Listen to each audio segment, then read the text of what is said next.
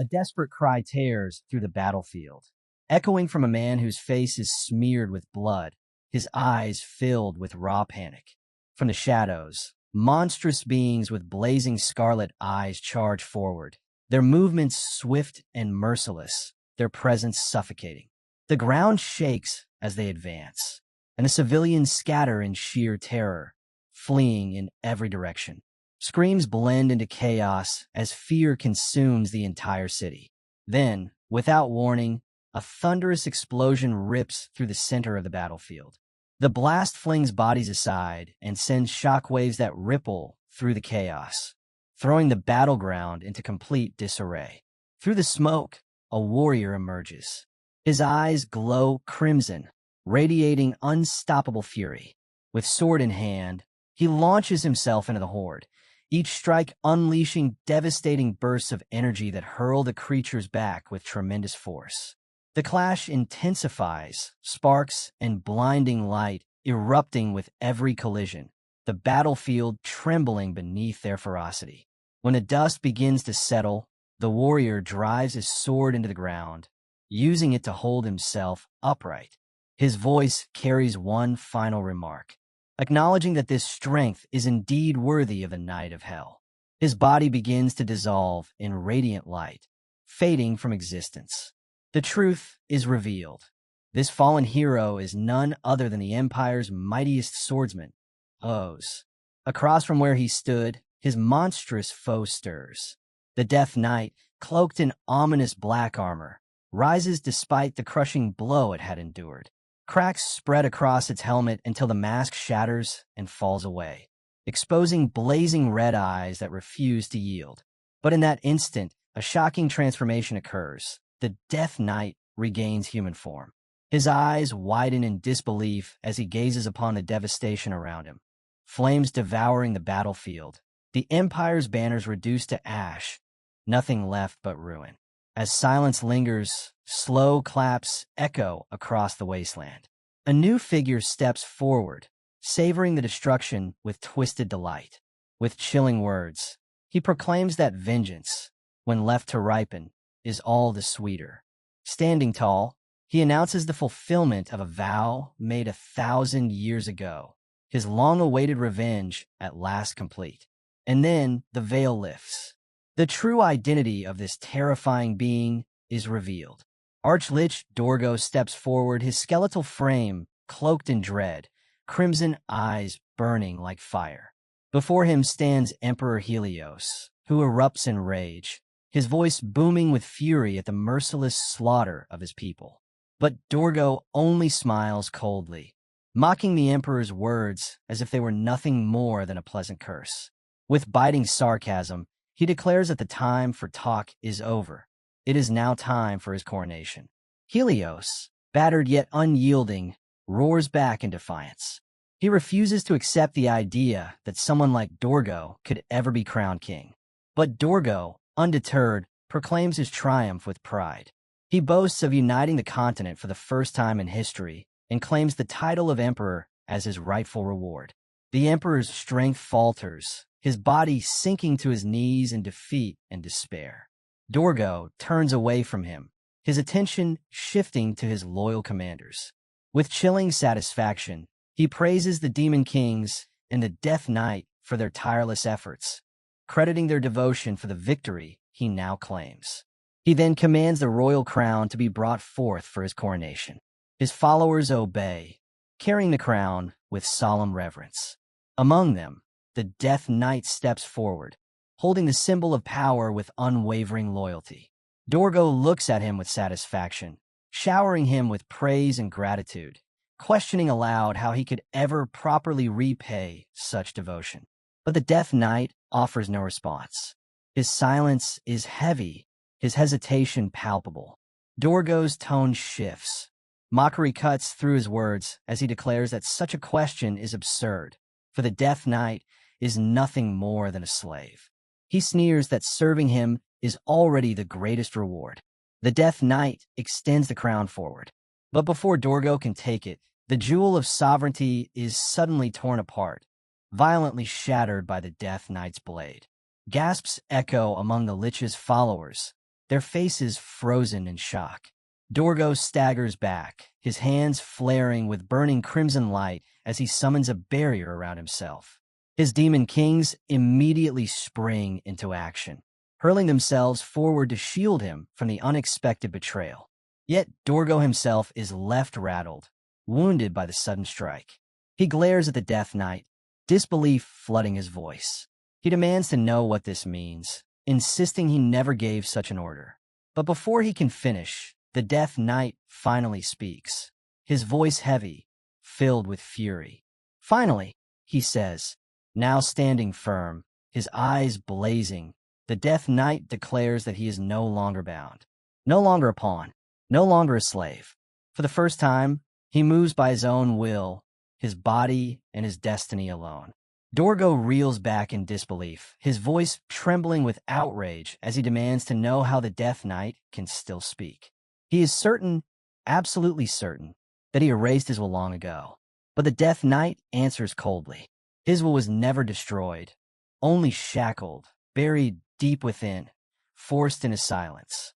He explains that he has been imprisoned inside his own body all this time, condemned to watch helplessly, unable to act, as Dorgo used him like a puppet. Desperate to regain control, Dorgo softens his tone, calling the Death Knight his greatest creation. With false generosity, he says he will allow him to vent his anger, for today only. At his command, the Demon Kings surge forward, unleashing a ferocious, coordinated assault meant to break the Knight's defiance. But their efforts are crushed instantly. The Death Knight meets their charge head-on, his power erupting in a cataclysmic wave that tears through the battlefield. A single strike unleashes an explosion so devastating that every one of the Demon Kings is blasted away at once. The display leaves Dorgo shaken to his core, his prized champions obliterated in a heartbeat. Cornered, the Lich chants a darker, more terrible incantation. The ground splits open, and from it rises a vast legion of undead and phantom soldiers. The air fills with the stench of decay as this army of abominations surges toward the Death Knight in a frenzied, chaotic charge. Yet the Knight does not flinch. He stands unmoving, his gaze unwavering, his voice cutting through the chaos with absolute authority. With a single command, he orders the undead to stop. Instantly, the horde freezes in place, bound by a will stronger than Dorgo's own. Then, with chilling resolve, he issues one more order, self-destruction. The army obeys without hesitation. One after another, the undead and demons ignite in suicidal detonations, their bodies exploding in a cataclysmic chain reaction. The battlefield is engulfed in fire and ruin, the blast tearing apart everything around Dorgo. The Lich stares in horror, shaken to his bones. Fear grips him as he whispers to himself, questioning whether he has birthed something far worse than he ever intended, a being whose power could rival even the Overlord. Attempting to calm the storm, he speaks with forced reason, telling the Knight he understands his anger, claiming he too would feel the same if their roles were reversed. But within, Dorgo clings to reassurance. Even if this body is destroyed, he can always escape, his soul ready to slip into another vessel and start anew. But the Death Knight's reply cuts through his hidden thoughts like a blade. He declares that through every endless moment of his long, torturous captivity, he has devoted himself to one single purpose, plotting the perfect way to kill Dorgo.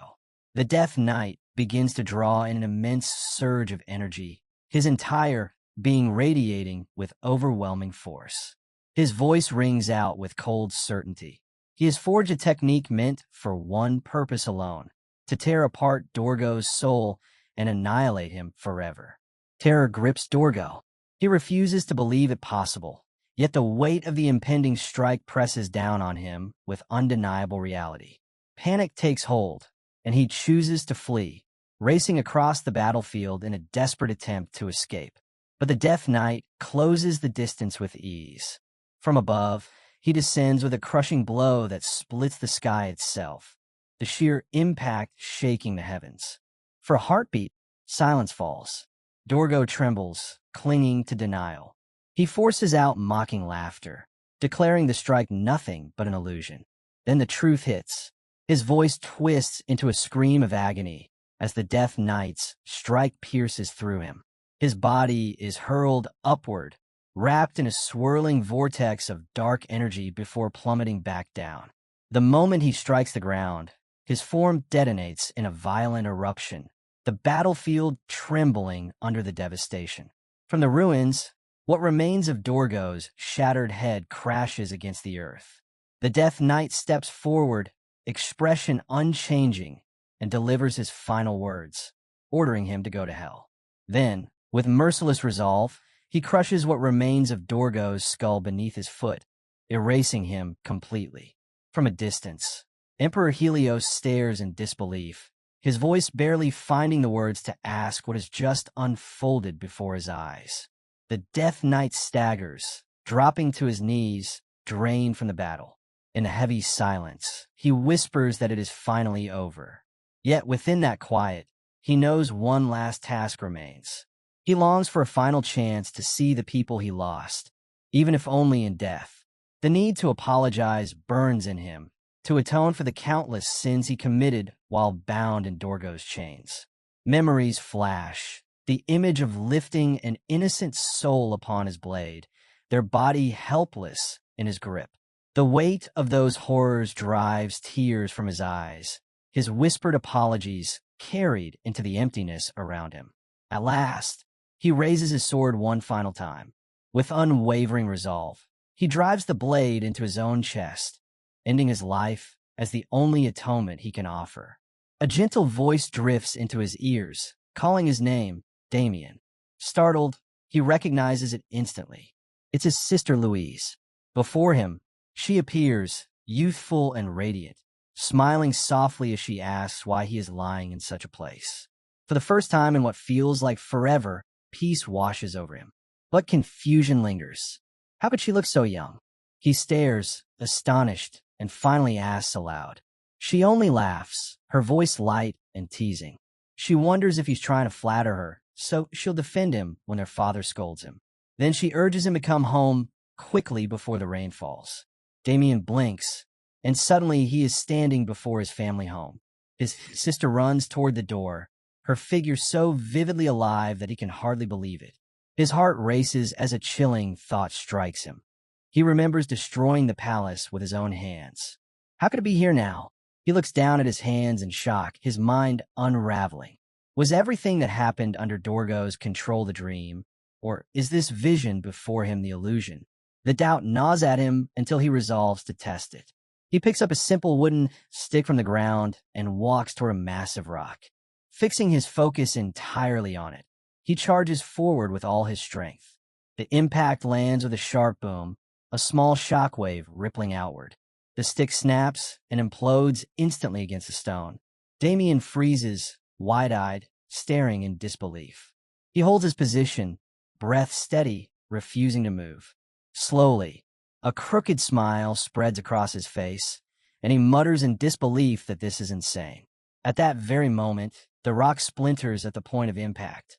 A second later, it explodes outward with a deafening force. Damien bursts into laughter, at first quiet, almost nervous, then building into uncontrollable, hysterical laughter. The sound echoes through the falling rain as his mind struggles to comprehend the power now coursing through him.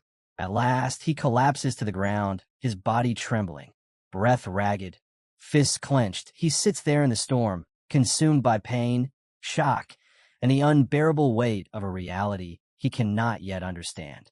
At that moment, Damien became certain it was no dream. Every moment, every memory, all of it is real. A deep smile spreads across his rain-soaked face as he declares to himself that he has truly returned to the past. Memories flood him.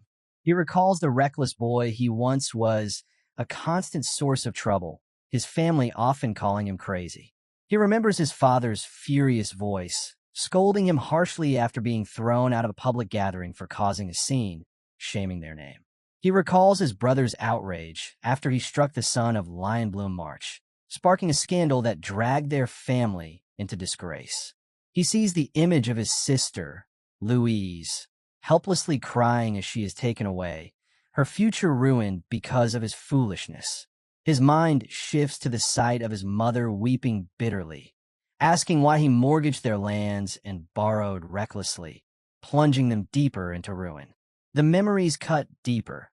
How he squandered every last shred of the family's wealth until his father, at last, cast him out with finality, forbidding him to ever return. That day of exile burns brightest in his memory. His sister Louise ran to him, pressing money into his hand, begging him to be happy despite everything. She smiled at him with such deep affection, whispering only 2 words that pierced his heart: "Be happy." Overwhelmed with guilt, Damien had snatched the money from her hand, pushed her away, and walked off quickly, too ashamed to face her love. For the first time in his life, he felt the crushing weight of true guilt and shame. Back in the present, sitting in the lush green fields, Damien lowers his gaze, lost in thought. How could he ever turn to the past? His mind drifts back to the final moments of his former life, when he resolved to apologize to his family before death claimed him. He never expected to be granted another chance. Tilting his head toward the heavens, he wonders if this miracle has been gifted by the divine. Then he notices something strange in his hand, startling him. The sight makes him question the reality of his situation even further. He sits in silence, reflecting. His thoughts wander back to the struggles of his youth, how he could never properly wield combat techniques, no matter how he tried. One technique in particular surfaces in his mind: the shattering wave. He can almost see it, its immense power, its devastating force, the sheer destructive might it carried.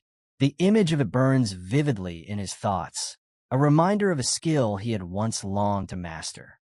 Damien mutters to himself about a technique he's mastered, one that magnifies the force behind a strike, turning it into raw destructive power. He recalls a battle from the past, when a knight once used it so fiercely it was called the Wall Breaker. Damien reminds himself that he gained this very skill after killing that knight. Just then, a voice calls out from the distance. "Young master." Damien turns calmly toward the sound. A servant rushes toward him from the house, breathing hard but hurrying with purpose. Damien studies him for a moment, trying to recall his name. Victor? Was it Victor? Victor, he asks aloud, uncertain. The servant stiffens, quickly confirming the name. He says Lady Louise is asking for Damien immediately, surprised to find him still outside. Nervously, the servant adds that the head of the family is furious. Damien pauses. Did I do something wrong? The servant freezes at the question, staring at him in disbelief. What? You don't know what you did?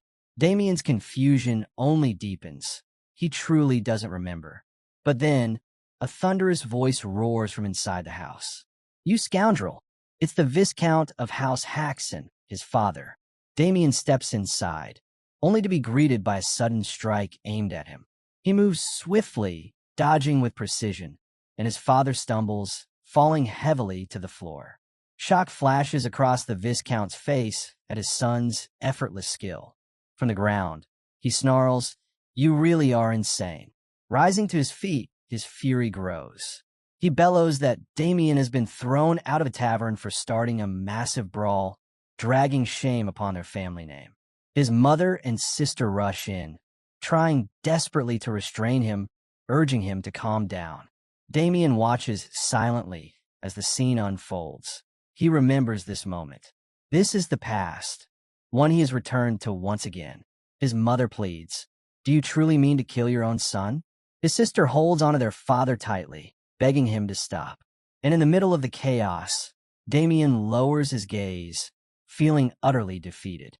Yet as he looks at them, his father, Paul Osborne Haxon, his mother, Marilda Haxon, and his sister, Louise Haxon, he takes in a moment with unexpected clarity. The family stares back, stunned by his expression, and at last, the Viscount forces himself to calm down. As the family's eyes fix on him, Damien stays still, lost in a quiet wave of remorse. "I've missed this," he thinks, holding on to the moment. Overwhelmed, his eyes begin to well, and tears silently slip down his face. His family looks at him baffled. His sister stares in disbelief. Are you crying? His mother's voice softens with sorrow. Perhaps it's all become too much for him. The silence is broken by his father's harsh tone.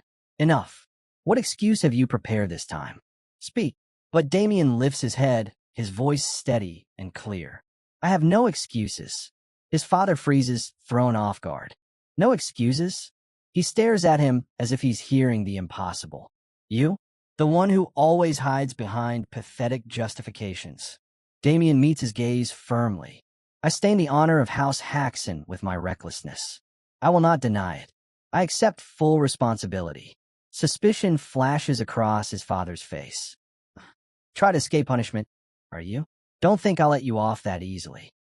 But instead of retreating, Damien bows respectfully. I'll take care of it. His father blinks, stunned, struggling to grasp the meaning of those words. Damien straightens, then turns toward the door. I will resolve this myself. Once it's done, I'll return for the punishment I deserve. At the threshold, he glances back, confidence flickering in his eyes. I'll come back to accept whatever sentence you decide, Father. With that, a calm smile crosses his face, and he walks away. The house falls into silence. His family remains frozen, unable to comprehend the sudden change. His father mutters under his breath, bewildered. Did the boy take a blow to the head? Soon after, Damien arrives at the bustling heart of the commercial city, a sprawling maze of towering buildings and familiar landmarks, alive with noise and movement. Victor walks at his side, though unease is written all over him. Finally, Victor speaks. Young master, this is the place. But are you truly going in? They say it's backed by a criminal syndicate. If something goes wrong, his voice trembles with fear.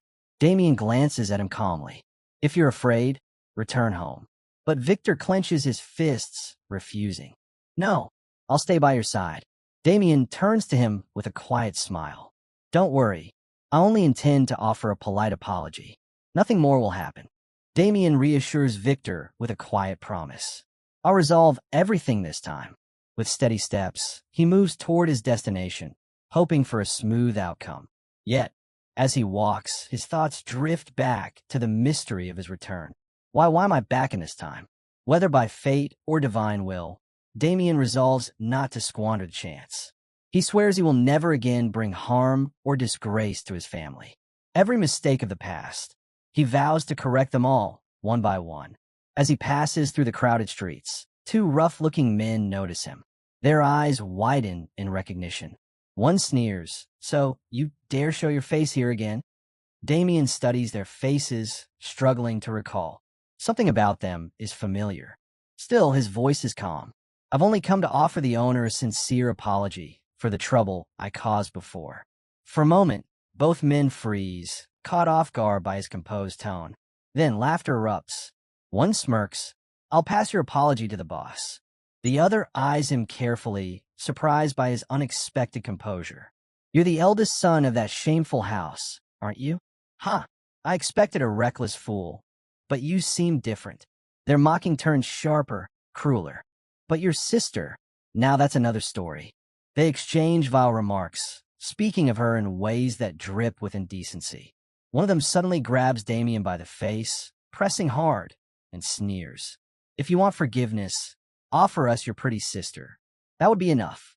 A cold fury burns within Damien.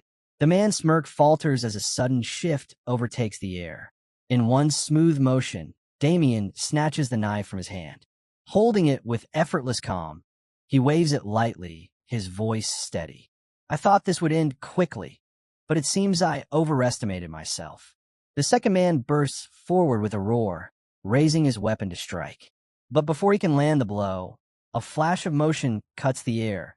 An explosive strike severs his hand clean off. The man stumbles back, staring blankly as blood spills from the wound. His severed hand hits the ground with a heavy thud. Shock locks his body, his mind unable to grasp what just happened. Damien holds his ground, unwavering, while dread begins to crawl across the faces of the men before him. With a voice as cold as steel, he tells them, "Since you're so eager, I'll show you what it means to face the eldest son of House Haxon. From the shadows, Victor watches in horror. His hands tremble and tears well in his eyes. How? How is this the same young master who swore he'd resolve things peacefully? The man whose hand was severed finally catches up to reality, his screams ripping through the air and drawing a crowd.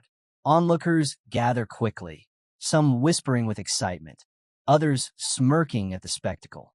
Let's go watch. It looks like a good fight. No, best not get involved. I'm not about to get caught up in that mess, another replies. Victor stays hidden, clutching his chest, his fear for Damien growing heavier with every passing second. In the open street, Damien stands calmly as the uninjured man points a blade at him. His partner writhes on the ground, wailing in agony. Do you even know who we are? The man snarls. Damien's reply is calm, almost dismissive. I don't care who you are. If you're going to strike, then strike. But the man doesn't let it go. He raises his voice, fury lacing every word. We're with the Black Snake, an organization no one in this city dares provoke without paying the price. The name hits Damien, unlocking old memories in a flood. He remembers the Black Snake's grip over the city, how they ruled the streets with fear and violence. He remembers them, the same men who once beat him down mercilessly, mocking and humiliating him over a simple protest at one of their establishments. He remembers the pain, the helplessness, the shame of being forced to bow his head in defeat. But this time, things are different. A shadow crosses Damien's face as he smiles. Dark, chilling, filled with certainty. An apology, huh? No, you are the ones who owe me one. The gangster snarls, raising his weapon. Don't think I'll hold back just because you're some pampered noble. This time, I'll cut you down for good.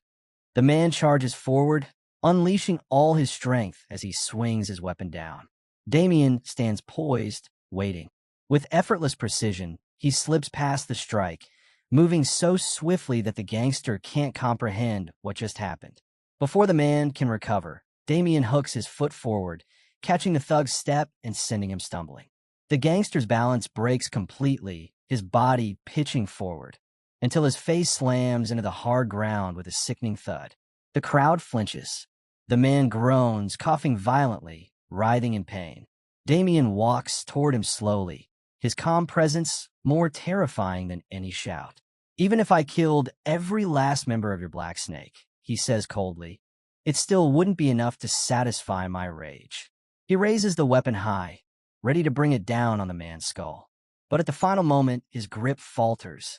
For the sake of his family, he restrains himself.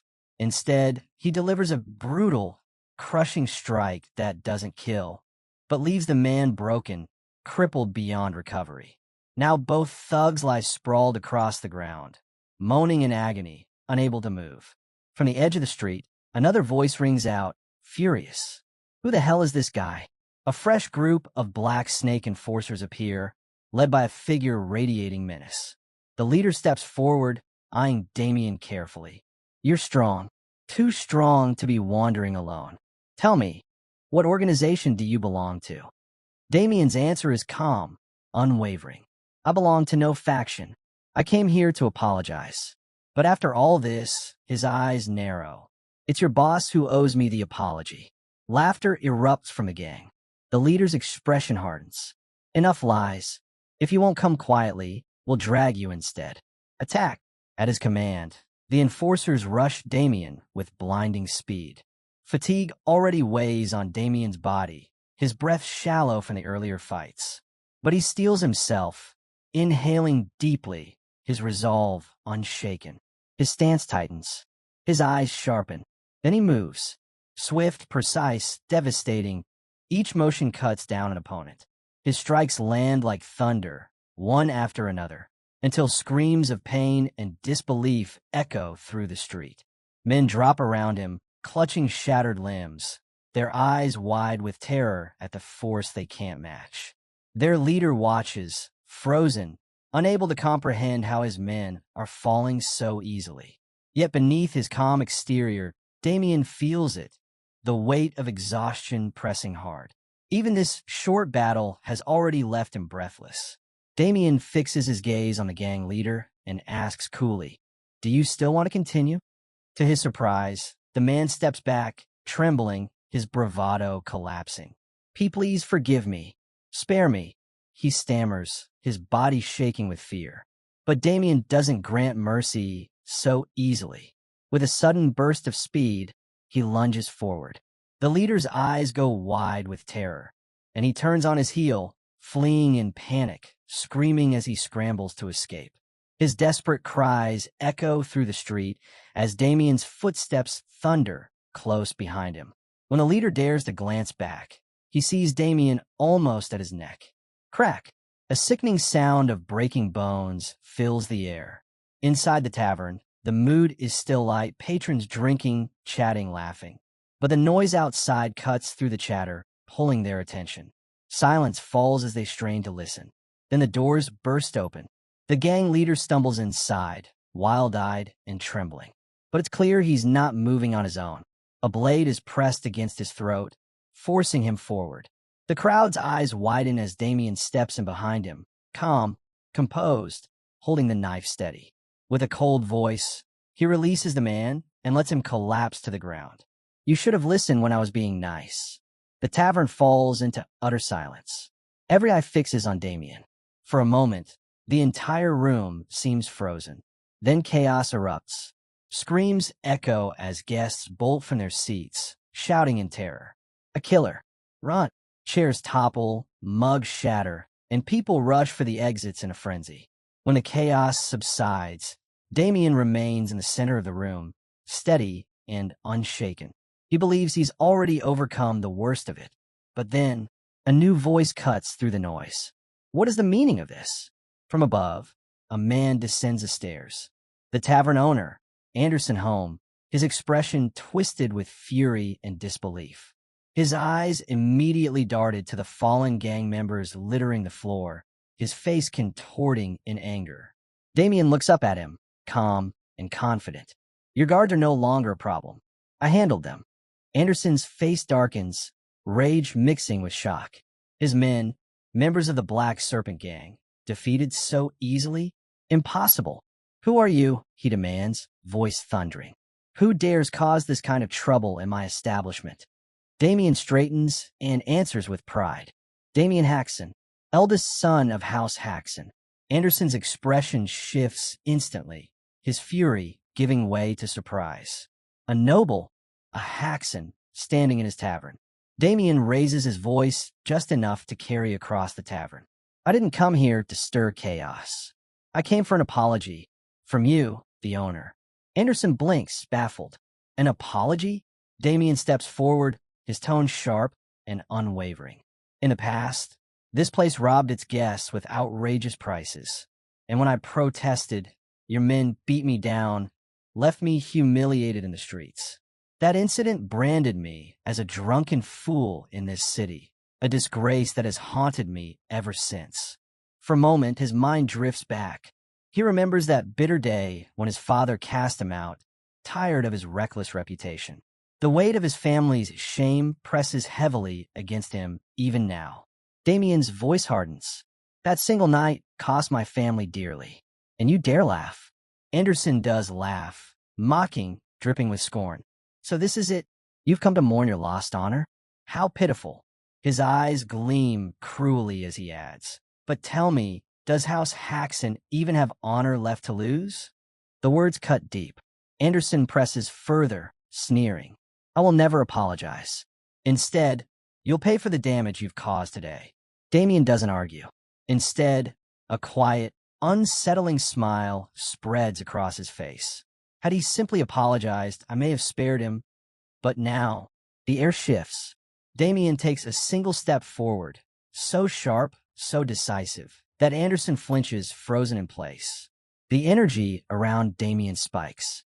His body lowers in emotion, speed coiling like a spring about to unleash.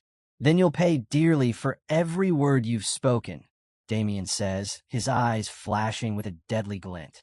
Knife in hand, he surges forward, a storm of intent aimed directly at Anderson. But before he can close the distance, clang, a sudden blur cuts across his path. Steel collides with steel, releasing a violent shockwave that blasts through the tavern.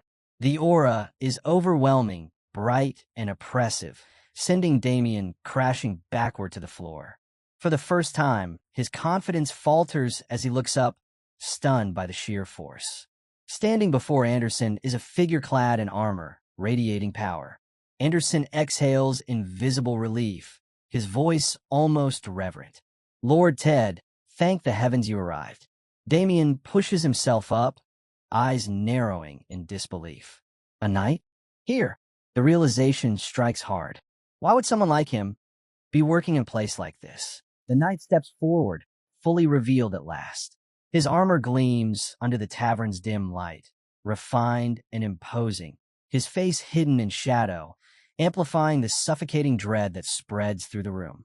A narration cuts in, describing the order of knights, their ranks, their power.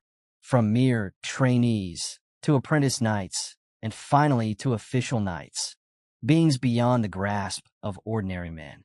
Unlike others, official knights command aura with ease, wielding strength so great they can shatter mountains with a single strike or cleave fortress walls as though they were parchment.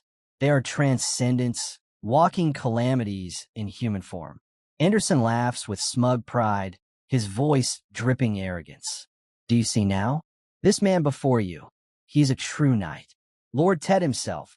Ted raises his weapon slowly, aura beginning to surge around him. Power radiates from his body, coiling and snapping like lightning, as he prepares to unleash a strike meant to end the fight in a single blow. Damien's eyes narrow. He recognizes the technique instantly. That move, he mutters under his breath. The aura gathering around Ted is terrifying, majestic, and overwhelming. Damien knows he cannot simply dodge. He must respond in kind. Planting his feet firmly, he steels himself, calling forth a technique of his own. And then, memories rush back. He recalls a day in his past when he encountered the infamous Phantom Assassin, a killer spoken of only in whispers. Damien watches in his mind's eye as the assassin slaughters a knight without hesitation, his blade moving faster than death itself. The assassin's voice echoes in memory, mocking the fallen. "You don't even know who Dorgo is. If I really followed his plan and killed every last human, there'd be no fun left in this world." After cutting down his victim, the Phantom Assassin turns, pointing his blade at the Death Knight standing before him. His tone is sharp, amused. "That's why I'm telling you. Shut your mouth and leave, unless you want to join him." But the Death Knight refuses to move, his stance firm, weapon steady. Unyielding, the assassin smiles, eyes gleaming. "Still standing? Then you've chosen death." He lifts his blade with eerie grace. "You asked for it, so I'll show you my secret technique." His voice turns chilling, almost playful. The human body is made mostly of water. In that instant, he perceives every drop of water within the Death Knight's body. To his vision, the knight's figure shifts into a fluid form, and with his hidden technique, he cuts straight through. Ted then gathers every ounce of strength, channeling his energy and aura into a single decisive strike, determined to bring the fight to an end. Damien immediately grasps the nature of the attack. Whispering under his breath, he recognizes the technique. Ted releases a secret art, majestic, overwhelming, and terrifying in its power, drawing upon immense energy. Faced with this, Damien steadies himself, preparing his own counter, intent on meeting force with force. At that moment, fragments of the past surge in Damien's mind. The scene shifts back to Ted, his face mirroring the assassin's final expression. Shocked, shaken, stammering a desperate no. The seasoned knight crumbles to the ground, unmoving. The sight leaves everyone frozen in horror. It is then Damien fully understands. Every battle he has ever fought has ended the same way. No matter who stands against him, their fate is sealed.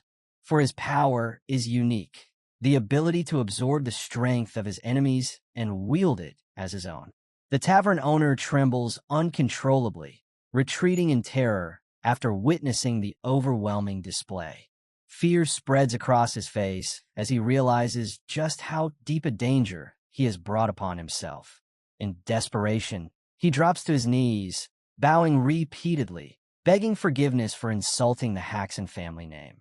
With a shaking voice, he offers a fortune as compensation, pleading to know if it will suffice. Damien accepts without hesitation. Though his true aim was the apology, he certainly has no reason to turn down money. Calmly, he issues an order for all wealth and valuables in the tavern to be collected, his tone carrying absolute authority that no one dares question. Victor, the servant, peeks in cautiously, his voice trembling as he quickly answers Damien's command with a nervous, "Yes, sir." As he takes in the aftermath of what just occurred, disbelief runs through his mind. If he hadn't witnessed it himself, he would never have believed it possible. He marvels in silence, wondering where and when Damien had mastered swordsmanship to such a terrifying level. The tavern owner, still shaken, bids them farewell with forced politeness, gesturing nervously as if hoping to appease them until they are safely gone. On their way out, Victor can't contain his excitement, blurting out that it's the first time in his life he has ever seen so much gold and treasure. Behind them, the tavern owner remains quiet, his face twisted in fury.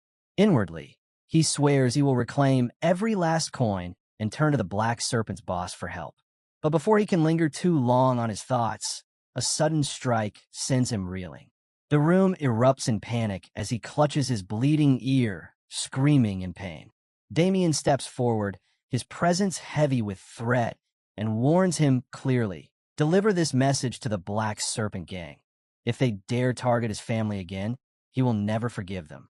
Writhing on the ground, the tavern owner spits curses through the pain, vowing revenge with hate boiling in his chest. Meanwhile, Damien and Victor leave calmly, the weight of gold and valuables in hand, walking beneath the glow of the evening sunset. As they depart, Damien reflects quietly. He knows well that his actions cannot erase the failures of his past. But in this second chance at life, he swears never again to let his family down. Turning to Victor with a faint smile, he tells him to head home. Victor beams and answers with heartfelt loyalty, "Yes, young master." Elsewhere, the scene shifts to a lavish mansion bearing the name Lion Bloom March. Inside, a young man speaks gently to his brother, asking if he's ever heard the saying, "Love always comes with pain." His brother stares back in confusion, mocking him lightly, asking if he's heading off to a duel with such a dramatic expression. But the young man only smiles mysteriously and replies that he isn't seeking a duel. He's on a quest to find love. At that moment, Damien and Victor finally arrive back at the Haxenbear estate. Damien stretches with ease, remarking to Victor that he hasn't slept so deeply in a very long time. Victor quietly admits to himself, with a trace of envy, how Damien can rest so soundly while he spent the entire night awake, haunted by worries from the day before. Damien lets out a soft chuckle, admitting that things didn't exactly go as planned. Still, in the end, they walked away with a generous reward. More importantly, he says with firm confidence, word of what happened will spread quickly, and soon, no one will dare to look down on House Haxon again. Victor nods, his perception of Damien shifting. For the first time, he recognizes a sharpness in Damien's mind, a clear awareness he had never noticed before. Yet concern lingers. He voices his unease about the Black Serpent gang, reminding Damien that they left behind a wounded trainee knight and several gang members in dire condition.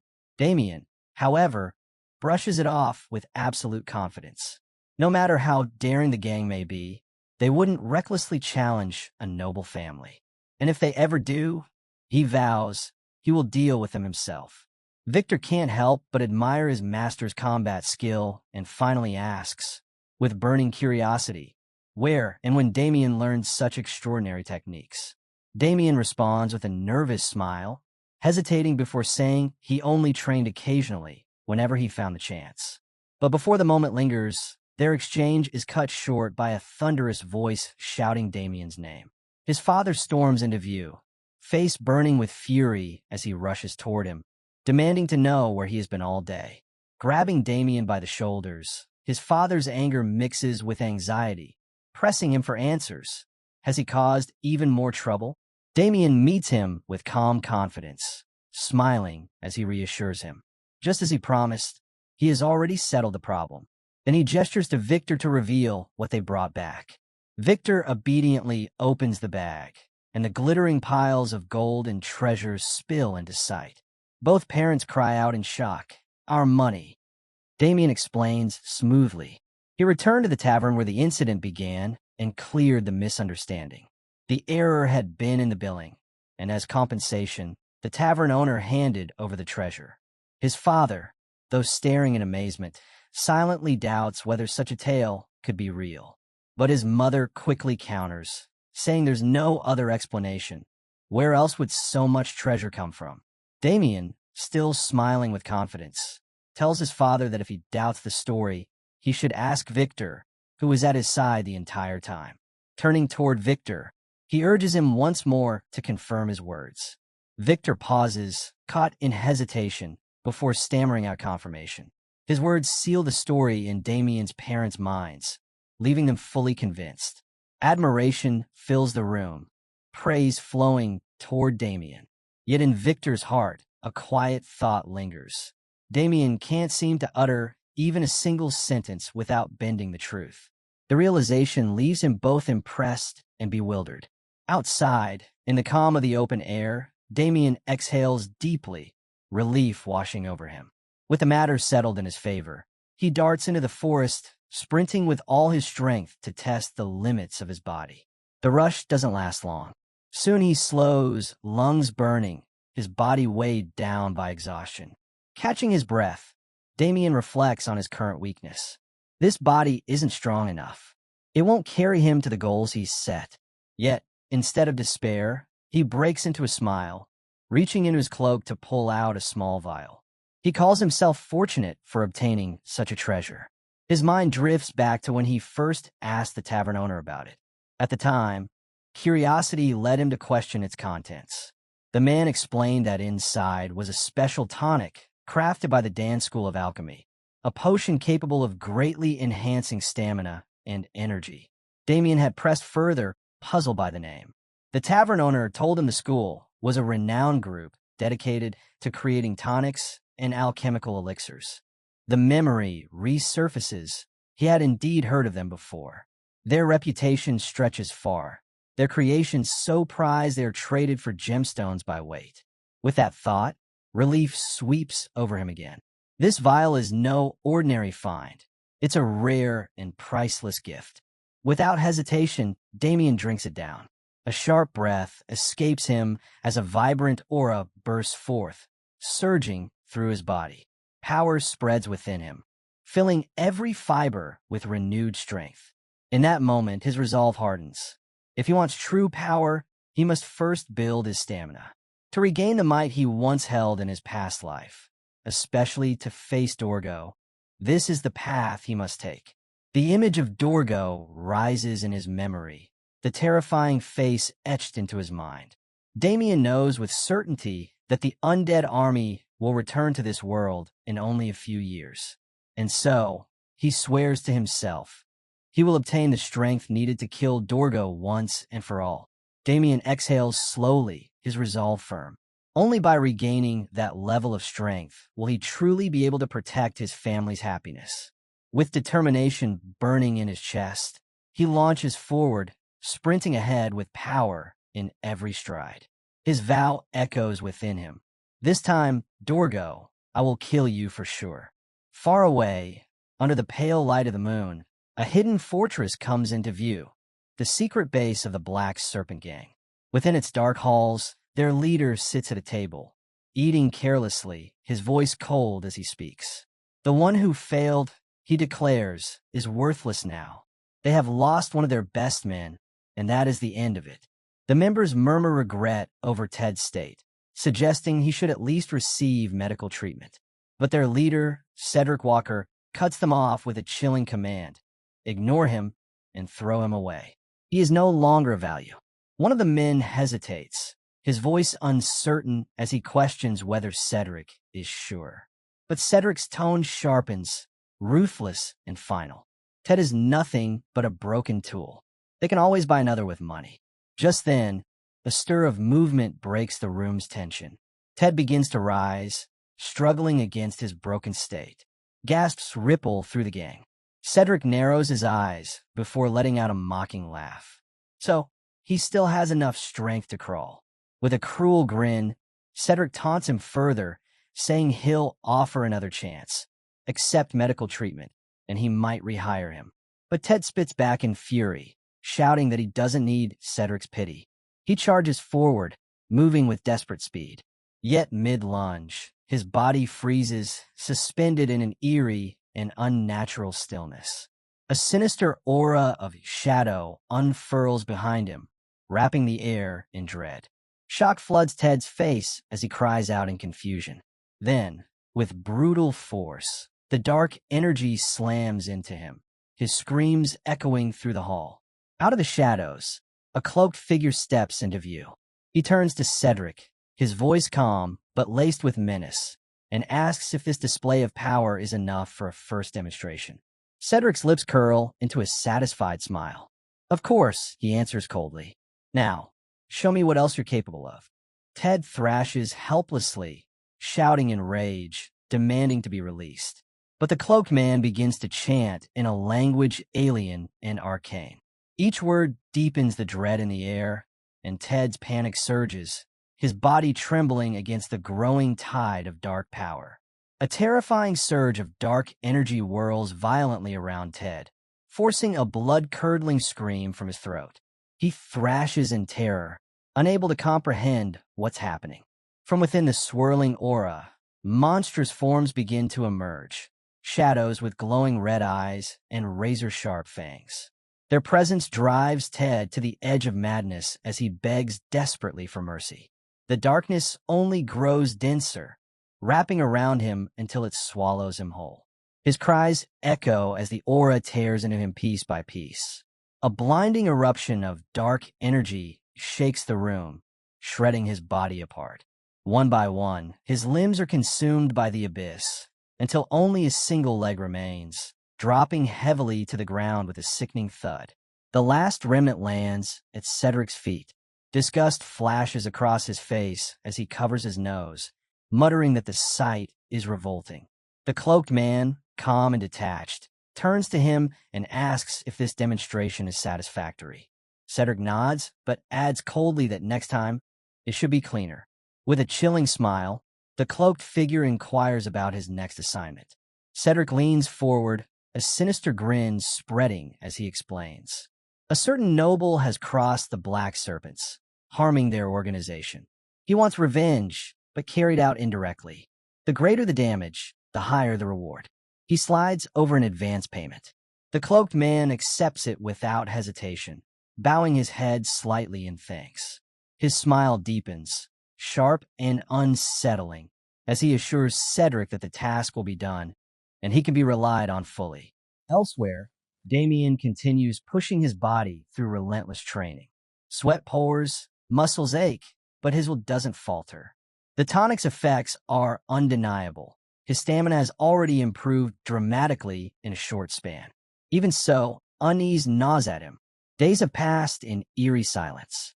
He expected the Black Serpents to strike back swiftly, yet nothing has come. That quiet feels wrong. A sudden shift behind him snaps him alert. His instincts flare, and he spins sharply, muttering under his breath, just as I thought.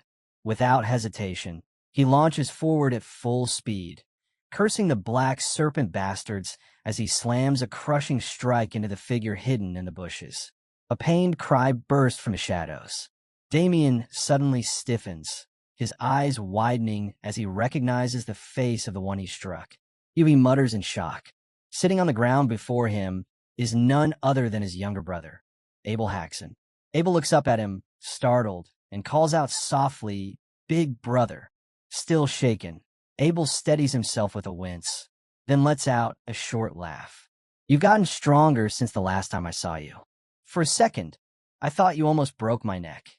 Damien freezes at those words, a haunting memory flashing in his mind. Abel's body lying motionless in the past. The weight of it leaves him silent. After a moment, he extends his hand toward Abel, his voice steady but apologetic. I didn't mean to. That wasn't on purpose.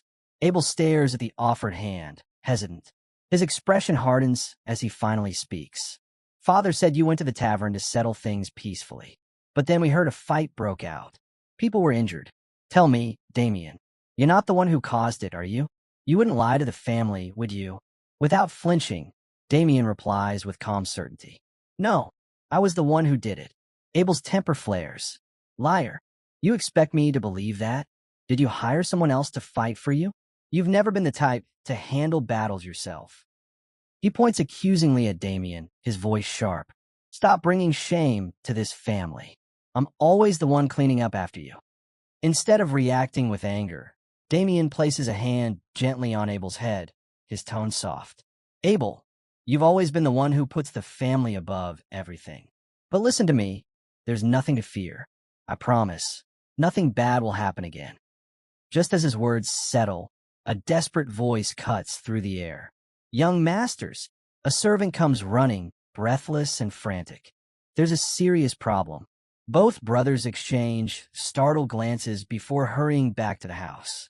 Tension grips them as Damien pushes the door open and steps inside, Abel right behind him, his unease written all over him. The moment Damien enters, his father's voice rings out, heavy with anger. Damien! And then, from deeper within the room, another voice, steady and calm, speaks. So you finally come. Erwin Lionbloom is in the room with a sly smile, turning to Damien's father as though nothing is amiss. I was just explaining what happened at the party, he says smoothly. Forgive me for arriving unannounced. Damien's eyes narrow. This again. I've lived through this scene before. He recognizes him instantly, Erwin. His memory flashes back to that night in his previous life, every detail vivid. Without holding back, Damien roars. What the hell did you just say? Erwin raises his hands as if to defend himself. Wait. I didn't mean to insult anyone. But Damien doesn't let up. Don't act innocent. You mocked me, and you try to harass my sister. Erwin smirks, feigning confusion. You must be mistaken. Maybe you were drunk? I don't recall anything like that. He then leans in close, voice low and taunting. And what if I had done it? With a cruel smile, he goads Damien further.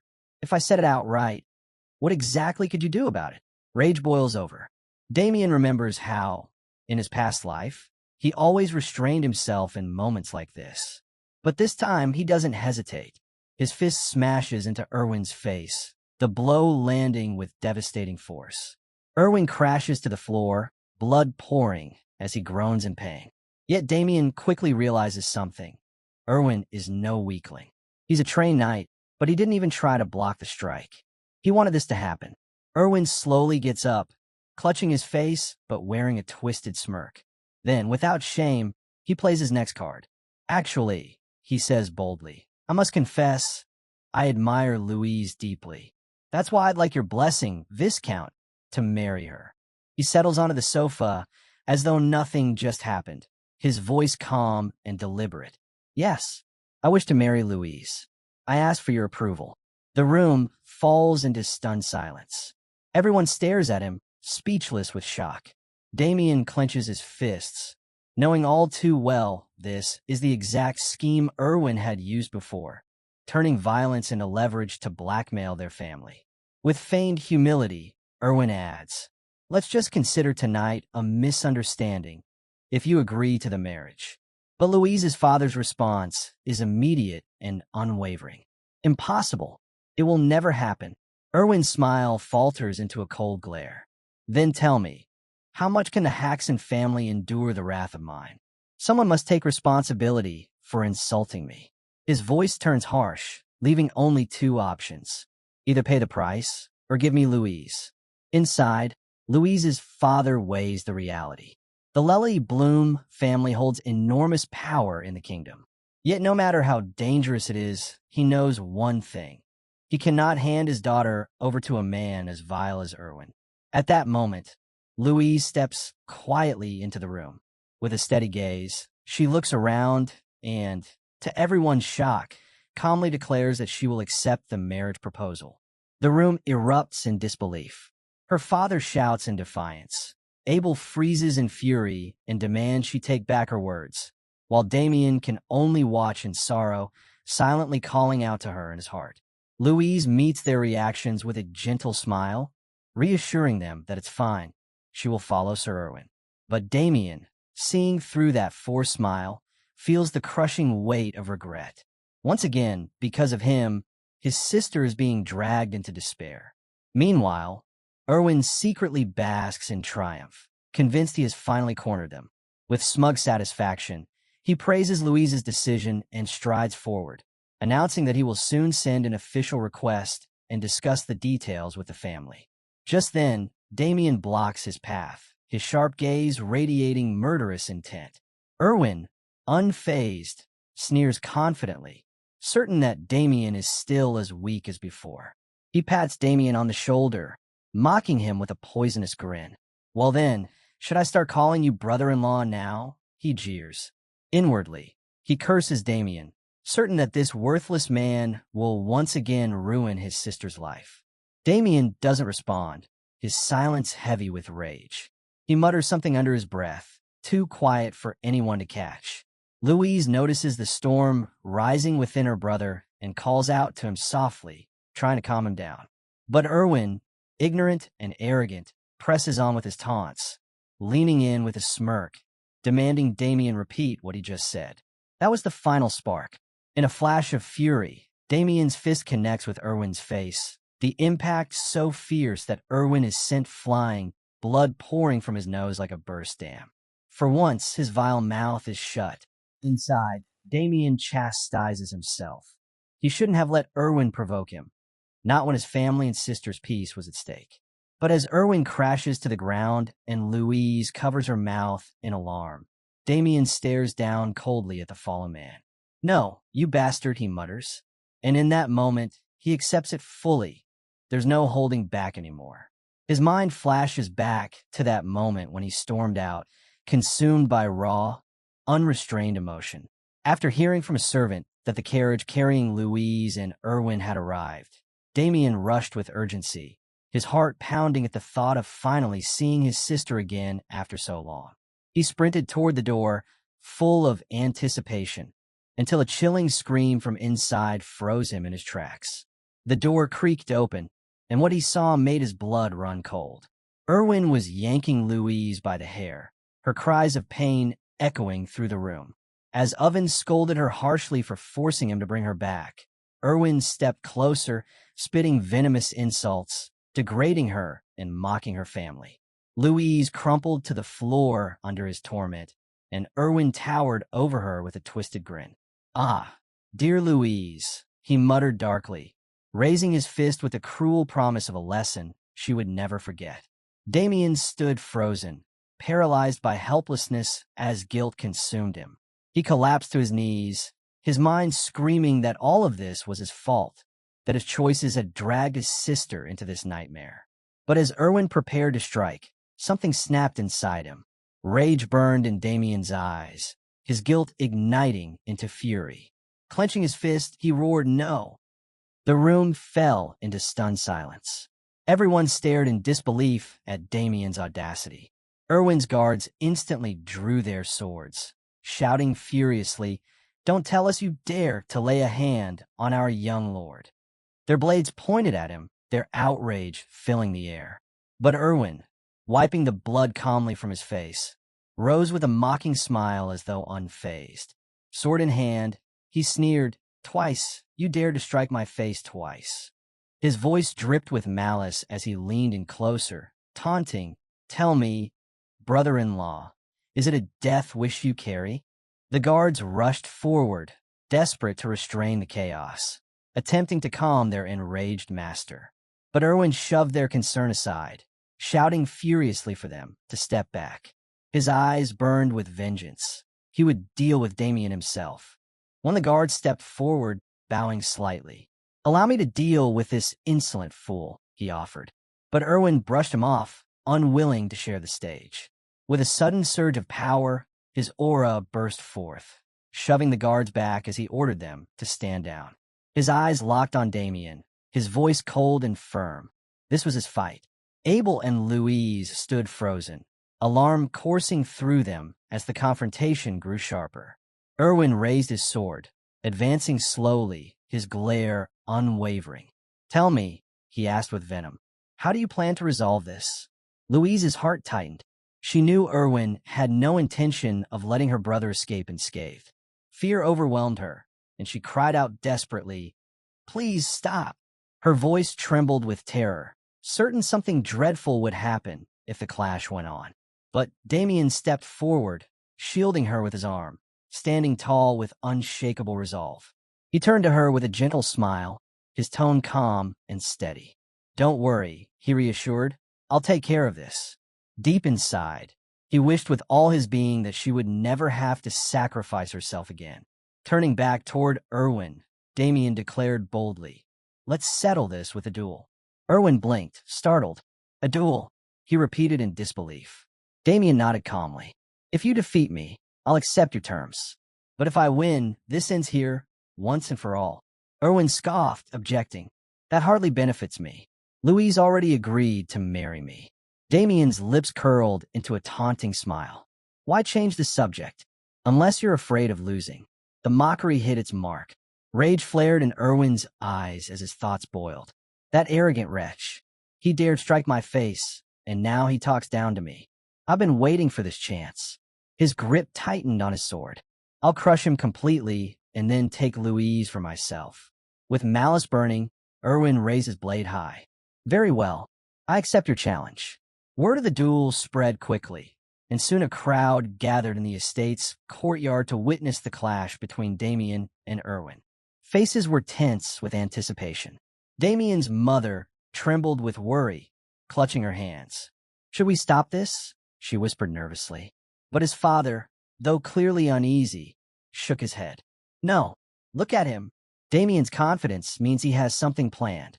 All that remained was hope. Some prayed for a miracle, but Abel did not. Unlike his father, he knew miracles wouldn't decide this fight. As Erwin readied himself with razor-sharp focus, Abel could only conclude that Damien stood no chance. Erwin was a trained knight, brimming with confidence, his blade glinting as he showcased his mastery. Across from him, Damien stood unarmed. Erwin smirked mockingly. "How do you plan to fight without a weapon?" But Damien answered with calm certainty, pulling out a small dining fork. "No need to worry." He twirled it lightly in his hand, a confident grin spreading across his face. "This is more than enough." The crowd gasped in disbelief. "A fork?" Erwin burst into laughter, openly ridiculing him. "What's wrong? Has fear made you lose your mind?" Without hesitation, Erwin lunged, moving with the deadly speed of a knight. His sword cut through the air, his voice echoing, "I won't hold back." But Damien's figure shifted effortlessly, slipping past the strike as if it were nothing. Erwin's eyes widened in shock. Snarling with frustration, he gathered his strength and unleashed a devastating move from the lion's roar combat style. His aura surged, taking the form of a massive, glowing lion that roared across the courtyard, tearing apart the stone ground and filling the air with dust and debris. When the smoke cleared, Damien stood untouched, calm, unharmed, his fork still in hand. Gasps rippled through the crowd. Erwin's guards stared in disbelief, whispering to themselves, "How is he still standing? How can he withstand the lion's roar without even a blade?" Even Erwin felt a flicker of unease. None of his strikes had connected. Every swing dodged with impossible precision. Damien's lips curved into a subtle smile. Inside, he acknowledged the truth. His relentless training had paid off. He now fully grasped the fighting style of the Lion Bloom family. Memories stirred. Memories of his previous life, when he had once battled Michael Lion Bloom, Erwin's elder brother. Compared to Michael's refined skill, Erwin's technique was riddled with weaknesses. Erwin roared in fury, hurling another colossal wave of aura at Damien, daring him to avoid this one. The sheer force radiating from it was undeniable, far stronger than anything before. Damien's eyes narrowed. This one, Evading it with just a fork may not be possible. He exhaled sharply, making his choice. Then I'll use it, the hero's same technique. The collision of Damien's power against Erwin's unleashed a massive blast, shaking the dueling ground with violent force. Louise and Abel watched in dread, their nerves wound tight as the fight unfolded before them. In a moment that stunned everyone, Erwin's sword clashed against Damien's fork. The sound rang sharp through the courtyard, and Erwin froze in disbelief. With flawless precision, Damien twisted the fork, redirecting Erwin's blade exactly where he wanted it. Then, with a subtle shift, he unleashed a hidden technique, one known only to him. Secret move, countless thunder, shadow revelation. His body shot forward like lightning. Goodbye, he whispered in his heart, striking with blinding speed. The fork's pronged edge pressed firmly against Erwin's neck, locking him in place. Gasps rippled through the crowd. Erwin's eyes went wide with terror, unable to process how he had been bested by a simple dining fork. Even Abel, Louise, and Damien's parents could hardly believe what they were witnessing. Oven stumbled backward in horror as the realization sank in. The fork was poised at his young master's throat. Overcome by panic, he fell to the ground, crying out in humiliation. Damien stood tall, his expression calm, yet unyielding. Inside, his rage still burned, but he forced it down. For his family's sake, he would not go so far as to kill Erwin. Instead, he looked down at the fallen knight and spoke firmly, his voice steady. It's clear now I've won. Do you have any complaints? He stepped closer, his words carrying absolute authority. As I said before, you'll leave this place. Now, Erwin, pale and trembling, had no choice but to retreat. Later, the family gathered around the dining table. The air was heavy, no one daring to speak too much. When the meal ended, Damien rose quietly. I'll be resuming my training, he said simply, leaving the table in silence. His mother's eyes followed him with worry. Turning to her husband, she asked softly, Aren't you going to speak with him about yesterday? Abel cut in first, rambling in disbelief, his voice almost frantic. He spoke endlessly about how much Damien had changed, how different he was now from the brother they once knew. His mother leaned toward their father, whispering nervously. Abel seems shaken too. Please, you should ask Damien. But the father ended it at once. Enough. Don't press him. He'll speak when he's ready. His tone was final, and the room fell into silence again. The mother glanced at her husband with gentle affection, trying to offer him comfort, urging him to stay strong through these troubled times. Yet inside, the father wrestled with his own thoughts. He was curious, deeply so, but something inside warned him not to ask. Damien was his son, the one he loved dearly, yet now, he found him frightening. Elsewhere, Damien knelt alone in the hallway, fastening heavy sandbags around his legs, preparing for training. The silence broke when Louise's voice called out clearly. She hurried toward him, and Damien turned, waiting patiently for her words. Louise offered a gentle smile. I'm relieved you haven't left yet. I wanted to speak with you about yesterday. Before she could say more, Damien lowered his head slightly. He remembered. He owed her an apology. I'm sorry, he said sincerely. I acted too rashly. I may have embarrassed you. But Louise quickly shook her head, interrupting him. No, that's not true. Don't blame yourself. Stepping closer, she looked at him with warmth. Thank you for everything you did for me. She admitted quietly that when she agreed to follow Erwin, she had been terrified. Deep down, she had never wanted to go. Hearing this, Damien felt his chest tighten. I knew it, he thought. Her words confirmed what he had already sensed, and in that instant, he understood how much his actions had meant to her. Louise's memories of the confrontation came rushing back. How Damien had stood up against Erwin, how he had protected her.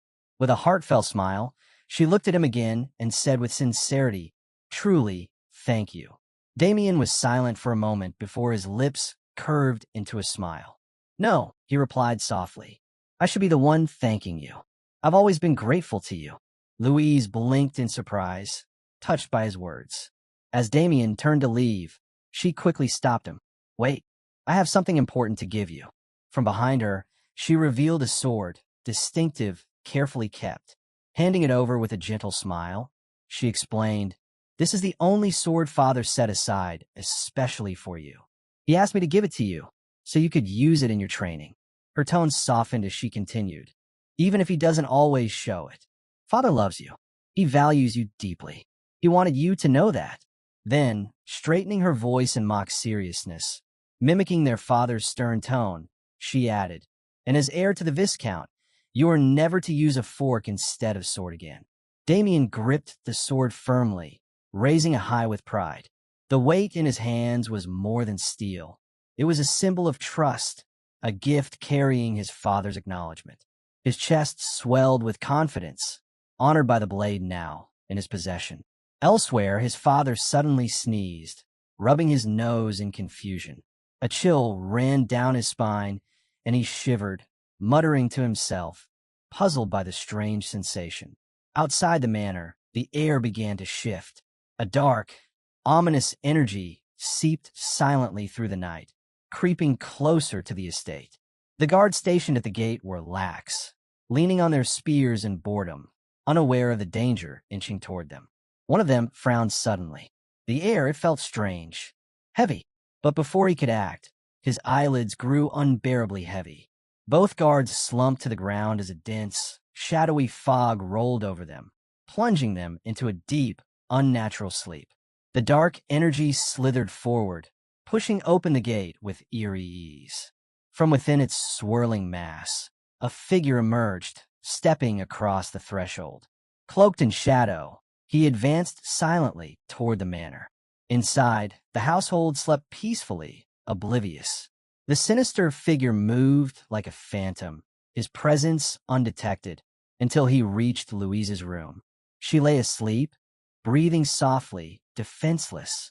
The man's face emerged from the gloom, twisted with a wicked smile. Well, he murmured, staring at her. "I came here on other business for the Black Serpent Gang, but finding you here is an unexpected bonus." He reached out a hand, fingers stretching toward her, intent on harm. "Hey!" The word cut through the silence like a blade. The man spun around in shock. At the doorway stood Damien, calm and steady, his gaze fixed on the intruder. "What are you doing here?" Damien asked evenly, his tone almost casual. Then, with a faint smirk, he added, "I sense something strange tonight. Tell me, would there happen to be a stranger lurking around here?" The shadowed figure stiffened. Impossible, he thought, panic-stirring. "My spell should have forced everyone into sleep. How is he awake?" With a furious snarl, he raised his hand and hurled a surge of dark magic straight at Damien. But Damien slipped aside with effortless grace, the spell shattering against the wall.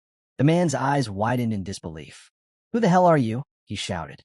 Damien's reply was calm, unshaken. "That's the question you should be asking yourself." "This is my home," Damien said firmly, his voice steady.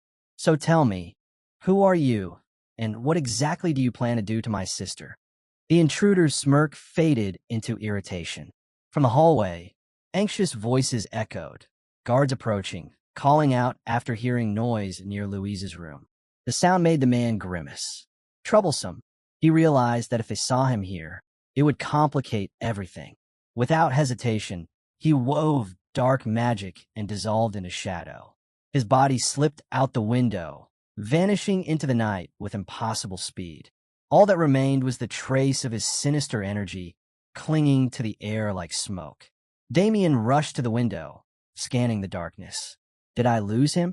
But just as he leaned forward, a pulse of eerie, unsettling energy rippled past him, making his skin crawl. Outside the manor, unease spread like a silent wave. Stable hands murmured in confusion as they discovered a dreadful sight. The prized horse lay dead. Shocked, they stumbled over each other, muttering in distress. How? It was perfectly fine yesterday. Fear gripped them. How would the Viscount react to such a loss? Damien appeared among them, calm and composed. "This isn't misfortune," he declared clearly, drawing their startled eyes. "And I've not come to blame you. Step back for now. I'll handle this." The servants quickly obeyed, moving aside as Damien crouched by the fallen horse. His eyes sharpened, tracing the faint residue clinging to the body. He placed a hand gently on its side, feeling the lingering pulse of energy. His thoughts tightened. The same power. It was identical to what he had sensed from the intruder last night. A terrifying aura, steeped in malice. There was no mistake. This was black magic. Damien straightened, certainty settling heavy in his chest. The man he had faced was no ordinary enemy. He was a dark sorcerer. And as the rest of the Haxon family slept peacefully, unaware of the danger pressing closer around them, Damien felt the weight of responsibility settle on his shoulders. Their safety rested on him. The trail of shadowy energy slithered away from the stables, retreating swiftly through the night. Its path wound deep into the forest near the estate, leading to a concealed cave. Inside, the dark sorcerer muttered to himself, satisfied with his night's work.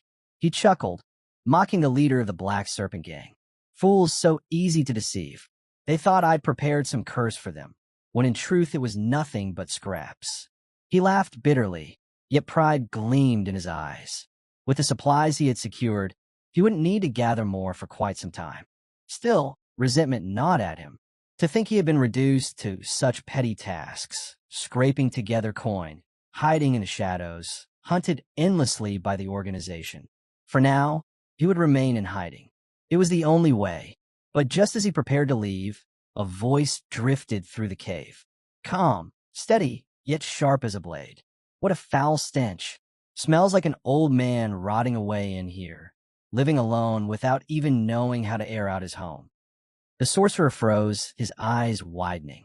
Slowly, he turned, and there stood Damien, poised and unshaken, his voice cutting through the gloom. Damien smiled faintly.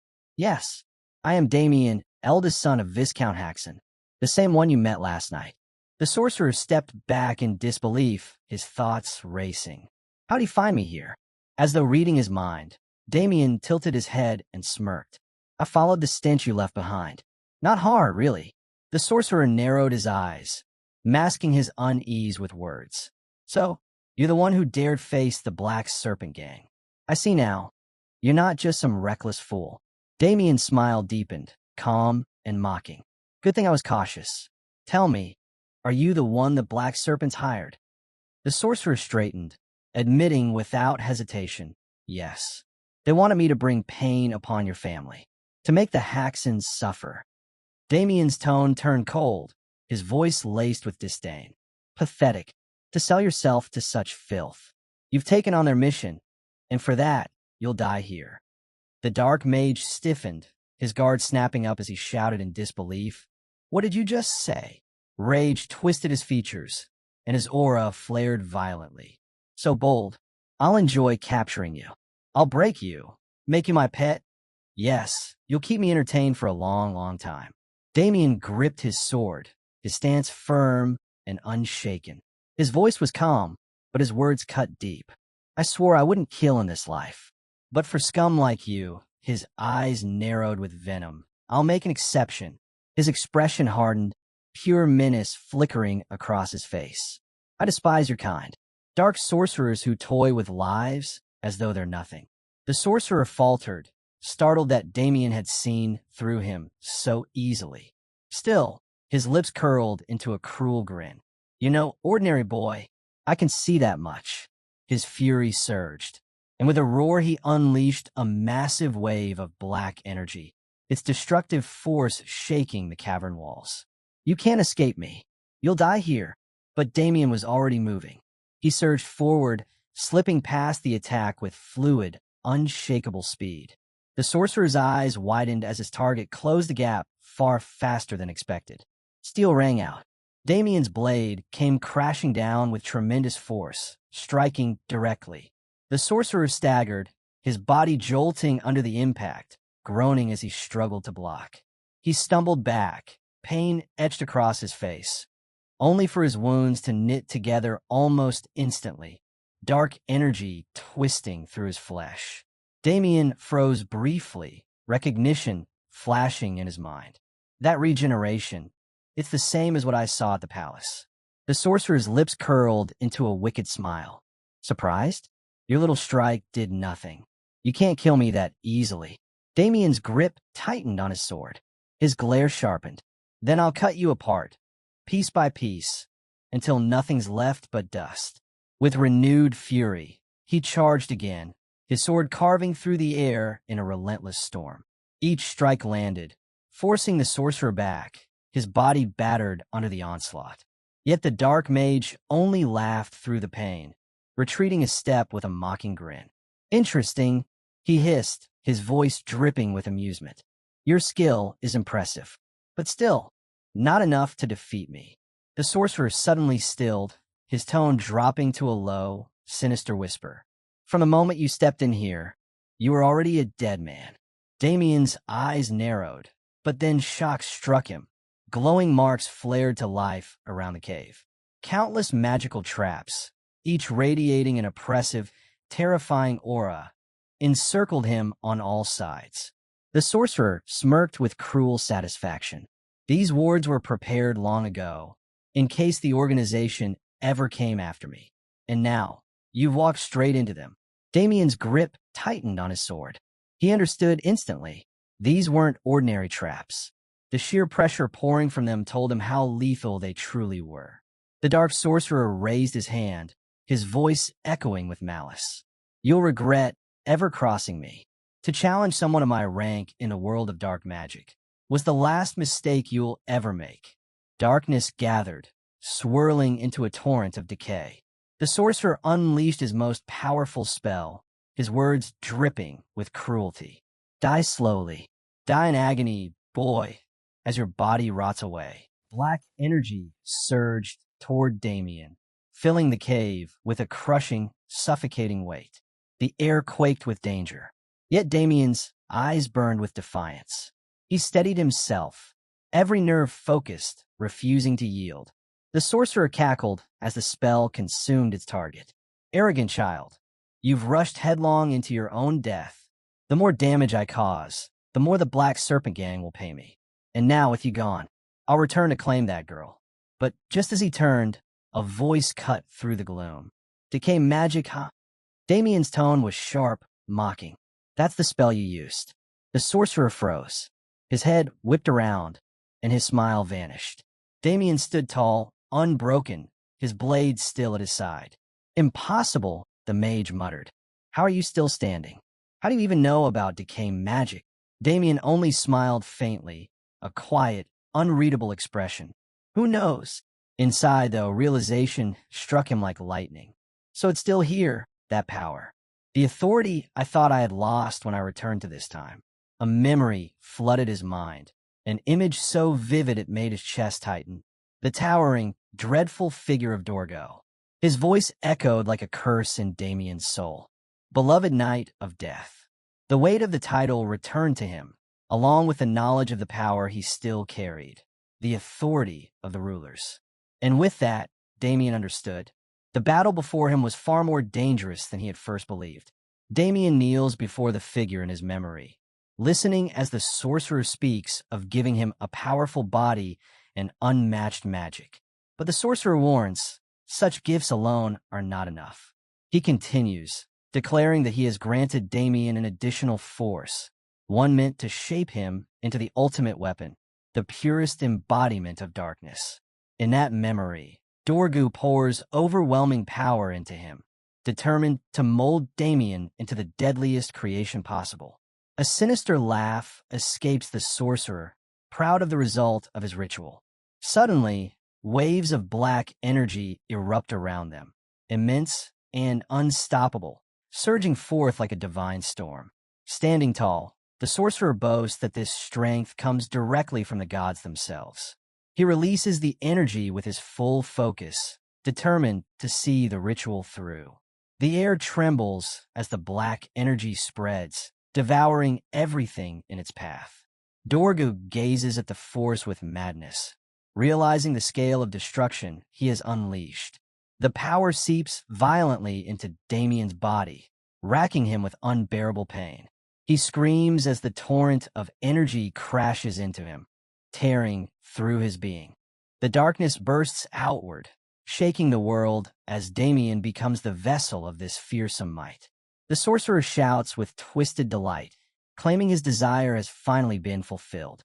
His eyes glimmer with manic joy as he confirms that the nightmare power he long sought is now in his grasp.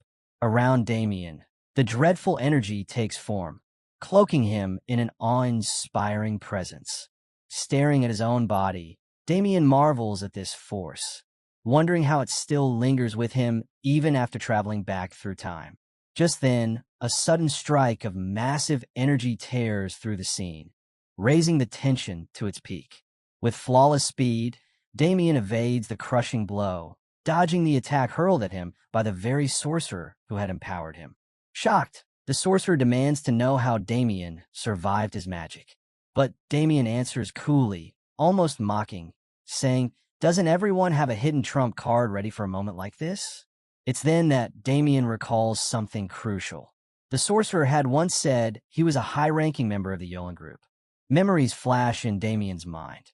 He recalls the Yolan group, a clandestine organization notorious for its mastery of assassination and forbidden dark arts. With that knowledge, he realizes the sorcerer before him isn't just skilled. He is an expert whose power is far beyond ordinary. The sorcerer, radiating overwhelming energy, narrows his gaze. He begins to suspect Damien harbors a hidden weapon, something dangerous enough to turn the tide against him. If the fight drags on, he knows it will only grow riskier. He must finish this now. Slowly, he raises his hand and reveals a gleaming bracelet. He admits it was meant to be used against the church itself, but circumstances have forced him to bring it out here. As his words fade, the bracelet ignites with a radiant green glow, energy rushing up his arm and flooding his body. A surge of magic erupts from him, shaking the ground as his form shifts, confidence returning to his stance. The bracelet pulses violently, and from it pours an immense wave of dark power that takes on a monstrous form. Damien can only watch, astonished at the sheer magnitude of what's being unleashed. It becomes clear to him, this is no ordinary trinket. The bracelet is an artifact crafted to contain and mask unfathomable magical reserves. And now, those reserves are fully unleashed. The sorcerer grins with absolute certainty, his voice thundering as he declares this power to be unstoppable. With fury, he hurls his deadliest spell at Damien, roaring for him to be consumed by hellfire and perish. The attack crashes forward, an eruption so violent it tears the land apart, leaving behind a gaping crater smothered in dark energy. The sorcerer stands tall, convinced the battle has ended in his favor. A wicked smirk stretches across his face as he proclaims Damien is now trapped within the inferno, condemned to burn for eternity. But then, a voice cuts through the darkness. Calm, steady, unshaken. Damien's voice. He tells the sorcerer that he is gravely mistaken. Out of the shadows, Damien emerges, his body enveloped in a mysterious aura that radiates authority. The air trembles as this energy spreads, swallowing every trace of dark magic and erasing it completely.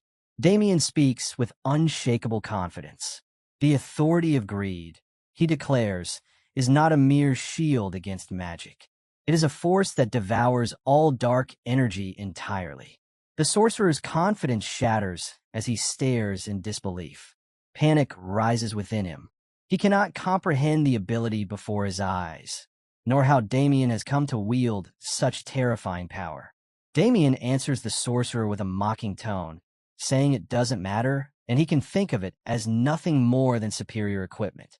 His expression hardens as he readies himself, frustrated by the cruel irony of it all, forced to wield the power of the one he despises most. Yet, against this enemy, he has no choice.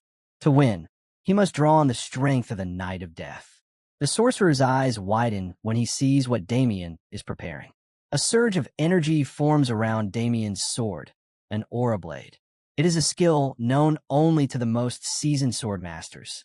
Fear flashes across the sorcerer's face as the realization sinks in. In shock, he stammers, begging Damien to stop. But Damien does not slow down. He charges forward without hesitation, pouring everything into his strike. With devastating force, he unleashes his secret technique, Soul Severance. The strike lands, erupting with explosive force. The ground shatters, and the battlefield is consumed in destruction. As the dust clears, Damien stands tall, his sword glowing with the power of his aura. The victory is his. The sorcerer lies buried beneath rubble, coughing violently as he struggles to cling to life. Damien walks closer, calm and composed. Pointing his sword at the fallen sorcerer, he tells him coldly that if he speaks before he dies, his suffering will be eased. Then, in a firm and threatening voice, Damien demands the location of the Black Serpent Gang's hideout. The scene shifts to the next morning. A carriage rolls smoothly into the heart of Trade City, the air peaceful and quiet. Inside, Victor, Damien's ever-loyal servant, looks at his master with both curiosity and unease. He asks what Damien intends to do at the city's landmark once more. Damien simply smiles, his answer quiet but sharp. If Victor is to follow him, he should do so without asking unnecessary questions. Victor feels a chill, unsettled. His master's expression may be calm, but the book in his hands radiates an ominous aura. Unable to contain his curiosity, Victor asks what it is that Damien is reading so intently. Damien closes the book slightly, a mysterious smile playing on his lips. His reply is simple. It's a very special book. Damien reveals to Victor that the book in his hands is one of dark magic, taken as spoils from the mage he defeated the previous night. Victor's face tightens with anxiety. He admits that while his knowledge is limited, he knows enough. Dark magic tomes are perilous, and to even obtain one is nearly impossible. Before he can continue, Victor suddenly stiffens. His nose catches a foul, unsettling stench drifting through the air. He glances around with alarm, his expression betraying both surprise and unease as he wonders what could be causing such a disturbing smell. Damien breaks the silence, announcing that they have reached their destination. Stepping out of the carriage, he carries with him a sealed sack.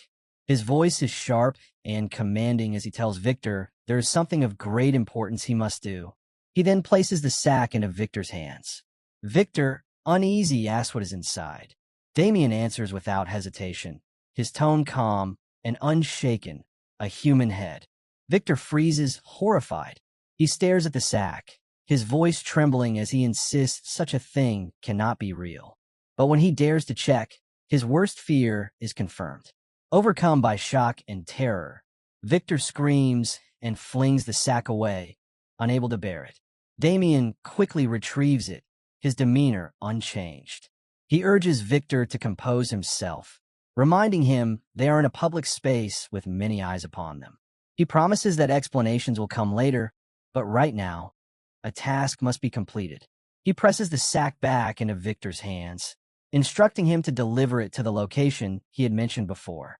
Meanwhile, Damien walks on, soon arriving at the headquarters of the Black Serpent Gang. The massive building towers in the heart of the city, its prominence impossible to miss. Damien remarks with biting sarcasm on their choice, mocking how bold they are to establish such a base in the open. As he approaches, he takes note of the luxurious appearance of the place, commenting dryly on how comfortable the gang must be living. His bold approach immediately draws the attention of the guards posted outside. They glare at him, demanding to know who dares walk up so confidently to their base. Damien answers clearly, his tone calm and unwavering. I am Damien Haxon of the Viscount Haxon family. One of the guards bursts into laughter, mocking the name. He sneers, saying Haxon sounds more like pig's feet, and ridicules Damien for introducing himself so formally. But before the laughter continues, another guard stiffens.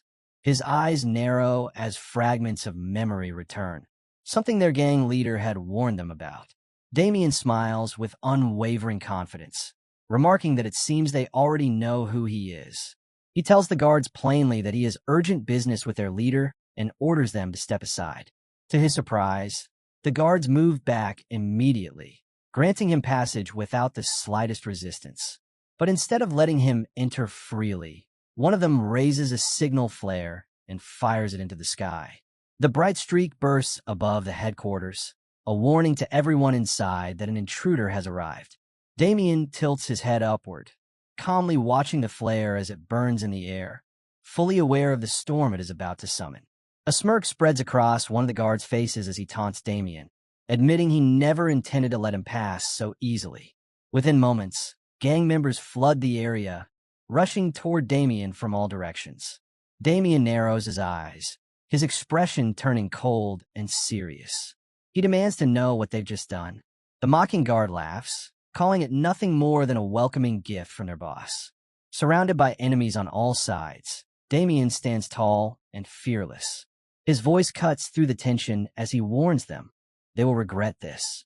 Elsewhere within the city, Governor Sebastian Baker sits comfortably at a banquet, raising a toast as he thanks Cedric, leader of the Black Serpent Gang, for his hospitality. Laughter fills the room, and the atmosphere is relaxed. Sir Robert, a knight of the city guard, leans back with flushed cheeks, calling for more wine as he drinks without restraint. The governor, all smiles, addresses his guests warmly. He says he is glad to see them enjoying themselves and hopes they will visit more often. Turning to Cedric, he praises the gang, declaring his confidence that the Black Serpents can easily manage the city's operations. He adds that it would please him greatly if they took control of the entire entertainment district. With assurance, he promises to silence any opposition with his authority. Sir Robert, drunk and stumbling over his words, gazes at Cedric and apologizes clumsily, saying he wishes there was more he could do for him. Cedric, wearing his ever-polite mask, addresses him respectfully as Sir Robert. He assures him that his service in protecting the city is more than enough. With a deceptive smile, Cedric flatters him further, acknowledging how difficult it is to maintain order in a city as vast as Landwork. He insists that Robert has always been modest and that there is no need to belittle himself. Robert's face reddens even more at the praise, clearly flattered. He leans closer, telling Cedric that if the gang ever needs anything, he only has to ask, and Robert will do everything he can. All the while, Cedric's manner remains polite and gracious, but behind his calm expression, his thoughts are cold and filled with disdain. His courteous words mask nothing but contempt for the men at his table. Inside the hall, Cedric hides his scheming thoughts behind a mask of courtesy. But within himself, he reveals his true intentions. Once the Black Serpent Gang seizes total control of the city, everyone will fall under his rule. His expression twists into something dark and deranged as he whispers in his mind that, sooner or later, they will all bow before him. The moment is shattered when a man bursts through the doors, shouting in panic, "Boss!" The sudden interruption startles everyone present. Cedric's eyes flare with anger at the disruption, demanding to know what has caused such chaos. The man bows his head, apologizing quickly, but Cedric doesn't wait. He strides out of the hall, ordering the man to explain without delay. In a hushed and uneasy voice, the man delivers the message, and Cedric's eyes narrow in shock when he hears the name Damien Haxon. His disbelief is plain on his face. Fury boils within him. What had the Dark Sorcerer been doing all this time? Still, Cedric finds some comfort in knowing he had already prepared his men for this very possibility. Forcing his expression calm, he tells the messenger to leave, assuring him there is no need for worry. Damien, he claims, has already dug his own grave. Meanwhile, outside, Damien is surrounded on every side by the gang. They believe him trapped, convinced he has walked straight into his own death. But Damien doesn't hesitate. He pulls out a vial, drinks it in one swift motion, and shatters it to the ground. Power bursts from him as his energy surges, his entire body bracing for battle. His eyes ignite with a brilliant glow, his movements becoming impossibly fast. In a flash, he tears into the mob. His strikes are precise and devastating, cutting through the gang with ferocity. Each blow sends enemies flying aside, his confidence unshaken as he dominates the field with sheer strength. And then, As the chaos rages, a cloaked figure emerges, shrouded in dark robes. The stranger steps forward with calm certainty. In a steady voice, the figure declares, "There is no need to worry." He has someone to rely on at this moment. Back inside, Cedric's face drains of color. Horror grips him as he senses the shift. He rushes to the balcony, expecting some minor disturbance, perhaps a nuisance easily handled. But what greets his eyes leaves him frozen. Below, his men lie scattered across the ground, writhing and groaning in pain. At the center, Damien stands tall, untouched, his presence commanding the battlefield. Cedric stares, disbelief etched deep into his features. His voice trembles with suspicion as he turns to one of his men, demanding to know, was that young man truly Damien Haxon? The man answers with a nervous certainty, and Cedric is left stunned. He remembers the rumors about Damien, supposedly a worthless heir with no talent or strength.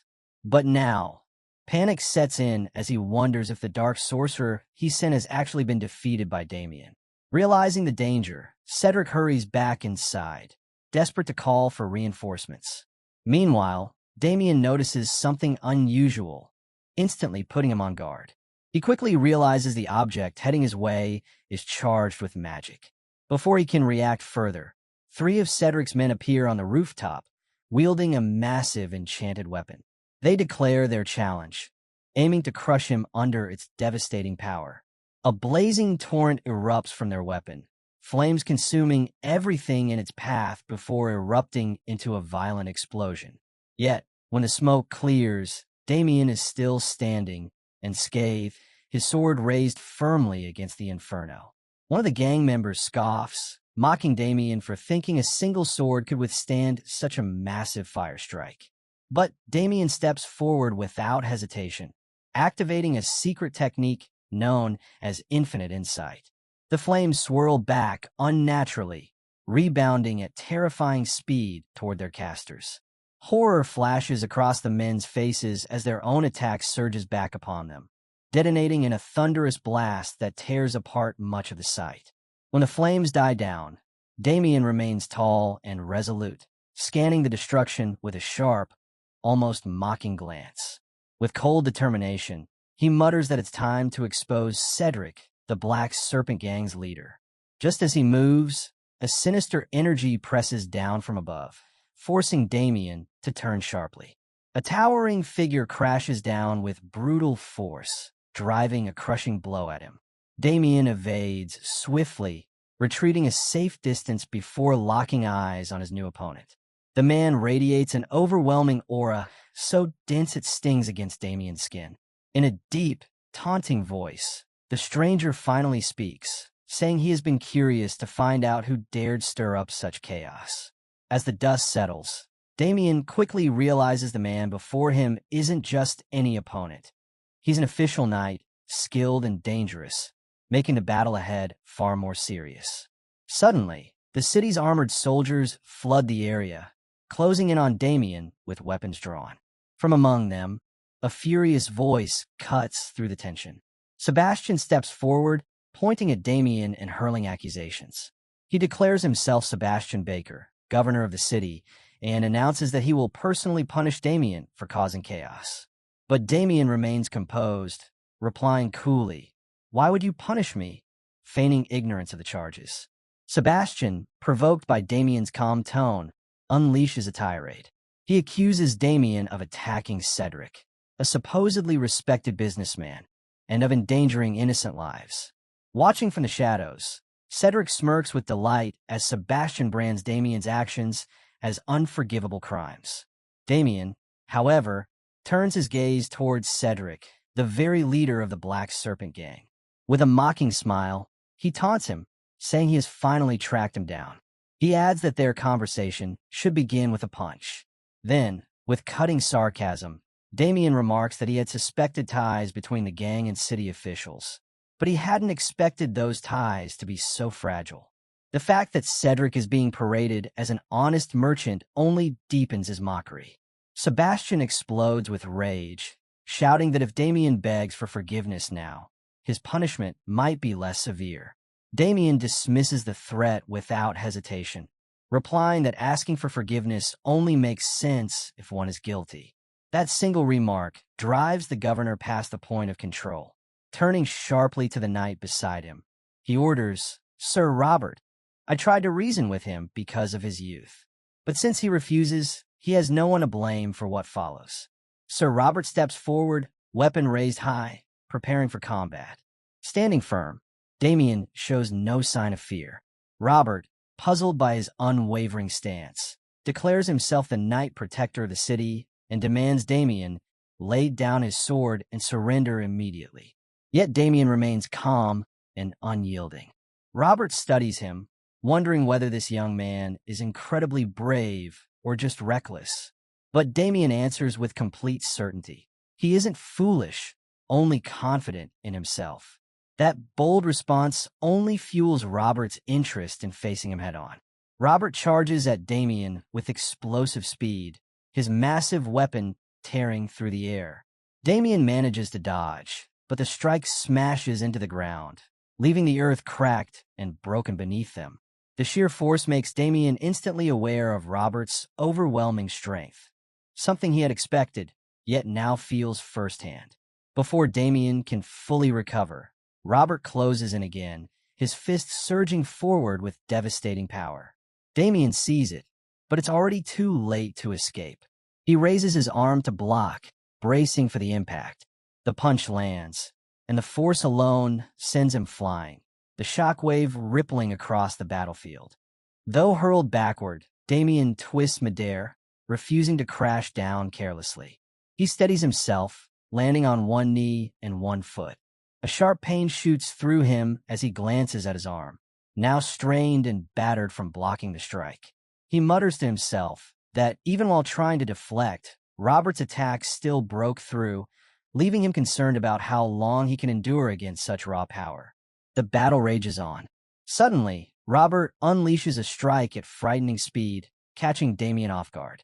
The blow barely misses, leaving Damien shaken at just how close it came.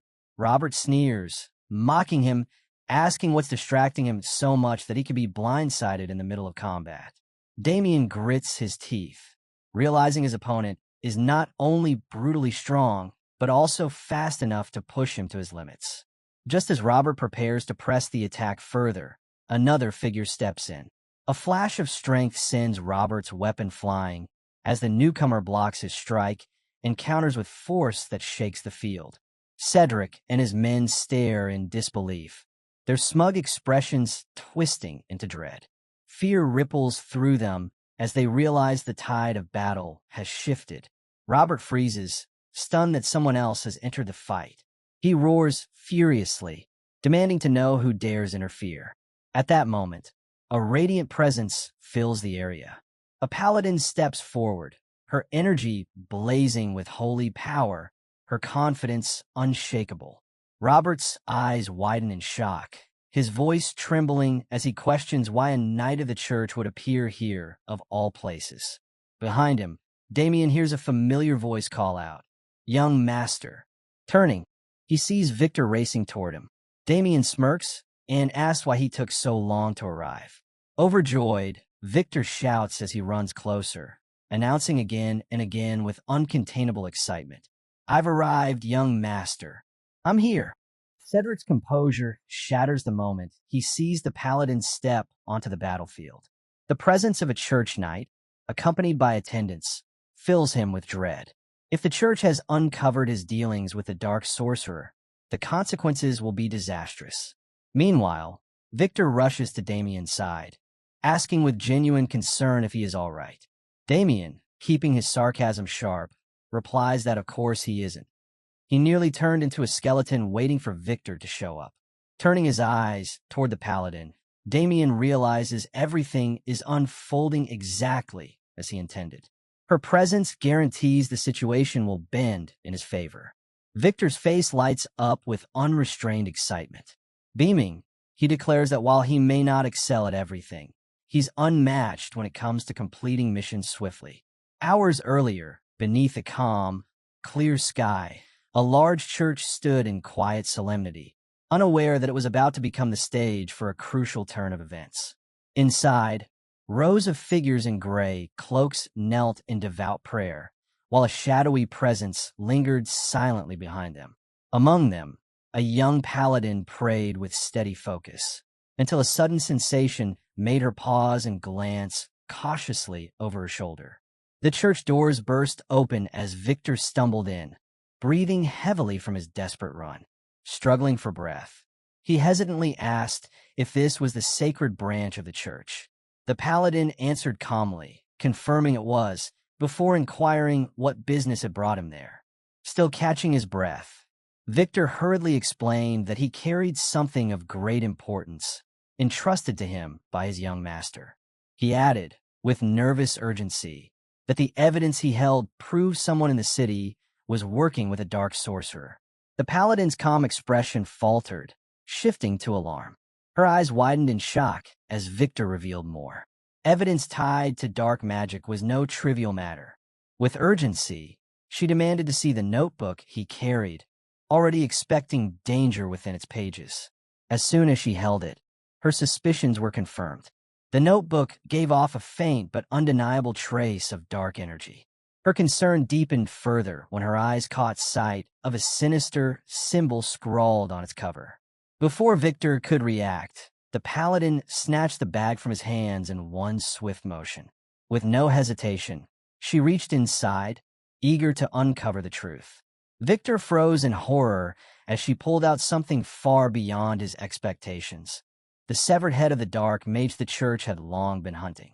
The moment the paladin confirms the severed head, her expression hardens with fury. She declares that at last she has uncovered one of the leaders of Yulan Agito. Her anger burns, but so does her resolve. Rising to her feet, she demands to know who brought this evidence to the church. Not long after, she arrives at the battlefield, her gaze locking directly onto Damien. With a commanding voice, she asks if he is truly Damien Haxon. Damien calmly affirms his identity, standing tall beside Victor as he waits for her response. The paladin informs him that the church has received the evidence he provided. From this moment forward, she states, the matter will be handled directly by the church. Damien immediately assures her that he has no intention of interfering with the duties of the church. Whatever course of action they decide upon, especially regarding Cedric and Sebastian, he gives his full consent. Grateful for his cooperation, the paladin bows slightly, expressing her thanks with politeness. At that moment, Damien and Victor both understand that everything is proceeding exactly according to their plan. With the paladin's presence, their victory is all but sealed. The Holy Church is revered by the people as a symbol of mercy and kindness. But when it comes to dealing with heretics and demons, the Church's hand is unflinching and severe. Among its ranks, none embody this power more than the paladins, elite knights who carry out the sacred task of judgment. Damien feels a wave of relief. He now has the paladins standing at his side. With a strong, unwavering voice, the paladin addresses the soldiers and the citizens gathered around. She announces that the church has received undeniable proof that someone within the city has been collaborating with a dark sorcerer. The crowd erupts into anxious whispers, shocked at the revelation, each wondering who could be guilty of such treachery. With solemn disgust, the paladin declares that the church will take direct control over the city's governance until the traitors are identified and punished. Sebastian, visibly unsettled, raises his voice in protest. He argues that as governor, the city should remain under his authority. But the paladin cuts him off without hesitation, standing firmly before him and the gathered crowd. She declares that cleansing the land of heresy is not simply a task, but a divine command. Her words carry absolute authority. She reminds all present that the church's mandate transcends that of the kingdom itself.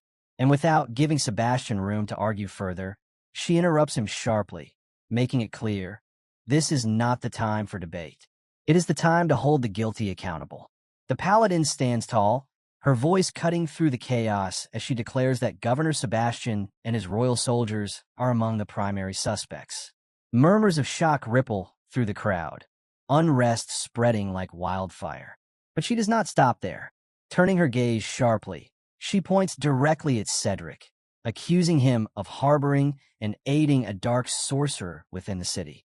Then, once again, she turns to Sebastian, stating plainly that his open support of Cedric places him under suspicion as well.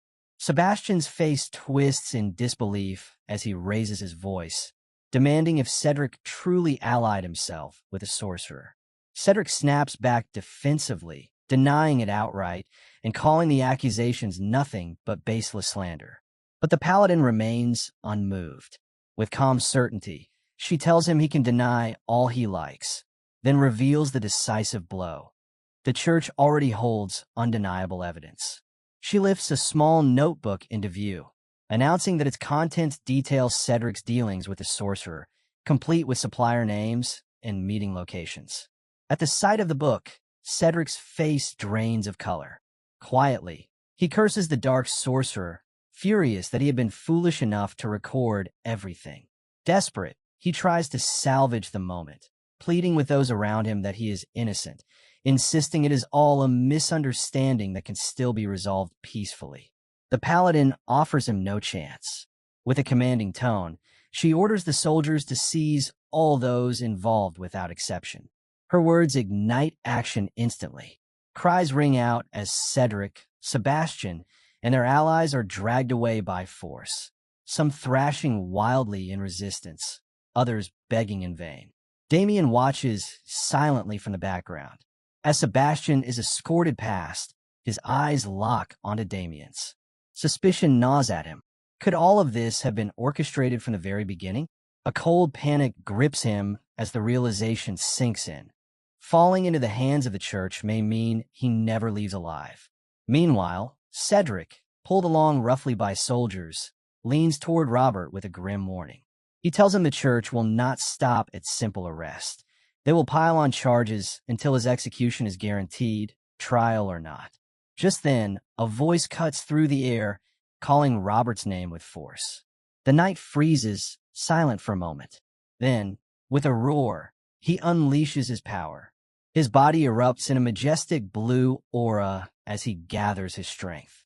With blazing resolve, Robert declares he will not be captured so easily.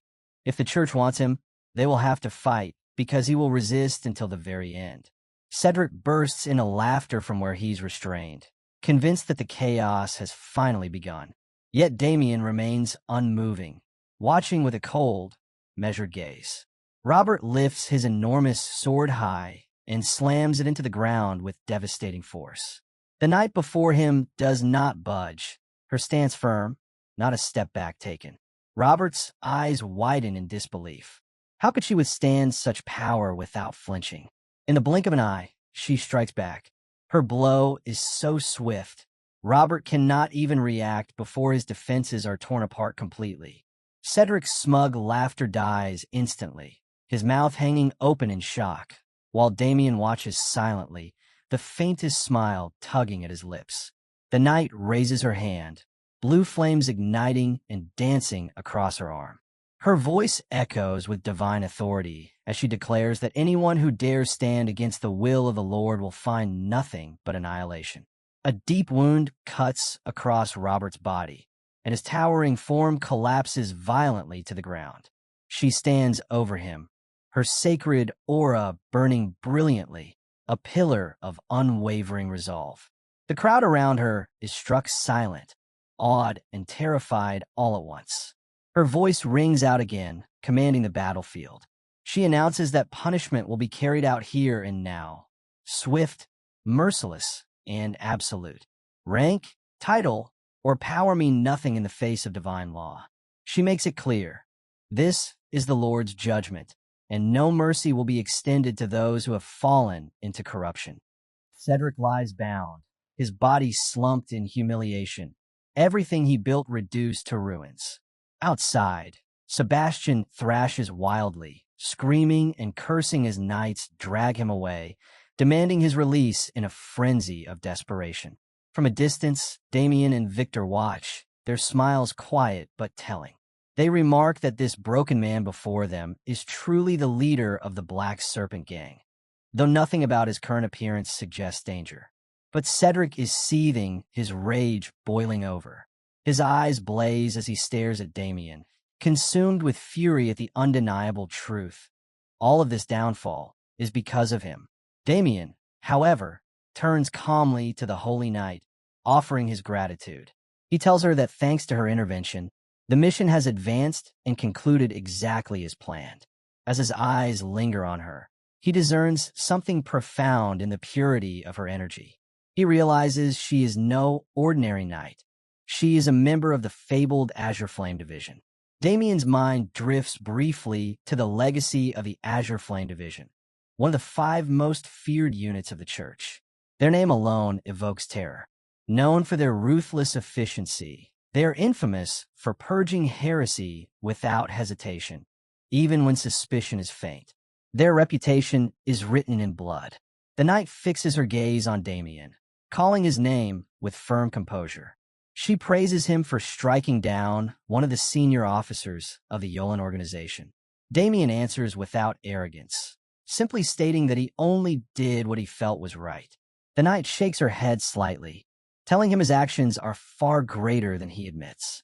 Because of what he has done, she adds, he will not be held accountable for the events that unfolded in the city today. Damien lets a quiet smile slip across his face, pretending not to understand her meaning. But the knight is not deceived. She speaks plainly. She knows he deliberately drew the Church into this affair, using their presence as a cover for his assault, and that every move he made was deliberate. Damien offers a polite apology if his plan has caused her trouble, explaining that he only acted this way because a dark sorcerer had threatened his family. The knight's eyes widen at that. Her steady demeanor falters, concern flashing across her face as the weight of his words sinks in. After a moment of contemplation, she declares that under such circumstances, Damien will face no punishment whatsoever. More than that, she adds, the bounty placed on the dark sorcerer's head will be awarded to him in full. Damien blinks in surprise. He hadn't even been aware that such a bounty existed. He asks how much it is, and the knight replies without hesitation, 1,000 gold. Victor nearly bursts with excitement. Wide-eyed, he exclaims that such a fortune could buy a small castle. He can hardly contain his joy, but Damien remains thoughtful. His heart isn't set on gold. What he wants from the Church lies elsewhere. With a small smile, he asks the paladin if it would be possible to request something other than the bounty. Victor, meanwhile, fumes inwardly. After all the wealth the young master has burned through already, now he dares to refuse 1,000 gold? The thought alone leaves him seething. The knight presses him, asking what he truly seeks. Damien replies without hesitation. He wants the mana cultivation technique used by the Church's knights. The request startles her. Someone who had managed to defeat a dark sorcerer shouldn't be asking for something so basic, or so she thought. Inwardly, Damien recalls that battle. He knows it wasn't his own strength that won the day, but divine intervention. Such fortune wouldn't repeat itself against future enemies. Miracles aren't something he can rely on. The only path forward is to sharpen his own power through proper training. The crude mana technique he picked up back when he was just a mercenary has carried him far, but it can't take him beyond a beginner's limits. That's why he needs something real, an advanced method worthy of his growth. Hearing this, the Holy Knight studies him closely. The fact that he has come this far using only the most basic techniques astonishes her. She focuses on his aura and immediately notices his body already holds far more energy than most his age. Clearly, his gift isn't only in strength, but in sheer determination as well. Then, instead of answering his request, she offers something else entirely, something greater. With a calm smile, she stretches out her hand and presents him with an opportunity few could even dream of, the chance to become a holy knight. The air stills. Damien meets her gaze in silence, his expression steady. Beside him, Victor stiffens in shock, unable to believe what he's seeing. Yet Damien breaks the silence with a firm refusal. He steps back, rejecting her offer outright. Victor is left speechless. He leans in, whispering urgently, demanding to know why his master would turn down such an honor after triumphing over a foe so powerful. The knight's expression hardens as she explains. A holy knight is more than just a title. It's a sacred duty, the authority to strike down evil in the name of divine justice. Such a role is rarely bestowed and never easily earned. Damien listens but remains unsettled. Deep inside, he knows the truth. He refuses to live bound to the church like an obedient hound. But that truth can't be spoken aloud. So, he steadies himself, clears his throat, and delivers a solemn excuse, disguising his rejection as humility. With a formal stance, he tells her that he is unworthy, that he does not yet deserve the love of God. Damien continues his act, saying that for now, he only wishes to wander the world, following the traces of the divine as a simple devotee. To him, the life feels flawless. He imagines himself appearing saintly. Yet Victor, watching from the side, wonders in disbelief if his master truly thinks such a flimsy excuse could possibly fool anyone a second time. The knight lowers her head slightly, lost in thought at his words. Then, with sudden delight, she clasps Damien's hands and declares with joy that what he said is sacred. She seems deeply moved, while Damien internally wonders if his gamble has truly worked this time. Keeping her promise, the knight tells him she will provide a mana cultivation technique instead of money. With a gentle smile, she adds that if he ever reconsiders, she will gladly welcome him. Before parting, she makes a small personal request. Damien agrees with a smile, hiding his quiet apology to himself, swearing he won't let such a troublesome situation repeat. Only then does she realize they haven't formally introduced themselves. She gives her name, Agnes, top disciple of the Azure Flame Brigade. Damien is startled to learn her status, but quickly masks it with a smile, saying it's an honor to meet her. He then politely asks for her leave, explaining he has something personal to handle. Agnes consents, though curiosity lingers in her voice as she asks what it is he intends to do. Nearby, Cedric turns with unease, his movements hesitant and his nerves on edge. When his eyes meet Damien's stern gaze, panic twists into rage. He bursts out in fury, hurling insults while shouting at the top of his lungs. Damien doesn't flinch. He steps forward and drives a solid punch into Cedric's gut. The blow knocks Cedric to the ground, his body curling in pain. Damien looks down with a mocking smile, remarking that Cedric's thick fat probably cushioned his bones. Without hesitation, he strikes again, this time slamming his fist into Cedric's face. The sheer force sends Cedric flying, crashing into the dirt, left groaning and powerless. With that, Damien exhales deeply, ending the assault. He presses a hand to his chest, a look of satisfaction washing over him. Victor steps closer, speaking quietly, almost hesitant, and asks if this is truly the end. Damien gives a short reply, his gaze fixed on the horizon.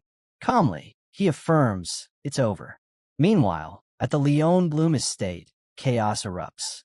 Marquis Holland storms inside, panic written all over him as he calls for his son. He finds Erwin locked away in his room, trembling and cowering in fear. The moment Erwin sees his father, his panic deepens. Holland seizes his son by the shoulders, torn between anger and shock, demanding to know what has happened to leave him in such a pitiful state. Through ragged breaths and a quivering voice, Erwin stammers out his explanation. Someone tried to kill him. He shakes violently as he speaks, forcing out the words. That his attacker didn't use a knife but a fork. Holland stares in disbelief at the absurdity of it. His temper explodes. He roars at one of the guards, demanding a full account. The guard falters, hesitant to answer, until Holland's furious shout forces the truth out. The guard finally blurts it clearly. The attacker was Damien Haxon, son of Viscount Haxon. The words ignite Holland's fury. In a fit of rage, he hurls a vase across the room, shattering it into pieces against the floor. His voice shakes with wrath as he curses Damien, denouncing him for daring to harm his son with such underhanded methods. Enraged beyond control, he orders messengers to be sent immediately to the Haxon estate. His command is clear. Damien must be dragged before him like a beast. The next morning, tension hangs over the Haxon estate. At the entrance, Agnes steps forward and introduces herself as a paladin of the church, with two knights standing firmly behind her. Damien's parents appear, uneasy but respectful, greeting her with strained politeness. The Viscount feels the weight of unease pressing down on him, well aware of the chaos his son has stirred inside and outside their household. He tries to ease the moment, explaining that Damien had mentioned Agnes would be staying with them for some time. Agnes confirms this, stating that her presence is tied to an official investigation into heresy, and she requests the family's full cooperation. Hesitant, the Viscount admits that their home is modest and may not have a room fitting for her status. Agnes responds with kindness, offering him a symbolic gift from the church as a sign of appreciation for their hospitality. Grateful yet burdened, the Viscount accepts, the weight of the situation settling even heavier upon him. Agnes expresses her gratitude once more, thanking the Viscount for allowing the investigation to be conducted within their estate. Damien, however, looks a little uneasy. He admits he hadn't expected her duties to involve staying inside their home. With a gentle tone, Agnes asks Damien if she may look into something beyond her official mission. Curious, Damien asks what matter she means. Smiling, she tells him it's something personal, concerning him directly. At that moment, both his parents freeze in shock. Misunderstanding completely, they glance at each other proudly, certain this is about a romantic affair. His father even flashes him a thumbs up. Mortified, Damien leans toward his father and whispers that it isn't at all what they think. Agnes then presents him with two books. She explains that these are the mana cultivation techniques he had requested, both carefully chosen for him. Damien, stunned, asks aloud why there are two books when he had only asked for one. Agnes clarifies, the first contains a sword technique, the second a cultivation method. She tells him that giving him only one wouldn't have been enough, so she included both. The titles are revealed, Destructive Sword Technique and Destructive Energy Technique. Agnes explains that obtaining them wasn't simple. She faced strong resistance within the church before managing to bring them. Damien acknowledges her effort with sincere words of appreciation, recognizing the lengths she went to on his behalf. Agnes then admits something more. She had to invoke her teacher's authority to make it possible.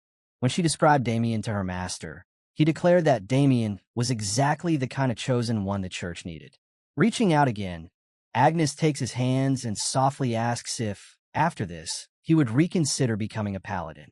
But Damien gently pulls away, apologizing. Agnes only smiles, assuring him she won't press the matter further. She reminds him that he has complete freedom, and if he ever changes his mind, she will welcome him. After she departs, Damien's face tightens with unease, tension weighing heavily over him. Damien stands tense, his thoughts sharpening into clarity. Now he understands. Agnes is no ordinary knight of faith. She's a true fanatic, her obsession with the church evident in everything she does. Far away, in a secluded forest, the mouth of a hidden cave yawns open, shadowed and ominous. Within its depths, two cloaked figures stand in quiet conversation. One addresses the other as senior and voices his unease.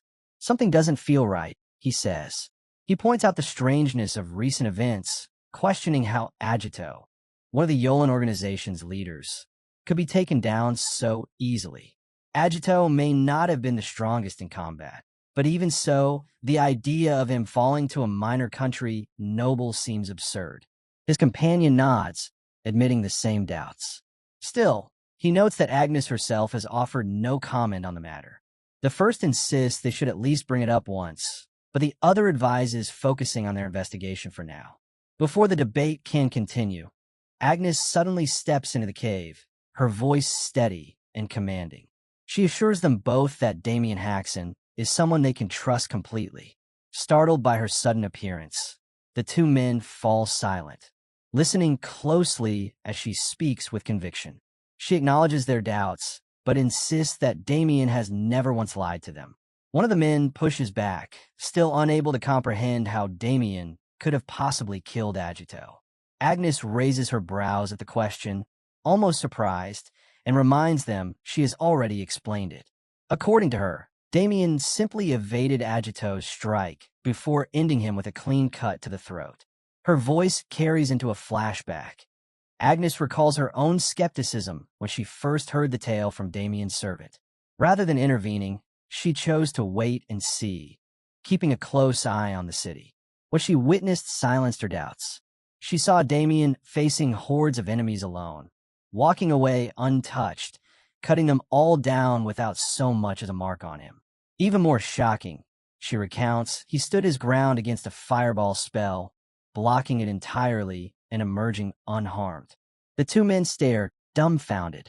They whisper among themselves, wondering if such defense is even possible. Agnes answers firmly that it is. A true sword master, she explains, is said to be able to deflect anything, even spells. While Damien is not a sword master, his ability, she stresses, is undeniable. His talent is far beyond ordinary, and it cannot be overlooked.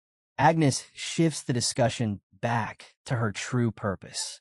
She explains that while she is indeed tracking the Yulan organization, she also intends to bring Damien before her teacher. She urges the two men to set aside their doubts and stay focused on the investigation at hand. Convinced by her conviction, they nod, moved by her words, and return to their work within the cave. The scene changes. Hooves thunder steadily across a dirt road, kicking up dust as a group of knights ride in formation beneath the banner of House Lionbloom. Their advance is precise, confident, a military display of discipline. Among them, a young trainee named Alpus throws up his hands in excitement, declaring they've finally arrived. Another knight comments on a strange odor drifting in the air, and their companion Lavender jokes, saying it must be the scent of picnics, something peasants would understand, but not them. Their chatter is cut short when the leading knight snaps at them to keep quiet, grumbling as he asks if anyone has perfume to mask the unpleasant smell. The man at the front, Garrick of House Lionbloom, is revealed. His face is stern, hardened, filled with resolve. As the company halts before the Haxon estate, Garrick narrows his eyes and asks if this is truly the home of Viscount Haxon. A knight confirms, and Garrick presses further, inquiring about their mission from the Marquis. The knight responds clearly. It is to capture Damien Haxon. Garrick's lips curl into a cold line. With a firm, chilling voice, he declares that capturing Damien will be simple, but that alone will not erase the humiliation dealt to young Erwin and the Lionbloom family. At that moment, an old man slowly approaches the group, leaning heavily on his cane. Garrick watches him silently, eyes sharp, unmoving. One of the knights sneers, barking rudely at him, "Hey, old man." Startled, the elder turns, his face pale with fear. He stammers out a question, asking who they are. The knight's towering figures cast threatening shadows over him as one demands to know if he is a resident of the Haxon estate. Trembling, the old man admits he is and asks why they want to know. Without warning, one of the knights strikes him violently, slamming his head to the ground. Garrick's voice follows, filled with seething anger. He scorns the man, shouting how dare a mere villager under a viscount's rule fail to bow before the emblem of House Lionbloom. Garrick warns that showing disrespect to the Lionbloom family is a grave offense that demands severe punishment.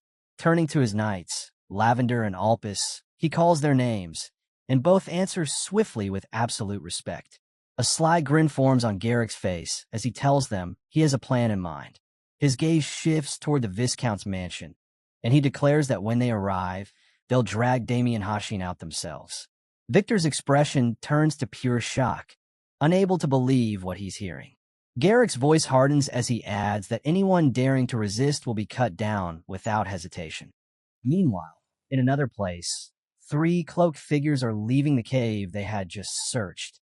One of them voices disappointment, frustrated that the collapse prevented them from gaining the information they sought. Still, she acknowledges their effort, saying their work has been sufficient. Suddenly, one of the knights halts, sensing something unusual. The group turns their eyes toward Damien, who sits in silence, fully absorbed in his training. A vivid blue aura surrounds him, pulsing with energy as he cultivates mana through a technique he has only recently acquired. Agnes's eyes widen as she watches, unable to believe what she's seeing. Inwardly, she recalls that the technique she entrusted to Damien was meant to push him to his absolute limits. Yet, what unfolds before her leaves her astonished. His progress is far greater than she expected in such a short span. After a while, Damien becomes aware of their presence, noticing the admiration written all over their faces. He turns to Agnes and asks if their investigation is finished. She replies, hesitantly, that it is. Then, addressing him directly, she remarks on the progress he seems to have made. Damien answers with a smile, humbly saying it's only a little. His eyes then settle on the book he's been using in his training, and his thoughts turn inward. The paladin hadn't lied. The book was indeed difficult to obtain. Yet to him, sword techniques mean nothing. After all, in his past life, he had already mastered the sword to its peak. Damien reflects that while sword techniques no longer matter to him, this cultivation method is invaluable. The destructive energy technique was crafted to balance the immense mana drain of the destructive sword style. Because of that, it gathers mana faster than most methods and even absorbs energy from the outside. Standing in silence before Paladin Agnes, Damien meets her gaze. Neither of them speaks, their eyes locked in an intense stillness. Realizing how awkward the moment has become, Damien finally breaks it, remarking that it's already late and dinner should be ready. He suggests they head back together. But in that very instant, a surge of bloodlust washes over him from the direction of the estate. His expression sharpens, and he tells Agnes that vermin have arrived. Confused, Agnes asks what he means. Damien quickly apologizes, saying he has urgent business to handle, and urges her to follow at her own pace. Without another word, he bursts forward at blinding speed, leaving Agnes and her knight frozen in shock. Agnes watches him vanish in the distance, unable to believe how fast he moved. The knight beside her voices the same disbelief, stunned by Damien's raw speed. Agnes wonders quietly how he can achieve such movement with so little mana expenditure. Could he truly be controlling it with that much precision? As she ponders, another thought creeps in. Just how high is the ceiling of his abilities? Meanwhile, at the Haxon residence, chaos has already erupted. A knight from House Lion Bloom strikes Victor with devastating force, sending him crashing to the ground. The attacker stands tall and smug, arrogance radiating from his posture as Victor lies battered at his feet. The knight bellows furiously, stomping on Victor again and again. He calls him a filthy dog and demands to know how he dares defy him. Ordering Victor to obey, he commands him to drag Damien Hashin out of the house immediately. Despite the pain, Victor shouts back with defiance, refusing outright, and crying out that these knights only wish to harm his young master, Damien. One of the servants, desperate, yells for help, calling for Viscount Paul Haxon and pointing him toward the brutal scene. The Viscount rushes over, his voice booming as he orders everyone to stop at once. He arrives before the knights, his face etched with both anger and worry, and immediately kneels beside Victor, pulling the wounded man into his arms. With fury, he demands to know how they dare attack a mere civilian in such a cruel way. But Garrick steps forward, his tone like ice, declaring that their actions are nothing compared to the insult House Lionbloom has endured. Then, fixing his gaze directly on the Viscount, Garrick delivers his demand. Hand over Damien Hashin, as ordered by Marquis Lionbloom. If they surrender the boy peacefully, he says, their land will remain untouched. Inside, the Viscount seethes, outraged at the savage and dishonorable methods employed by the Blum family. Garrick, however, sneers, thinking to himself that his promise of safety is nothing but a ruse. If Damien were surrendered, he would burn the estate to ashes regardless. Paul Haxon rises with resolve, his voice unyielding. He declares that no matter the threat, he will never hand over his son. Garrick narrows his eyes and asks darkly if the Viscount is certain of that choice. Without hesitation, Paul answers that he is. Snarling, Garrick gives the command for his men to tear down everything until Damien shows himself. The Viscount roars in outrage, screaming at them to stop, panic mixing with the fury in his eyes. But then, before anyone can move further, a sudden shadow streaks across the ground. Something, or rather someone, is approaching at blinding speed. The knights freeze, startled by the overwhelming presence. Garrick spins around, sensing the power closing in fast, and mutters to himself in confusion. Within moments, Damien steps forward calmly. Garrick turns, his rage boiling over, and demands to know who dares stand before him. But then, as his eyes lock on the figure, Garrick falters, shock freezing him in place. The realization of who has arrived leaves him utterly stunned. Garrick stands frozen in place, his body refusing to move as he stares at Damien, who remains firm and unshaken before him. Damien immediately kneels beside his father, asking with genuine concern if he's unharmed. The Viscount assures him he's fine, but his voice carries worry as he points out Victor's condition. Turning his gaze to Victor, Damien's expression hardens, his seriousness clear as he takes in the sight of his injured servant. Then, addressing the knights, his voice turns cold and sharp. He tells them they don't even realize how fortunate they are. If Victor hadn't been strong enough to endure that assault, he might have been killed on the spot. And if that had happened, Damien would have beaten them to death without a second thought. Garrick answers with mockery, scoffing that Damien is nothing more than the Viscount's worthless son. He accuses him of arrogance, claiming his victory over Erwin was nothing but a cheap trick. Damien lets out a sarcastic smirk and repeats the words slowly. A cheap trick, making it clear just how little he cares for Garrick's taunts. Snapping, Garrick orders his knights to shatter Damien's legs and force him to kneel before him. The knights surge forward to obey, but Damien doesn't panic. He moves calmly, almost effortlessly. With precise timing, he sidesteps one knight's attack and mutters to himself that this is the perfect moment to test the mana technique he's just mastered. In an instant, he seizes the knight's arm with crushing strength and follows with a devastating punch infused with energy. The knight howls in agony. Before another can even react, Damien launches a counterattack at blinding speed, driving a fierce kick into the knight's body. The impact sends him flying across the ground, unconscious before he even lands. Garrick's eyes flicker with surprise at Damien's overwhelming strength, but he pushes forward regardless. Meanwhile, Victor, barely conscious, opens his eyes and glances at Damien. His voice is weak and strained as he asks after his young master's condition. Damien quickly looks his way, his tone filled with concern, asking if he's all right. Despite his injuries, Victor forces a faint smile and raises his thumb, reassuring Damien that he's still holding on. Damien allows a quiet smile to form as he looks ahead, his thoughts confirming what he already knew. Victor is truly remarkable. Garrick stepped closer, now standing directly in front of Damien. For the first time, doubt creeps into his mind as he questions whether Erwin's defeat had really been nothing more than a so-called cheap trick. Garrick's eyes fall on his fallen knight, disbelief clear in his voice as he mutters that he cannot understand how someone like Damien, labeled a failure, could wield such skill in combat.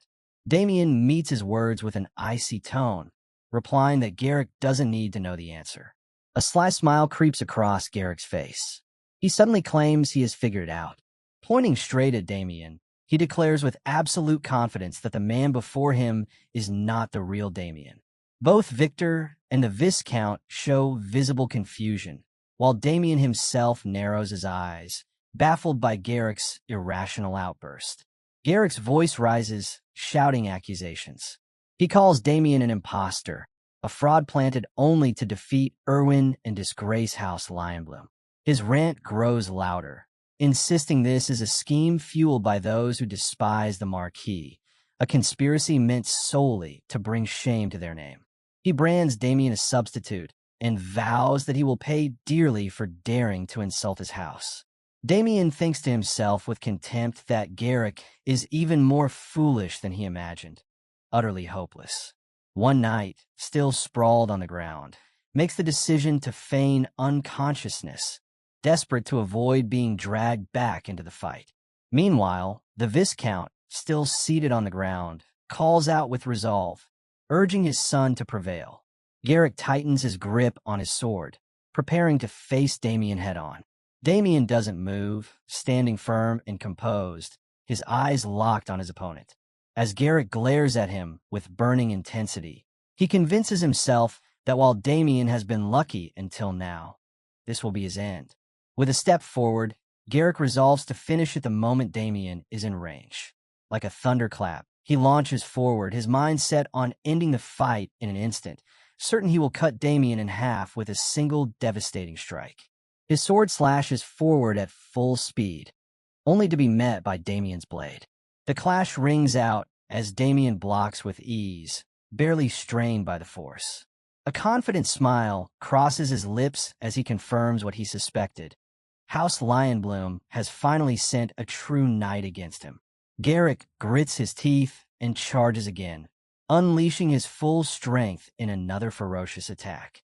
Yet Damien remains calm, unflinching, waiting with complete composure as the knight barrels toward him.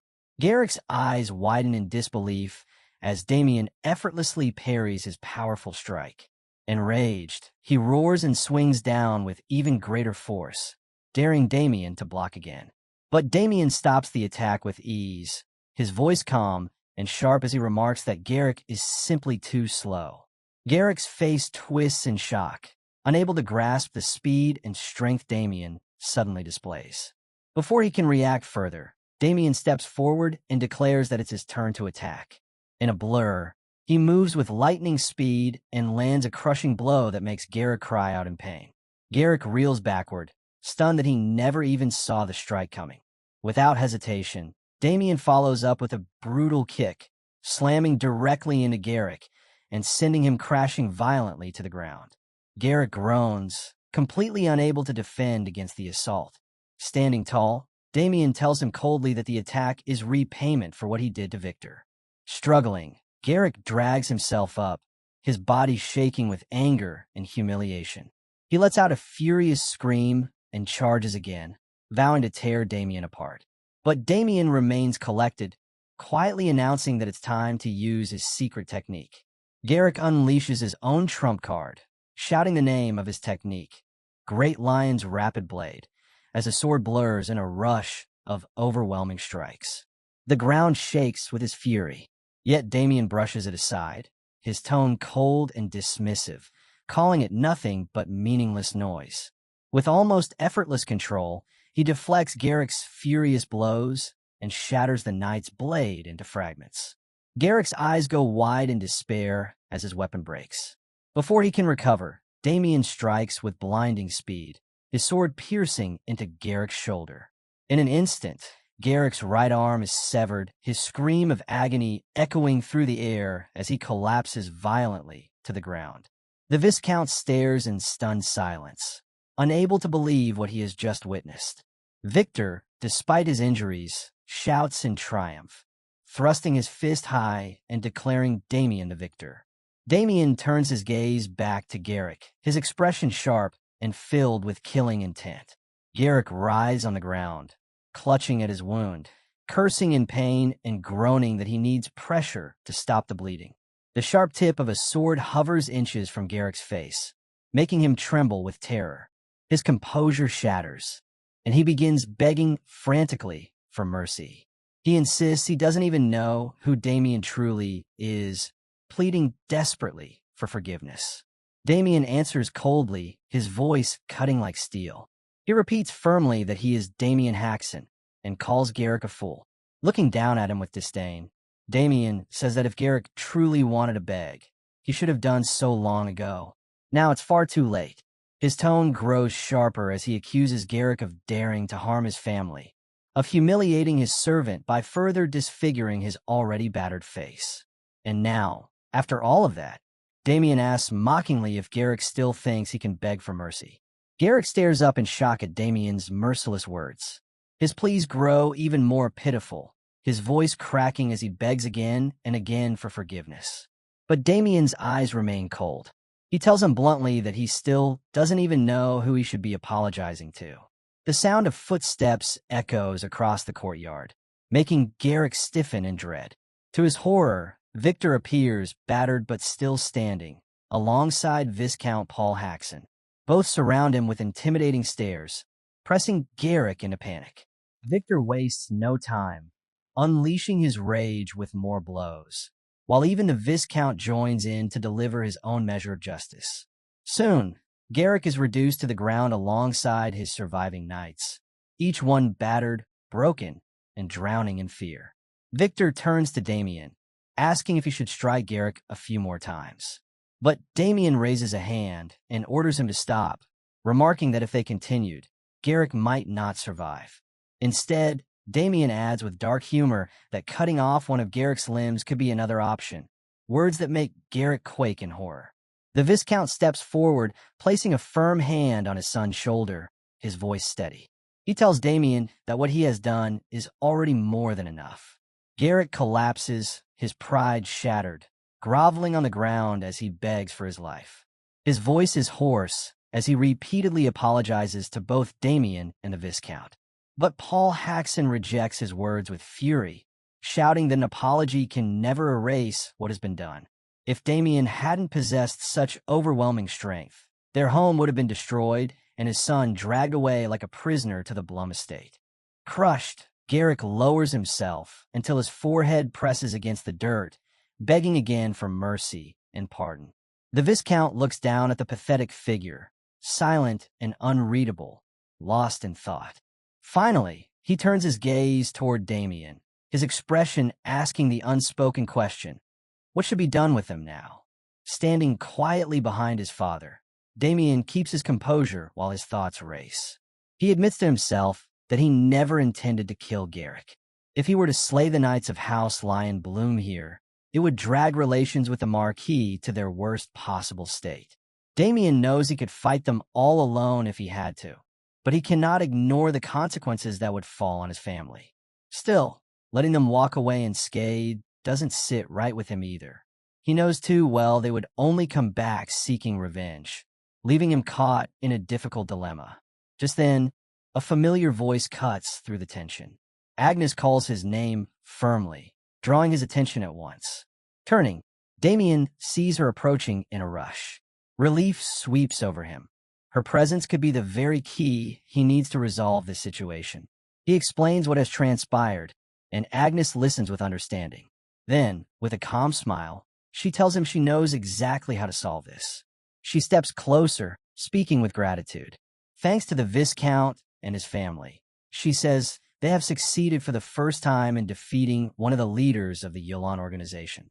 Damien's eyes widen at her words, surprised by the weight of her statement. Agnes then declares that with such cooperation, the Haxon family will now be recognized as an official partner of the church. Behind them, Victor turns to the Viscount, his voice trembling with hope as he asks if this means their family might finally escape their looming crisis. Both father and servant show renewed light in their eyes. Damien seizes the moment, stepping closer to Agnes and politely asking if he may request her help with something further. Internally, he smiles. This is precisely what he had aimed for all along, securing the protection of the church. Agnes, caught off guard by his sudden closeness, flusters slightly and takes a step back with an apologetic gesture. Turning back toward the defeated knights, Damien's expression hardens. He speaks clearly, asking if they have understood the words just spoken. That House Haxon now stands under the church's protection. Garrick, trembling and pale, mutters that Damien himself should go tell Marquis Lion Bloom that truth. But Damien doesn't stop there. His voice is cold and steady as he warns them that if House Lion Bloom dares to use force again, they will face the wrath of the church itself. Then, with unshakable firmness, he orders them to leave at once. The knights scramble to their feet in a panic, bowing their heads and nervously thanking Damien for sparing them as they flee the estate in fear. Victor scoffs at them, mocking how they ran away in fear like frightened dogs. But before he can continue, Damien's father cuts in reminding everyone that their troubles are far from over despite the retreat. The Viscount wastes no time and insists they hold a formal discussion on their next move. Soon after, the family assembles in the manor's conference room, where Viscount Hacken officially begins the meeting. Louise is the first to speak, making it clear that the agenda is how to handle the growing conflict with House Leon Blum. Abel, confused, asks why they should even bother when they're already under the church's protection. Louise quickly corrects him, explaining that the church won't step in to directly resolve such disputes.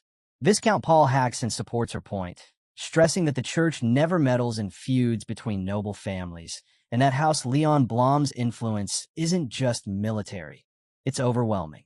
He warns that they could easily crush smaller houses like theirs if they wished.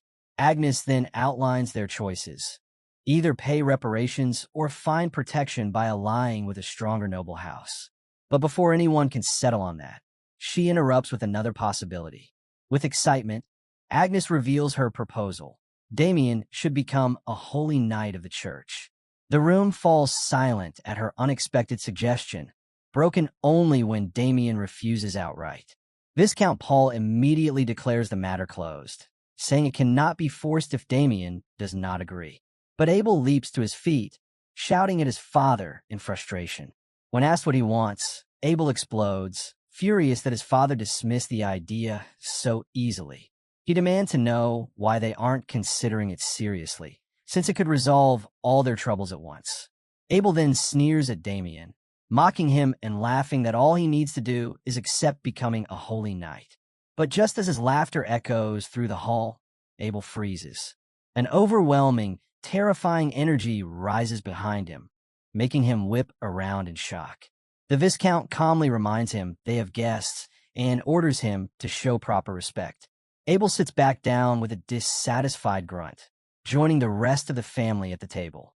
Damien's father then addresses the room, admitting that Abel is right. Damien's actions did spark this conflict with the Mars family. But he firmly adds that the fault does not rest on Damien alone. Damien's mother keeps the discussion moving, explaining that the Mars family's second son had always set his sights on Louise. Even if Damien hadn't stood up to him, that man would never have backed down easily. Viscount Hacken then adds that Damien actually protected his sister from that man's schemes, something even he, as her father, had been powerless to do. Turning to his son, the Viscount calls Damien's name in a calm and steady tone. Damien immediately responds with respect. Yes, father, waiting to hear what comes next. To his surprise, his father commends him, saying he did well today. He praises Damien for not tolerating the insult against their family and for standing up for them as he should. Hearing these words, Damien is caught off guard. He had never realized his father saw his actions in that light. Collecting himself, he replies that he only did what he believed was necessary. His father reassures him, promising that from this point on, he will personally take charge of the situation.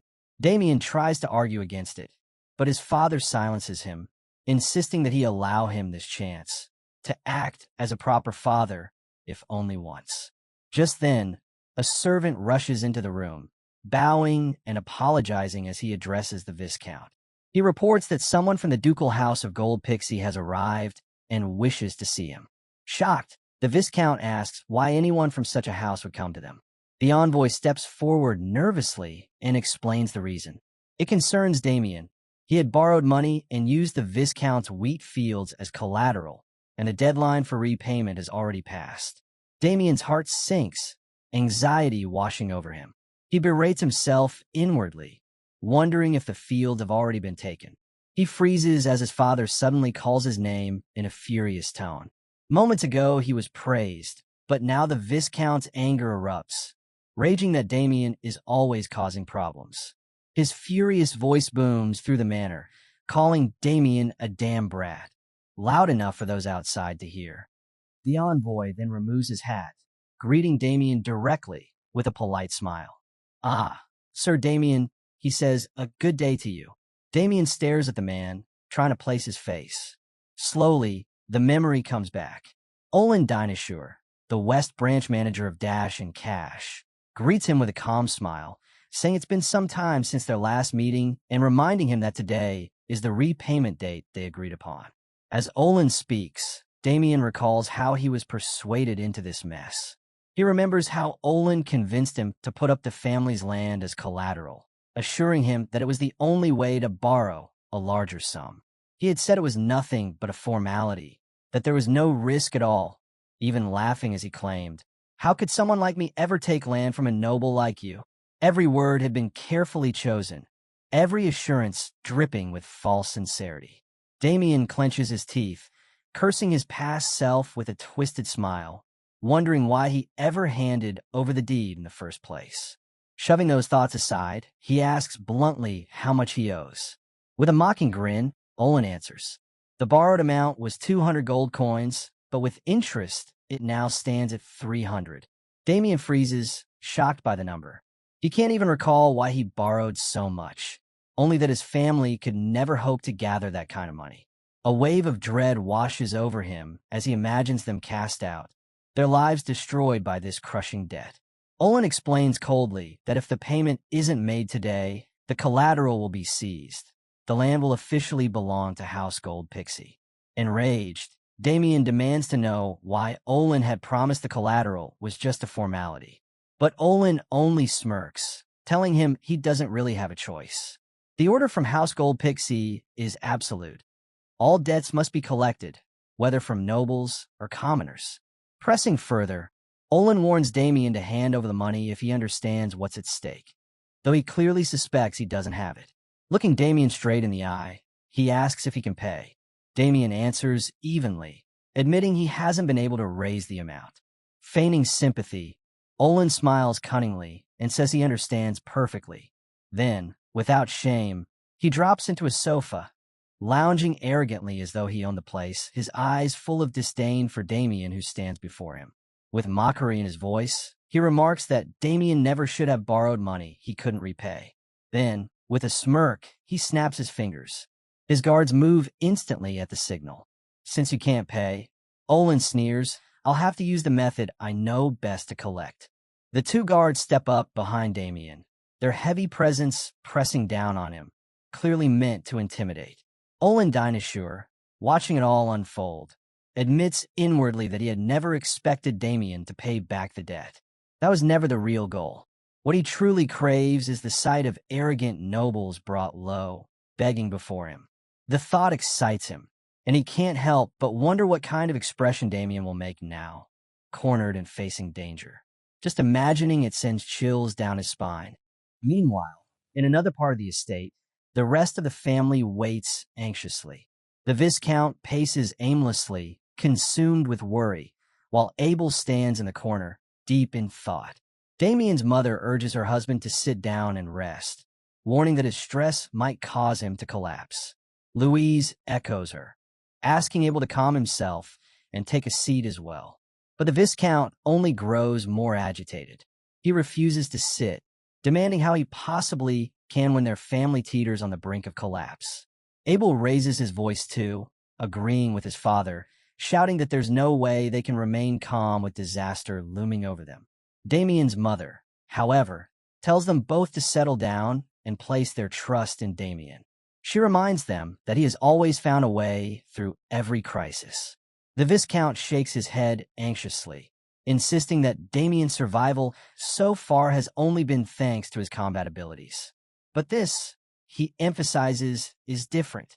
Combat and negotiation are worlds apart. Just then, a thunderous crash echoes through the manor. The family turns in shock. Back in the room, Damien stands over the fallen body of one of the guards, leaving Olin completely stunned.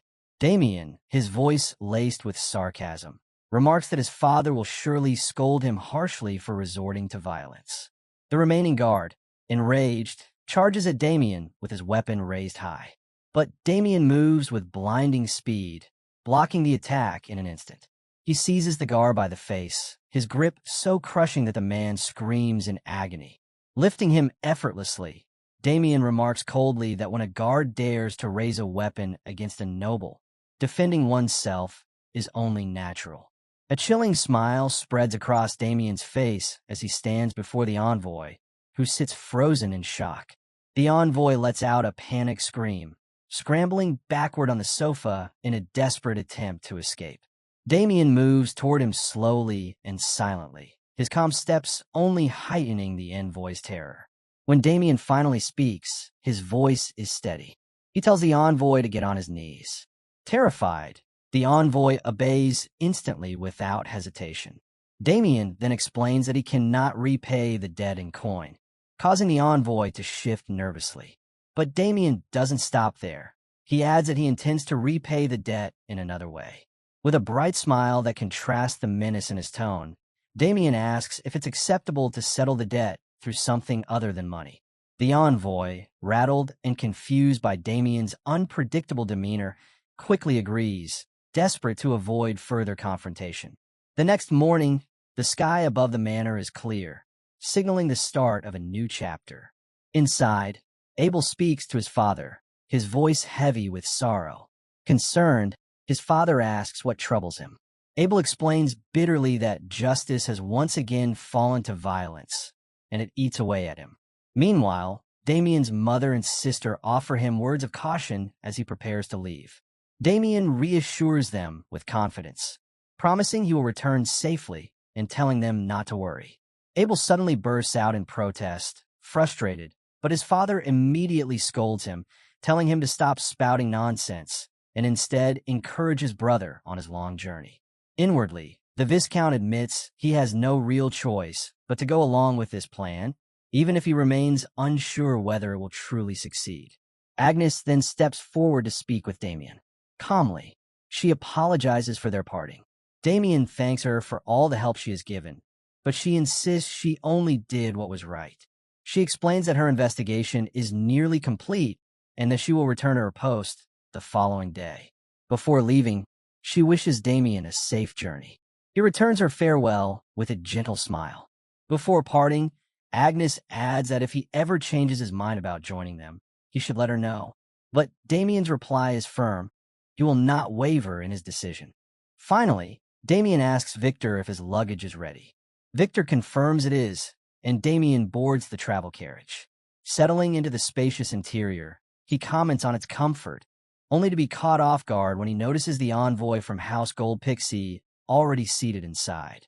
The envoy, wearing a polite expression, explains that he is there to ensure Damien's comfort throughout the long journey.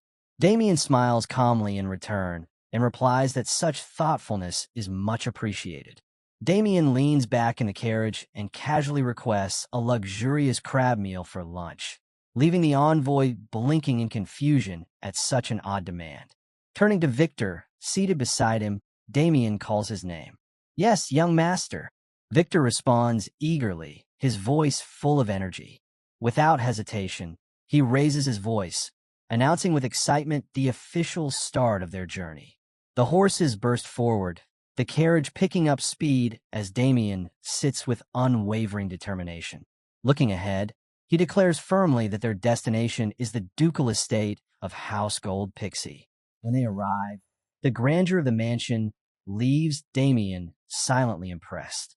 Standing before the enormous estate with Victor and the envoy at his side, he admits inwardly that the Gold Pixie residence truly lives up to its reputation. With a faint smile, Damien thanks the envoy, saying he won't forget that things have gone smoothly thanks to his help. The envoy replies stiffly, stating that the Duke has already been informed of Damien's arrival and that he may enter immediately. Once back inside the carriage, however, the envoy sulks, stewing over his misfortune. He curses Damien in his thoughts, blaming him for dragging him out of his comfortable life and into this mess. Quietly, he hopes everything goes smoothly and that he won't end up dead, though deep down, a darker wish lingers. Before entering the mansion, Damien turns to Victor with a smile, assuring him that he will return soon. "Yes, young master." Victor answers with his usual enthusiasm. Inside, Damien is greeted with suspicion. Someone asks if he is truly Damien Haxon. Soon after, Duke Adam Gold Pixie himself steps forward, studying him and asking directly if he is indeed the son of House Haxon he's heard so much about. Damien responds politely, thanking the Duke for acknowledging him, though inwardly he mutters to himself that all nobles are the same. Still, He keeps his anger contained, reminding himself that he came here for a single purpose. The Duke then mentions that someone named Dmitri informed him Damien was seeking an audience and asks why. Damien answers calmly. He had borrowed money from the Duke's loan office, and the repayment deadline has already passed. Is that so? The Duke asks, intrigued. Then that makes you my customer. Damien nods and explains that while he does not currently have the funds, he wishes to repay the debt in a different way. Curious, the Duke leans in and asks what he means. Damien's answer is simple yet bold.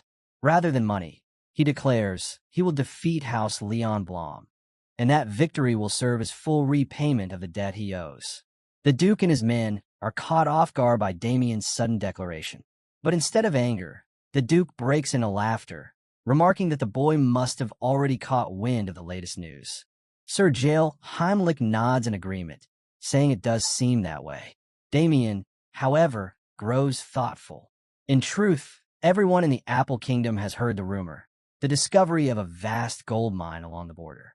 Now, two noble houses, Lion Bloom and Gold Pixie, are locked in a fierce struggle for control. Their dispute has already spilled into duels among lower-ranking knights, each fight a step toward determining the mine's ownership. But Damien knows how this will unfold. In his mind, the outcome is clear. House Lion Bloom will claim victory, and their influence will spread like wildfire. Meanwhile, House Gold Pixie's strength will begin to fade. Still, Damien sees opportunity. If he can tip the scales in Duke Adam Gold Pixie's favor and secure his victory, not only will he repay his debt, but he'll also gain leverage over House Lion Bloom, achieving both goals in one stroke. The Duke leans forward, intrigued, and asks if Damien truly has the courage to take on the powerful Lion Bloom family and crush one of their main forces. Damien answers with a calm smile, saying that such a possibility isn't far-fetched at all. The Duke admits he's been struggling to find a suitable knight for the duel.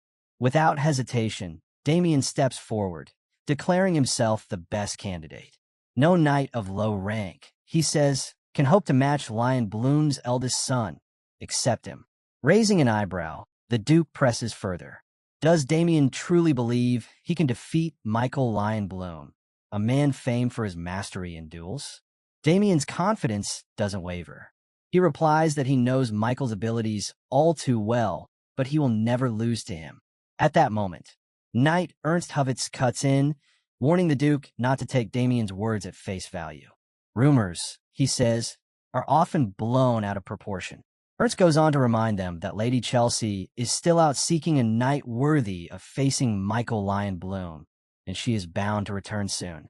Hovitz speaks up, assuring the Duke that Lady Chelsea will return soon, and that she will no doubt find a duelist of exceptional skill. His confidence is echoed by Hovitz and the other knights, who smile with certainty as the Duke nods in agreement. Damien quickly realizes what's happening. Hovitz is deliberately trying to block his path, and in Damien's mind, the man is nothing more than a useless obstacle, like a bone gnawed hollow by a ghoul. The Duke leans back at his desk, musing aloud, uncertain how to proceed in such a situation. Damien immediately senses the test hidden in the Duke's words. This is not a matter of talk alone. He must prove himself through action. With steady conviction, Damien declares that everyone here is making a mistake.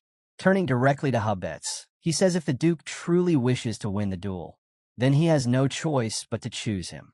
No other knight can stand against their opponent.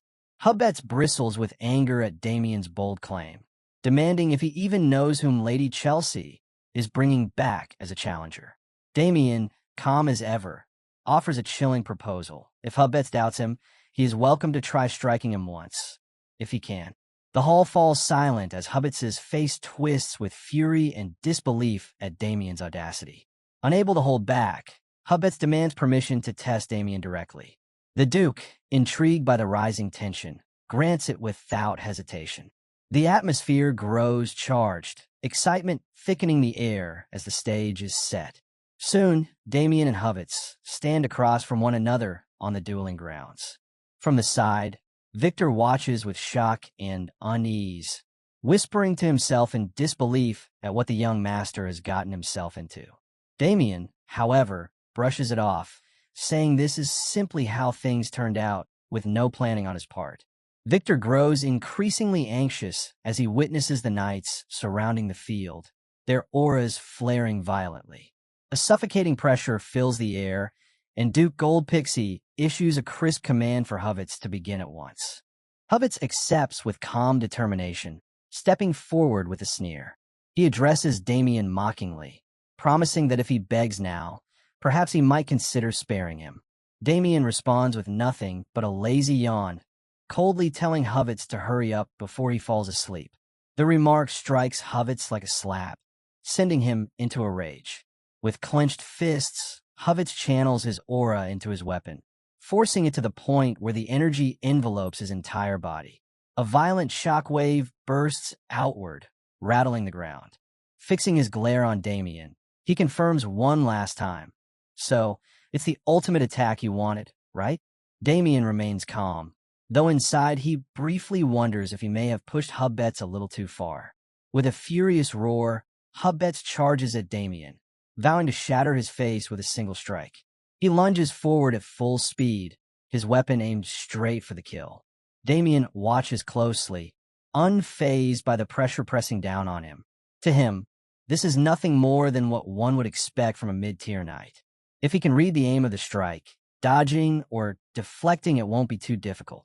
And then he sees it. The spear is locked on the center of his chest. As Hubbets thrusts forward with all his strength, Damien meets the blow head-on, catching it with the flat of his sword. The impact is immense. Cracks spread across Damien's blade as it strains under the force of the strike. A sinister grin spreads across Hubbets' face. Inwardly, he mocks Damien as a fool for walking straight into his trap. He laughs with wild delight as blood bursts from Damien's chest and the young man collapses. Gasps erupt. Both Victor and Duke Goldpixie cry out in shock, horrified by the sudden wound. But then, against all expectations, Damien surges forward with blinding speed. The movement leaves the onlookers frozen, their eyes wide with disbelief. Hubbets' expression twists in confusion and fear. Had Damien truly taken that strike and endured it? From the Duke's side, one of his knights leans in as Goldpixie calls him protector, waiting to hear his command. But before anything more can be said, Damien steps forward, points directly at the Duke, and declares with steady confidence. The position of the Duke's representative now belongs to him. Victor rushes over, calling out desperately, "Young master!" He embraces Damien tightly, trembling with relief. Damien blinks in surprise at the sudden gesture and gently asks if Victor is all right. But Victor clings to him, demanding to know how he survived such a deadly blow unscathed. Damien only smiles, calm and unwavering. He reminds Victor that he already said he would not be harmed. The Duke approaches, his expression shifting from doubt to admiration. He admits that at first, he wasn't entirely convinced of Damien's abilities. But now, after witnessing this display, he has no more doubts. Smiling, he declares that Damien is indeed a valuable asset. Standing tall before his knights, Duke Goldpixie raises his voice and makes it official. Before all his guards, he proclaims that Damien Haxon has proven himself beyond question. From this moment forward, as promised, he will serve as the Duke's appointed representative. Hubbets, visibly shaken, tries to object. But, Your Grace, he begins, only to be cut off sharply. The Duke's voice hardens with irritation as he orders him to stop immediately, warning that he won't allow his good mood to be spoiled. The rebuke leaves Hubbets pale and trembling. Bowing his head, he mutters that he understands and will raise no further objections. Damien stands calmly, unfazed by the tension, while Hubbets clenches his fists in silent frustration. Deep down, he is certain his strike had connected. Damien turns to him with a composed gaze, reminding him that he is being scolded by the Duke. His voice remains steady as he tells Hubbets his skills aren't bad, but he chose the wrong opponent. With quiet assurance, Damien adds that he has already surpassed the level of a mid-tier knight and grown even stronger. Inwardly, Damien reflects on his own words. It's important to reveal this level of strength, especially since the duel is restricted to mid-tier nobles. He admits to himself that without channeling mana at that crucial instant, the situation could have been far more dangerous. The Duke steps closer, studying Damien in silence, his eyes sharp with thought. He can see the strain hidden beneath Damien's calm exterior, the internal injuries that cannot be ignored. Without warning, the Duke draws out a peculiar ring, catching Damien off guard. A flicker of curiosity passes through him. Could this be a magical storage item? From the ring, the Duke produces a small ornate box and hands it directly to Damien. He tells him it is a personal gift. When Damien opens it, waves of magical energy spill into the air. Inside lie several small glowing spheres, the balance orbs. The Duke explains their purpose. Knights often use them during training, but they are just as effective for restoring internal injuries. Damien accepts the box with quiet gratitude, thanking the Duke for such a valuable gift. The Duke smiles, assuring him that from this day forward, he will be counting on him. Damien responds with a confident smile of his own, promising he will give his all. The next morning, sunlight pours across the gold pixie estate, its walls gleaming in the brightness of day. Damien walks slowly through the courtyard, pressing a hand against his chest. He is surprised to find that his wounds have nearly vanished overnight. The orb's power is undeniable. Looking around, he notices the estate's impressive training facilities and resolves to make full use of them in the days ahead. Just then, a voice calls out to him. "Are you Damien Haxon?" Damien turns to face the speaker, replying calmly that he is indeed. Then, with steady eyes, he asks the man to reveal his identity. The man introduces himself as Pavel Burand, proudly presenting the two knights at his side as his trusted comrades. Stepping forward with energy, Pavel declares that they too will be taking part in the upcoming duel. Damien blinks in mild surprise at their sudden arrival and asks if they are also participants. Pavel answers with a sharp, challenging tone, "Yes, they are." He goes on to say that Damien is fortunate they had been away on external training yesterday. Otherwise, the duel wouldn't have fallen to him, but to them instead. With confidence, Pavel warns Damien that this contest with House Lion Bloom is far too important for the Duke's family to leave in unworthy hands. He tells Damien not to get in the way with his weak skills, making it clear that if he understands the gravity of the situation, he should step aside and let them train. Damien quietly shifts aside, choosing not to argue. Inside, however, he feels a spark of interest, eager to see just how the Duke's knights perform. Without hesitation, one of the knights launches a powerful move, calling out the technique by name, the high rise of the bird. His voice rings with energy as he charges his opponent. At the same moment, another knight mirrors him with equal force, raising the intensity of their duel. One of them shouts boldly, declaring this will be his victory in their 98th match. But his opponent fires back with a mocking reply, demanding to know who decided such an outcome.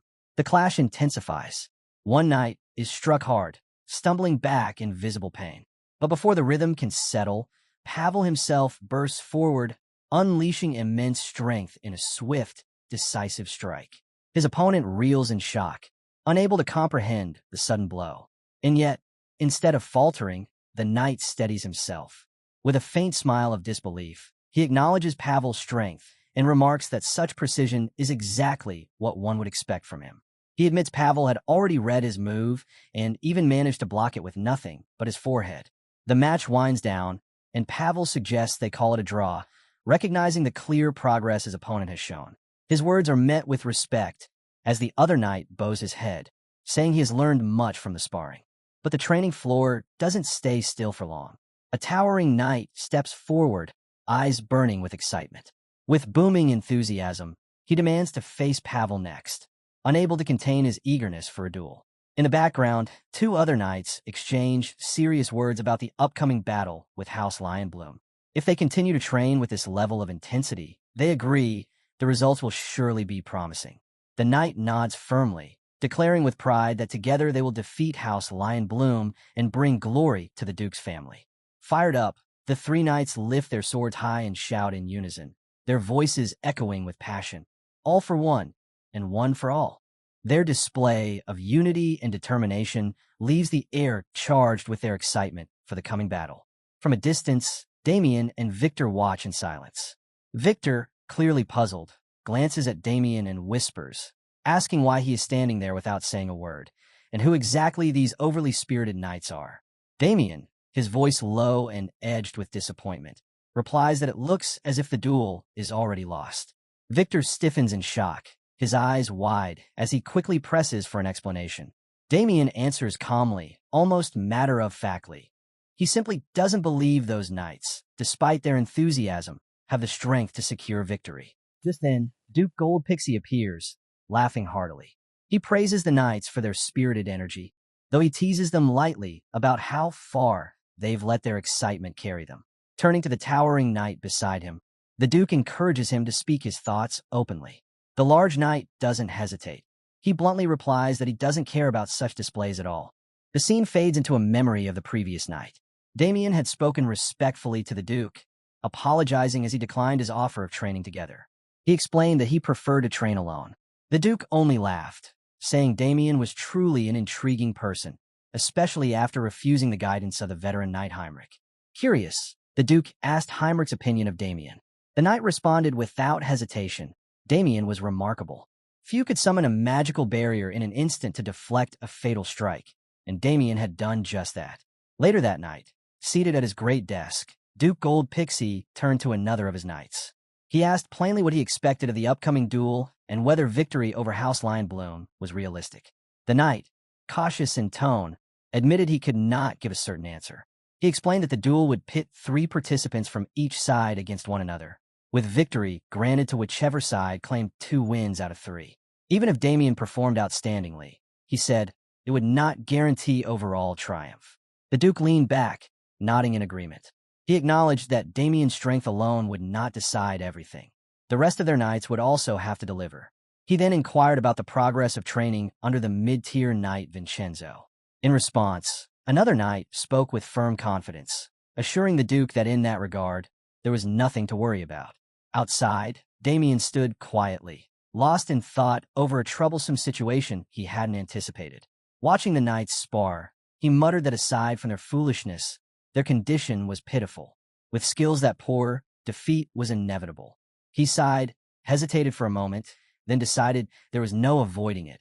He'd have to step in and give them some proper training. His voice rang out clearly, calling to the 3 knights. You 3 over there. Startled by the sudden address, they turned to him. Damien smiled faintly and challenged them to a sparring match. Half Berman smirked, amused by Damien's nerve. Bold words, especially after you've seen what we can do. Damien's reply carried unwavering confidence. He accepted their challenge, but added that he would fight all 3 of them at once. The knights froze, taken aback by the audacity of such a declaration. Pavel erupted in anger, shouting how a fool like Damien dared to challenge them all together. Damien advanced calmly, his tone sharp. True, dueling 3 knights at once may go against chivalric rules, but those rules don't apply to stray dogs. Furious, the 3 knights lunged at him in unison, cursing him as they struck with everything they had. Yet Damien remained perfectly still, calm as a statue. Then, in an instant, the world flipped upside down for one of them. Pavel hit the ground, completely bewildered, unable to grasp what had just happened. Moments later, he and his comrades all found themselves sprawled on the ground, dazed and speechless. When Pavel slowly opened his eyes, Damien's voice reached him, calm and cutting. So, you're finally awake. Looking up in shock, Pavel saw Damien standing over him, mocking that he was still just as weak as ever. Then Damien's tone grew cold. Cause another scene like this, and what you see next will be far worse. Stunned, Pavel struggled as fragmented memories pieced themselves together. Damien, utterly composed, delivered his final words. This wasn't an incident. It was simply the lesson I meant to give the Duke's knights. Pavel's memories began to return piece by piece. He remembered how he and his comrades had rushed Damien together, only to be overwhelmed in an instant. The image was vivid, Damien brushing aside their attacks with almost no effort, knocking them down one after another. Pavel recalled the sharp blow to his face that had sent him crashing to the ground, consciousness slipping away as he was hurled through the air. Now, standing in shock, Pavel could hardly believe it. Could Damien really have defeated all 3 of them so effortlessly? Behind him, his comrades were pale and broken in spirit, but Pavel himself was consumed by a deeper fear. He stared at Damien, his thoughts trembling. What kind of monster is this man? Not a single sign of fatigue marked Damien's face or body. Damien's voice cut through the silence as he looked at them steadily. Tell me, who's in charge of your training? Still kneeling and shaken, Pavel stammered that their instructor was a mid-ranked knight named Sebastian Vincenzo. Damien repeated the name slowly, disbelief flashing across his tone. Sebastian Vincenzo? He trained you. When Pavel gave a hesitant nod, Damien's composure darkened with irritation. He questioned seriously whether Vincenzo had truly been responsible for molding them into knights, so poorly prepared as they were. With a heavy sigh, Damien admitted he would gladly order Vincenzo to stop, if that were possible, but starting unnecessary conflict wasn't his intent. Instead, he gave the three of them a direct order. Once they finished their sessions with Vincenzo each day, they were to report straight to the courtyard for training with him personally. Pavel wavered, fear gnawing at him. What if they ended up injured under Damien's instruction? What would Vincenzo do when he saw them battered? But Damien silenced that worry with calm certainty. You don't need to be concerned. No matter how many blows you take, you won't walk away with so much as a scratch. Shaken, Pavel looked down at himself, inspecting his body in disbelief. Damien had struck him directly, yet not a single bruise or wound remained. His confusion deepened. Damien stepped closer, his expression cold as he explained, "That's because I learned long ago how to strike in a professional, precise way." His thoughts drifted to old memories of a man known across the continent as the personal corrector. This man traveled from place to place, disciplining criminals, breaking them down, and reshaping their behavior. His method was brutal in its simplicity. He would beat a criminal for a full hour straight. If that didn't change their ways, he'd double the time, sometimes extending the punishment far beyond that. But over time, Damien recalled, the corrector began to feel pity. He saw countless criminals crushed beneath his fists, enduring relentless beatings, and yet he didn't want his punishments to destroy their lives completely. So he searched for a way to continue striking them, mercilessly, endlessly, without putting their bodies in mortal danger.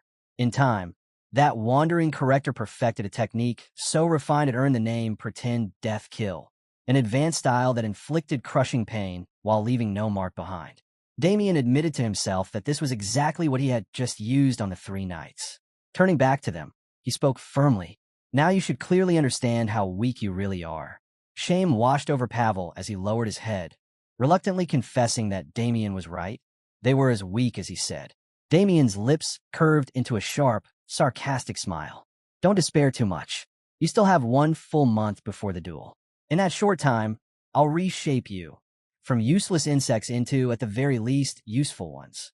The three knights froze, stunned by Damien's words, staring at him in disbelief. Before the silence could settle, a clear voice called out for Damien, announcing his arrival. Damien turned his head, eyes narrowing slightly as a servant hurried toward him. For a moment, he wondered silently. Was this truly the Marquis's man? The servant bowed quickly, explaining that the Marquis had summoned him at once. Damien asked calmly why the summons had come now. The servant's reply was sharp and to the point. Princess Chelsea had just returned. Inside the palace, Princess Chelsea Gold Pixie made her entrance. Her steps carried regal authority, her presence undeniable as she officially declared her return. Approaching the Duke, she bowed gracefully. "Father, it has been a long time. I have finally returned from my mission." Hubbards's face lit with joy at the sight of his daughter. The Duke responded warmly, remarking that it had been a full month since she departed. He asked if she had succeeded in finding a knight worthy to compete. With confidence, Chelsea turned to the side. "I have indeed found him." Stepping forward came a knight whose very aura radiated ferocity. Introducing himself in a thunderous voice, he declared, "I am Guillermo Blackwing, the wild beast." His imposing presence filled the hall. Murmurs rippled through the gathered knights as recognition spread. They whispered of his reputation, recalling his bloody role in the conflicts of the Eclairin kingdom. He had cut down countless knights of lower rank, carving his fame through massacre. His notoriety stretched far, and among knights of his standing, none could rival him. Duke Gold Pixie turned his attention to Guillermo, stating that he had already heard much about him. Guillermo replied with pride, confirming that his name had even spread as far as the Apple Kingdom. Stepping forward, Princess Chelsea addressed her father directly. She declared that Sir Guillermo Blackwing had sworn loyalty to her and had promised to stand in the upcoming duel. With a confident smile, she proclaimed that Guillermo would have no trouble dealing with Michael Lionbloom when the time came. Whispers stirred among the knights nearby. They muttered that based on reputation alone, Guillermo clearly outmatched Michael Lionbloom. Michael, after all, was still in the process of growing, while Guillermo was already a hardened veteran. The Duke acknowledged the point, calling it good news, though he admitted with a sigh that the situation was giving him something of a headache. Puzzled, Princess Chelsea asked what he meant by that. The Duke answered calmly. He had not yet introduced the one who would represent him in the duel. Both Chelsea and Guillermo turned their eyes toward the doorway as the Duke announced the name clearly, Damien Haxon. Chelsea's gaze immediately sharpened, filled with hostility as she glared at Damien. Turning to her father in shock, she demanded an explanation, reminding him that she had asked him to wait for her return. The Duke acknowledged this was true, but reminded her firmly that he had never promised he would wait. Chelsea pressed further, insisting that even now he could still change his representative if he wished. Her father replied that the decision remained his own. Frustration flared in Chelsea's voice as she protested that she had never even heard the name Damien Haxon before. Why? She asked angrily. Would he choose an unknown knight over someone as proven and obvious as Sir Guillermo Blackwing? Guillermo's lips curved into a satisfied smile at Chelsea's words, clearly enjoying the comparison. Damien noticed Guillermo's stare and wondered inwardly if this was the man he had been waiting to face. Duke Goldpixie then explained his choice. While Sir Guillermo's reputation was indeed impressive, Damien Haxon had already shown extraordinary skill by successfully blocking Headstrike. Chelsea let out a short, frustrated sigh. Father, you always have such fine excuses to dismiss my own judgment. Chelsea pressed on, accusing her father of constantly contradicting himself, his words and his actions never aligning, especially when it came to her and her mother. The Duke cut her off harshly, warning her to mind her tongue before their guests. Startled, Chelsea stopped mid-sentence and quickly bowed her head, apologizing. She claimed her exhaustion from travel had clouded her judgment and that she wasn't speaking in her right state of mind. From a distance, Damien observed the heated exchange. Quietly, he thought to himself that the rift between father and daughter was far deeper than it appeared on the surface. The Duke ended the matter with authority, declaring that the decision about changing the representative would be made only after consulting the other officials. He ordered Chelsea to stop quarreling and leave the chamber immediately. Just then, laughter rang out, loud, unrestrained, and unsettling. It was Guillermo. His sudden hysteria drew confused stares from everyone present. He turned to the Duke, dismissing the formalities. There's no need for debate. We're men. The strongest should represent you. Chelsea's expression shifted to alarm at his words, while the knight beside the Duke sneered in open disgust at Guillermo's rudeness. But Guillermo didn't stop. His eyes locked on Damien as he asked directly, "Don't you agree? Shouldn't the strongest one be chosen?" To make his challenge unmistakable, he added bluntly, "You and I should fight. The winner becomes the representative." Chelsea stood abruptly, shouting at him in agitation. "What are you doing? I told you to remain calm and avoid reckless actions." Yet Duke Gold Pixie interrupted her with calm composure. What he said isn't entirely wrong. Chelsea's frustration boiled over, her face darkening at her father's words. The Duke then turned his gaze to Damien. "And what do you think?" Damien remained silent for a moment, considering. He recognized instantly. This was another test from the Duke. If he wanted to settle the matter, he would have to show his strength. Still, he reasoned inwardly that a full fight wasn't necessary. A display of power without true battle would be enough. With that thought, Damien approached Guillermo and extended his hand. "Let's settle this with a test of strength. It's the quickest way to resolve things." Guillermo smirked mockingly. "Careful. If your arm gets dislocated, don't blame me." Damien's reply came with a cold smile. "If that happens, I'll simply dislocate your shoulder in return." The remark hit Guillermo like a slap, his face twisting in fury. He clenched his teeth, seething with outrage. In the next instant, Guillermo lunged forward with full force, seizing Damien's hand in a crushing grip.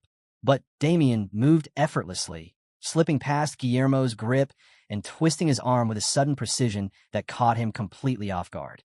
In an instant, Guillermo's body was lifted from the ground, flipping through the air before crashing violently against the floor. The entire hall fell into stunned silence, eyes wide at what they had just witnessed. Senior Knight Heinrich stood frozen for a moment, visibly astonished.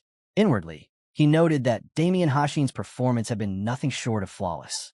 He began analyzing aloud, explaining how Guillermo had attempted to seize Damien's hand, only for Damien to redirect that strength against him, throwing him down with perfect execution. The Duke nodded in agreement, adding that Damien's technique showed not only raw strength, but also refined skill beyond expectation. Furious, Guillermo glared at Damien, his pride burning. How dare he humiliate me like this? Damien remained calm, a faint smile on his face. You're stronger than I thought. Honestly, I had only intended to dislocate your shoulder. The mocking remark sent Guillermo into a frenzy. He let out a furious scream, raising his weapon high, his body trembling with rage. Without hesitation, he charged forward, his voice cracking with madness. I'll crush your skull with one strike. Chelsea's panic cry broke through the chaos. Sir Guillermo, stop. Right now. But Guillermo ignored her completely, his fury blinding him. Just as his attack was about to fall, a commanding voice thundered through the chamber. Enough! Senior Knight Heinrich stepped forward, his presence suffocating. His tone was razor-sharp as he leveled his glare at Guillermo. You dare draw a weapon in the Duke's presence? Do you have a death wish? A terrifying aura erupted from Heinrich, his fury radiating like a crushing weight. Damien's eyes widened slightly, stunned. Inwardly, he admitted this was the true power of a high-ranking knight. But for Chelsea's sake, Heinrich forced himself to hold back. His voice dropped, low and cold. I'll overlook this once. But if anything like this happens again, there will be no second chance. Breathing hard, Guillermo lowered his weapon, beads of sweat forming as the reality of Heinrich's warning sank in. His face was tight with tension, his pride fractured but not forgotten. The Duke broke the silence with a calm clap of his hands, brushing off the chaos as though it were nothing more than a minor interruption. A small disturbance, nothing to concern ourselves with. He then announced decisively that Damien would remain the duchy's official representative in the duel. But Hubbets immediately interjected, his voice heavy with frustration. He argued that what had just taken place was hardly fair at all. Hubbets defends his stance, pointing out that Sir Guillermo Blackwing has yet to recover from the exhaustion of travel, giving Damien a clear advantage. But Knight Vincenzo cuts in, arguing that since Sir Guillermo usually fights with weapons, it's unfair to measure his true ability while unarmed. Princess Chelsea quickly agrees with Vincenzo, insisting that the only fair way to judge their skills is through an official duel. Duke Gold Pixie, however, loses his patience and orders his daughter to stop pressing the issue. She refuses to back down, speaking even more, which only fuels the Duke's irritation. His temper finally snaps. He slams the table and shouts at her to quit flaunting her incompetence. Chelsea, mortified and ashamed, quietly admits she has acted out of line.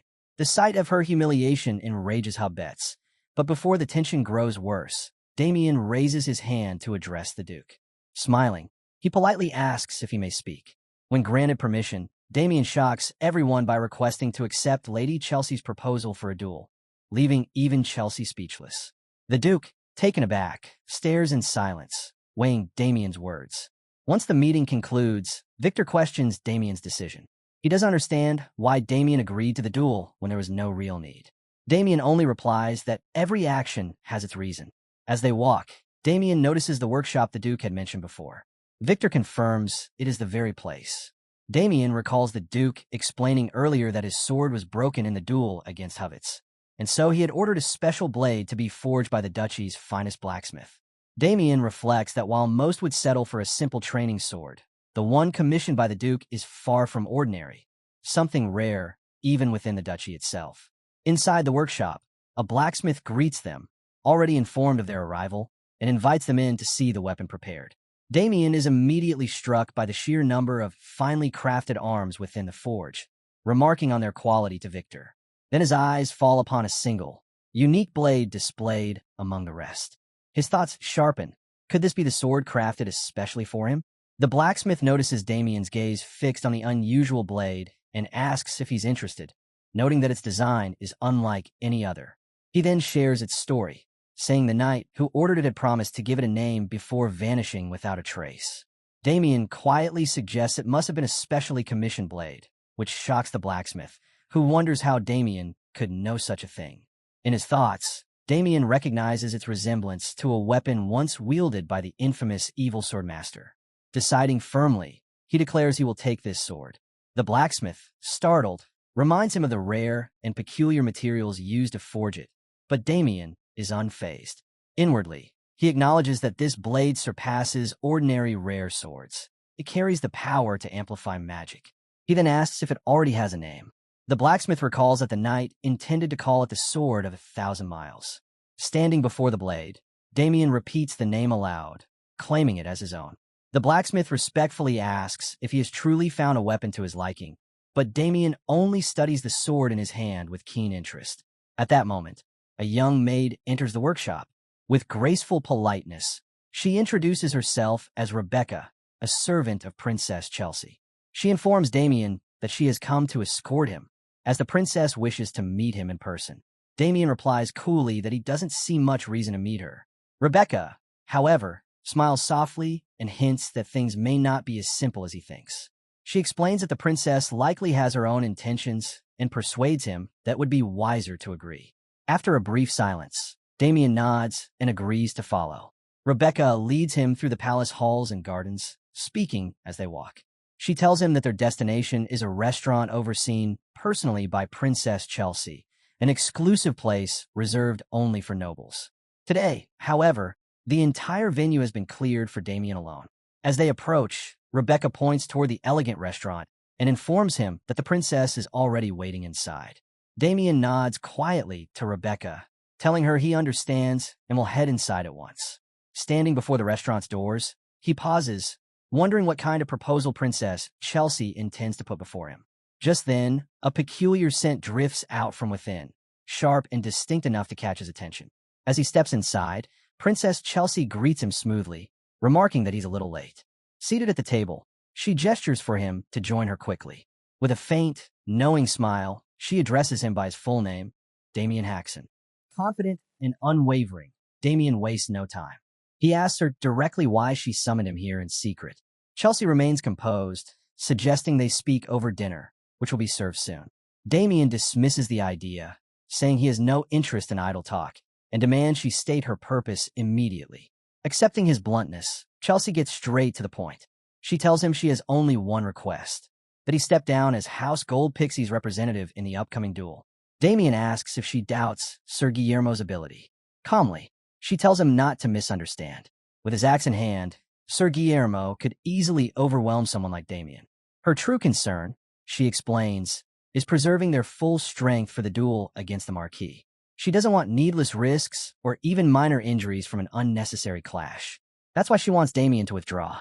She goes further, promising that if he agrees, she will give him whatever he desires in return. Damien looks at her and asks what reason he should have to yield to such a demand. Chelsea answers with a confident smile, saying nobles like him, poor nobles, always have predictable desires, wealth, reputation, things of that nature.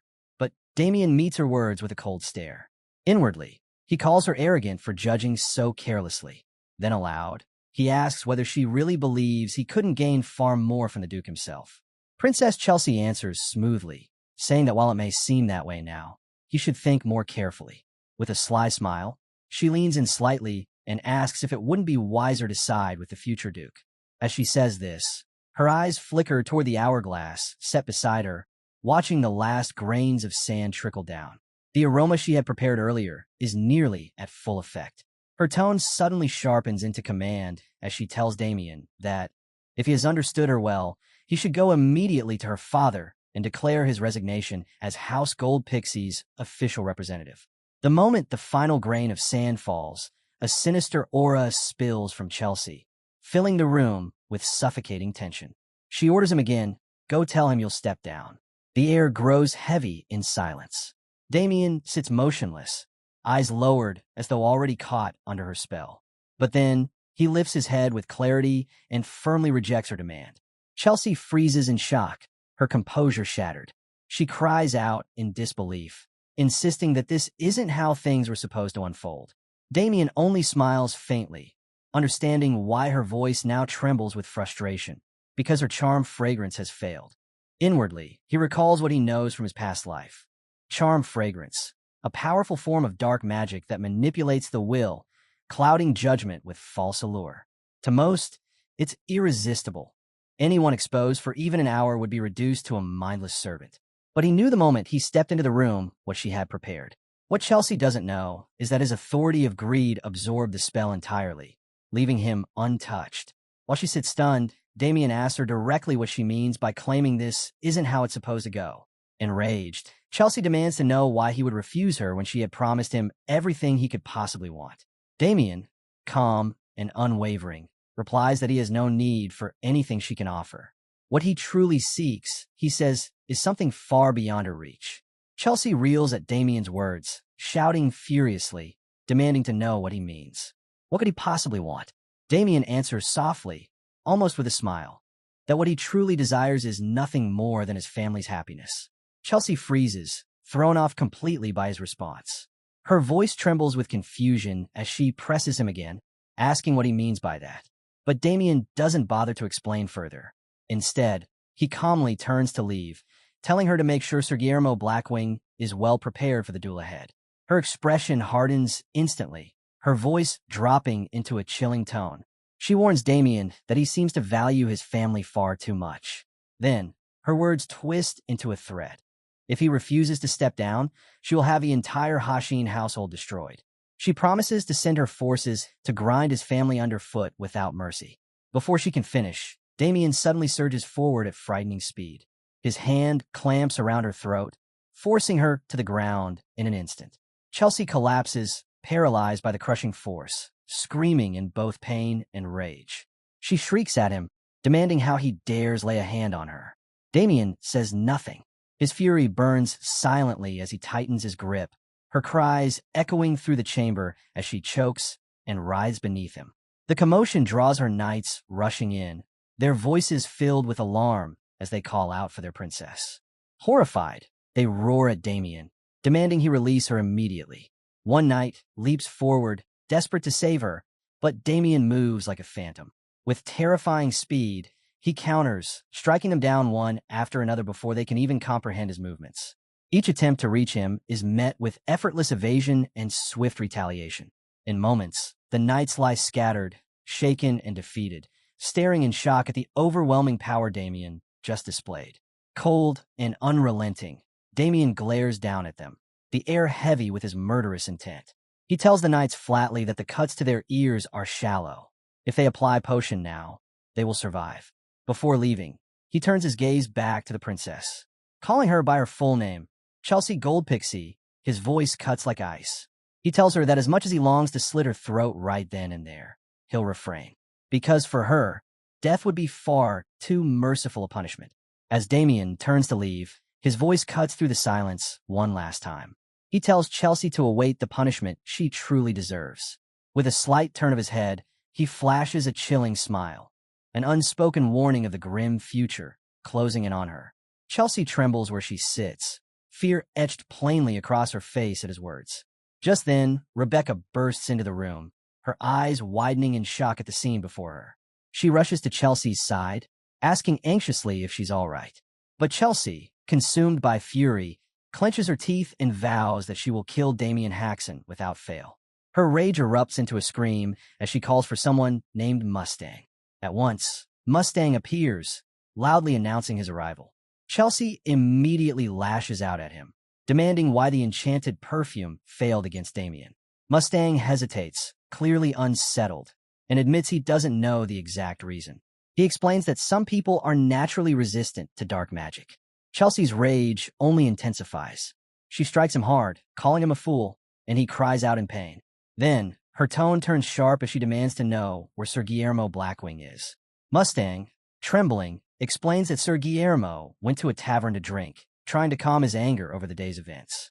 Chelsea erupts again, screaming furiously at the thought of him wasting time in a tavern with such a crucial duel ahead. By the next day, her fury hasn't cooled. She storms up to Mustang, screaming in his face, demanding if he's truly certain that Sir Guillermo can defeat Damien Haxon. Mustang, regaining some composure, responds with confidence. He assures her that Sir Guillermo is their strongest knight, unmatched in skill and mastery of dark magic. He urges her to be patient, promising that victory will soon bring the ducal estate firmly under her control. But Chelsea's glare is unrelenting. With venom in her voice, she threatens him, saying if he fails to deliver, he will be the first to die. Pale and shaken, Mustang stammers nervously, repeating that he understands and will not forget her words. High above, Damien observes the chaos below with a calm, unwavering gaze, his focus sharp as ever. The blacksmith's shop glows faintly against the night, its forge long cooled but still alive with dim light. Inside, Victor lies sprawled across the floor, fast asleep with weapons scattered around him, clutching them as though they were pillows. His soft snores echo through the quiet room, entirely unbothered by the world. Damien, however, remains awake, seated with the new sword resting across his knees. With a flick of his finger, he taps the blade and murmurs a single name, Yulon. The sword resonates in response, releasing a strange wave of sound. The reaction sharpens Damien's thoughts. His eyes narrow as he recalls an old and dangerous memory, the Yulon organization. Dark mages. He curses them bitterly under his breath, his suspicion now certain. Princess Chelsea Goldpixie must be tied to them. The energy he sensed from Gaiam before was without doubt the same dark magic. Testing the blade again, Damien flicks it once more, and a heavier wave ripples through the room. He strikes harder this time, sending out a burst so powerful that nearby structures tremble, debris scattering into the air. A loose shard of stone smacks Victor on the head, yet he continues snoring peacefully, utterly unaware. A grin spreads across Damien's face, amused at the irony. He muses that instead of wasting time explaining everything to the Duke, simply showing him would be far quicker. With a touch of self-satisfaction, he mutters that the idea is nothing short of brilliant. The night slips quietly into morning. At dawn, Guillermo strides onto the sparring grounds, his armor clanking with each heavy step. He paces back and forth, working himself up with guttural roars, a display both to steal his resolve and to intimidate the spectators. The crowd murmurs among themselves, recognizing him instantly. That's Guillermo. Their voices carry a mixture of awe and unease as they comment on his massive frame and the sheer force he radiates. Whispers spread, each one adding to his fearsome reputation. Then someone turns to Pabel, asking directly who he believes will win the duel. Pabel hesitates, conflicted, his face revealing his unease. After a long pause, he finally speaks. If one were to weigh only the reputations of the two knights, then Guillermo Blackwing would almost certainly be the victor. A low-ranked knight, standing near Pabel, lights up at his words, his voice trembling with excitement as he blurts out whether this means they'll finally be freed from the grip of that demon-like Damien Hashin. His tone is drenched in resentment, the result of all the humiliation Damien had inflicted upon them in the past 2 days. The bitter remark sends a chill down the spine of another knight beside him, who shudders as memories of their sparring session flood back. Damien's merciless beating, the way he seemed to savor every strike. Pell, too, remembers it vividly, the helplessness of that one-sided fight. He admits he longs to see Damien lose, but with a heavy sigh, he confesses he simply can't imagine it happening. Just then, Damien steps onto the sparring grounds. His energy is electric, his movements alive as he stretches with enthusiasm, a glaring contrast to the grim and nervous knights around him. From the sidelines, Victor cheers loudly, urging him to win. Hitz watches Damien's bold entrance with contempt, his face twisted with disdain and confusion, unable to comprehend how he can walk in so fearlessly. Now, the duelists stand face to face. Damien versus Guillermo. The crowd falls silent, the tension pressing down like a weight. Guillermo is the first to speak, arrogance dripping from his voice. He sneers that he's surprised Damien didn't run away. Damien dismisses the jab with ease, asking instead what nonsense Guillermo is muttering. Then, with casual observation, he remarks on Guillermo's shoulder, suggesting he must not have slept well since it looks stiff. Guillermo scoffs at the comment, telling Damien to keep up his little act of calmness while he still can. At that moment, Duke Goldpixie arrives, taking his seat with authority.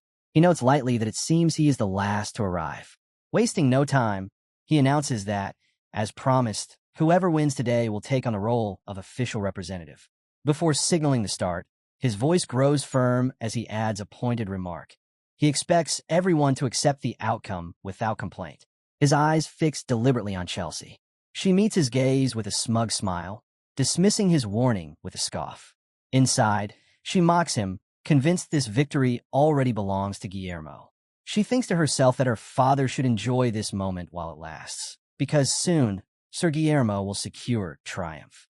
Then, to begin the duel, the Duke raises a small white cloth, tossing it high into the air. His voice rings out clearly. With that signal, let the duel begin. Sir Guillermo is the first to make a move, pulling out a pair of axes, while Damien still has his hand resting on the hilt of his sword, leaving it unsheathed.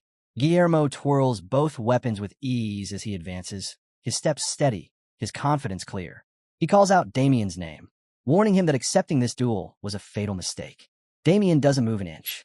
Guillermo grips his axes tightly and declares that he'll show Damien why people call him the wild beast.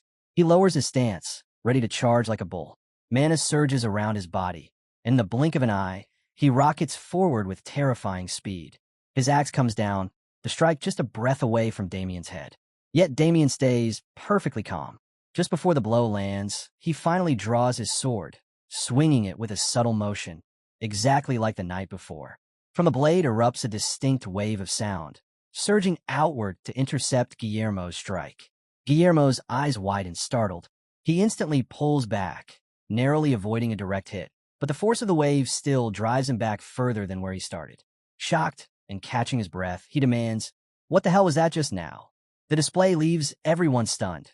Not just Guillermo, but also Chelsea and her maid. Even the Duke looks unsettled, murmuring that it's a most unusual technique. His knight, however, seems to recognize it, his expression tightening. Humiliation burns through Guillermo. His face twists with rage as he roars, hurling curses at Damien and calling him a bastard knight. He demands to know what kind of sorcery this is. Damien answers with silence. Instead, he unleashes another wave from his blade, followed by more in quick succession, sending a barrage toward Guillermo. But Guillermo refuses to back down. Consumed by fury, he charges headlong into the oncoming strikes, unwilling to retreat. The waves slam into him, tearing into his body and drawing blood. He stumbles, breathing hard, pain cutting deep. He steadies himself, managing to mutter, "You," in a low, strained voice. But before he can finish, Damien fires off another wave. Bam!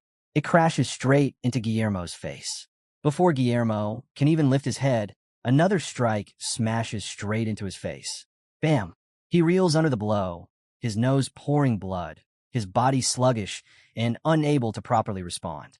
Damien finally eases his assault, giving him a brief moment to breathe. Guillermo spits, wipes his bloodied mouth, and glares up at Damien. Through clenched teeth, he snarls, calling him a little bastard.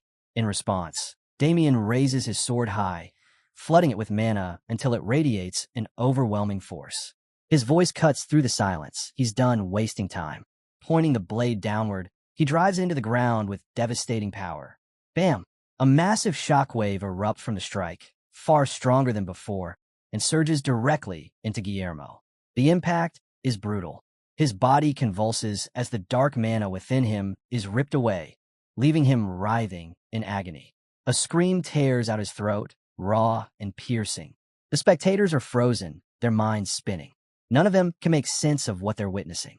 Shock and disbelief ripple across every face. Chelsea, her maid, the Duke, even a knight beside him. Guillermo clutches at himself, his stomach twisting violently. A vile sound escapes his throat, the unmistakable warning of what's to come. That happens. He vomits. A thick, revolting stream of black sludge pours from his mouth. It keeps coming, a sickening torrent that refuses to stop.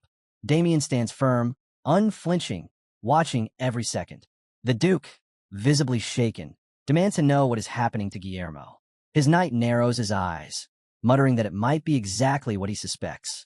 Chelsea, however, is overwhelmed, her thoughts spiraling as she mutters in disbelief that such a thing can't be real. Still, the vomiting doesn't end. It stretches on painfully long. Guillermo's body shudders with torment, smoke beginning to rise from his skin. His hand shrivels before their eyes, the flesh withering as though being drained away. Damien finally steps forward, closing the distance between them. Standing tall over Guillermo, he allows a faint smile. His words cut cold. At last, Guillermo's true form has been revealed. Guillermo makes one last desperate attempt to fight back, but it's pitiful. His voice breaks, nothing more than the weak whimper of a dying animal, before his body collapses completely. His strength gone, his muscles wasted away, he lies crumpled on the ground, utterly defeated. Damien stands tall over the fallen man, his voice cutting through the silence as he calls Guillermo what he truly is, a fake knight. His words echo, heavy and undeniable. The crowd stiffens, a collective gasp breaking the air. A fake knight? The accusation strikes like a hammer. All eyes widen, disbelief written across every face. Even the three gold-ranked pixie knights and Victor stare in shock, unable to process what they're witnessing. With practiced composure, Damien flourishes his blade before sliding it back into its sheath. His voice is steady, resolute as he confirms once more, Guillermo is no knight. He explains that Guillermo has been bolstering his body with dark magic, a disgraceful trick that makes him nothing more than a fraud. Damien dismisses him with a simple wave, as though the matter is beneath him. Guillermo, laid bare before all, trembles weakly on the ground. His strength is gone, his body shaking in pitiful defeat. Around him, unease spreads among the Duke's vassals. Whispers stir, dark magic. Fear mixes with denial. One man scoffs, unable to accept it, while Het can only stare blankly, lost in confusion. Chelsea's maid, unlike the rest, betrays no reaction. Her face remains perfectly still, unreadable, as she watches silently. The murmurs swell. Panic seeps into their voices. If word of this reached the church, disaster would follow. Someone insists they must first uncover Guillermo's true identity. Nods of agreement follow quickly, their hushed plotting barely contained.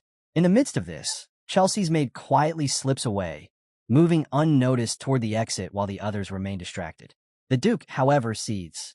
His rage coils tighter with every moment as the scene unravels before him.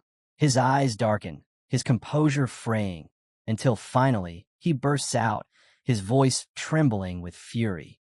Damien, did you already know Guillermo's true identity? Damien bows his head slightly, answering with calm respect. Yes.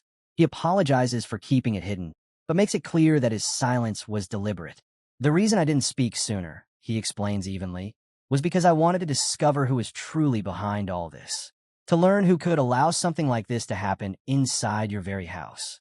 The Duke's stomach twists, a sickening weight settling in as his face pales. His voice shakes as he presses further. The perpetrators? Damien's gaze sharpens, turning grave. Yes, he confirms. Then, without hesitation, he delivers the revelation. Dark mages have infiltrated the Duke's household, and to unmask the one truly responsible. Damien drops a bombshell. The one tied to this dark magic, Damien declares without hesitation, is none other than your daughter, Lady Chelsea. The revelation crashes down like thunder. Chelsea's eyes go wide, her face frozen in disbelief as her name hangs heavy in the air. Cornered, she bursts out in panic, her voice sharp and desperate. Father, it's not me. I didn't know anything about this. But the Duke only buries his face in his hands. His shoulders slump, the weight of disappointment pressing down on him. His voice trembles as he speaks, torn between denial and fury. I can't deny it, not when I look closely. He admits softly, I don't want to believe it. Yet his anger swells past the point of restraint. His eyes harden as he lifts his head, glaring at Chelsea. How dare you bring such filth into my house? His voice booms, cutting through the chaos. Don't just stand there. He thrusts a hand toward Chelsea, his order absolute. Lock her and all involved in the prison. Find out who they truly are. Chelsea cries out in desperation. Father, I swear I've been wronged. But her pleas fall on deaf ears. Soldiers move swiftly, seizing Guillermo's weakened body and surrounding Chelsea. They urge her to submit peacefully. Panic overtakes her. She clenches her teeth, realizing that capture would mean ruin, that every hidden truth would spill out. In a frantic gamble, she snaps at her loyal men. What are you doing? Protect me. Without hesitation, her soldiers raise their blades, shouting in unison, Yes, my lady. They strike at the Duke's guards, recklessly attempting to shield her. The Duke watches this pitiful display and exhales heavily, his disappointment cutting deeper than anger. At last, his voice turns cold. Sir Jael. At the command, his official knight steps forward. The Duke's tone is final. Apprehend Chelsea Gold Pixie at once. Sir Jael bows his head, his voice like iron. As you command. Then he advances. Every step he takes radiates raw dominance, his cloak sweeping behind him with an imposing flow. Chelsea's soldiers falter instantly. A suffocating aura descends upon them, pressing against their very souls. Their bodies shake uncontrollably, instincts screaming at them of the gap in power. Sir Jael's eyes lock onto them, sharp as blades, murderous intent pouring forth like a tidal wave. His voice strikes like a hammer. Step aside. But none of them move. Paralyzed, trembling, they know the truth. Before such a man, they are utterly powerless. Chelsea's soldiers, trembling under Sir Jael's overwhelming presence, grit their teeth and refuse to budge. With voices heavy with determination, they shout to their lady, "Please, find a way to escape. We'll hold them off." Chelsea's eyes are wide with terror, but she doesn't hesitate. "Okay," she gasps, turning to flee. Sir Jael exhales deeply, a shadow of regret in his tone as he mutters, "How unfortunate." His hand moves, unsheathing his blade in a single smooth motion. That alone is enough. The simple act of drawing his sword unleashes a devastating slash. Chelsea glances back mid-run and freezes in horror. The wave of mana from his blade has already ripped past her soldiers, still surging toward her. Her scream tears out as she ducks instinctively, eyes squeezed shut in sheer panic. The force still grazes her, slicing strands of her hair clean off. When she realizes she's still alive, her breath comes in ragged gasps. She dares to open her eyes, and relief briefly floods her chest as she sees her soldiers still standing. But that relief is short-lived. She doesn't notice at first the thin, imperceptible line etched across their bodies. A heartbeat later, their forms give way. Bodies and weapons alike collapse in pieces, neatly severed where Sir Jael's attack had passed. Blood bursts forth, splattering across Chelsea's face. Her scream dies in her throat. Horror takes its place. Two lifeless corpses lie at her feet, their blood soaking into the ground. Sir Jael steps forward, his presence towering over her like a crushing weight. To Chelsea, he no longer looks human. He is a demon advancing without mercy. She stumbles back, her voice cracking, trembling as she cries out, "Don't come any closer." Panic consumes her, her eyes darting desperately for salvation. Then she sees him, Sir Ernst. Her gaze locks onto him like a lifeline. "Sir Ernst," she cries. He stiffens, startled at hearing his name. Tears mix with blood across her face as her voice breaks into pure desperation. "Please help me. Save me." Her words shatter whatever restraint he had left. Though his heart tells him he should stay out of this, her voice cuts too deep. She calls his name again, her tone drenched in sorrow. Finally, he can't hold back any longer. Sir Ernst steps forward, weapon drawn, planting himself between Chelsea and Sir Jael. He cannot bring himself to ignore the desperate pleas of the princess he cherishes. From the sidelines, Damien watches with sharp disdain. Inwardly, he mutters one word, "Idiot." Sir Jael, unshaken, fixes his gaze on Sir Ernst. His voice is low but commanding as he offers him a choice. Sir Jael's voice cuts the air as he addresses him directly. "Sir Ernst Hovitz," he begins, his tone calm but heavy with authority. "As a mid-class knight, you've contributed greatly to the strength of this ducal household. His Grace, the Duke, holds you in the highest regard."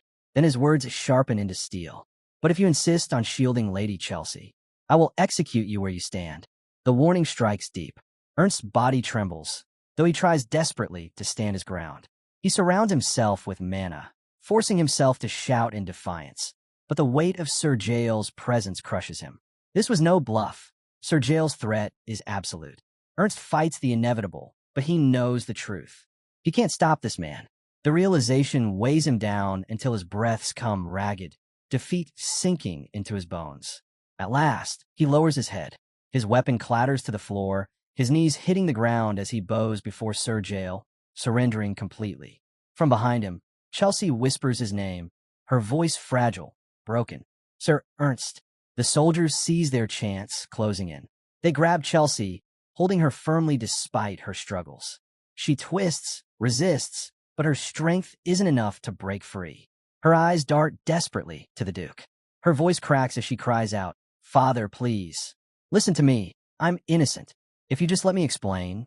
But the Duke snaps, his voice booming with fury. "Silence, you worthless thing." His glare burns with disgust as he continues, words heavy with venom. "Because of you, this family nearly faced catastrophe. You've dragged us all into disgrace and filth." Chelsea tries to interject, her voice breaking. "Father," but he ignores her pleas. His words strike her like lashes. "Even now, all you think about is yourself, your safety. Bringing you into this family was the greatest mistake of my life." Blood stains her face as tears mix with it. She shakes her head violently, stuttering, "No, no, I had nothing to do with this. Please, let me go." The Duke's expression hardens. He's finished. I will hear no more of your lies. Guards, silence her. Remove her from my sight. Chelsea thrashes, screaming, "Father, father." But before she can say another word, the guards clamp a hand over her mouth. Her cries die into muffled hums as she's dragged away, powerless. Chelsea struggles violently as the guards drag her away, twisting and thrashing in a desperate attempt to break free. Her muffled cries echo faintly, smothered by the hand pressed tightly over her mouth. No one can make out her words. The crowd watches with mixed expressions. Some gaze at her with pity, while others look on with grim satisfaction. As she's pulled toward the exit, her eyes lock onto Damien. That single glance sends her into a frenzy. Rage burns so fiercely within her that her eyes nearly turn blood red. She tries to scream curses at him, her fury spilling out in silence. But the hand over her mouth steals her voice. Damien doesn't move. He only watches her futile struggle, standing still, unmoved, as if her hatred is nothing but wind against stone. The others present also observe quietly, their expressions unreadable. Then, in chilling contrast, Damien allows a faint, wicked smile to stretch across his face, a dark satisfaction in seeing her dragged away in disgrace. A few days later, the prison beneath the Gold Pixie estate resounds with horrifying screams. The thick stone walls quiver as guttural cries of torment ricochet through the chambers. In the depths of the torture room, one of Chelsea's accomplices writhes in agony, chained down, his body scorched by relentless interrogation. The acrid smell of burned flesh fills the air as a glowing iron sears into his exposed skin again and again. His screams tear out, primal and unending. Sir Jael stands with his back to the scene, silent, though a faint, nearly imperceptible tremor runs through him at every cry. The broken man gasps for air, his words stammering out between ragged breaths, barely audible. That's all I know it. It makes you fall for Lady Chelsea." The torturer, towering and merciless, lifts the iron once more, ready to continue. But Sir Jael's voice cuts across the chamber, flat and cold. "Enough. Stop." The order freezes the air. The torturer lowers the iron immediately, bowing his head. "Yes, sir." The prisoner collapses into unconsciousness, his suffering too great to endure any longer. Sir Jael exhales slowly, bitterness on his tongue. His voice is quiet, but heavy with certainty. "Just as I thought. The truth hangs heavy. Lady Chelsea, aided by the shadows of dark mages, has been weaving her influence far deeper into the Duke's household than anyone had realized." Sir Jael turns, his gaze settling on the limp, broken figure sprawled on the floor. A single question, sharp and consuming, ignites in his mind. How far has the corruption already spread? Lady Chelsea, why? Why would you do such a thing? The unanswered question lingers like a haunting shadow, echoing against the cold stone walls of her prison cell. The room is dim, the air damp and heavy. A single, frail shaft of light pushes through the bars, falling weakly across the cracked floor. In its pale glow lies Chelsea, her body curled, battered, bruises painting her skin, her breath shallow from her own torment. For a moment, she seems broken, but then from deep within, something stirs. A spark of rage flickers to life, defiance clawing its way up through her pain. Slowly, agonizingly, she forces herself upright, her limbs shaking violently with every movement. Blood-red eyes lift from the shadows, eyes once soft, now ablaze with unrelenting fury. A guttural cry escapes her throat, raw and jagged, the sound of hatred and despair erupting as she kneels upright, fists trembling. In her mind, the Duke's face appears with brutal clarity, his cold, merciless gaze the moment he ordered her imprisonment. The memory stokes her fury further, grinding her teeth until her jaw threatens to snap. "Whose fault do you think this is, Duke? Whose?" The words rip silently through her thoughts, venom coursing with every syllable. She only ever wanted one thing, acknowledgement. A memory surfaces, slicing through the storm. She is a child again, her tiny hands clutching a flower crown she had crafted herself, each petal carefully placed with love. Her face beams with innocent joy as she offers it to him, her father. But instead of warmth, his hand lashes out. The crown is smacked violently from her grasp, scattering into broken petals at her feet. The fragile symbol of her hope crushed in an instant. Her little heart shatters with it. Tears sting her eyes now as she recalls it, though they are not born of sadness. They burn with injustice, streaming hot against her blood-stained face. I only ever wanted him to see me as his daughter. That's all. Since I was that little girl, that's all I ever wanted. But in her memories, she sees again and again the same cold glare, the unyielding eyes that never softened, never once showed her love. Her chest heaves as her rage boils over, and in the depths of her mind, she screams into the void. Why? Why you still look at me with those cold, cold eyes? The silence around her is broken only by the distant wails of other prisoners, tortured cries bleeding faintly into her lonely cell. Time drags endlessly, every sound a reminder of her own torment, every breath stoking the fire consuming her heart. Alone in her cell, her torment is interrupted by the sound of footsteps. A lone figure steps into view, a gold-ranked pixie soldier. His armor is stern, his demeanor colder still. In his hand, nothing more than a small loaf of bread. The gate creaks open with a sharp metallic snap, cutting through the silence. Without so much as a glance of kindness, he sets the bread down and speaks flatly. "Lady Chelsea, your meal." Her gaze drops to the loaf. She doesn't move, doesn't answer. Inside, a war rages, silent and merciless. At last, her bloodied hand stretches forward, trembling yet steady, and she takes the bread. Words would mean nothing here. She tears into it, biting down hard, like a beast clinging to life. Yes, this is what she must do. She cannot allow herself to end here. She rips another piece with force, chewing it down with raw defiance. No matter the shame, no matter how far she's fallen, she swears to herself, she will live. She will endure. What she does not see is the soldier still standing beyond the bars. He lingers there, eyes fixed upon her. His stare is sharp, his presence heavy, as though he is quietly scheming something sinister. Elsewhere, in the stillness of a long corridor, Damien rolls his shoulders and stretches, loosening the strain from the day. A sigh escapes him, almost casual. Finally, my training at the ruins is finished. As he strolls, Victor appears, bowing low in greeting. "Young master, you've arrived." Then he adds, "His Grace, the Duke, wishes to see you." Damien pauses, his brows knitting together.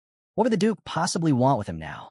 Moments later, behind closed doors, the Duke himself pours a deep crimson wine into a crystal glass. He gestures to Damien, urging him to drink. Damien accepts, and after a sip, his lips curve into a small smile. "This is good," he remarks, genuinely entertained by the taste. The Duke bursts into laughter, his mood unusually bright. "I'm glad you noticed," he exclaims, almost gleeful.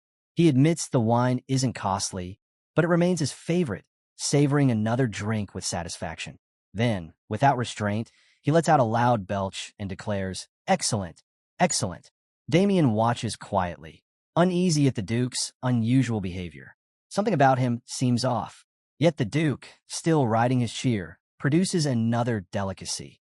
Cheese from the Blanco region, rich and exquisite. The Duke gestures toward the cheese, assuring Damien that it pairs perfectly with the wine.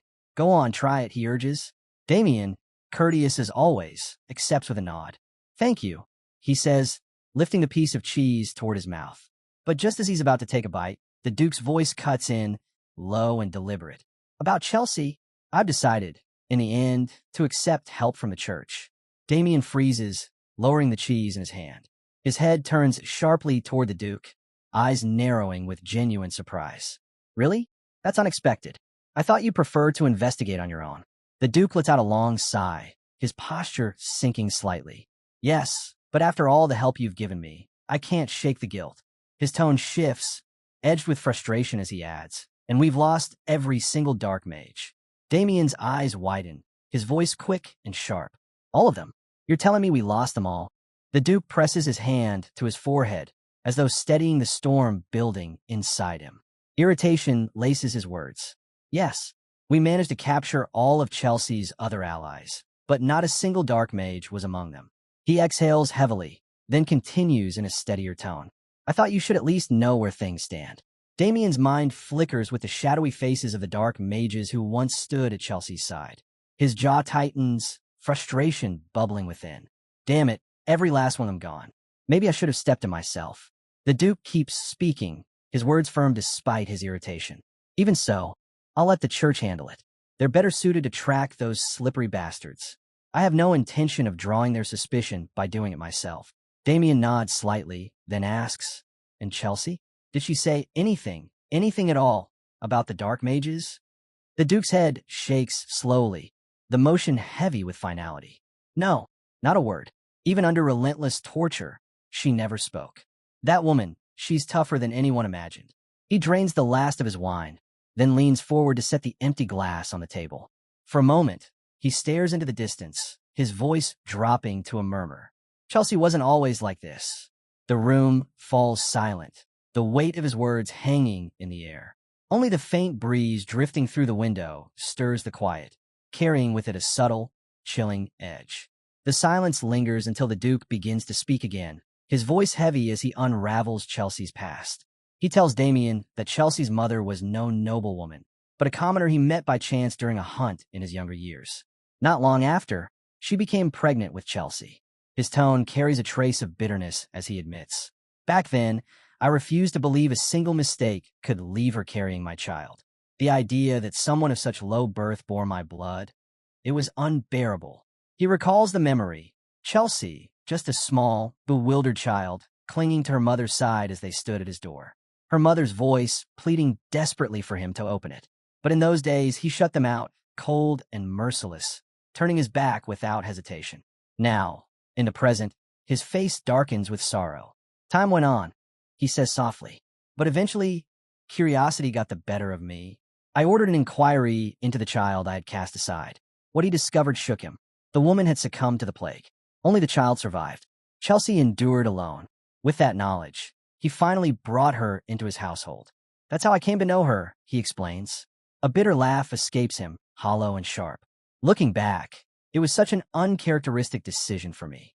Why did I do it? The question hangs in the air, not meant for Damien, but for himself. Damien, calm and straightforward, give a simple answer.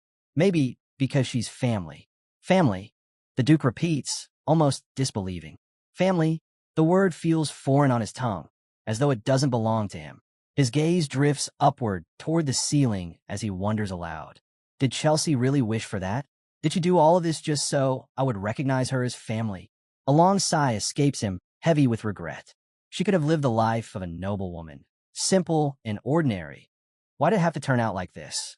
He pauses then, realizing the room has been filled only with his voice. He straightens up slightly, a faint flush creeping across his face. "Listen to me ramble," he chuckles. "The wine must be taking its toll.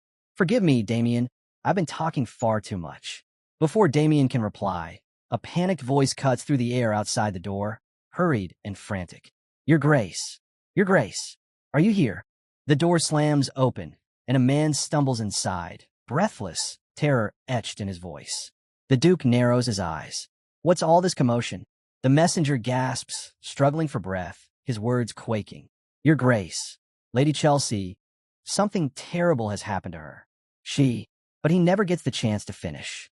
The scene cuts suddenly. Two soldiers stagger backward, collapsing to the floor, their faces twisted in sheer horror. Their wide eyes lock onto the sight above them. In the reflection of one soldier's trembling gaze, the horror is plain to see. Inside the cell, Chelsea hangs lifeless.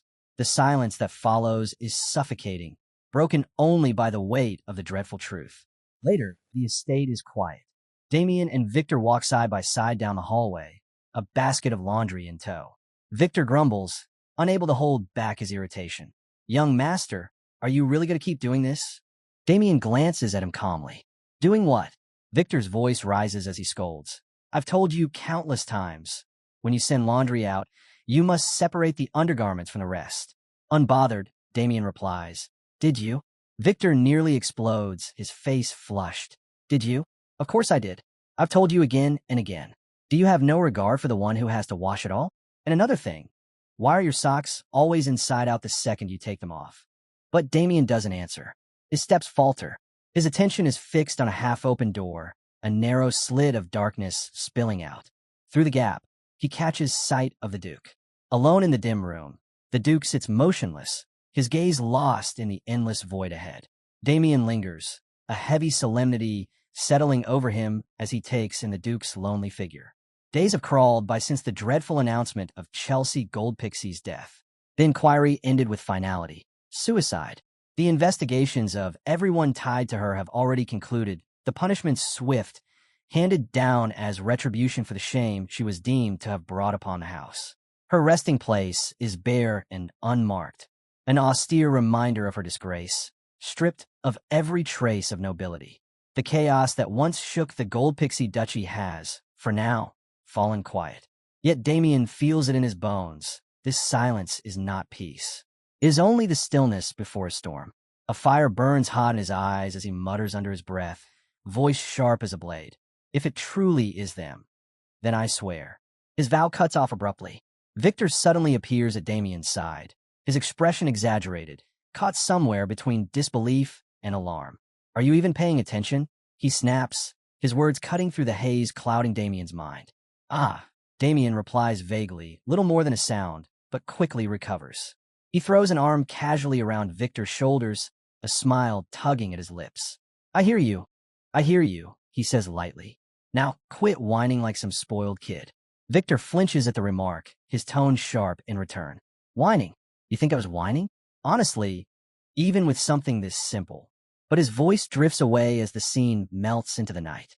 Above, the moon hangs cold and distant, its light spilling indifferently over the abandoned city alley. Sir Ernst Hovitz staggers alone through the shadows, a man broken beneath the crushing weight of sorrow. The chill of the night air offers no comfort. His steps falter, his body sways, and then a heavy thud echoes as his shoulder slams against the stone wall. He clings to it, breath ragged, using the rough surface to steady himself until his strength gives out. Sliding down, the scrape of stone against his shoulder follows him until he collapses onto the filthy ground. A harsh breath escapes him. His voice, cracked and trembling, slips into the silence. Lady Chelsea. The name falls from his lips like a wound torn open. In an instant, memory engulfs him. She appears in his mind, Lady Chelsea, young and radiant, her hands gently holding a crown of wildflowers she had woven herself. Sir Hovitz, she calls, her tone bright and innocent. Do you think my father would like it if I gave him flowers from the garden? Heat rises to Hovitz's face at her sweetness. He lowers his head, unable to meet her gaze. I wouldn't know, Lady Chelsea. I've never been given flowers before. Her eyes widen, genuinely surprised. Really? And then, she spins playfully, her voice carrying a secret joy. My mother always said flowers hold magic, that they bring happiness to people. Her smile shines with untainted light as she continues.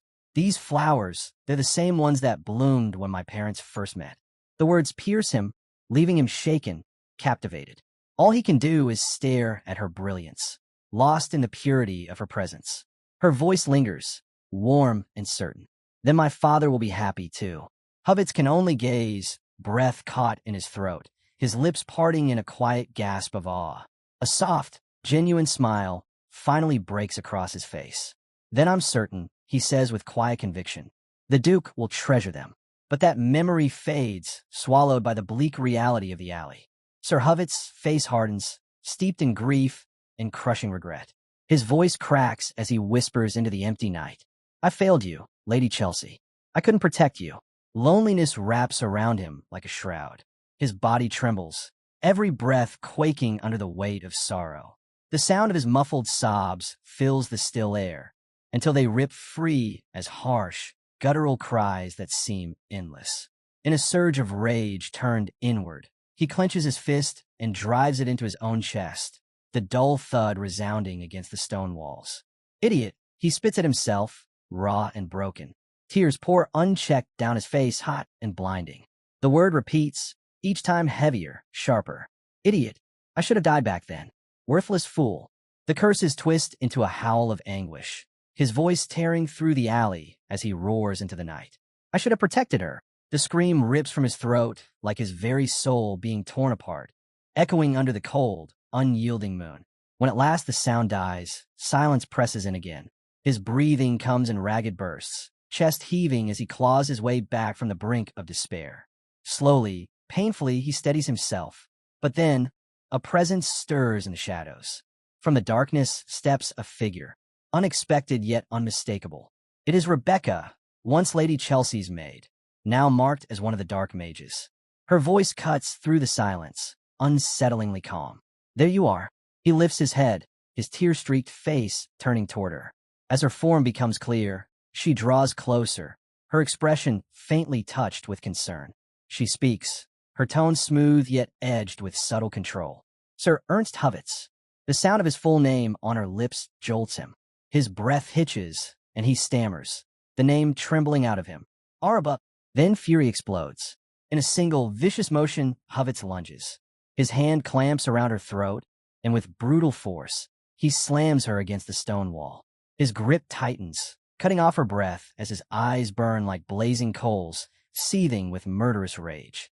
You. Hovitz snarls, his grip tightening with lethal intent. What audacity do you have to show your face here? Because of you. Because of you, Lady Chelsea. His words cut off as his hand clamps harder, the pressure alone promising death. Rebecca chokes, her nails digging desperately into his arm as her face flushes deep red. Her voice comes out strangled, a last plea between gasps. Please, Sir Hovitz, listen to me. But the storm inside him cannot be stilled so easily. Rage seethes through every fiber of his being. Silence, he roars, voice shaking with fury. Shut your mouth, you wretched dark mage. Crawling into bed with that demon. I'll crush your neck here and now. Her body convulses as she fights for air, but in the midst of her struggle, she forces out a few words. Help me, get revenge.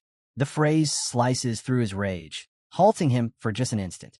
His grip falters slightly, hesitation flickering in his blazing eyes. What did you say? His voice lowers, rough and trembling. Revenge? Why are you speaking of revenge, Rebecca? Her words are faint but urgent, each one forced through burning lungs. Lady Chelsea's death. The Duke called it suicide, but that was a lie. The claim pierces through him like ice. He stares, stunned, as she pushes on with a desperate whisper. It wasn't suicide. Lady Chelsea, she couldn't survive the torture. The word torture lands like a hammer blow. A cold, violent shudder rips through Hovitz, his entire body seizing as though frozen solid. His grip finally breaks. Rebecca collapses, falling hard to her knees, hacking violently as she drags in shuddering gulps of air. Her lungs burn, her body trembling from the near brush with death. Above her, Hovitz looms like a shadow carved from rage itself, all warmth gone from his face. His voice is low, sharp enough to cut stone. What proof do you have to make such a monstrous claim? Rebecca doesn't lift her head, but her voice steadies, grim and unwavering. Think, Sir Hovitz. You know better than anyone. Lady Chelsea was never the kind of person to take her own life. Her tone hardens, growing colder, sharper. And more than that, I heard it myself from those who recovered her body. They said it was covered in wounds. Unspeakable wounds, signs of brutal torment no one could endure. The kind that guarantee death. The weight of her words slams into him. A sharp, searing pain erupts in Sir Hovitz's skull, his thoughts spiraling in chaos. His mind claws desperately between loyalty and the horror Rebecca has unveiled. Sensing the fracture in his resolve, Rebecca presses forward. She lifts her gaze at last, eyes carefully crafted to mirror his grief, as though she, too, bears the same wound. The Duke, she breathes, her voice thick with false sorrow. He covered up himself. He staged her death, a suicide, all to bury his own disgrace.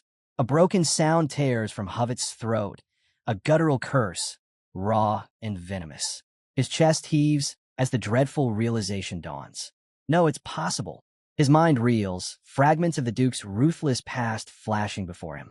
The cruelty, the cold ambition. Yes, the man he knows could very well commit such an atrocity. Rebecca watches him falter, his loyalty crumbling under the weight of doubt. She rises slowly from the ground, movements smooth and deliberate, her voice poised to pierce the last of his defenses. It's true, she concedes, her tone laced with calculated regret. I first approached Lady Chelsea with ulterior motives. She pauses, letting the admission hang heavy before softening her words. But she treated me with kindness. Like a sister, her hand extends, fingertips brushing against the one Hovitz still presses against his face, as if to shield himself from the storm inside. "I cannot let this go," she whispers. With both hands, she gently lowers his, forcing his trembling gaze to meet hers. "I will avenge Lady Chelsea. I will make the Duke pay." Her eyes burn with a false fire as she declares it. Then the air shifts. From the pendant resting against her chest, a sinister glow ignites, an insidious purple light that spills outward, wrapping her in a malevolent aura. "For me to take revenge," her voice lowers, weaving a dangerous melody. "I need you, Sir Ernst Hovitz." The glow spreads, seeping into his face, painting his skin with its unnatural hue. His body stiffens, his mind dazed, overwhelmed by the chilling energy that coils around him like chains. And then, his eyes harden, glassy and vacant. His gaze fixes forward, stripped of will, swallowed whole by the enchantment. The purple aura coils tighter around him, stripping away the last of his will. Sir Hovitz's voice comes out hollow, flat, drained of all emotion. "What do you want me to do?" Rebecca's tone is calm, measured, as she issues her command. Without hesitation, his hand slackens. The bottle slips from his grasp, crashing against the stone, the sharp clatter echoing through the empty alley. His body sways unnaturally before straightening, his movements stiff and mechanical. Like a marionette bound by invisible strings, he lumbers forward, his steps carrying him toward the Duke. From the darkness behind Rebecca, another presence stirs. A hooded figure emerges, his features hidden beneath the heavy shadow of his cloak. His voice rumbles low, steady. "You've done well," he remarks. "I wasn't certain the enchantment would hold on a mere knight of middling rank." The hood pulls back, revealing a face twisted with a predatory grin. Rebecca's lips curve into a cruel smile as her hand trails across the glowing pendant at her chest. "No matter how strong one appears," she says, her tone dripping with wicked amusement, "there is always a weakness buried in their heart. If that weakness festers, enchantment is inevitable." The dark mage hums in thought, his gaze narrowing. In Hovitz's case, Chelsea Goldpixie was that weakness. Rebecca's laugh starts low, a chilling, uneasy sound that builds with unnerving speed, rising higher, faster, until it breaks into a sharp, manic cackle. She tilts her head, almost playfully, a sneer curling her lips. Hovitz is such a fool. He doesn't even realize who truly killed Chelsea. When the truth comes out, that we, the dark mages, orchestrated her death, he'll lose his mind completely. A thought suddenly flickers across her expression, halting her laughter. She turns toward the hooded mage, her tone briefly pensive. "Boss, do we really have to go after Damien Hashin? I've never liked him much, but still." Her question cuts off as his voice sharpens, heavy with command. "What choice do we have? You expect us to sit idle?" His words bite, his tone edged with fury. His features twist, anger blazing as he continues. "Did you forget what the church's spy confirmed? That it was Damien Hashin who killed Agito." His voice grows harsher still, vibrating with indignation. The hooded mage's expression hardens, his voice dropping to a chilling calm. "On top of everything, Damien interfered with the grand cause entrusted to us. That alone makes him unforgivable." His eyes gleam, a sinister crimson glow flickering within. His lips curl into a twisted smile as he continues. "He still doesn't know who we are. Even the duchy believes we've vanished. They'll never see it coming." A low, sinister laugh escapes him, echoing like a curse through the alley. In his mind, the image of Damien Hashin burns vivid and sharp. He is certain this is their golden chance to end him once and for all. Night falls within the duchy. Inside his quarters, Damien sits alone, cross-legged in silence. His breathing is steady, his focus unshakable as he guides the flow of mana through his body. The stillness cloaks him like a shroud, yet he is not alone. From the shadows, three figures lurk, eyes fixed on him. They wait, patient, until his concentration deepens. Then, like predators springing from cover, they move as one. Their sudden rush nearly snuffs out a nearby candle flame. All three strike together, wooden blades slicing down toward the motionless figure before them. But in the instant before impact, Damien vanishes. In a blur, he reappears above and behind them, his form silhouetted in shadow, eyes glowing white with lethal intent. His voice cuts through the air, calm yet final. What a pity. The strike comes swift. One attacker barely raises his sword to block, but the force of the blow crashes through his defense, hurling him across the hall. He slams into a pillar, collapsing to his knees. His sword hand trembles violently, teeth grinding in pain as he forces his head up. Ugh, but his body gives way, and he crumples fully to the ground, defeated.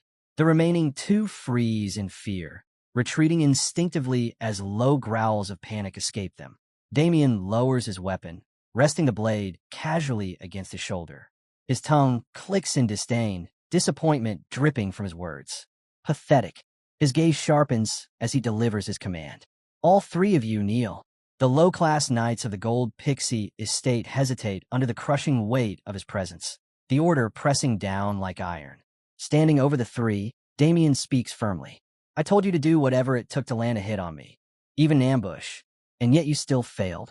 Their heads drop as one, shoulders hunched in shame. Voices overlap in a shaky chorus of apology. Damien studies them for a moment, then sighs. It can't be helped. That's enough for today. The knights freeze, startled by his words. One dares to lift his head, confusion written all over his face. We're done training? Damien raises a brow. Why? Do you want more? The knight's eyes light up instantly, and he blurts out almost too quickly. No, no more training is just fine. Still, uncertainty lingers in his gaze. To him and the others, these sparring sessions have always felt like thinly veiled punishments, nothing more than relentless beatings disguised as lessons. Rest, Damien orders. In 2 days, you'll face the Marquis family. Their excitement falters at once, replaced by a collective groan of dread. Oh, but Damien continues without pause. There will be no more sparring from now on. Spend the next 2 days resting, and think carefully about what I've taught you. The knights blink, baffled. What he's taught us. Their memories betray only endless bruises and exhaustion, deepening their confusion. Damien exhales heavily, disappointment in his tone. So, none of you understood. His eyes sweep over them, sharp but not unkind. These sessions weren't just for physical training. That wasn't my goal. The knights exchange uneasy glances, still lost, but Damien's gaze settles on one of them. The man is silent, brow furrowed, deep in thought. A small smile tugs at Damien's lips. At least one of you gets it. With that, he reaches down and removes the weighted bags strapped to his body. The knights stare, jaws slack, finally realizing he'd been holding back all along. He pays them no mind, turning away with a faint, proud smile. Perhaps I can look forward to that match. Days later, the sound of hooves carries across the leafy plains. A mounted figure arrives. It is Duke Goldpixie. His sharp voice cuts through the air. You're late. Behind him follow his personal knight, Sir Jael, along with Damien Hashin and a group of soldiers. They quickly move to establish the camp. Once preparations are set, the Duke turns toward Damien. Sir Hashin, he says, addressing him directly, what is your assessment of the enemy forces? Damien studies the approaching force, his gaze sharp. They're highly trained, he says evenly. It's not just their weapons or armor. Each soldier carries considerable skill on their own. The Duke lets out a laugh. Right? You mean that bastard from House Lionbloom? If there's one thing he does well, it's drilling his soldiers. A faint smile tugs at the Duke's lips, while Damien watches him in quiet curiosity. Just then, Sir Jael steps forward. My lord, a messenger from the Marquis' side has arrived. They request a meeting between representatives before the duel begins. Is that so? The Duke muses, a knowing look in his eyes. So the Marquis wants to show a little sincerity. He tugs lightly on the reins, his horse answering with a sharp neigh. A confident smile spreads across his face as he calls to his men. Very well, let's go. Meanwhile, inside the Lion Bloom camp, a booming voice rattles a tent. Michael, get up already. Marquis Lion Bloom kicks the side of the bed, glaring down at his son. We're meeting the Duke's faction soon. How long do you plan to sleep? With a yawn loud enough to fill the tent, Michael pushes himself up slightly, eyes half-lidded. Father, you're too noisy. What? The Marquis roars, veins straining at his temple. But Michael only yawns again, stretching lazily. Why'd you wake me? I was having such a good sleep. This is Michael Lion Bloom, the eldest son of House Lion Bloom. True to form, he promptly flops back down, pulling his blanket over himself. You little brat, the Marquis snarls. Do you even understand the importance of your role in this duel? I'm not interested, Michael mutters, rolling onto his side. The Marquis grits his teeth, forcing back the anger threatening to boil over.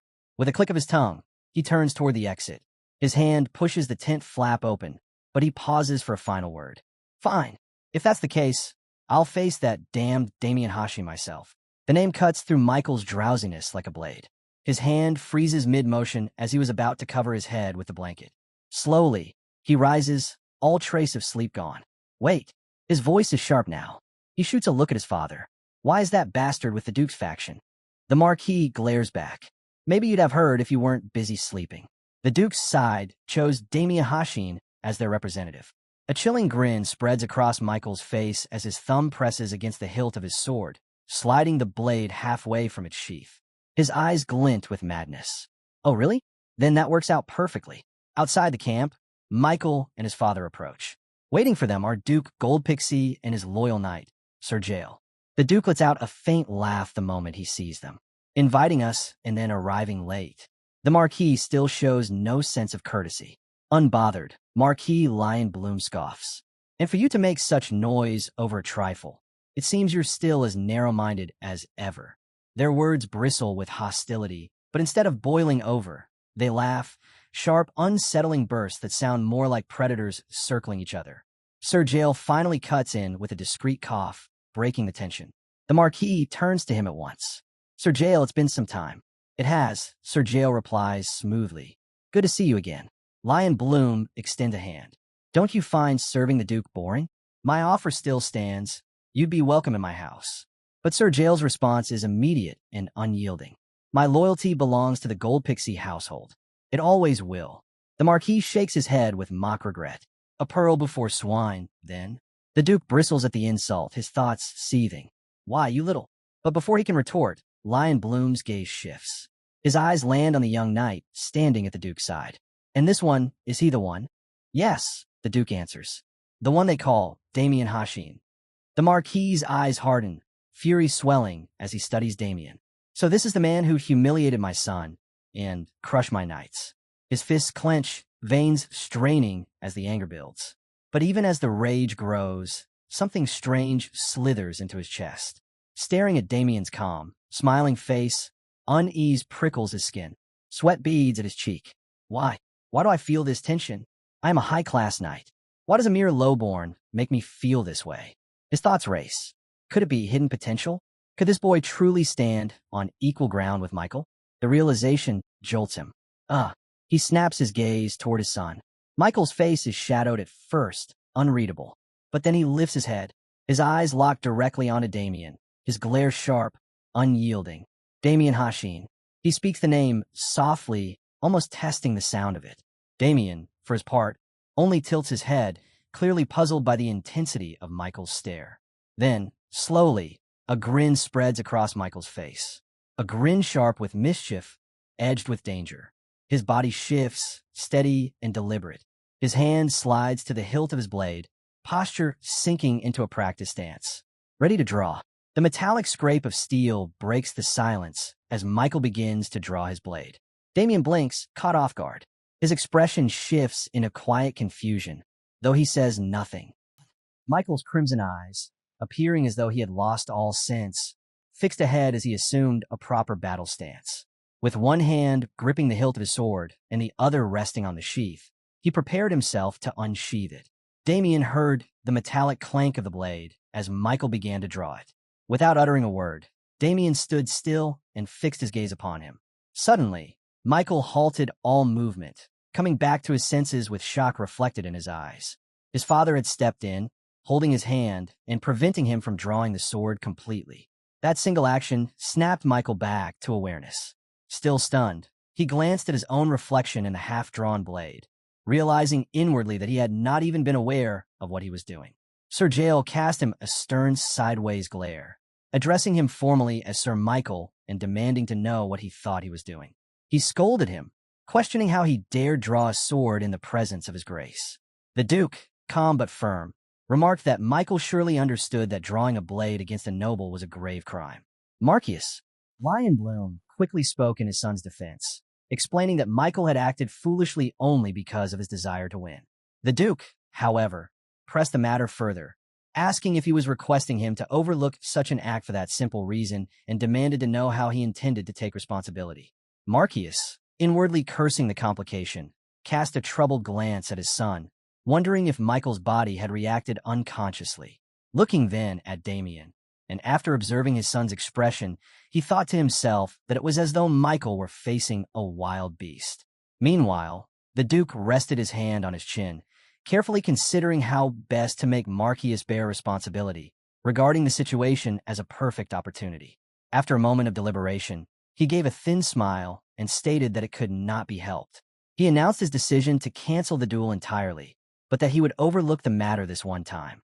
Marcius reacted with surprise, thinking inwardly that something was amiss since the Duke was not one to let things go simply. His suspicion was proven correct, as the Duke quickly added that he intended to attach a few additional conditions to the reward of the duel. Marcius scoffed inwardly, realizing he had expected nothing less, but outwardly asked what additional terms the Duke sought. Smugly, the Duke pressed on, having clearly cornered his opponent. The negotiation concluded with Marcius's expression turning bitter as he reluctantly agreed to terms unfavorable to himself. He accepted all of them and turned away, telling his son to follow. Michael complied with a subdued acknowledgement. The Duke waved him off cheerfully, saying he would not see them out, but would see them later. Damien, who had watched the entire exchange, sighed with satisfaction, silently admiring how craftily the Duke had seized the opportunity to impose extra conditions.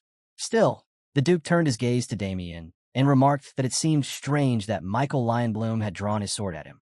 Damien acted ignorant, spreading his hands and casually saying that who could know. Yet behind his composed demeanor, a faint smile lingered as he thought inwardly that Michael had already awakened his sixth sense at such a young age. He regarded Michael with interest, impressed, and declared within himself that the coming duel would be quite fascinating.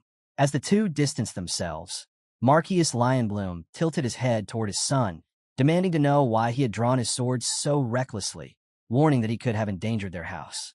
Michael, his voice full of excitement, asked his father if he had seen it. His father widened his eyes, giving his son his full attention. With Damien's expression still vivid in his mind, Michael explained with exhilaration that Damien had known he was about to draw his sword, yet had only stood there smiling. Filled with joy, Michael admitted that he had never before met an opponent like that, and felt that Damien might finally be able to fight him as an equal. The Lionbloom leader, however, grew concerned, thinking that his son had grown restless from lacking a true rival, and that the look in his eyes had changed. Michael, coming back to his senses, expressed slight remorse, saying that his father had been forced to accept disadvantageous conditions because of him. Marquis, inwardly irritated that his son was only now realizing it, suppressed his anger, sighed, and dismissed the matter, saying there was nothing to worry about. With confidence, he declared that victory would belong to House Lionbloom. At last, the time for the duel arrived. The flag of House Lionbloom was raised, and the members of both houses gathered at the center where the announcer stood. The announcer declared the beginning of the first match, explaining that it was intended to establish momentum. He then called for the dueling knights of both sides to step forward. Turning to the Duke, he inquired about who should be sent first. The Duke sought Damien's opinion, and Damien began to respond, but another voice cut him off. A man asked permission to make a recommendation. The Duke turned curiously and immediately recognized him as Sir Sebastian Vincenzo, the one in charge of training the dueling knights. Sebastian confidently declared that he could recommend someone far more suitable than Damien. Damien, after observing him carefully, noted inwardly that this must be the so-called middle-class knight. He glanced at the dueling knights Vincenzo had trained and observed that this man was indeed the one responsible for training Pabel and the other incompetence. Recognizing Vincenzo's wariness of losing credit to him, Damien decided to let him have his moment. Outwardly, he supported the suggestion, advising the Duke to let Vincenzo recommend the first knight.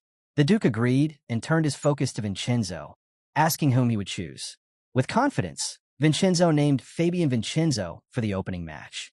Fabian stomped his spear into the ground with authority and stood tall, exuding confidence as Gold Pixie's first dueling knight. He turned his head toward Sebastian, his father, and smiled, nodding.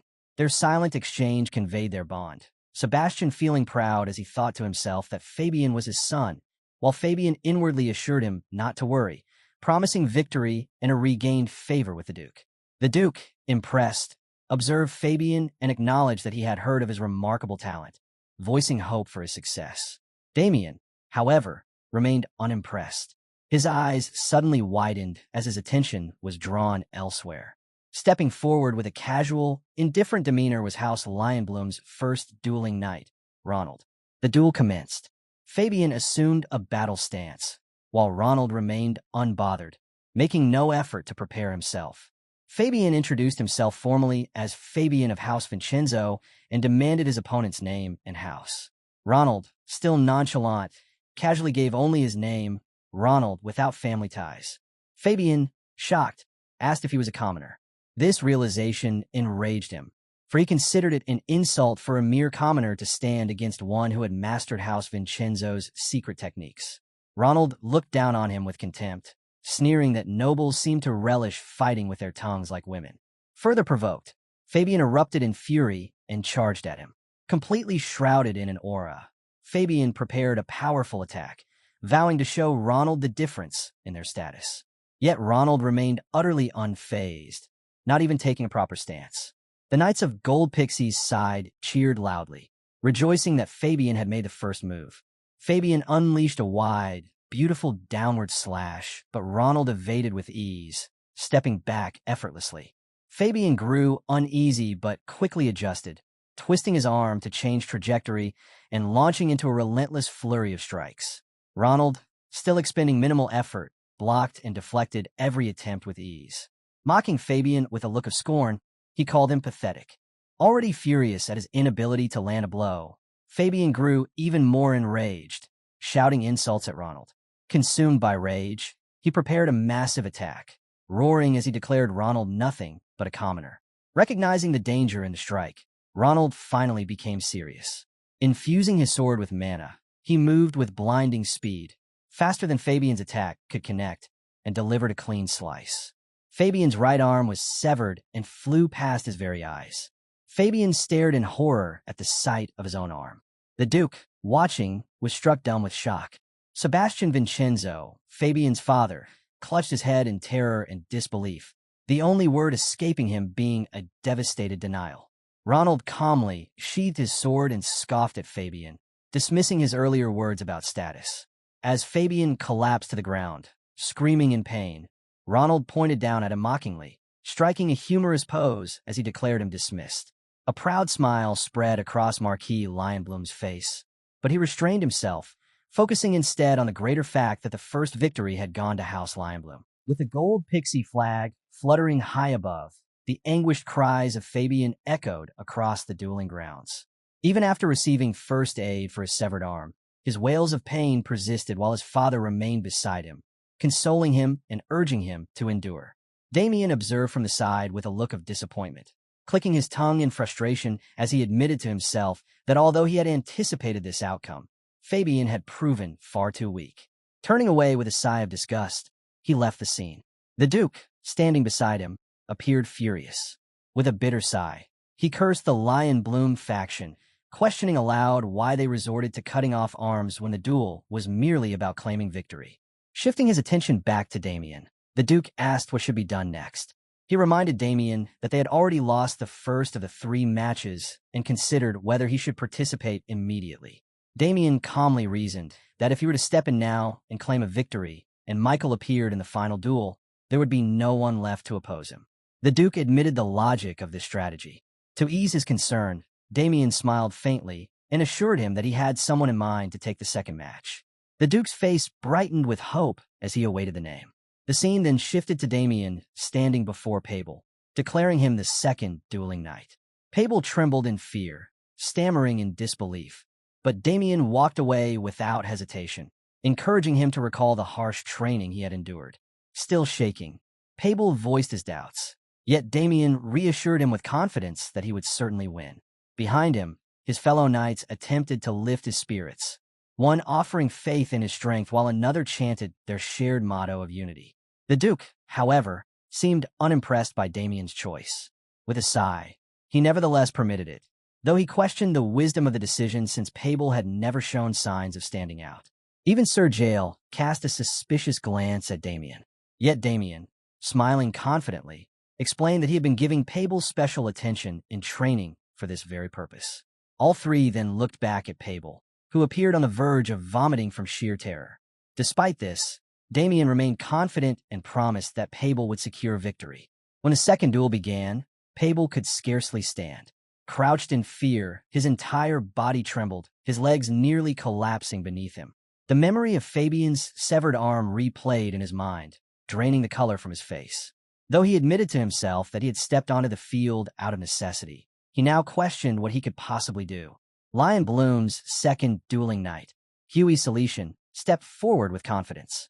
Cheers erupted for him as he assumed a battle-ready stance with a bold smile.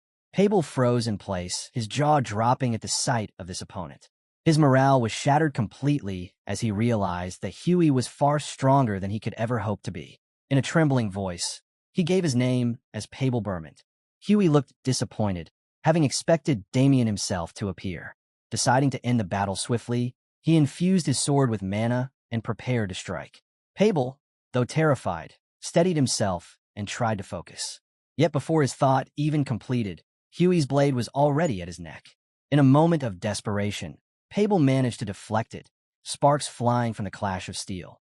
Both combatants were left in shock, Pable stunned by his own survival, Huey irritated that his swift strike had been blocked.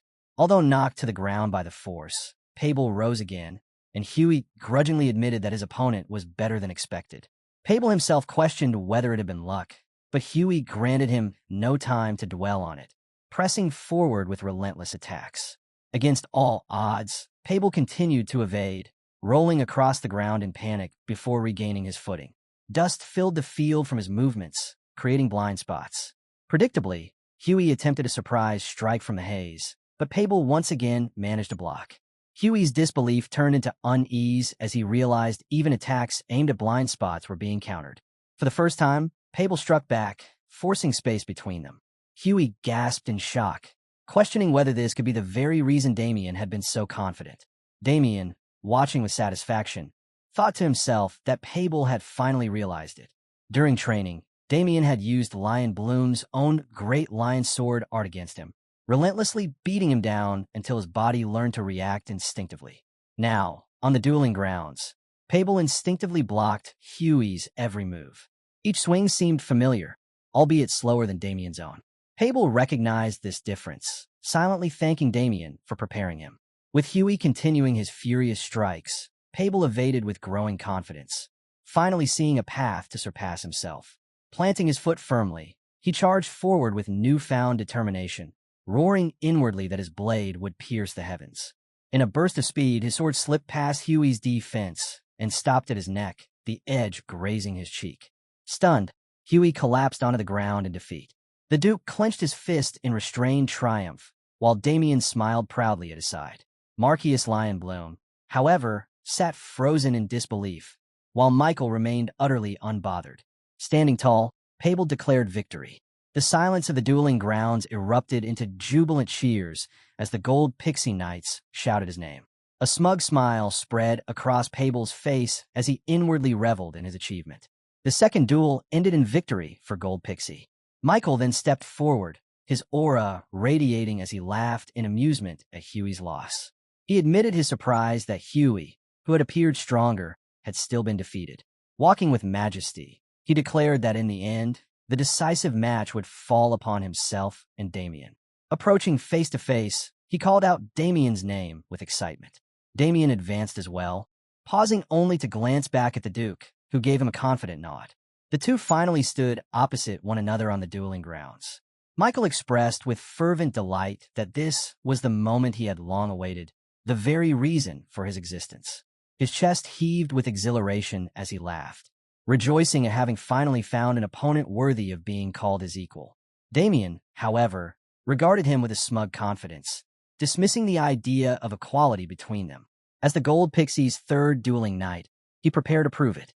With a smile, Michael unsheathed his blade, his movements swift and fluid.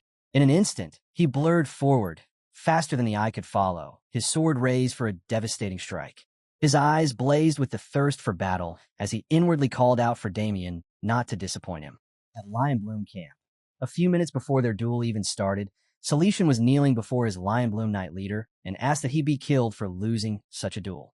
But the leader ordered him to get up, as he had done the best he could in the situation, given that his opponent was much stronger than he was. The leader was quite confident that the next duel would be in their favor, and nobody can change their fate now. As they had Michael on their side, Michael was standing by his side all the time and waiting for his turn. Huey's selection agreed with his leader's thoughts. Michael was indeed the most strengthened knight. Other than that, he was the son of the leader. Selection was sent back to go and take some rest. While the Lion Bloom leader thought it was strange that Huey was stronger than a ducal house's knight by 2 or maybe 3 levels. Why did he feel that his attacks were anticipated? He was certain that the great lion sword art had been passed down in their family, and therefore, there was no way it could be leaked. While he was thinking about many possibilities, Michael spoke.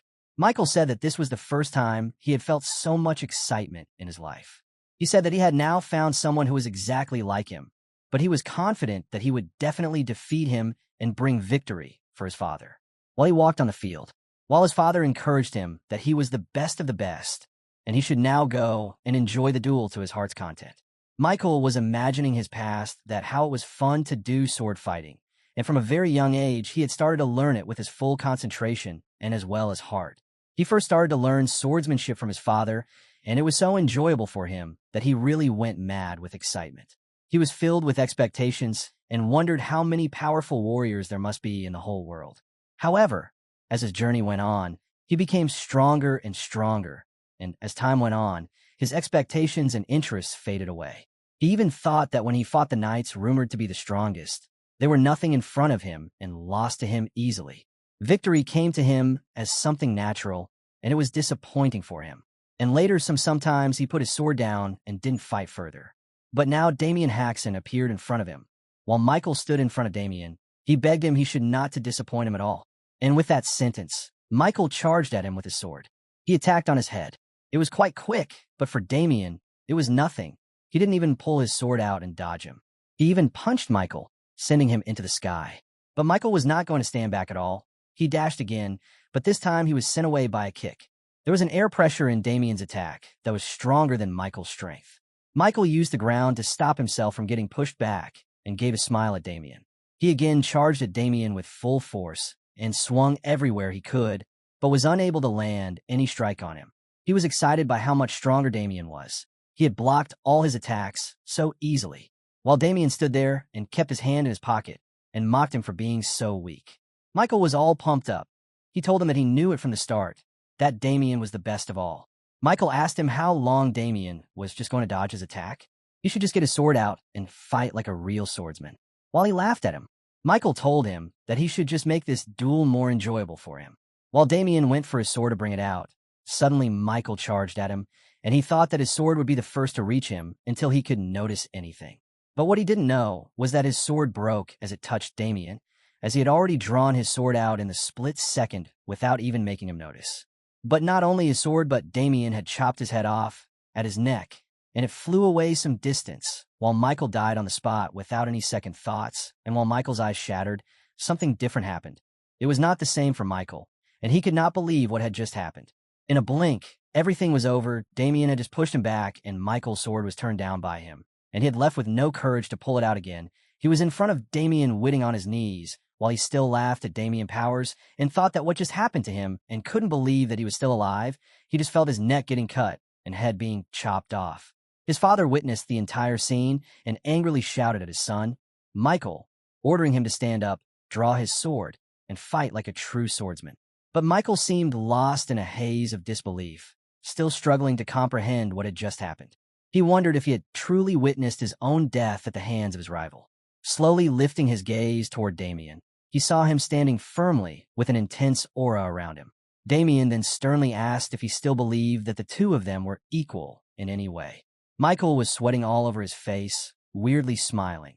He had just realized that he had just seen a mirage of his own death, and nothing else, but the scene was quite horrifying for him in a split second. He bowed down to Damien and admitted that he was defeated by him.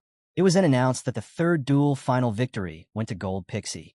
The third duel between Damien Haxon of Gold Pixie and Michael from Lion Bloom Knight had concluded with Damien Haxon to be the victor, as Michael had surrendered the match after seeing a glimpse of his death while he fought with Damien. Now, there was a party going on, organized by the Gold Pixie leader. The party was to mock the Lion Bloom Knights leader. Dorgo, the leader of the Gold Pixie, announced that everyone to enjoy to their fullest and drink as much as everyone wanted because today he had won against his rivals. While the leader of Lion Bloom was making angry faces, but he had no choice but to accept his invitation to join the party, as he had lost to him. Dorgo told him that there were enough drinks for everyone, and they should not hesitate to take more. He even said that with more people in the party, there is always more fun, while he raised his glass higher.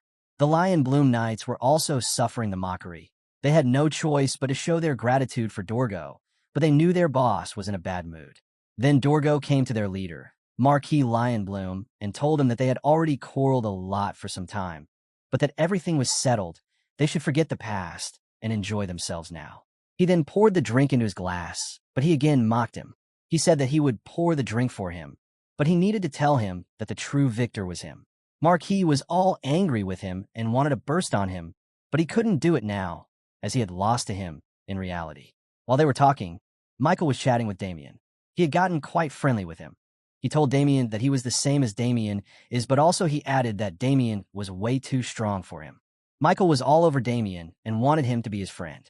While Damien was thinking in his mind that he was surprised by looking at the face of Michael, as he was so friendly, even though he had done so badly with his brother.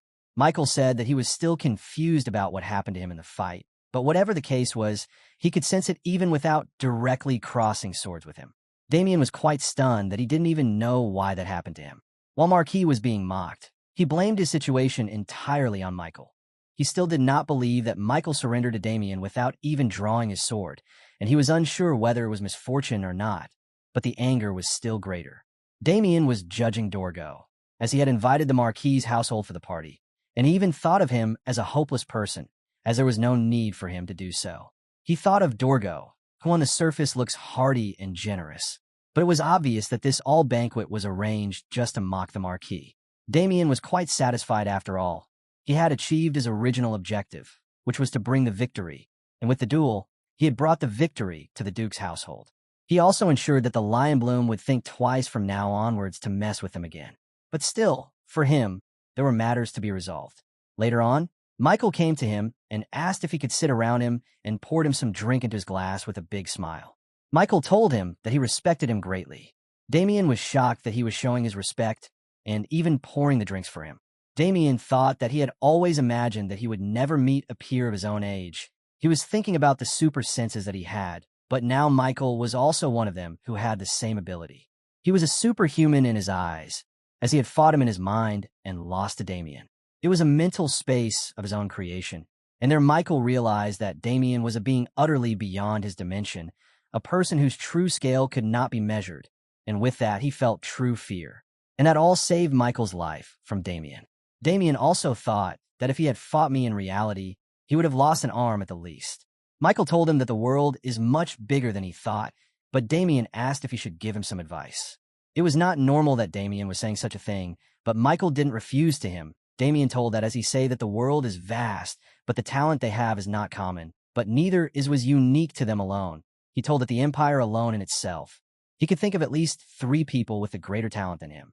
So Michael should not get conceited, and he shouldn't be arrogant, either. Damien added that he should also not think that he was already the greatest.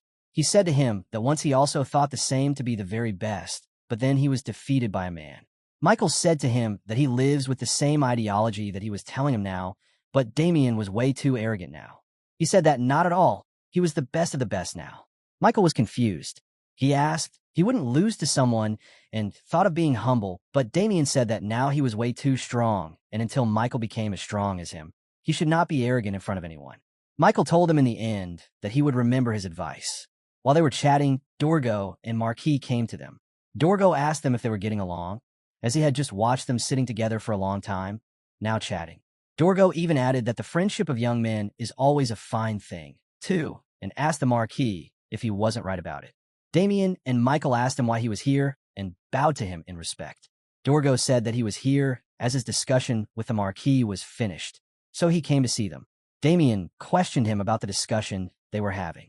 Dorgo told him that before the duel, they both had agreed that if they won Marquis, would allow Damien to enter the vault of the Marquis as a reward for victory. Dorgo said that after losing, Marquis was not giving up the reward, so he had to discuss with him to get the reward that was promised. He even mocked him again, but this time Marquis screamed at him and told him that how could he mock him like that, as he knows that the true value of the vault is higher than anything. Marquis, in his mind, was really angry. He even cursed Damien for doing what he did to Erwin and promised to never forgive him. But given the circumstances of the banquet, he passed the situation for this once. Marquis told Damien that he apologized for sending knights to show military force against him. Damien was shocked that he was apologizing even after what he had done to Erwin. But Marquis also said that he cannot let him enter the vault, but instead he took out a box from his pocket and opened it, and there was a ring inside it. He said that, as both an apology and a reward for the duel, he will give this to him. Damien asked him what it was. So Marquis told him that it was a ring imbued with spatial magic, crafted in the White Tower, and can also store up to 100 kilograms inside of it. Damien was shocked that a dimensional artifact, something like that, was worth as a small castle. He was feeling irritated that the reward had changed, but with an item of this value, he decided to let it pass. Damien said to him that if this was what he was offering, he appreciated the rewards from him. Marquis told him that if there was still anything he could tell him, though he could not open the vault as promised. But still, the Marquis's household had many fine weapons. Damien was also convinced that the Marquis's house was the best knight's house in the Apple Kingdom, and it must have a lot of great weapons. He then recalled that there should be an item he wanted in the house as well, and requested that he wanted one more thing, which was a bow. Marquis was confused about why he needed a bow and asked him what he would do with the bow, as that was unexpected, but Damien, with a calm smile, told him that he needed the bow to marry off his younger brother. In a faraway place, a boy sneezed while pinching needles in a doll, thinking about the weather. After the duel, Damien returned to the Gold Pixie estate and told the Duke he was ready to head back home. The Duke was caught off guard, surprised that Damien wished to leave so soon. He explained that a banquet was being arranged in Damien's honor and suggested he stay to enjoy the celebration. But Damien replied that he had been away from his family for too long and needed to return. Seeing that Damien was firm in his decision, the Duke agreed, though he asked him to at least wait until the next day so that an escort could be prepared for his journey. Damien raised an eyebrow at the mention of escorts. The Duke acknowledged Damien's strength, but insisted it was better to be cautious. There is always the chance of bandits along the road, and he wanted Damien's trip to be as smooth as possible. Though Damien knew he didn't need anyone's protection, he chose not to reject the Duke's goodwill. With a bow, he thanked him for all the kindness shown. Soon after, Damien and Victor left the Gold Pixie estate, accompanied by 2 escorts provided by the Duke. Victor, being a servant, followed on foot while his master rode horseback. He let out a sigh of relief that they were finally on their way back now that everything had been settled. Damien glanced at him, waiting for him to say more, but Victor quickly turned his eyes away. Under his breath, he complained that the journey had been far easier when they first came. Back then, he didn't have to walk. This time, though, it was clear who rode and who didn't. Damien smirked at his words, noticing Victor had put on a little weight. In his mind, he decided to work him back into shape once they were home. As the sun dipped low, the knights informed Damien it was time to set up camp. He gave a nod of approval, and by nightfall, the camp was ready. Victor prepared grilled meat, first serving Damien before calling out to the knights on watch, offering them a share. The knights appreciated the offer, but politely declined, saying they would eat later on their own. As the camp settled into silence, Damien's thoughts drifted back to his farewell with Pabel and his brothers. He remembered Pabel clinging to him, tears streaming as he begged Damien not to depart so soon. Damien couldn't help but wonder why they had suddenly grown so attached. Pabel explained that Damien had shown them a glimpse of a higher path of strength, and for that, they owed him gratitude. Damien reminded them that his progress came from perseverance and effort, not shortcuts. In return, the 3 brothers lowered their heads with deep respect, pledging never to forget his teachings and acknowledging him as their master. Though their gestures startled him, Damien accepted with a quiet smile. Back in the present, the calm of the forest shattered with the sound of rustling in the undergrowth. One of the knights offered to investigate, though Damien tried to dissuade him. The knight, unwilling to abandon his duty, stepped forward. In an instant, a spear wreathed in dark energy shot out from the shadows, pinning him to a tree and ending his life on the spot. Alarm swept through the camp. From the darkness, a mocking voice echoed, remarking on his surprise that the Duke had even assigned escorts, though he dismissed them as far too weak to make a difference. The figure stepped into view, revealing himself as Sir Ernst Howitz, now completely consumed by the dark mage's influence. His form radiated menace. The surviving knight demanded answers, but before he could continue, Mustang Fury and Rebecca appeared at Ernst's side. Together, they released a sweet, intoxicating fragrance that drifted toward Damien and his companions. The knight faltered almost immediately. His was stolen by the scent, though Damien stood unmoved. Knowing Victor would not withstand it, Damien struck him swiftly, knocking him unconscious to spare him the same fate. Rebecca's voice rang cold as she ordered the entranced knight to snap his own neck. Damien tried to stop it, but the man was already lost. With a sickening twist, the knight obeyed, ending his life in front of them. Now alone, Damien faced the trio. Rebecca's eyes lingered on him, curious at how he resisted the charm. Though he was officially ranked only as a low-level knight, she speculated that his body held an unusual resistance. Fascination replaced amusement, and she turned to Mustang with a chilling suggestion. Damien had to be killed and dissected so they could uncover his secret. Damien stood firm, guarded and ready, as the three closed in. The protagonists looked startled as they revealed themselves, watching intently as they referred to him as an interesting fellow.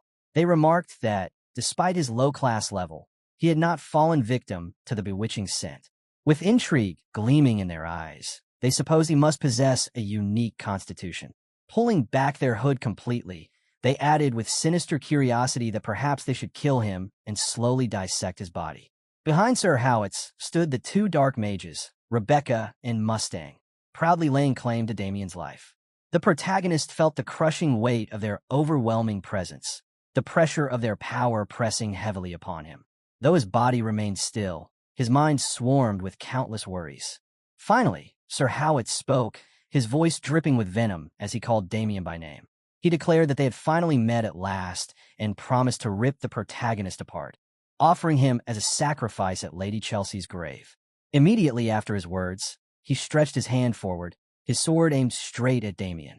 Instinctively, Damien took a battle-ready stance, but a confident smile curved across his lips. He told Howitz that he was utterly laughable, mocking him for once wedding himself out of fear of Sir Jael and blaming others for his failure to protect Lady Chelsea. Rage boiled inside Sir Howitz at those words, veins bulging on his face and his muscles twitching with fury. Rebecca, one of the dark mages, stepped forward with a deceptively gentle smile. She held Howitz's arm as if soothing him, but with mocking sweetness, she addressed Damien, asking how he could rub salt into a wounded man's heart.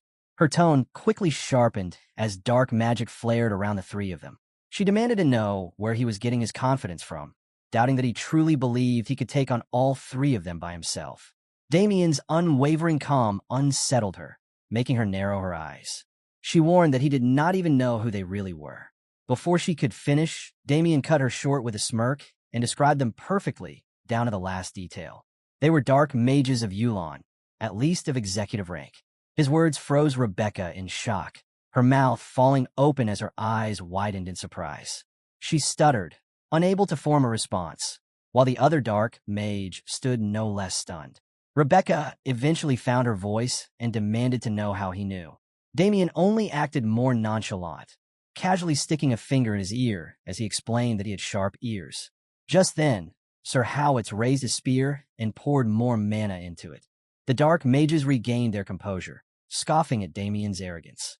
They sneered that his bravado was pointless and promised that today would be his end, vowing that he would die a truly painful death. Their screeching voices filled the clearing, yet the protagonist remained calm, not even drawing his sword. Without hesitation, Howitz lunged forward, his spear crackling with mana.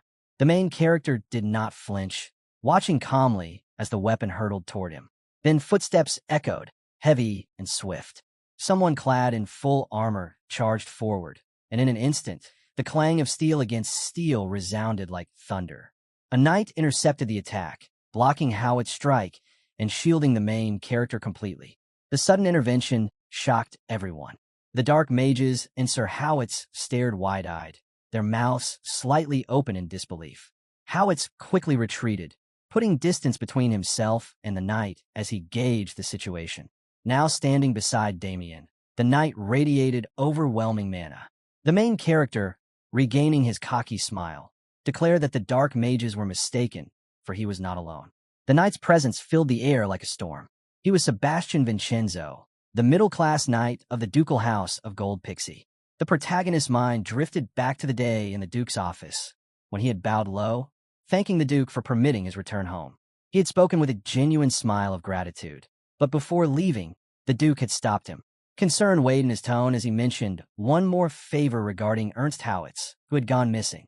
Damien had stiffened then, already anticipating what the duke meant, and with sharp insight, he had simply replied that he understood. The duke, serious and grim, explained that Howitz bore a grudge against both of them for Lady Chelsea's death. He warned that Howitz might seek revenge and that the dark mages whose plans Damien had ruined would also come for him.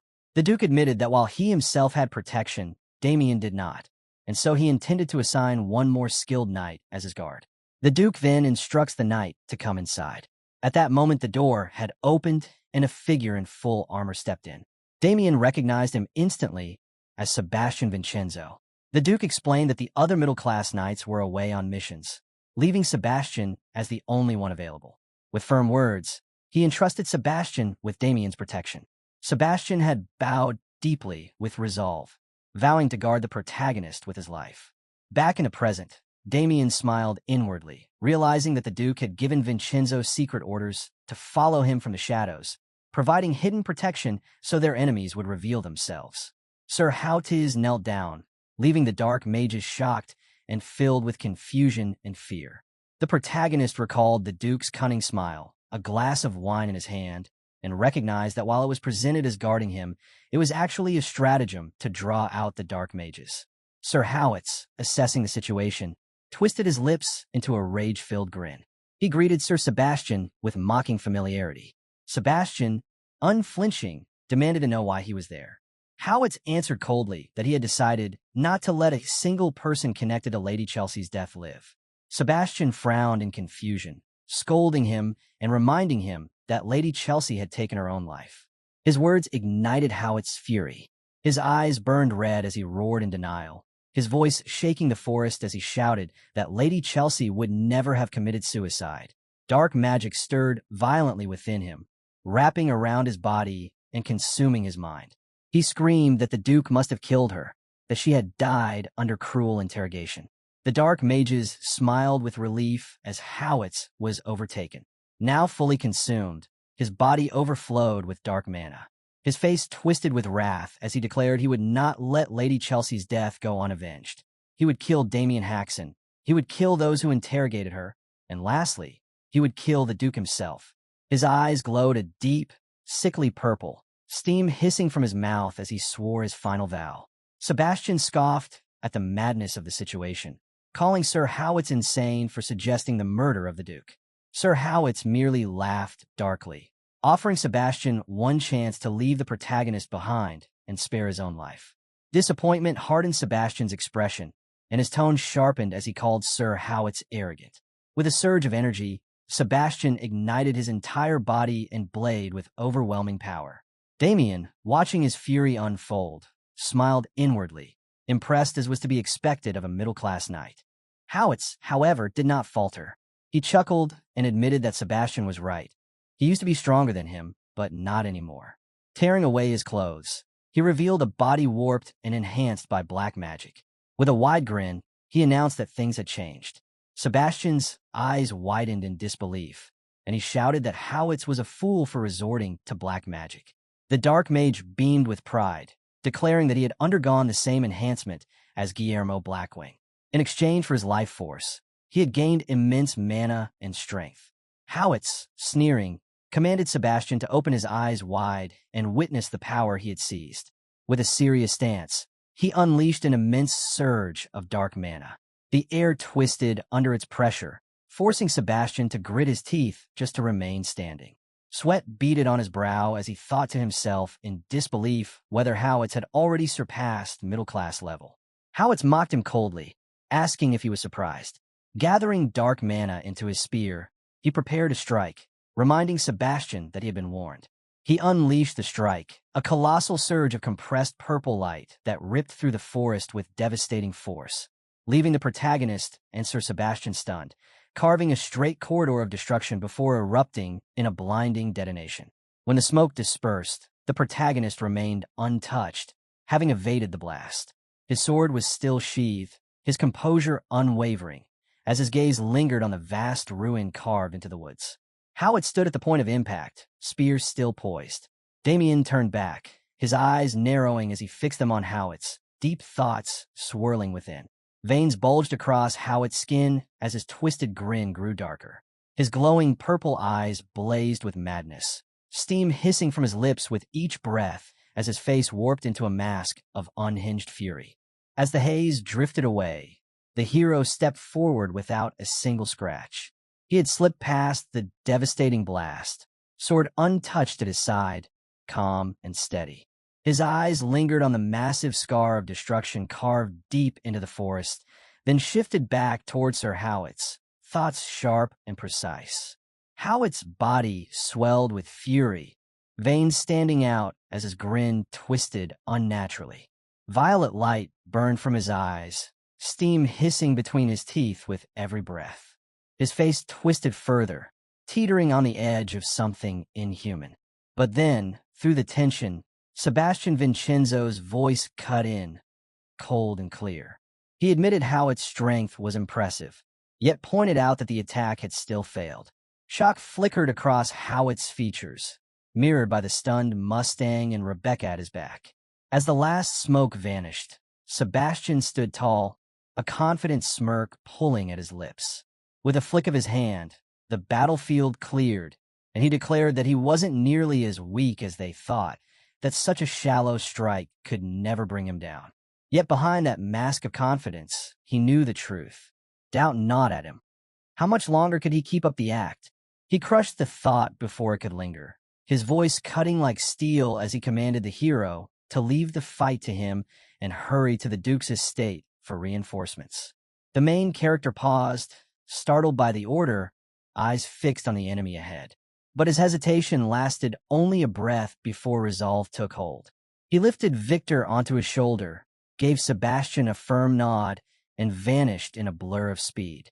The dark mages instantly panicked, voices breaking as they cried out, surging forward with magic-fueled desperation to chase him down. Sir Howitz followed the fleeing figure with a dark stare, unease flickering in his eyes. Power swelled across his body as he readied a lethal strike. But just as he prepared to release it, a sudden flash pierced his vision, a blade aimed for his neck. He barely reacted in time, catching the strike at the last instant. Sebastian's attack drove him back, surprise flashing across his face. Their weapons clashed with explosive force, throwing them apart, leaving only the narrowest space between them. Their eyes locked, the silence between them searing with intensity. Mana surged wildly through Sebastian as his roar thundered across the battlefield, vowing that no one would leave alive, that this fight would end only in death. Howitz bellowed back, fury twisting his voice as dark purple energy exploded from him in crushing waves. His rage carried the weight of bitter frustration, his promise clear. He would kill Sebastian here and now. The forest quaked as their clash ignited, blinding bursts of light tearing through the air, every collision shaking the earth to its roots. Elsewhere within the dense woods, the protagonist raced through the trees, Victor draped across his shoulder. But then his senses jolted. A surge of dark purple energy rippled through the air. His eyes lifted just as two silhouettes streaked downward, landing before him. He skidded to a halt, gaze narrowing as the shadows took form. Rebecca and her partner, twisted grins stretching across their faces. One of them taunted him cruelly, mocking his decision to drag Victor along. They sneer that he should have escaped alone, calling it arrogance. Damien's expression betrayed nothing, silence heavy and sharp. Then, unexpectedly, the corner of his mouth curved in the faintest smile. He let out a calm, steady breath before answering softly, calling them the true fools here. Gently, he set Victor against a nearby tree, a flicker of anticipation sparking in his eyes. Straightening, he stepped forward, his voice cold and steady. He told them he had only drawn them away, that he couldn't fight properly with Sebastian still present. Stretching out his arms, he declared he would kill them both quickly, then return to save Sebastian. His words struck them like a blade. Shock flashed in their eyes.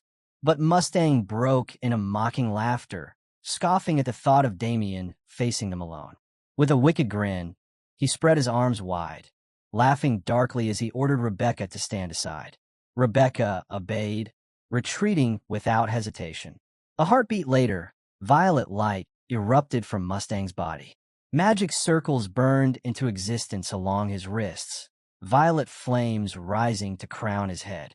Dark mana stormed around him, his body swelling grotesquely as muscles tore against his skin, hair whipping madly in the violent energy. His shirt split apart as his frame warped, transforming him into a monstrous figure of raw power. In an instant, Mustang's form warped into something grotesque and unholy. A towering abomination loomed over Damien, its shadow stretching wide across the forest floor. From his back writhed countless tentacles, while jagged fangs gleamed within a cavernous maw. Waves of corrupted energy pulsed outward, thick and suffocating. The distorted rumble of its voice echoed as it revealed its name. Mustang Fury, captain of Yulon, with Rebecca standing calmly at his rear as vice captain. Damien regarded the monstrous figure with steady composure, quietly realizing that these were no mere officers. Their rank and power far exceeded what he had expected. His eyes lingered on the dark sorcery twisting through Mustang's body, confirming it without doubt. They belonged to the Frenzy faction. Mustang caught the recognition in his gaze and grinned wider, drunk on his own power. With arrogance heavy in his voice, he reveled in the terror they embodied before hurling himself forward at blinding speed. A massive fist plummeted down toward Damien, but he sensed it instantly, bracing himself. The strike crashed with earth-shattering force, launching him through the forest. He smashed through tree after tree before slamming hard against an unseen barrier, the impact booming like thunder. Mustang gave a low, amused whistle, surprised Damien had endured the blow at all. Slowly, Damien rose to his feet. His stance was firm, his shoulder rolling casually, the very shoulder that had taken the brunt of the devastating strike. Mustang's expression darkened, realizing the stories of Damien's strength held truth. Yet as his eyes lingered, unease flickered. Damien bore no injury at all. Fixing his gaze sharply on Mustang, Damien studied his foe in silence. The brute's raw strength was monstrous, his speed just as dangerous, far beyond the reach of ordinary mid-class warriors. Mustang lunged again without pause, his tentacles lashing wildly. They ripped through the forest in a storm of destruction, tearing trees to splinters with each swing. Damien wove through the chaos with flawless precision, slipping between the deadly strikes. Yet the relentless storm left him pressed back, until his body finally met the unyielding trunk of a massive tree. Mustang lunged, his colossal fist tearing forward with a thunderous roar of triumph. But in that instant, Damien's eyes flashed sharp as steel. The world seemed to slow, every motion stretching into silence. In that frozen breath, his hand shifted with flawless precision, redirecting the monstrous strike with effortless grace. This was the art of myriad insight, a technique that unraveled strength at its very core. Reality snapped back. Mustang's arm wrenched violently off course, the bones twisting under the force. Shockwaves of pain surged through his body as he stumbled back, eyes wide in disbelief. His unstoppable strength had been turned aside like nothing. A faint smile tugged at Damien's lips, and a memory surfaced. Himself in the Duke's estate, forcing down bitter elixirs as Victor mocked him from the sidelines. Countless drafts bestowed by the Duke, relentless training without pause. Through it all, he had tempered myriad insight to perfection. What began as torment had been refined into mastery, a power he could now summon at will. Fury tore through Mustang, his monstrous roar shaking the woods. Tentacles lashed in a storm of violence, ripping through trees and soil alike in a frenzy of destruction. But this time, Damien did not retreat. He stood unmoved, one hand raised, his gaze unwavering. With the calm clarity of myriad insight, his parries flowed like water. Each deadly strike brushed aside as though nothing more than drifting leaves. Then, at last, his hand settled on his sword. Fingers tightened on the hilt. A flash split the air, the draw and the strike collapsing into a single motion, clean and precise. The blade whispered across Mustang's body in a blur too swift to follow. Damien's foot pressed into the earth as he stilled once more, sword now resting at his side. A heartbeat later, the results revealed themselves. Blood burst in violent sprays, deep cuts tracing across the abomination's frame. His half-severed neck tore grotesquely as his body crumbled, crashing to the ground in ruin. Damien turned, flicking crimson from the blade. Silence held for only a breath before ragged air rasped through the forest. Mustang's monstrous eyes snapped open, wide with disbelief. His mangled throat forced out a voice, choked and broken, demanding to know how someone of such low rank could wield strength so terrifying. Before Damien's eyes, the monster's ruined frame writhed and contorted. Flesh stretched, bones snapped back into place, tentacles sprouted anew, and the torn neck sealed itself shut. In moments, Mustang stood whole again, dark energy rippling off him in suffocating waves. His grin widened, vicious and mocking, as he boasted of his regenerative curse, a twisted gift of black magic. Damien's strikes, he declared, were meaningless. But Damien only smirked, his voice calm yet tinged with a rising thrill. He admitted he had worried the battle would end too soon, but now, finally, it promised to be something worth savoring. Mustang's grin faltered, suspicion flickering across his face as Damien pressed the blunt edge of his sword against his own side. With a flick of his finger, steel resonated, a low, humming note that vibrated through the forest like a warning bell. A sharp, devious smile spread across Damien's lips, his gaze burning with anticipation. To him, nothing in the world compared to this, the chance to unleash himself fully without restraint. Elsewhere in the forest, the savage clash between Sir Howitz and Sir Sebastian Vincenzo shows no sign of slowing. Each collision erupts like thunder, shock waves ripping through the earth and sending dirt and stone flying. In a vicious exchange, Howitz sweeps his spear in a murderous arc, aiming to split Sebastian clean in two. Sebastian twists away at the last possible instant, the edge of death brushing past him as the spear crashes into the ground with devastating force. He stumbles backward, forced to retreat 3 frantic steps before Howitz can strike again, scrambling for even a sliver of space just to breathe. At last, with nowhere left to give, Sebastian braces himself in a narrow clearing, bending forward as his chest heaves violently. His lungs burn, vision trembling, but his eyes remain locked on the man advancing toward him. Howitz catches the uneven rhythm of his breathing and lets a warped smile curl across his face. His voice carries open mockery as he comments that Sebastian looks like he's having a hard time.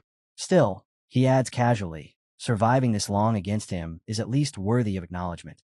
Sebastian's expression contorts with pure revulsion. Respect, he snarls, bitterness flooding his voice. The very idea makes his stomach churn. Being driven back, cornered like this, by someone who clawed his way upward through forbidden black magic. Howitz laughs softly and shakes his head, as if disappointed. He tells Sebastian that he still doesn't understand his position. Lifting his spear, its tip glinting with lethal intent, he points it straight at him.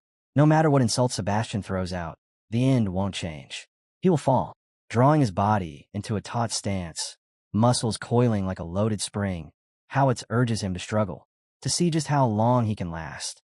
Sebastian steadies his footing, shoulders quivering, breath still uneven. Rage boils inside him, yet reason cuts just as sharply. As much as he hates it, Howitz isn't wrong. All he can do is endure. His gaze drifts toward the far edge of the forest, where another battle rages.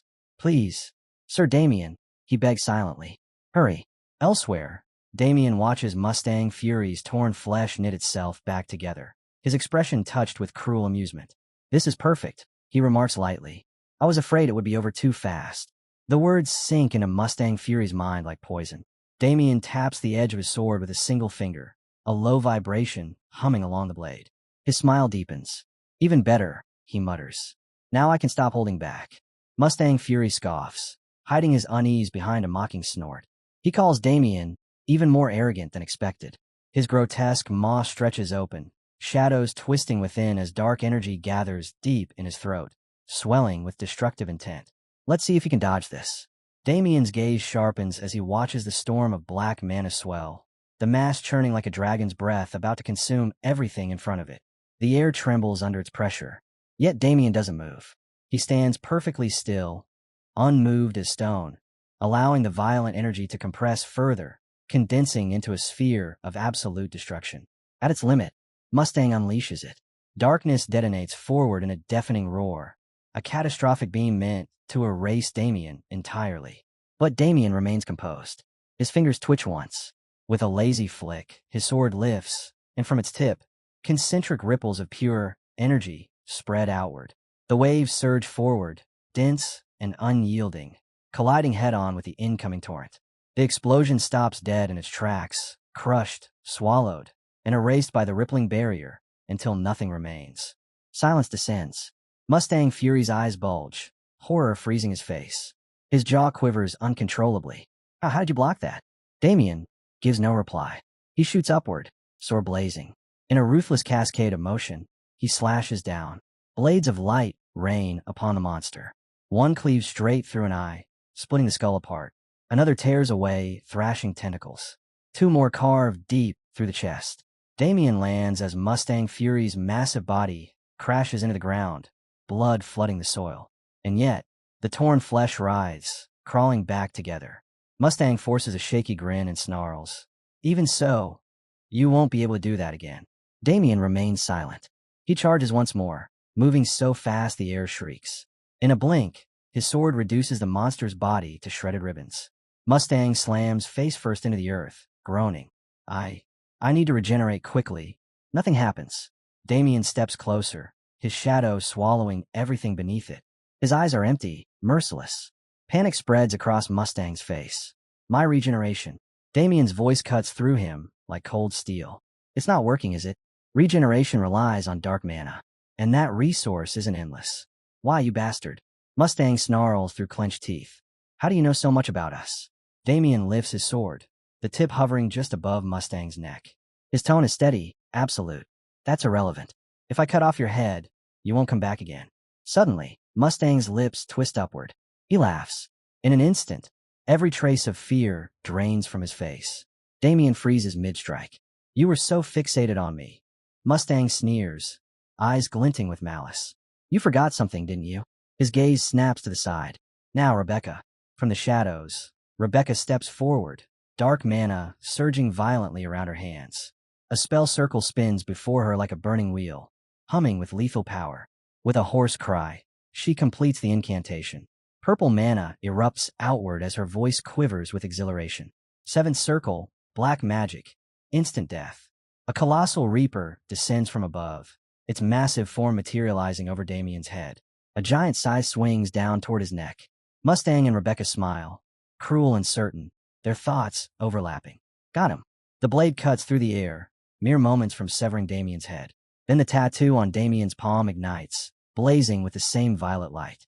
The radiance explodes outward, blinding and violent. The Reaper shrieks as its form recoils, sizzling and convulsing while the light devours it completely. In seconds, the towering figure disintegrates, erased without a trace. Within a heartbeat, it is gone. Mustang and Rebecca freeze. Mouse agape. Mustang's face drains of color. Impossible. How is this possible? Damien looks at them with open contempt, his voice dripping with disdain. That pathetic trick. Was that your final move? Mustang trembles, fury boiling over. Ranops, that spell was Yuan's masterpiece. Under the right conditions, it can kill even a high-class knight or mage. Damien suddenly laughs. Wild, relentless, the sound tearing straight into their nerves. Then it stops. His gaze hardens into killing frost. Disgusting vermin, he says coldly. You cling to black magic like it's divine truth. But it's nothing more than a parasite, bloated on stolen souls, feeding on corpses. His lips twist into a cruel smile. Still, I'll indulge you. I'll take the very power you worship and use it to slaughter you. The bracelet on his wrist erupts, spewing black energy that crawls up his arm and engulfs his entire body.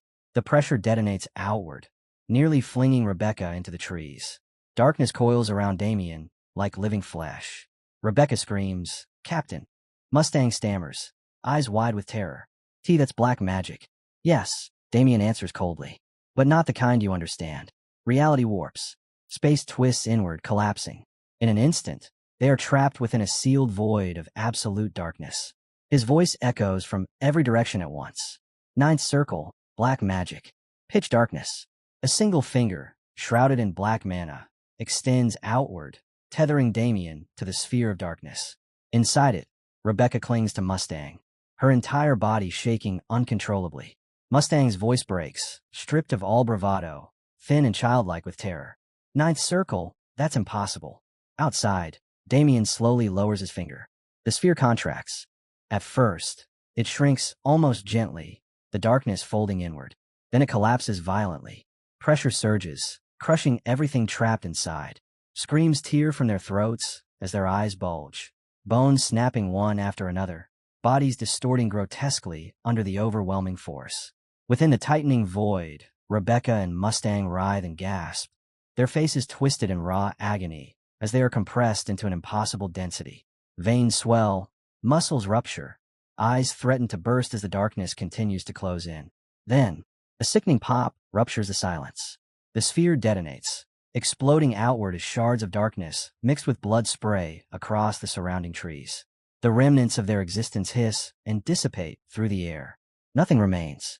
Damien stands amid the devastation, eyes narrowed, a vicious smile spreading across his face. He sweeps his mana-coated finger downward, severing the final tether as the void collapses completely. Vivid purple blood rains down around him, splashing across Victor's hands and body. Just then, Victor stirs awake with a sluggish yawn, his thoughts hazy and unfocused. He blinks around in confusion, mumbling weakly as he asks where he is.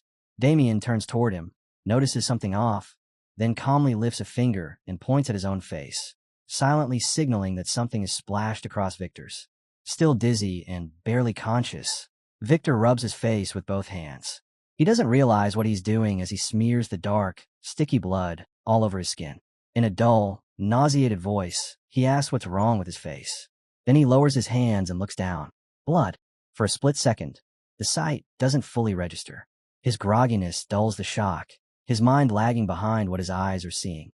Then reality catches up. A scream tears out of his throat. Blood. Pure terror floods his body. The shock hits, so hard his strength vanishes instantly. His eyes roll back, and he collapses to the ground again, consciousness slipping away. As he fades, he mutters weakly, half asleep and utterly defeated, "I never thought I'd die like this," after following Sir Damien around.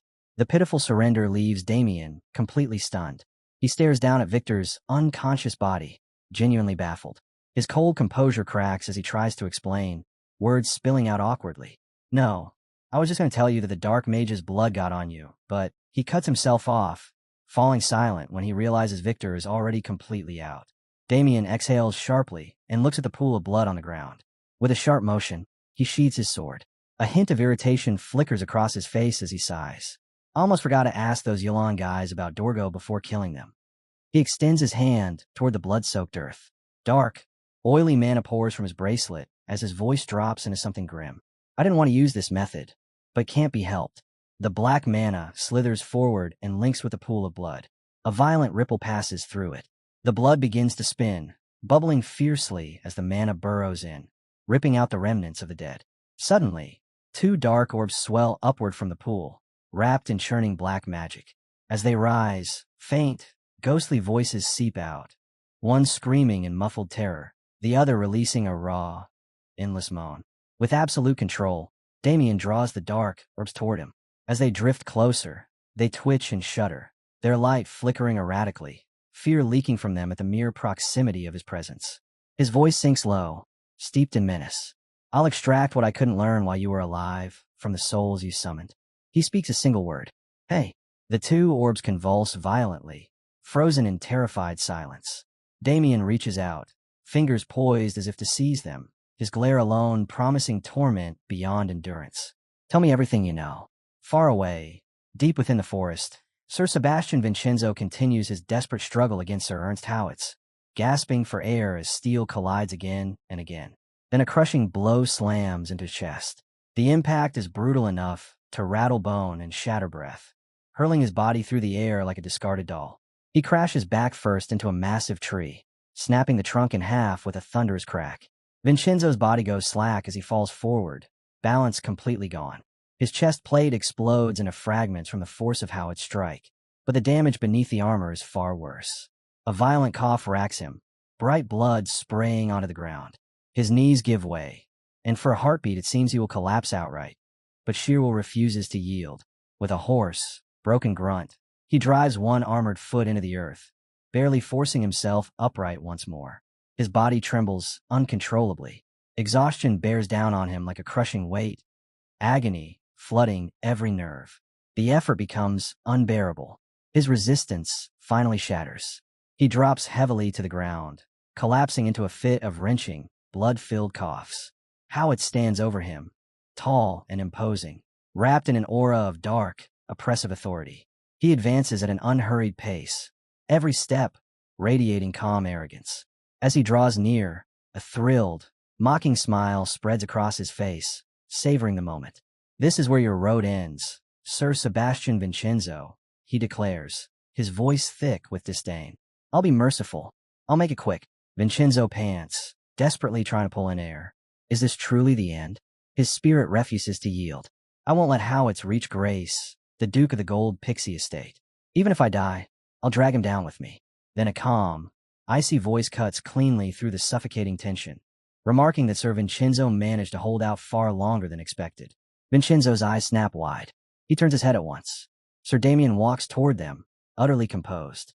Both men stare at him in stunned silence. Then Howitz's eyes light up with manic delight.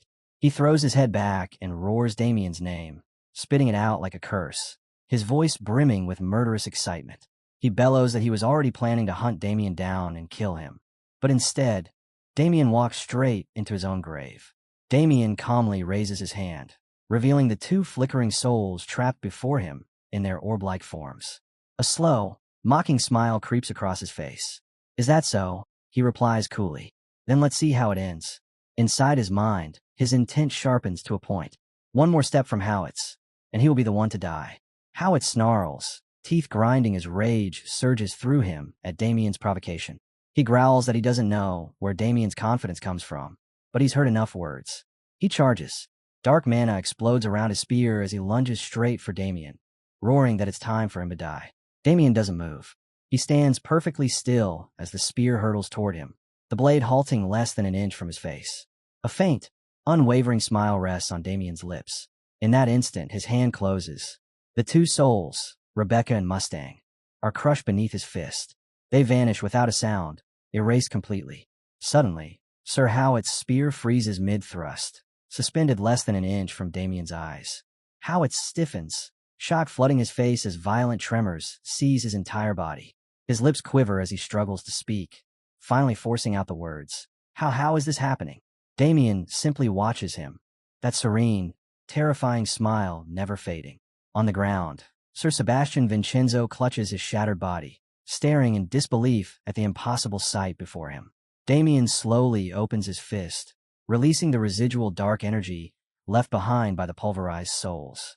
As the tainted magic disperses into the air, Howitz's mouth stretches wide, and a primal scream of agony erupts from him. The roar forces the dark mana stored within his body to violently surge outward. As it spills free, the black crystals embedded in his skull for body modification begin to fracture, then shatter. In a matter of seconds, nearly all the dark mana, inside him is ripped away. His once powerful, imposing frame rapidly withers, collapsing into a gaunt, skeletal shell. Still glaring at Damien, with eyes burning with pure hatred, Howitz gathers the last scraps of his strength and spits out a single word. Bastard. His emaciated body drags itself forward inch by inch, fingers clawing uselessly at the dirt as he hisses through shattered breath that he will still kill him. Damien doesn't move. He doesn't need to. He simply waits. Just before Howitz's trembling hands can brush against Damien's boots, the last of his strength drains away. His body crashes face first into the ground with a dull, sickening thud, collapsing lifelessly at Damien's feet. Damien looks down at him, a flicker of grim excitement glinting in his eyes. With a quiet sigh, Damien clicks his tongue in mild annoyance. Foolish man. Howitz never understood. Once the soul of the dark mage controlling the body is destroyed, every spell bound to it disappears along with it. He keeps his gaze fixed on the helpless, twitching forms sprawled beneath him. At last, Sir Sebastian Vincenzo finds his voice. It comes out hoarse and strained as he asks Damien what this horrifying sight even is. Damien blinks, momentarily remembering his wounded companion. He turns to Vincenzo and explains calmly that it resembles what happened to Gomo. Most likely a side effect of the dark mana being expelled from the body too rapidly.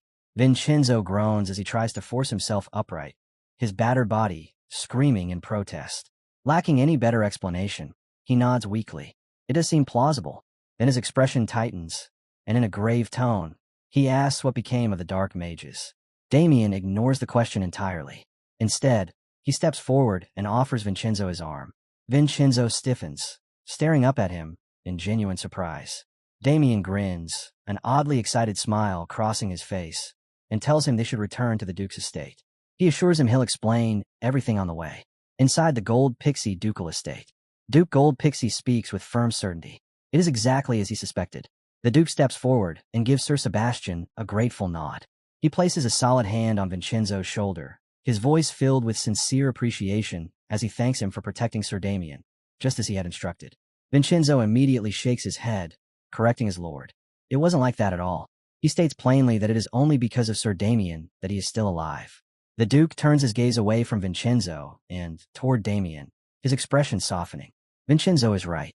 Facing Damien fully, he admits that he owes him his gratitude as well. He bows deeply, earnest and unreserved, thanking Damien for dealing with the dark mages. Damien stiffens at the praise, discomfort flashing clearly across his face. He waves it off, saying he only did what had to be done, and that he was fortunate. The dark mage's abilities weren't as overwhelming as he'd feared, which was why he managed to eliminate them. Shifting the topic, he turns to the servant Shinzenzo and remarks that since the dark mages are dead, the dark mana influencing Howitz should have dissipated as well. Shinzenzo shakes his head. No. Before Damien can respond, the Duke turns back to him, his tone firm and unyielding. No, he shouldn't belittle himself like that. There are countless people who could never achieve what Damien dismisses as mere necessity. His voice carries solemn respect, as he states that it is precisely because of Damien that the monsters haunting this estate were eradicated. Then his tone grows heavy, weighed down by sorrow. Perhaps now, he says quietly, the souls of those who perished at their hands can finally find peace. As he speaks, the image of his daughter, one more victim of the dark mages, passes through his mind. Damien notices the change instantly. He says nothing, simply watching with silent understanding, allowing the Duke the space to grieve. After a brief pause, Damien finally speaks. Since the matter has been resolved as the Duke wished, he says, he will be returning home. The Duke forces an awkward smile, apology woven into his voice as he asks Damien to remain a little longer. There is someone he absolutely must meet. Damien blinks, genuinely confused. Someone I must meet, he repeats, his brow knitting together. At that exact moment, the door slowly opens. Damien's head snaps toward the sound. The instant his eyes meet the figure stepping inside, his entire body jolts, a cold sweat sliding down his cheek. She greets him softly, remarking that it has been a long time. As she enters fully, her eyes shine with eager delight, and she calls him by his full name. Sir Damien. In the garden of the Gold Pixie estate, Damien and Agnes sit opposite each other, quietly sipping tea. Not far away, driven by nothing but curiosity, Duke Gold Pixie and Victor crouch behind cover, secretly observing the pair from a distance. As he watches, the Duke leans closer and whispers to Victor that it's hard to believe what he's seeing, even with his own eyes. He asks whether that small, seemingly delicate girl is truly from the church. Victor whispers back that it's true, adding that she's acquainted with his young master, Damien. Nearby, Sir Jael stands guard in silence, keeping a discreet watch. The Duke mutters that this scene is nothing like what he had imagined. He admits he finally understands that appearances can be deceiving, and that the girl is frightening in her own way. After watching them for a while longer, he confesses that he's felt it since earlier. From where he stands, it looks as though the two are sharing something intimate. He tells Victor there's an odd tension hanging between them, something unmistakably romantic. The truth, however, is completely different. Agnes is relentlessly grilling Damien, pressing him for every detail of what happened with the Dark Mages. After a long explanation, Damien finally finishes by explaining how he severed their heads. Agnes nods in understanding, saying it all makes sense now, though she openly sighs that it's a shame she couldn't witness it herself. With the tension easing, she jokes that it seems Damien has quite the history with Dark Mages. Damien lets out an awkward chuckle, trying to brush it aside. He lifts his teacup for a sip, then looks at her with curiosity and remarks that while he knew she was here as an investigator from the church, he hadn't expected to run into her again so soon. Agnes' face instantly turns red as she admits, blushing, that she volunteered for the assignment after hearing he would be here. Damien freezes, forcing out an uneasy laugh as she stares at him with eyes nearly glowing. Suddenly, Agnes recalls something and asks whether he managed to learn which group the Dark Mages belonged to before killing them. Damien starts to answer, then hesitates. Telling the truth would only complicate things. He chooses to lie, saying he didn't get any information and adding that since they weren't particularly strong, they likely didn't belong to any organization at all. Hearing this, Agnes lowers her head and releases a quiet, weary sigh, saying she understands. After a brief pause, she adds that she had been wondering whether those Dark Mages might have been connected to Yulon. The name immediately draws Damien's attention. He addresses her as Lady Agnes and remarks that it sounds like she has been pursuing Yulon for quite some time, asking if she would mind explaining why. Her body stiffens. Unease washes over her as she grips her teacup with both hands, as though anchoring herself. Keeping her eyes lowered, she answers that, to be exact, she is hunting a specific Dark Mage who was once associated with Yulon. Damien asks who it is. The moment the question leaves his mouth, she bites down hard on her lip, dread flooding her expression. She says the man is a murderer, infamous for slaughtering thousands. With the image burned vividly into her mind, she finally speaks the name. A monster known as corpse play. The instant Damien hears it, his body jerks. He knows the name all too well. He repeats it aloud, asking if he heard correctly. Agnes nods and says yes, adding that she is certain he must have encountered it before. Her fist tightens, veins bulging as mana begins to leak from her hand. The hatred she feels for corpse play is impossible to miss, her mana spreading across her body as her emotions spill through. Forcing it back down, she says that no one knows corpse play's real name. A vision of a burning city flickers in her eyes.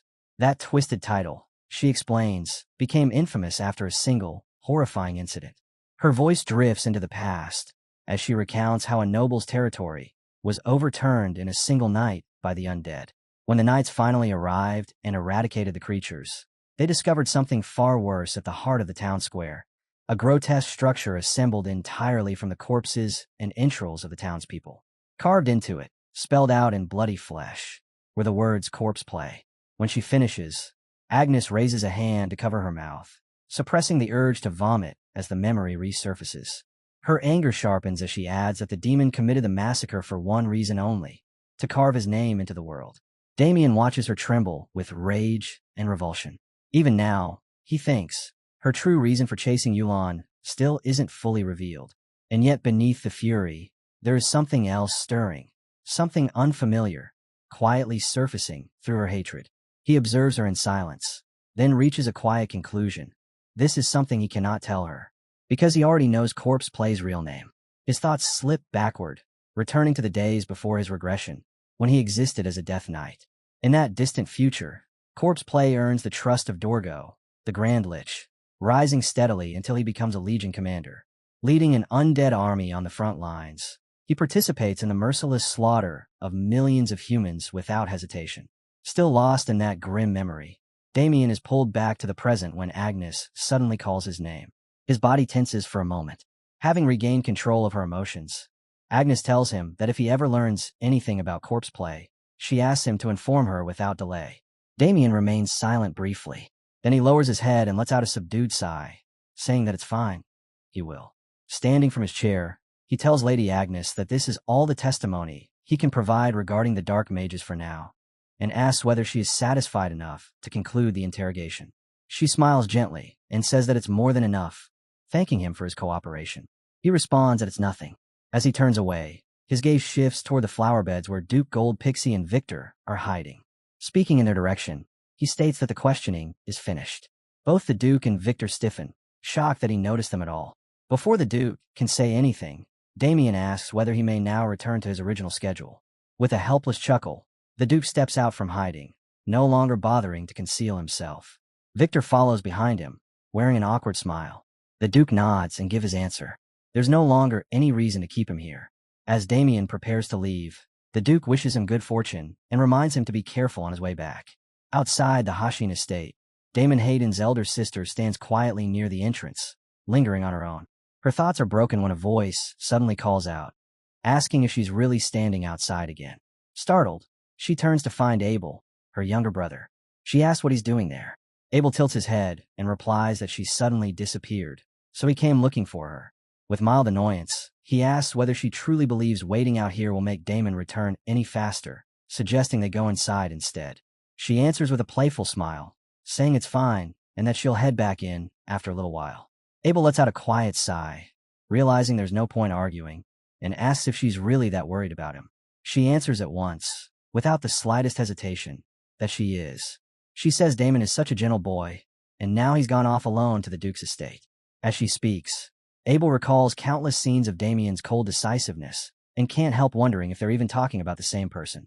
She continues, worrying about what might happen if the knights at the Duke's estate treat him poorly, imagining how frightening that situation must be for Damien. Abel, concerned by her innocence, thinks that if anything, Damien would be the one terrifying them, not the other way around.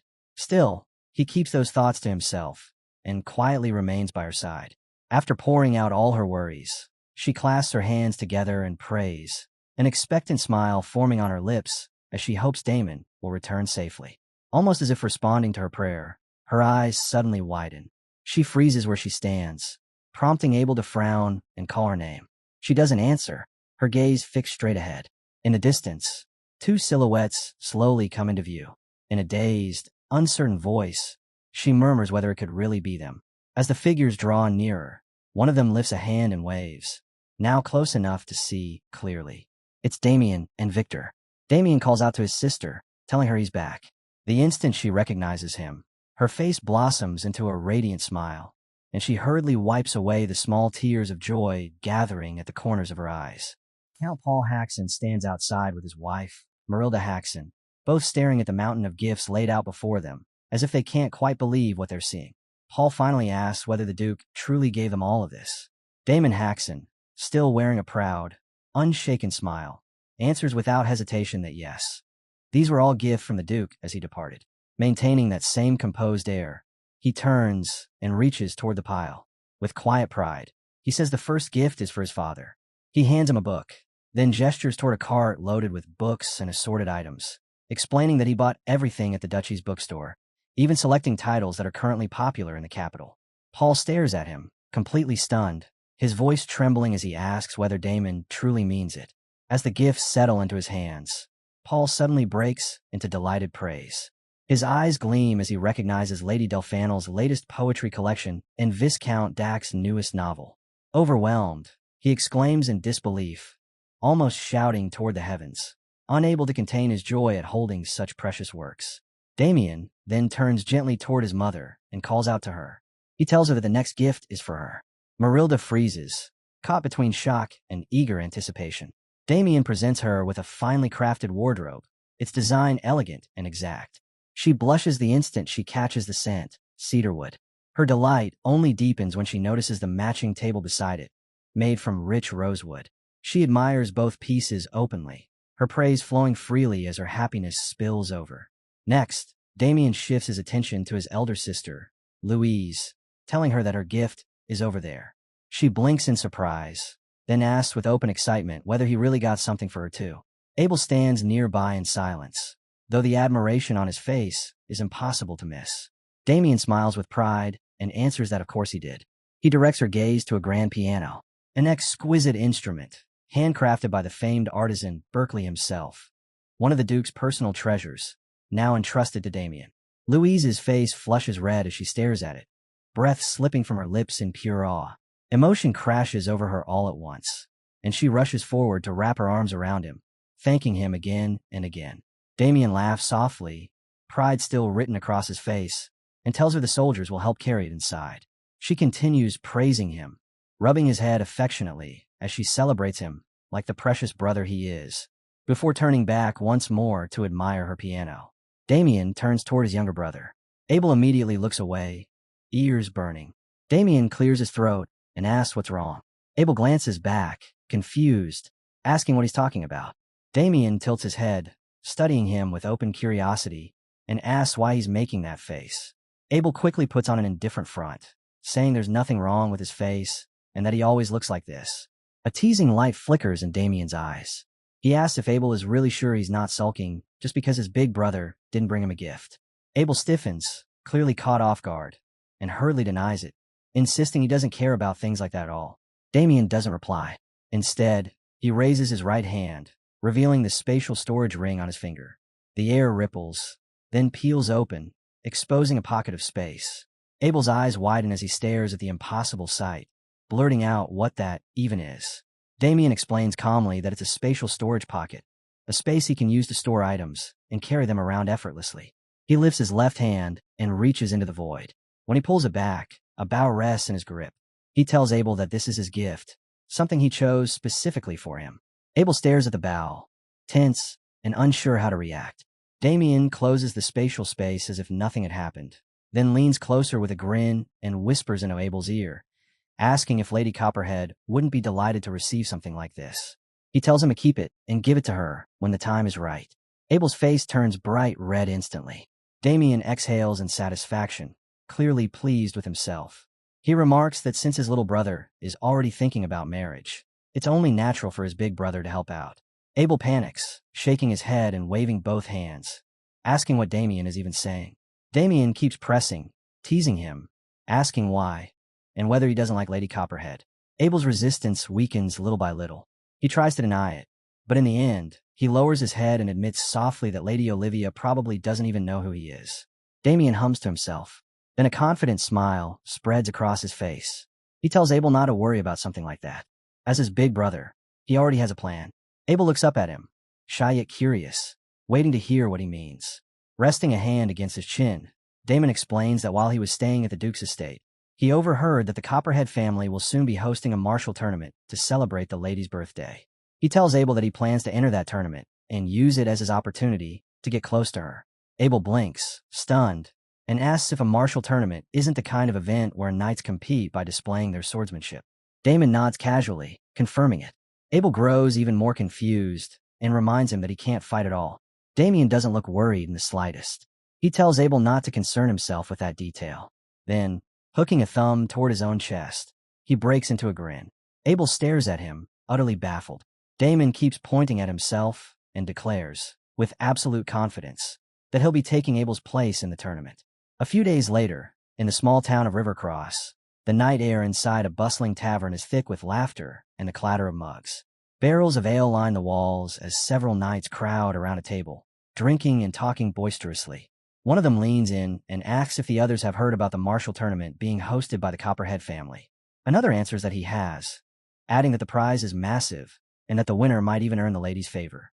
A third joins in, saying he heard she's unbelievably beautiful and that maybe he should try his luck. The table bursts into laughter, one of them telling him not to disgrace himself because he'd just get his ass handed to him. The man scowls and tells them to shut up.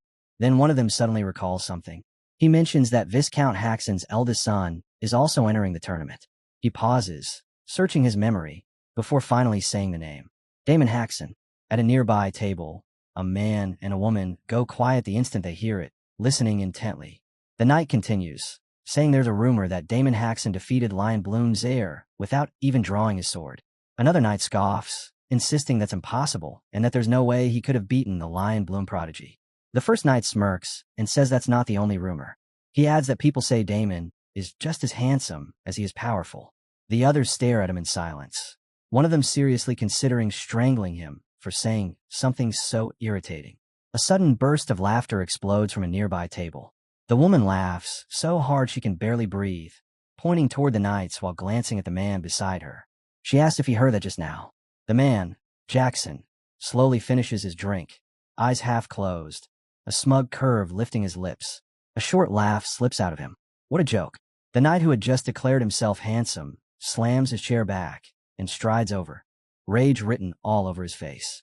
He demands to know what they just said, glaring straight at Jackson as he asks whether he really laughed at Rivercross's most handsome knight. One of his companions hurriedly tries to calm him down, but Jackson doesn't even look their way. The woman, still wearing that playful smile, casually explains that they misunderstood. She says they weren't talking about him at all. They were talking about Damon Haxon. Jackson remains seated, silent, as if waiting for what comes next. The knight scoffs, accusing her of trying to talk her way out of it, insisting he heard everything clearly. Before he can finish, Jackson rises to his feet. His voice drops, cold and sharp, as he asks whether the man is flirting with his fiancée right now. The knight freezes, stunned, blurting out what kind of nonsense that is. Jackson repeats himself, calm and relentless, asking again if he's talking to her right now. The knight starts shouting back in confusion. He never gets to finish. Jackson's fist crashes straight into his mouth. Teeth shatter, blood sprays, and the knight is sent flying backward. The tavern plunges into dead silence. Jackson turns, eyes burning, and glares at the remaining two knights. He snarls at their bastards for daring to flirt with Jackson Cutter's fiancée. One of them panics and draws his sword, demanding to know what he's talking about.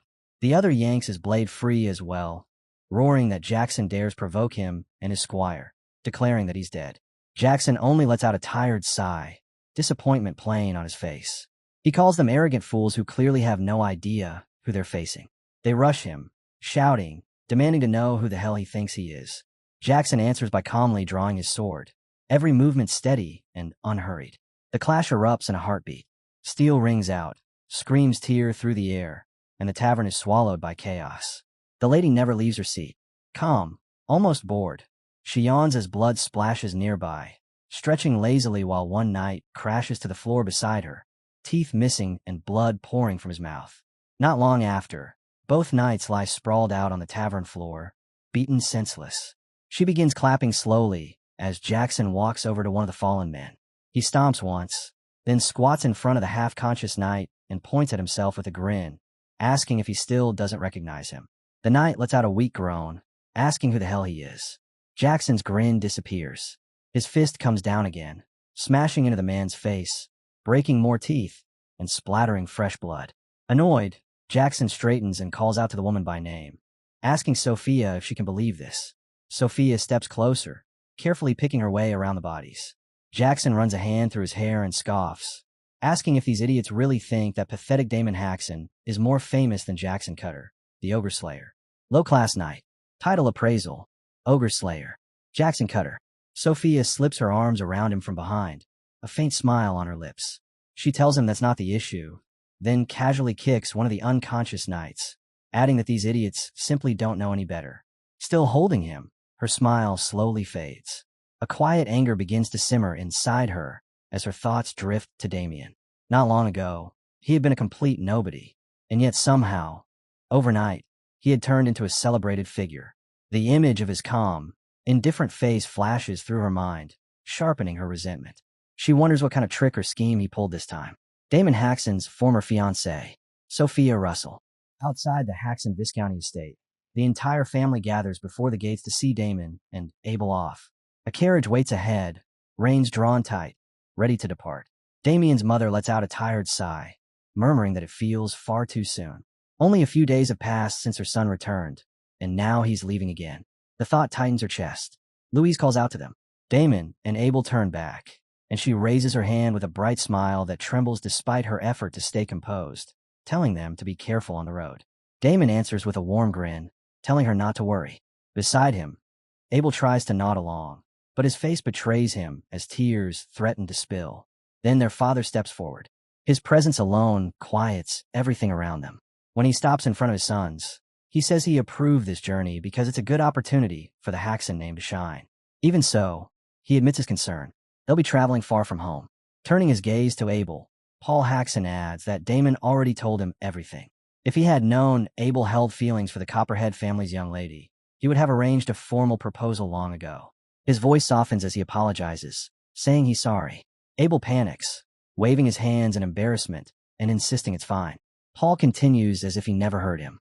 Victory would bring honor, he says, but above all else, he wants both of them to return safely. That is their highest priority. Understood. The brothers answer together, voices steady. Yes, father. Paul's expression hardens again. His eyes settle on Abel as he reminds him not to forget what he was told. The words leave a strange silence behind. Abel stiffens, glancing sideways at Damon, who looks back with faint confusion. Adjusting his glasses, Abel forces himself to remain calm and answers that he understands and that there's no need to worry. Damon tilts his head slightly, clearly puzzled by the exchange. After that, Paul pats both of their shoulders and turns them toward the carriage, wishing them a safe journey. The coachman snaps the reins. The wheels creak as the carriage jolts forward. As it rolls away, Damon leans halfway out, waving back energetically. The family waves until the estate slowly fades from view. The journey drags on across the countryside, fields and dirt roads smearing together as the carriage nears a street on the outskirts of Copperhead County. Inside, the air feels heavy, almost suffocating. Damon sits beside Victor, while Abel faces them, a book lifted in front of his face. The steady rattle of the wheels only makes the silence feel louder.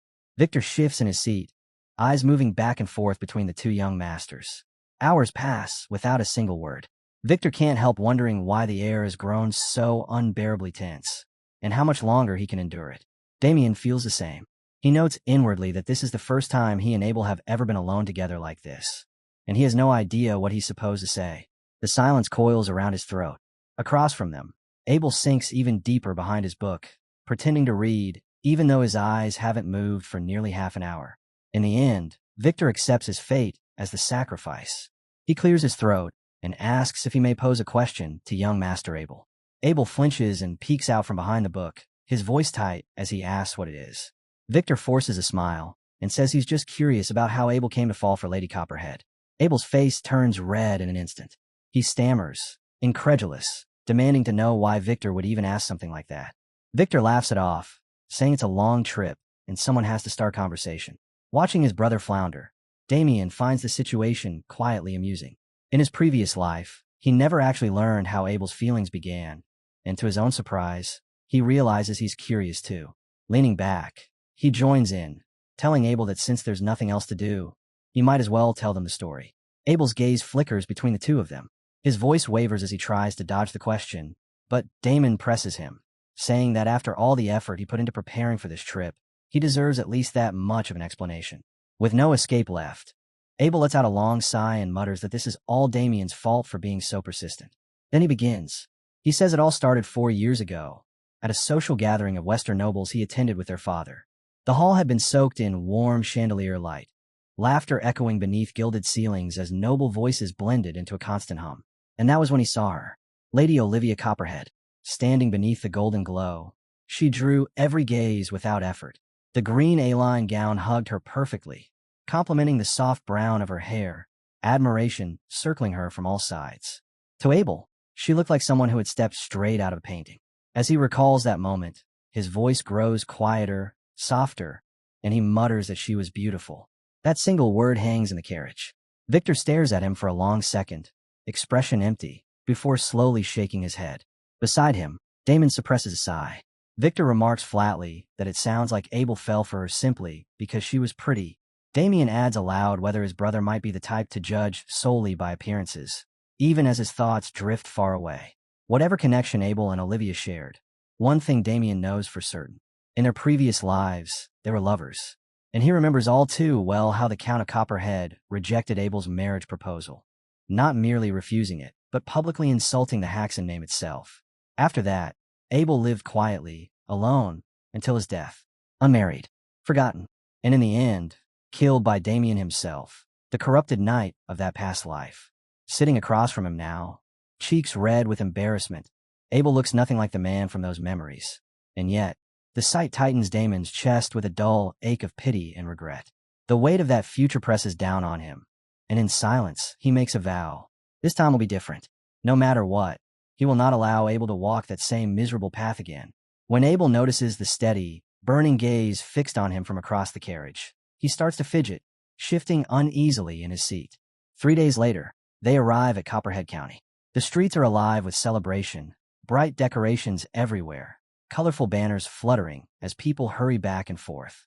Damien, Abel, and Victor stop before the grand entrance, where an enormous happy birthday banner stretches across the gates, swaying gently in the breeze. Victor looks around in awe, muttering that the scale of the place is unbelievable. Damien chuckles, commenting that the Copperheads must have spent a fortune on this. Before they could take another step, a man steps out from the entrance and raises a hand to stop them. His voice is firm as he demands to know who they are. Still riding the excitement, Victor steps forward and proudly announces that they've come on behalf of House Viscount Haxon.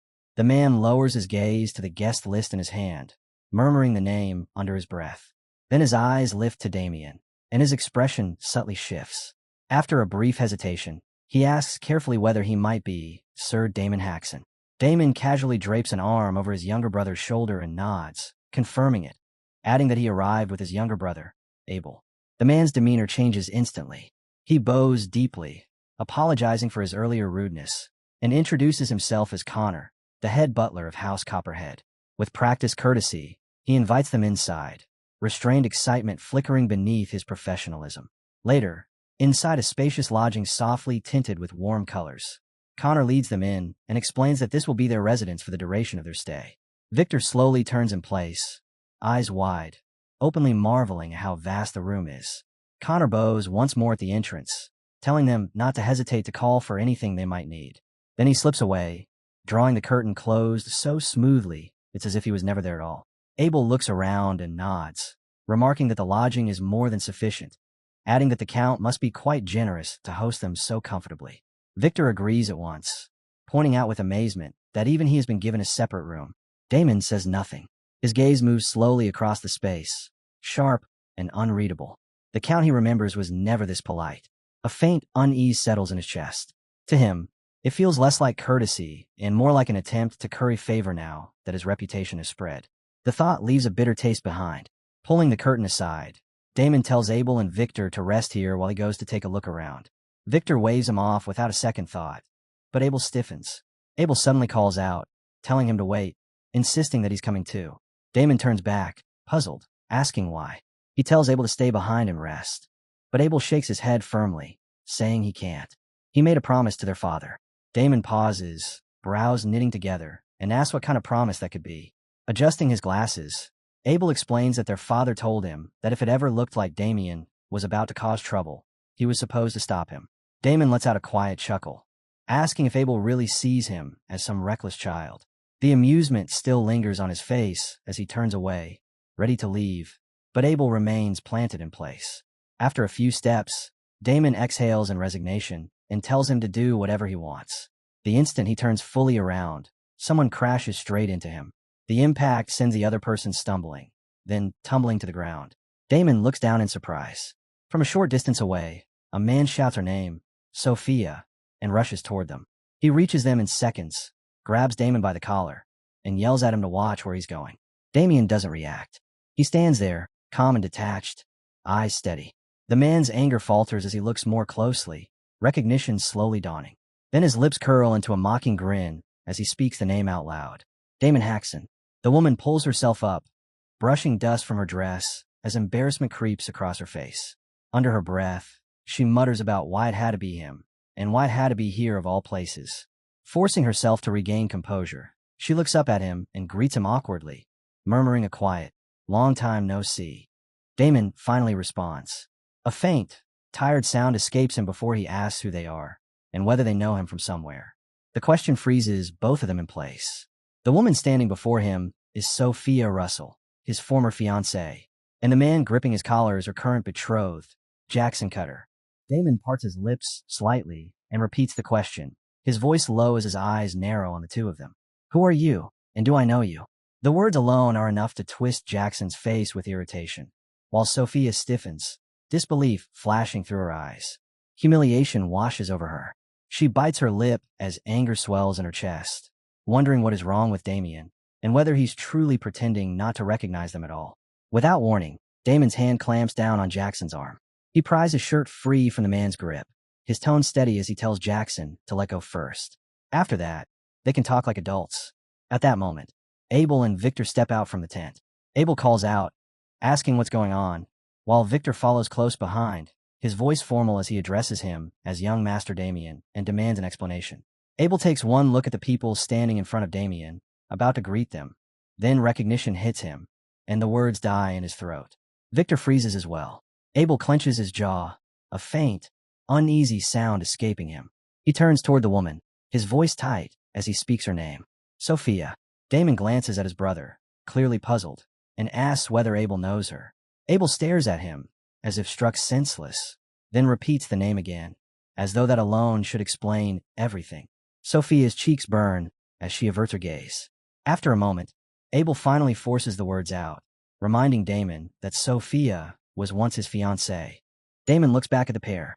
His expression doesn't change. His eyes settle on Jackson with detached curiosity. Jackson meets that gaze with a sharp glare, barely holding back his anger.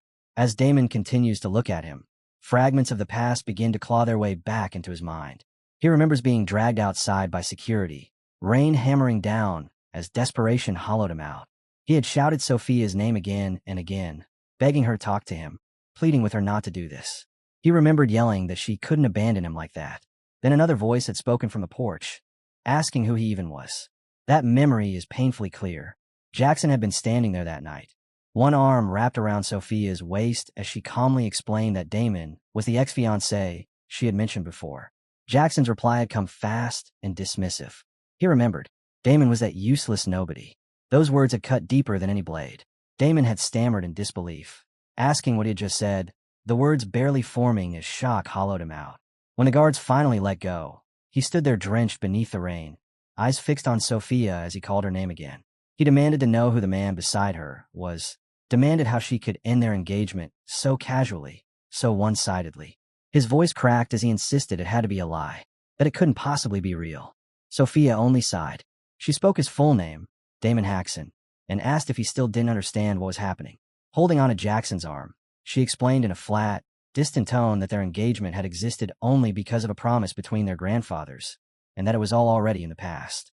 She asked whether he truly believed anything she said was false. Rain blurred his vision as tears mixed in, but she continued, questioning whether any of it ever made sense to him. She reminded him who she was, Sophia Russell. Each word dug deeper as she asked how a good-for-nothing from a minor noble house could ever be compatible with her. He had broken there in the rain, sobbing as he asked how she could say things like that. Jackson then guided her away, telling Damon he would let him off quietly out of respect for Sophia. She laughed at that, calling the good-for-nothing embarrassing. Jackson warned Damon never to appear before them again, his arm resting easily around her waist as they walked away together, smiling like lovers at the beginning of something new. If he understood the situation, Jackson said, he should disappear, and Damon was left alone in the rain, head lowered, chest emptied of everything inside. Then his shaking hands clenched tight. Heartbreak curdled into rage. He rushed forward, shouting, desperate to land even a single blow. Jackson hadn't even turned at first. Hearing the footsteps behind him and recognizing them, he only sighed. Then his fist flashed out, smashing straight across Damon's face. Blows followed without pause. Damon hit the ground hard, coughing up blood as the world spun violently around him. Even then, Jackson stepped closer, grabbed him by the collar, and mocked him. He said he had tried to show mercy, but Damon simply didn't know his place. Filth, he called him, grinning as he beat him until everything dissolved in a blinding white. And through it all, Damon's eyes searched for Sophia. She stood there with her arms folded, silent and unmoving. The image lingers as Damien is dragged back to the present, his eyes narrowing just a fraction. That day had been drenched in rain as well. The moment he was beaten into the mud and tossed aside like trash. Now, Jackson turns to Sophia, calling her name, asking if she's all right, checking whether she's been hurt. She answers calmly that she's fine. Damien watches the exchange in silence, his anger locked down tight. It hasn't disappeared. Even now, after all this time, the fire still burns beneath the surface. Sophia scoffs, her voice sharp as she says she finally understands. He must be embarrassed about what happened back then, she says, pretending to be calm and detached now. Damon frowns slightly, not following her meaning. She presses on, accusing him of acting like he doesn't recognize her, saying he hasn't changed at all, that he's still just as pathetic as he used to be. Jackson bursts in a loud laughter, mocking and crude. So that's what this is about, he says. He thought Damon might have become someone important and was trying to cut ties. Then a glint of malice flashes in his eyes as a cruel thought takes shape. He smooths his expression and extends a hand, saying he never expected to see Damien again, but that it's good to see him. Damon studies the offered hand in silence, then asks what kind of performance this is supposed to be. Jackson puts on a look of confusion, insisting there's no act at all. He just wants to shake hands, he says, happy to see him again. Inside, he sneers, mocking Damon for thinking he's famous now. This fool clearly needs a lesson, one he'll never forget. Damon keeps his gaze on the hand a moment longer, his expression unreadable. Then a short, quiet chuckle escapes him. He agrees, saying that if this is what Jackson wants, then so be it. Jackson's grin widens as his aura shifts, his body tensing in anticipation. For a single heartbeat, triumph surges through him. Then his feet leave the ground. Damon's grip tightens, cold eyes locking onto him. Sophia gasps, horror flashing across her face as she sees Jackson hanging helplessly in the air. The atmosphere turns heavy, thick with killing intent. Damon's eyes burn, icy and sharp. In the next instant, he slams Jackson into the ground with brutal force, the impact cracking through the dirt. Wearing a falsely clumsy smile, Damon offers a light apology, saying he couldn't quite control his strength. Inside, a darker voice chuckles quietly, admitting that he wanted to beat Jackson regardless. He thanks him for the opportunity, cursing him as a bastard in silence. Sophia, shaken by the sudden turn, covers her mouth and cries out Jackson's name, her voice trembling with fear. Jackson's fingers twitch against the ground. Then his body snaps upright. Blood drips from his nose, but rage overwhelms the pain. Seeing him rise, a flicker of relief crosses Sophia's face. Jackson lets out a low, dangerous laugh as his hand grips the hilt of his sword.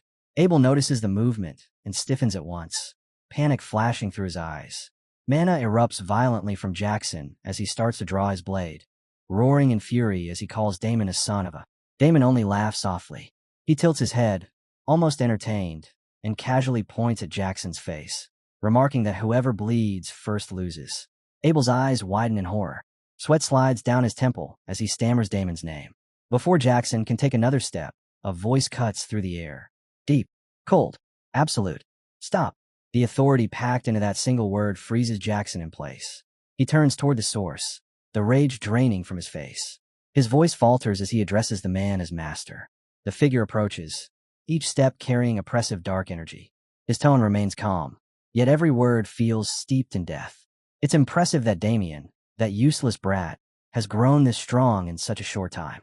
Damon stays composed, though his eyes sharpen. He hadn't expected Jackson to have someone like this behind him.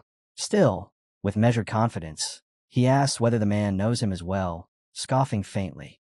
Inside, he gauges the power radiating from the stranger. Strong, at least mid-class.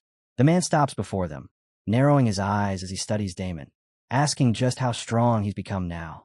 Then he turns to Jackson and tells him that if he's finished fooling around, they're leaving. Jackson bristles, starting to shout that the bastard struck his face, but the man's glare cuts him off mid-sentence. Without sparing another glance, he orders Jackson to follow.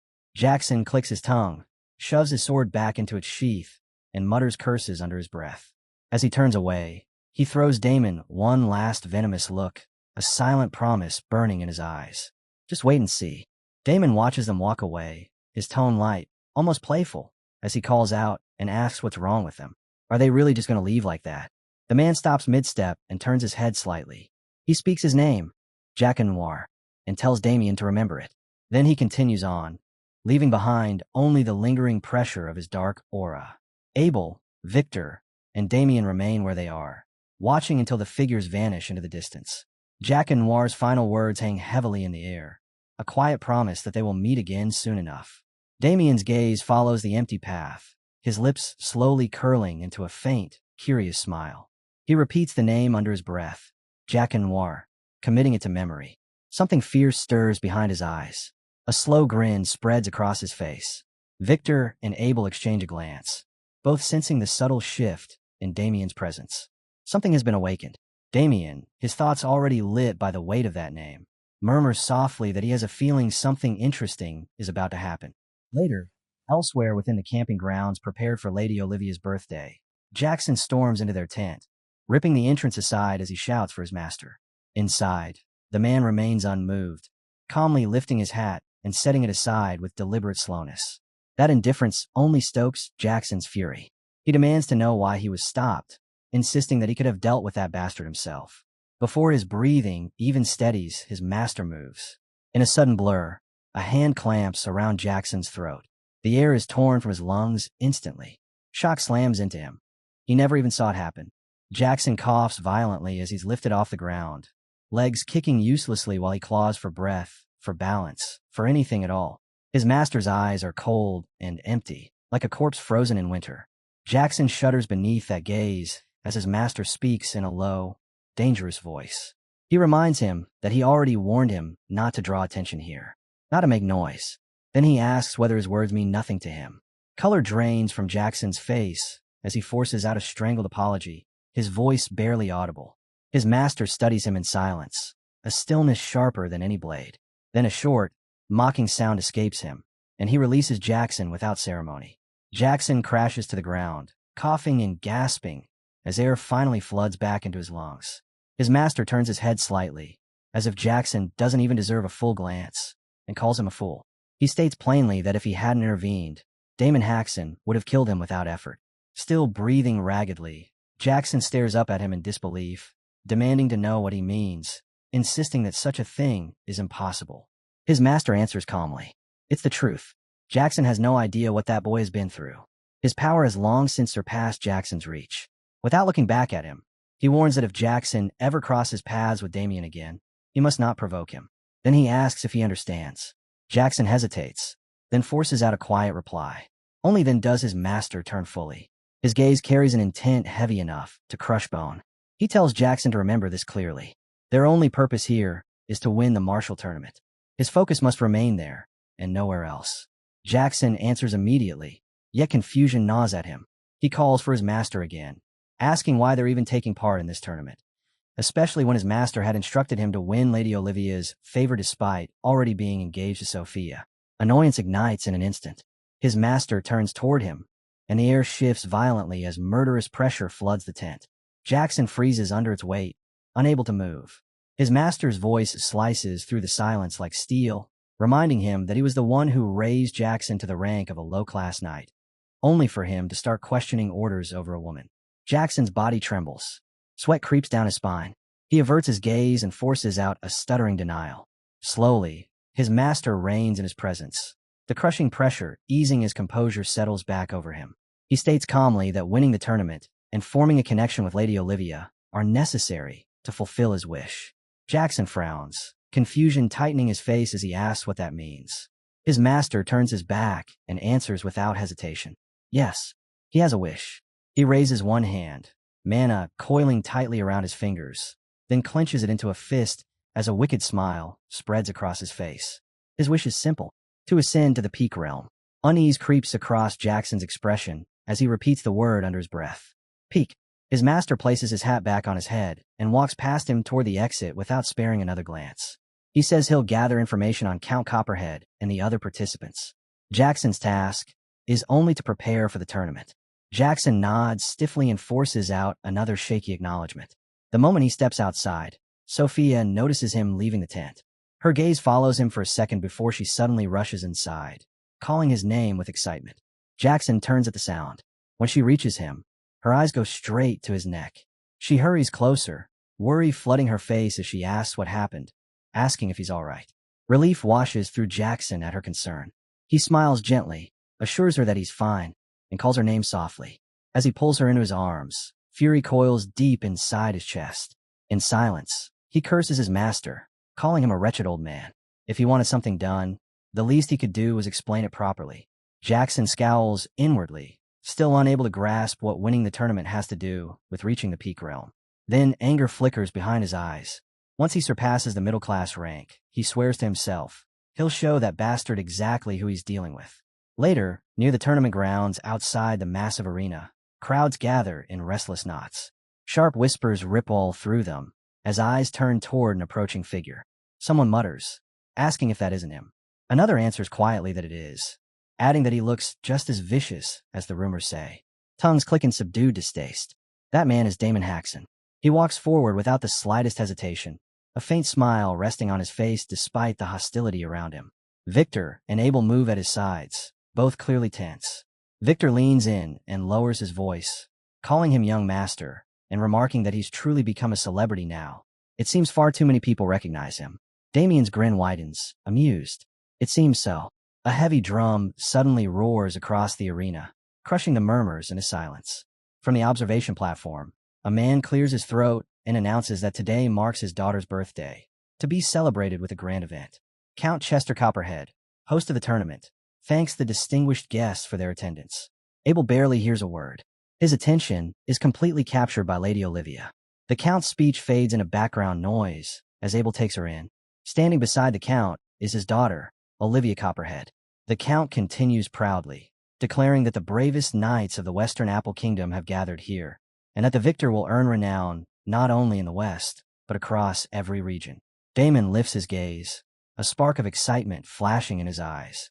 It's finally starting. The Count's voice booms as he proclaims that along with glory, the champion will receive a reward worthy of their valor. As the words settle, Sophia leans closer to Jackson, lips curling slightly as she asks whether Lady Olivia is prettier than her. Jackson scoffs softly and answers without hesitation that no one in their right mind would say something so ridiculous. The Count continues, announcing that the tournament will span 2 days, divided between team battles and individual matches. He reassures the participants that healing magicians are stationed throughout the arena, and that no one should restrain their strength out of fear of injury. As he speaks, Jackson's master stands quietly at the edge of the grounds, sharp eyes observing everything without uttering a word. At last, the Count declares that the first match will begin in 2 hours and orders the knights to make their preparations. Spreading his arms wide, his voice rises as he says he eagerly awaits a display of their valor. The crowd erupts in an instant, cheers crashing like rolling waves. Damon folds his arms, a satisfied smile tugging at his lips. Abel watches stiffly, tension clear in his posture, while Victor stares at the arena in open awe. Damon steps away, then pauses and turns back, lifting a hand to wave at the two of them, saying he'll see them later.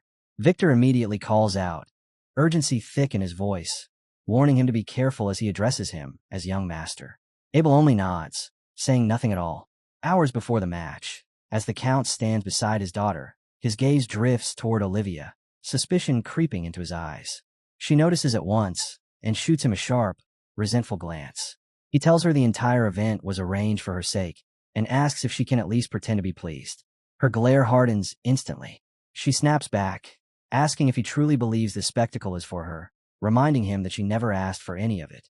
Turning away, she says he did this only to flaunt the Copperhead family's prestige, and that she has no interest whatsoever.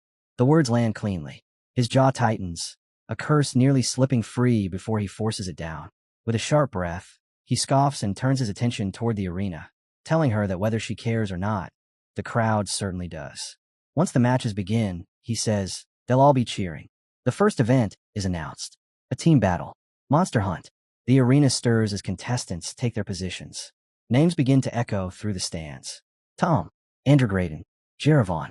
Voices stack and overlap, rolling endlessly across the arena. Damien stands at the center, expression cold, focus unbroken. Abel and Victor shout his name with unrestrained excitement. Not far away, Jackson stands rigid, bitterness flashing across his face as he realizes he's been placed in the same group as Damien. He clicks his tongue, cursing his luck. From above, Sophia's voice cuts sharply through the noise as she cheers loudly for Jackson. He snaps his head up at once, a confident smile spreading as their eyes meet. He declares that with the first event being a monster hunt, it suits him perfectly. Deep inside, a vow settles into place, cold and absolute. After today, everyone will remember his name. He blows Sophia a kiss, confidence gleaming in his eyes. The knights brace as a massive gate begins to rise. The moment the creatures step through, the arena plunges into dead silence. Shock freezes every face. Sweat beads along foreheads. 2 enormous trolls thunder into view, violent and towering, charging forward with brutal momentum. Terror rips through the air. Someone shouts in disbelief, recognizing them instantly. Trolls. A knight tries to shout orders, yelling for everyone to stay together and face them head-on. The words never finish. One of the trolls slams into him, crushing his body into the ground. Flesh and bone burst apart in a red smear. Blood sprays across the arena as screams erupt from the stands. A warm drop lands on Damon's cheek. He inhales slowly, a twisted smile creeping across his lips. Reaching up, he wipes the blood away and murmurs that he hadn't expected this. His gaze lifts toward Count Copperhead, dark amusement flickering in his eyes as he notes the man's apparent fondness for dangerous hobbies. Even as the trolls charge straight toward him, the smile never fades. His eyes remain fixed upward, watching Count Chester Copperhead revel in the carnage below, his body trembling faintly as if savoring every second of it. The man, frozen in terror, can only stare as the troll charges straight at him. In the next heartbeat, the creature smashes him headfirst into the ground with crushing force. The impact tears his body apart, blood erupting outward in a violent spray that fans across the arena. A single warm drop splashes against Damien's cheek. The crowd recoils as one, breaths catching, throats tightening as disbelief grips them at the nightmare unfolding. Blood continues to arc through the air, one streak splattering across a noblewoman's eyes, the metallic stench reaching her nose before the wet warmth even registers. Horror floods her face. A shrill, broken scream tears from her throat as the man beside her scramble to restrain her and wipe the crimson from her lashes. Panic fractures the stands. Shaking voices scatter through the chaos, some stammering in disbelief, asking if that thing is really a troll, others repeating the word again and again, as if saying it aloud might make it make sense. Several people stare at the mangled corpse, blurting out fractured questions about what the hell is happening, about whether the knight is actually dead. From her seat, Lady Olivia raises a trembling hand to her mouth, grief and revulsion welling in her eyes. Beside her, her father clicks his tongue, irritation tightening his features as he mutters that a knight dying so easily is pathetic. Olivia wipes at her tears, having heard him all too clearly, and turns on him, heat surging through her chest. She calls him father and demands to know what he was thinking, how he could unleash a troll on something meant to be a simple match. He answers with nothing more than a dismissive breath, waving off her distress and saying there's no reason to make a fuss. This is necessary, he tells her, to weed out the chaff so that a true winner can rise. His indifference cuts deep. She draws in a breath, ready to argue again, but her voice is swallowed as the crowd suddenly erupts with thunderous cheers for someone named Andron Graydon. The roar surges through the arena, wild and exhilarated. Count Copperhead's eyes narrow with dark satisfaction as he gestures toward the noise, urging his daughter to look. The audience always craves something thrilling, something stimulating, he says, watching the carnage below as if delivering a lesson. The more intense the spectacle, the better. Then he asks her if she understands why. Down in the arena, Jackson Cutter moves low and fast, sliding beneath a troll's sweeping arm and carving a clean line across its massive leg.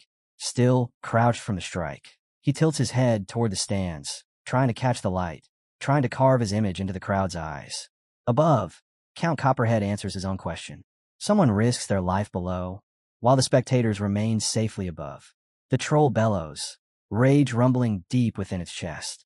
Yet even as the roar shreds the air, the torn flesh along its body twitches and crawls, knitting itself back together in a grotesque display.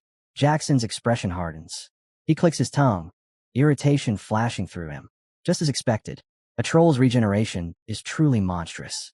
That attack wasn't even close to enough. A low curse slips from between his teeth. At the far rear of the battlefield, Damien stands motionless, eyes locked on the chaos unfolding ahead.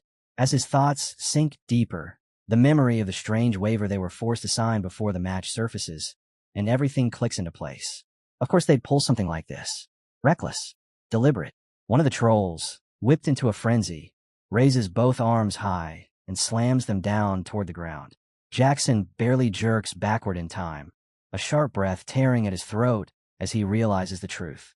Facing a monster like this alone would push even him into a disadvantage. Still retreating, he thinks grimly that with proper support, victory would be well within reach. A female knight suddenly rushes past him, boots hammering the dirt as she charges straight in. She meets the troll head-on, unleashing a rapid flurry of slashing strikes along its massive arm. Blood sprays upward, splashing into its eye. The troll roars and swings wildly, its movements breaking apart. One of those blind swings crashes in her shield. She blocks it, but the force drives her backward until she drops into a crouch, skidding across the ground. The troll locks onto her and lunges. Another knight seizes the opening. Charging in from the side with a spear, he reaches the troll and hacks viciously at both of its legs, carving deep, furious wounds again and again. Thick streams of blood burst outward, splattering across his armor. With a heavy, miserable groan, the troll collapses forward onto both knees. The knight leaps high above its head, body twisting as he gathers everything for a finishing blow. The thought never completes.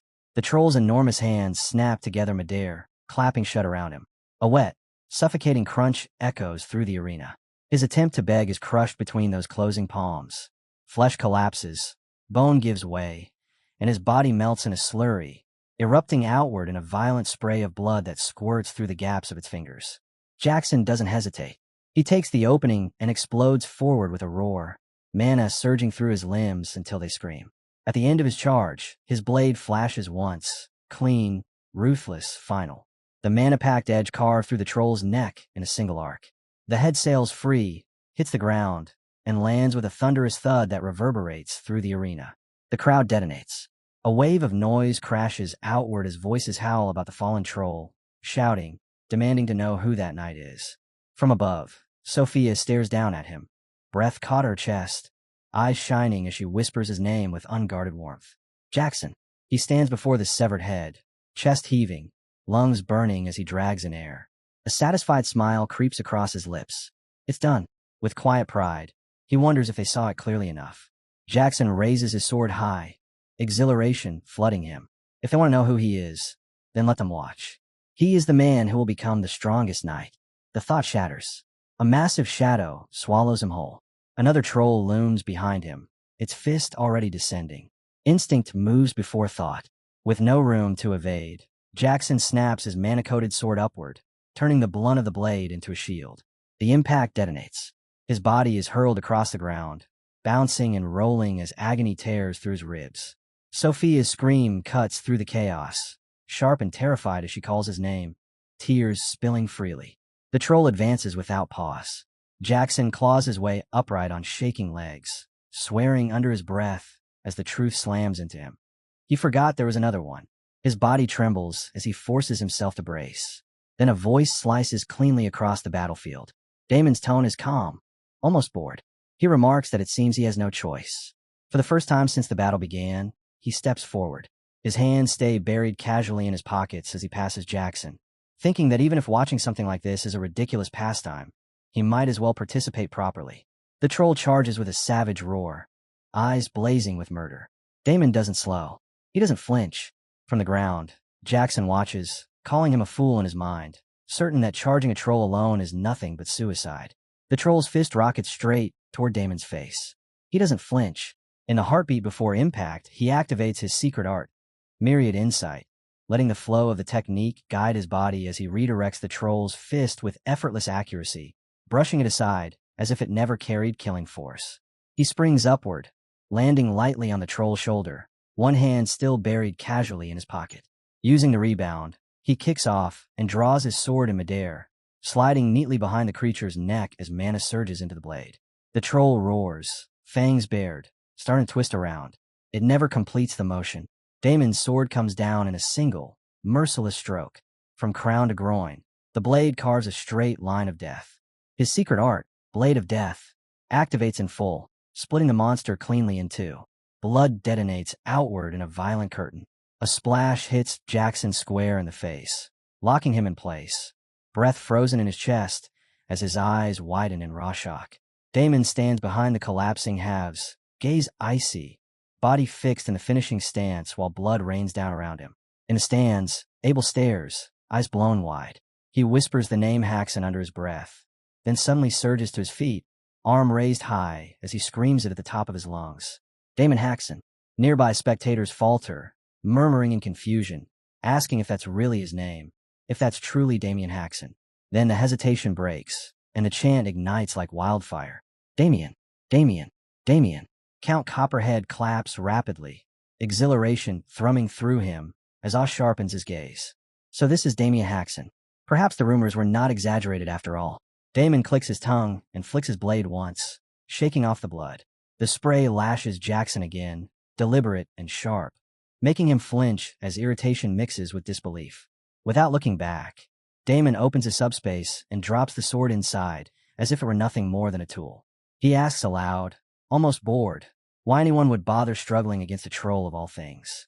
Behind him, the crowd continues chanting his name, the sound rolling endlessly through the arena. Jackson remains sprawled on the ground, fists trembling. Fury coils up his spine as the name echoes again and again. His jaw tightens until his teeth grind audibly, the sound scraping out as his body shakes harder with every chant. Beautiful melodies drift through the Copperhead estate that evening, their gentle notes sliding along polished floors and gilded pillars. Inside the banquet hall, noble ladies stare with barely contained excitement, sharp whispers spilling freely between them. He looks even more handsome up close. He really does. Is the one beside him his younger brother? The two of them are striking. Every gaze is locked firmly on Damien and Abel. The brothers enter with composed strides, dressed with deliberate care, confident smiles resting easily on their faces. Abel, far less at ease, edges closer to his brother, fussing with his clothes as nerves creep in. He mutters in disbelief, asking when Damon ever had the time to prepare something this refined. Damon answers smoothly, recalling the storefront as he tells him there's a well-known clothing shop in Landwork called Moonlight Wave, and that he bought it there. Abel nearly chokes on the name, startled, admitting it must have cost a fortune. Gratitude softens his voice as he thanks Damon sincerely, clearly touched. Damien only tells him not to worry, as steady as ever. As they advance deeper into the hall, the ladies drop their whispers entirely, excitement spilling openly onto their faces. So that's Damon Haxon? He's so manly. Light giggles ripple through the crowd, some boldly declaring that from today onward, he's their top choice. Then a sharp crack splits the air. A wine glass shatters in a bare hand. The sound freezes the hall for a heartbeat before the women scatter in uneasy silence. Jackson stands rigid, fist clenched tight, muttering that he can't tolerate this nonsense any longer. Sophia remains beside him, unfazed, her gaze turned elsewhere. Still glaring toward Damien, Jackson grumbles bitterly, demanding how anyone could recognize that man when they don't even recognize him. His jaw tightens as the memory of the troll battle surges back. Damon standing above him, crushing him with effortless dominance. He turns to Sophia, expecting agreement. She doesn't answer. Her eyes are fixed ahead, caught on Damon Haxon. A faint flush creeps on her cheeks as she stares, completely absorbed. Jackson's voice doesn't reach her at all. She watches Damon move through the hall, bathed in warm candlelight, impossibly composed, and wonders in quiet confusion if he has always looked this handsome. Her drifting thoughts snap apart as a clear announcement rings out, declaring the arrival of Count Copperhead. The banquet hall straightens instantly. The doors swing open, and the Count strides in with proud steps, his daughter Olivia walking silently at his side. After he takes his seat, a pot of fire is lit, its flames blooming to life and bathing the hall in flickering warmth. The Count rises, spreading his arms wide as his voice carries through the banquet hall. He thanks the knights and honored guests who gather to celebrate the martial tournament, held in honor of his daughter Olivia's birthday. Every gaze locks onto him. Sophia, Jackson, Damien, Abel, all listening without a word. He continues, saying that after witnessing the courage and ferocity shown by the young knights, he feels inspired for the first time in many years. He adds that he hopes tomorrow's final match will shine just as brightly. Then his tone shifts. It's time, he says, to reveal the prize awaiting the victor. He steps away from his seat and approaches the blazing pot of fire as whispers ripple across the hall. What could it be? Whatever it is, it must be extraordinary. Without the slightest pause, the Count thrusts his bare hand straight into the flames. Damon's eyes sharpen instantly, thoughts racing, while Abel recoils with a gasp. Murmurs surge through the crowd, some voices breaking in shock, others silenced entirely. The Count laughs, calm and composed, telling everyone not to panic. He pulls his hand free and raises it, completely unscathed. Someone blurts out how that's even possible. Slowly, deliberately, the Count opens his palm. A glowing sphere rests there, pulsing like a living ember. Damien's eyes widen as recognition slams into him. Wait, isn't that? Across the hall, Jackson's master leans against the wall, watching in silence. A dark gleam flashes through his eyes as a smile curls inwardly. Just as I thought. It really was here. Only two people in the room understand its true worth. Without exchanging a glance, both arrive at the same name, the Spirit Heart. The Count explains that the treasure shields its owner from flames and stabilizes body temperature, something even high-ranking mages cannot reproduce. His reflection shimmers faintly across the smooth, glowing surface as he declares its value immeasurable. Raising it high, he lets anticipation swell before announcing that this will be the prize awarded to the tournament's victor. The hall erupts in awe. What an unbelievable reward. Damon watches, a slow smile forming as a single thought settles in. Using the Spirit Heart as a tournament prize means they have no idea what it's truly worth. He hadn't cared about the reward before. Now that's changed. Now it's tempting. Count Copperhead brings his announcement to a close, expressing his hope that everyone enjoys the banquet to their heart's content. With a snap of his fingers, the musicians strike up once more, warm and lively melodies spilling through the hall. As the music swells, a massive birthday cake is unveiled, drawing a fresh wave of attention. Not long after, a young man approaches the Count with polished etiquette. He bows deeply, introducing himself as a friend of House Nason and saying it is an honor to meet him. The Count's eyes narrow slightly before recognition surfaces. House Nason. He recalls the region's reputation and asks if they aren't known for their apples. Still bowed, France replies that his house is honored to be remembered. Resting a small box in his palm, he says respectfully that, in celebration of Lady Olivia's birthday, he has prepared a modest gift. The Count lets out a mild sound of amusement. Olivia herself remains unmoved, her expression distant and flat. France presents the item, explaining that it is a cosmetic refined by alchemists of the Mishu school using purified spirit powder. He adds that rumor claims even an old woman's skin becomes like a newborn's after using it. Inwardly, the Count clicks his tongue at the offering's mediocrity. Modest indeed. Outwardly, he laughs lightly and thanks France with courtesy. Before France can withdraw, another youth strides forward and rudely nudges him aside, insisting on greeting the Count as well. He introduces himself as Charlie of House San. The Count repeats the name with faint interest, recognizing it at once. Charlie nods proudly and declares that he, too, has prepared a gift for the young lady. Lifting a slim tube, Charlie explains that it contains a necklace crafted from a 7-color crystal, a rare gem said to drop only once after slaying 100 golems in rocky regions. The Count echoes the words with initial intrigue. A 7-color crystal. Charlie eagerly confirms it. Then the Count casually remarks that the Copperhead vaults are already overflowing with such trinkets. Hooking his thumb aside, he instructs both youths to hand their gifts to the steward. From below, Damon watches with quiet certainty. This was only natural. The competition to win the young lady's favor has already begun. And for a man as wealthy as Count Copperhead, ordinary gifts were never going to matter. Next, Jackson steps forward and bows deeply, offering his greeting. He introduces himself as Jackson Cutter. The name draws only blank looks from the Count. Curious, the Count repeats it aloud, and Jackson confirms it with strained steadiness, declaring that he is known as the Ogre Slayer. The response comes blunt and unvarnished. The Count says he has never heard of him and asks flatly what it is he wants. The words bite deep, but Jackson swallows the irritation and states that he has prepared a gift. The Count blinks, faintly surprised, and asks if the gift is meant for him. Jackson reveals it with deliberate flair, declaring it an elixir of condensed vitality. He explains that with a single sip of this legendary potion, one can pass an entire day without feeling fatigue. Interest sparks instantly in the Count's eyes, and a long, satisfied "oh" slips from his lips. Behind his composed face, Jackson grins viciously. His master entrusted him with this priceless elixir for this exact moment, and triumph swells as he thinks that approaching the Count instead of the young lady was a calculated decision. The Count accepts the elixir personally, studying it with unmistakable astonishment. He calls Olivia over, remarking that it isn't bad at all. Olivia remains unmoved. She doesn't even bother turning fully toward him, murmuring that she supposes so, at least for him.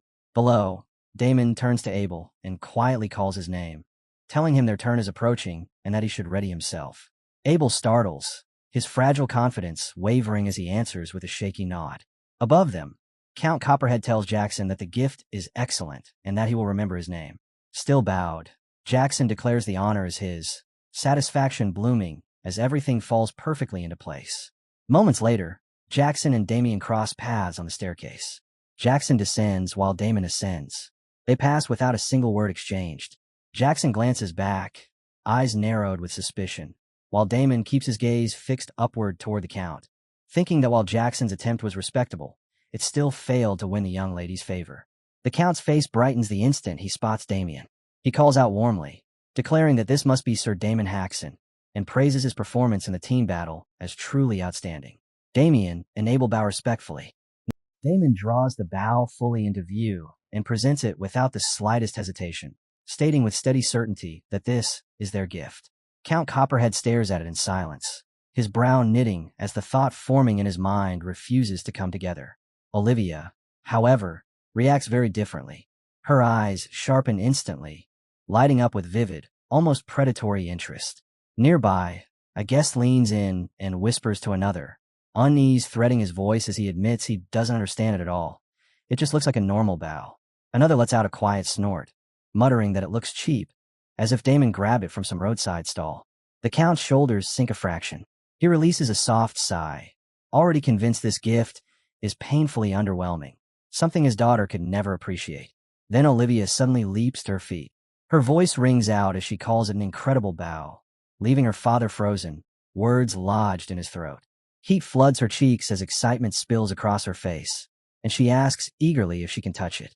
Watching how completely she's already captivated, Damon allows a curl of pride to touch his smile. Exactly as expected, he gives his permission immediately and tells Abel not to stand around, but to bring the bow to her at once. Later that evening, inside the Copperhead Estates banquet hall, Olivia draws back the string with all her strength. Sweat forms along her brow as her hands tremble, fighting against the bow's fierce elasticity. Damon watches closely, that satisfied smile still lingering, and understands now that the reports were true. Her love for hunting was no exaggeration. If you want to win someone over, he thinks, you first have to understand what they truly desire. When she finally lowers the bow, Olivia stares at it in breathless awe, declaring its elasticity formidable beyond expectation. She turns toward Damien and asks if it was made from the horn of a miner. He answers calmly that it is, adding that he knew she would recognize it. Then he reveals that the horn came from a minotaur that once led an entire herd. Jackson stiffens at the words, frowning as unease creeps in. A monster like that would give even a mid-rank warrior trouble alone. Olivia examines the inner curve of the bow more closely and freezes when she spots an inscription. Her voice falters as she reads the name carved into it. August. Hugging the bow to her chest, she asks if it was truly crafted by the blacksmith August. Her father jolts upright, shouting the name in disbelief. Damien remains composed and answers without hesitation, confirming it as fact.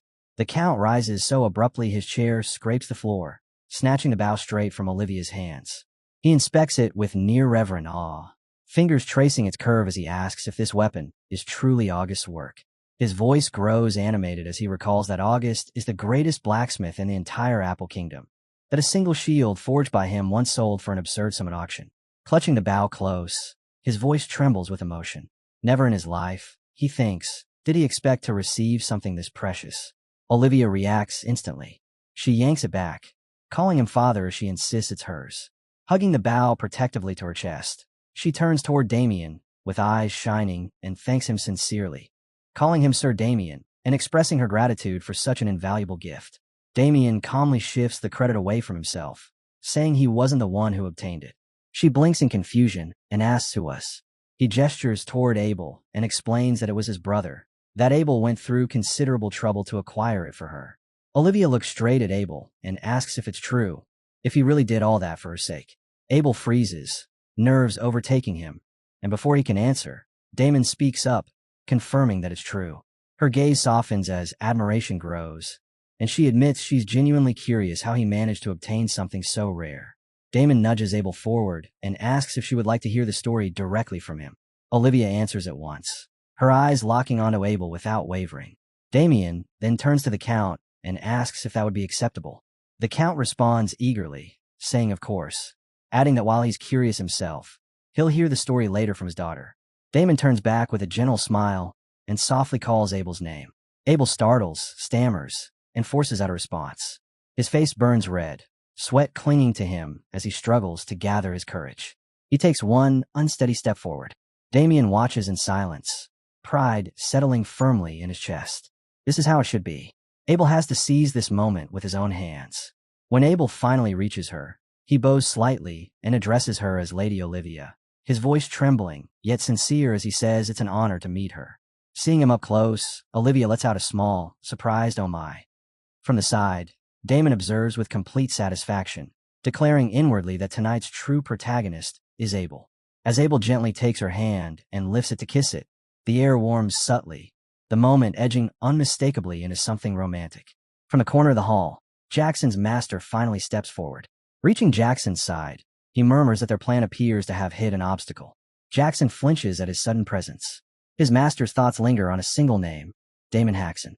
He admits to himself that while he expected strength, he never imagined this level of capability. The situation is obvious now. Damon has secured both the Count's favor and his daughter's heart. Frustration coils tightly in his chest, teeth grinding as the realization sinks in. If this continues, the Jackson brothers will take both the tournament and the Count's daughter. Turning away, he decides it cannot be allowed to go any further and orders Jackson to follow. Jackson responds in confusion, but quickly falls in line. Before leaving, he turns to Sophia and tells her to wait there. She answers with a gentle smile and agrees. As they slip out, the music continues to drift through the banquet hall. Damien stands with his back to them, seemingly unaware, yet a moment later he glances over his shoulder, a knowing, mischievous smile flashing across his face. Morning breaks over the Copperhead estate. Damien, Abel, and Victor make their way toward the arena when Abel suddenly notices Damon watching him with a strange look. He snaps, demanding to know why he's staring. Recalling Abel's easy conversation with Olivia the night before, Damien replies casually that he was just thinking Abel seemed unusually smooth yesterday, that the atmosphere between him and Lady Olivia looked rather good. Abel stops dead. His face burns red as he stammers, forcing confidence into his voice as he insists he can do it too, as long as he sets his mind to it. Ahead of him, Damon and Victor burst into laughter. Damon calls back that that's good, adding that he's looking forward to hearing good news from him soon. Victor throws a fist into the air toward Abel, grinning as he tells him he's got this. Then, with a lazy wave, he wishes the young master of House Jackson the best of luck in today's match. Damon answers with a brief thanks, his focus already fixed ahead. Abel lingers behind, hesitating before blurting out his thanks in a flustered rush. Damien stops mid-step and turns sharply, suspicion flashing across his face as his eyes narrow. Abel hurriedly clarifies, explaining that he means thank you for creating this opportunity in the first place. Damien doesn't believe the sudden gratitude for a second. In one fluid motion, he draws his greatsword as if responding to a real threat, his gaze sharpening as he demands to know who Abel truly is and where the real Abel has gone. Abel recoils in panic, stumbling back as he waves his hands frantically, begging him not to joke like that and insisting he's being serious. Damien scoffs, saying that much is only natural. He turns away and tells Abel that a brother looking after his brother is only right, so he should stop overthinking and focus on getting along properly with Lady Olivia. Abel freezes, then a quiet smile slowly spreads across his face. A heartbeat later, he bolts after Damien and Victor, shouting for them to wait. The second one-on-one match erupts the moment Damien's fist flies. His expression doesn't change as he swings once. The punch obliterates his opponent's sword in midair before slamming straight into their face. The impact alone sends the opponent hurtling across the arena, crashing into the wall with a thunderous crack before collapsing unconscious. Damien doesn't take another step. He stands exactly where he landed, his fist still vibrating with dense mana. The arena explodes into chaos. Abel, Victor, and countless others roar his name, chanting as Damon's rising fame surges through the stands. The outcome is absolute. Damon advances straight to the finals. Damien lets out a faint smile and asks whether the next match will be the last. Abel and Victor shout his name along with crowd. From within the stands, however, a hooded figure watches him intently. The figure moves closer and calls out to Abel, asking if he's there. Abel looks up, confused. The stranger pulls back their hood, revealing their face. Olivia. Abel stammers, shocked, asking what she's doing here. She answers with breathless urgency, stumbling over his title as she calls out, Sir Damien. She tries again, her eyes tightening with worry, and tells him that his brother is in danger. On the night before the match, the halls of the Gold Pixie estate lie quiet as Olivia walks alone through the corridor, a soft, melodic hum escaping her lips, rising and falling in time with her light steps. She slows, then stops altogether. A gentle smile spreads across her face as her thoughts drift to Abel. She admits it to herself without resistance. Their earlier conversation had truly been enjoyable. She whispers his name in her heart. Abel, I really do want to see you again. To talk a little more. A maid appears and calls out to her, announcing that the Count is asking for her.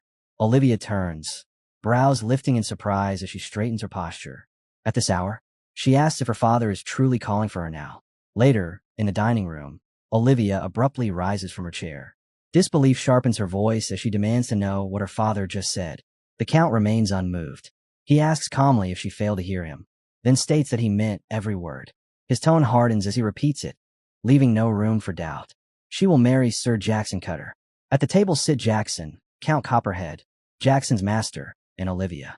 Olivia refuses to sit back down. She snaps that her father has lost his mind, insisting she has barely exchanged words with that man. Yet he is already talking about marriage. Across from her, Jackson stiffens. Irritation crawls up his spine as he silently curses his master as a damned old geezer.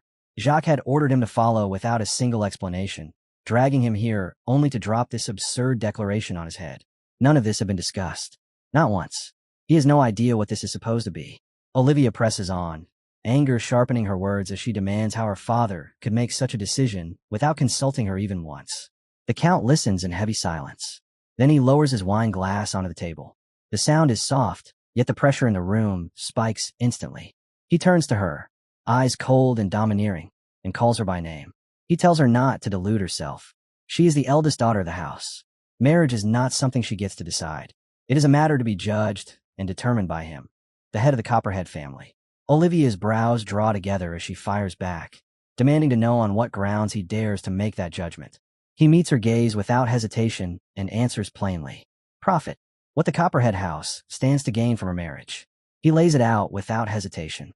Sir Jacques, a middle-class master, has already given his word that the moment the marriage is made official, he will place his strength behind House Copperhead. He says she knows exactly what that implies. Among all the great noble houses of the West, only two possess a middle-class warrior as the backbone of their forces, Gold Pixie and Lionbloom. Only those two. If this marriage is sealed, House Copperhead will stand on equal footing with them. And that isn't even the end of it. Jacques has also promised to pass down weapon techniques and mana cultivation methods to their knights. Methods used by those who have already stepped into the master class. Jackson nearly springs from his seat. Rage crashes through him like a wave. Those techniques, Jacques has never taught them to him. Not once. Yet now, he's willing to hand them over to another house as mere bargaining chips. Olivia feels her resistance collapse piece by piece. She lets out a sharp, frustrated breath, glares at her father, then forces herself back into her chair. Under her breath, she mutters that he's selling her off for the sake of the family. The Count snaps an irritated glare her way, calling her a brat and telling her to watch her tongue. At last, Sir Jacques speaks again, asking whether the proposal will be accepted.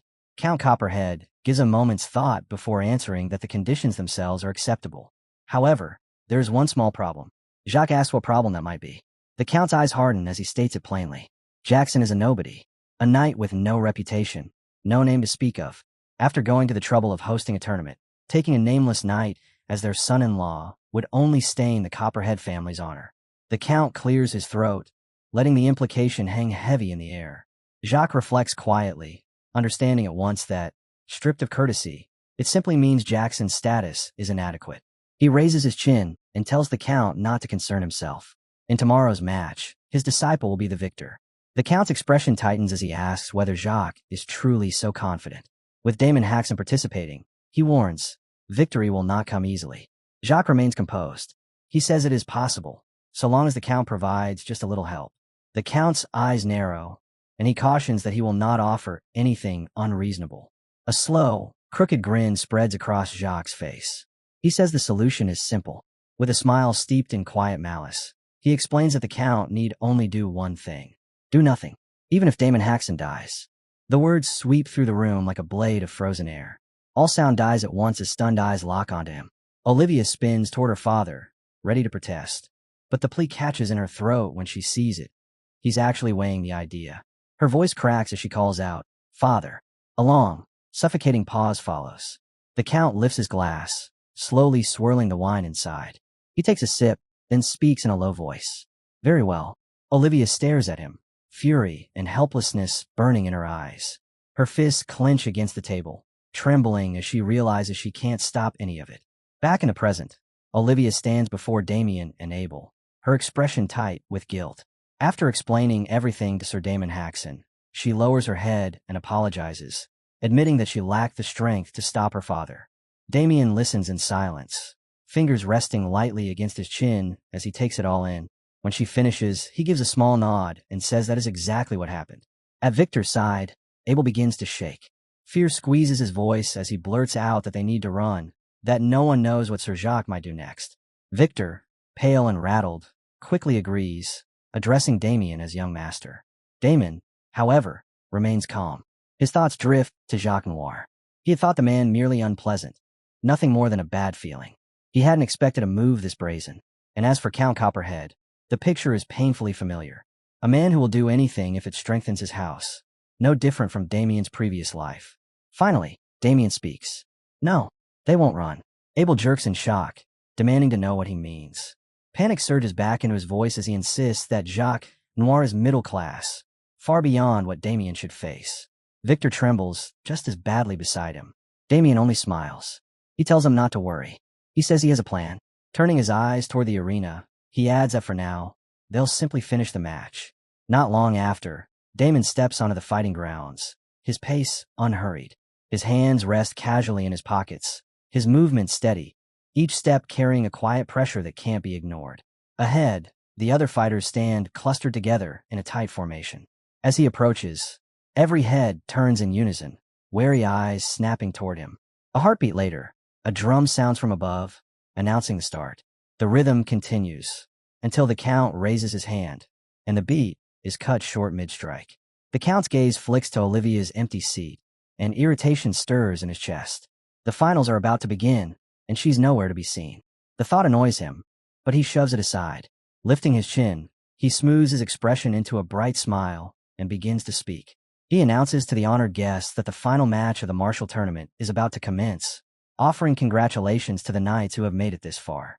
There will be only one victor, he declares. The last person left standing will be crowned champion. With a courteous bow and a sweep of his hand, he adds that there are no additional rules. They are free to fight however they wish. His head remains lowered, but his eyes glint with concealed intent. In his heart, he tells Damon not to resent this. For Jackson's victory, this is the only path. The drums sound again. Each beat rolls across the arena like thunder. The crowd explodes into whispers and shouts, voices buzzing with excitement as they brand it a death match, thrilled by the danger. Victor's face drains of color as he turns to Abel, asking if the young master will really be all right. Abel swallows hard before answering that he believes so. Damon said he had a plan. All they could do now is watch. At the center of the arena, Damien stands completely at ease. He doesn't so much as flinch. He understands the true meaning behind the Count's words. No rules. The air around him feels foul, reeking of rot. Steel flashes. Blades slide free and angle toward him from every direction. In the span of a breath, he is encircled. Someone in the crowd cries out in disbelief, demanding to know what kind of match this has turned into. High among the spectators, Jacques watches with a satisfied smile as the roar grows louder. Just outside the closing ring, Jackson slowly draws his sword, frustration carved plainly across his face. He curses quietly to himself, admitting that he hates this. But he can't deny it. Everyone else is thinking the same thing. His eyes harden. He fully unsheathes his blade and levels it forward, reminding himself of the one rule that matters in a fight like this. Eliminate the strongest first. He steps forward. In the same instant, the others move as well. Bodies launch into the air, blades raised, all of them charging straight at Damien. Damien watches them come. He doesn't move. He just smiles. The night before, outside a tent near the Copperhead estate, Jackson bursts inside in a rage, shouting for his master and demanding to know why he's doing this. Jacques calmly removes his hat without even sparing him a glance, his expression utterly indifferent. Jackson's fury spills out as he yells about the marriage, demanding how Jacques could suggest something like that without ever consulting him. In the next instant, Jacques pivots and snaps a straight kick into Jackson's stomach. The impact folds him in half. A harsh, broken cough is torn from his lungs as he's sent crashing to the ground. Jackson collapses there, gasping and hacking for air, while Jacques looks down at him with cold disdain and tells him to shut his mouth. He states it plainly. If Jackson had been competent enough, there would have been no need to make such a proposal to the Count at all. As Jackson trembles on the ground, clutching his gut, Jacques continues without pause, saying there would have been no need for him to waste his time, or his knowledge, on him in the first place. Through the pain, Jackson curses his master inwardly, branding him a heartless bastard. Jacques' eyes only grow colder. He tells Jackson that if he understands, then he should stop talking and do exactly as he's told. Jackson slowly forces himself to his feet, his body shaking as he presses a hand to his stomach. In a strained, unsteady voice, he stammers that he already has Sophia. Jacques turns his head slightly, his voice stripped of all emotion, and tells him to discard her. She's no longer useful. Jackson freezes. His breath catches as he stammers in disbelief, asking what his master is even saying. Without looking back, Jacques uses telekinesis to lift a cup resting on a barrel behind him, drawing it smoothly into his hand. He explains calmly that the only reason he ever allowed Jackson to be with Sophia Russell was to secure House Russell's support. Now facing him, cup in hand, he states that through that connection, he obtained the swordsmanship manual he required, along with the elixir Jackson will need when he ascends to low class. Jackson straightens fully, still clutching his stomach, as Jacques raises the cup to his lips and lets a faint smile form. He says that House Russell has nothing left to offer. It's time to extract support from a different house. After a moment, Jackson asks hesitantly if that house is Copperhead. His voice trembles as he questions whether this is just another plan to exploit them, no different from how Jacques used House Russell. Jacques answers without a hint of hesitation. It isn't merely the Copperhead family support he wants. He plans to use the marriage to place the entire house under his control. The words hit Jackson hard. He stammers, asking why his master would go that far. Jacques responds coolly, asking if he hasn't already explained it. He takes a slow drink from his cup and states flatly that all of this is for the sake of his long-awaited wish. Jackson still resists. He pleads with him, just this once. He begs his master to reconsider, insisting that he truly loves Sophia. Jacques pauses. He looks down at him and calls him an idiot. He asks if Jackson still doesn't understand. Then, without the slightest mercy, he lays it out. Sophia is the kind of woman who abandoned her former fiancé, Damon Haxon, the moment he ceased to be useful and chose Jackson instead. That alone means Jackson can be thrown away just as easily. He asks him quietly if he really failed to see that. The moment Damon Haxon began to show even a hint of improvement, Sophia's attitude had shifted completely. The memories surface one after another, striking Jackson in silence. His throat tightens. He tries to object, forcing out that it isn't like that, but the words collapse before they can escape. Jacques produces a ring and extends it toward him, telling Jackson to take it. Jackson looks up sharply, eyes widening as he asks what it is. Jacques meets his gaze with cold indifference and answers that it is a ring that pushes power beyond its natural limits. Shock jolts through Jackson, disbelief stretching his eyes wide. Jacques steps closer. Tomorrow, he says, Jackson will use the ring exactly as instructed and fight Damon Haxon. And when Damon Haxon loses control and goes on a rampage, Jackson is to claim it was an accident and kill him. Jackson stands frozen, staring at his master. Inside, curses spill endlessly. He understands now, with brutal clarity, that Jacques is not someone who will ever listen. For the moment, he accepts the order in silence. He reaches out and takes the ring, adding inwardly that while he's at it, he'll also eliminate that eyesore Damien. He stares at the ring for a long moment before forcing out that he understands. On the day of the match, Sophia sits among the crowd, cheering loudly. She chants Jackson's name again and again, urging him to win. Jackson hears her voice and frowns, thinking she should just wait. Today, he will kill Damien and prove everything. He completes the draw and squares up to Damien.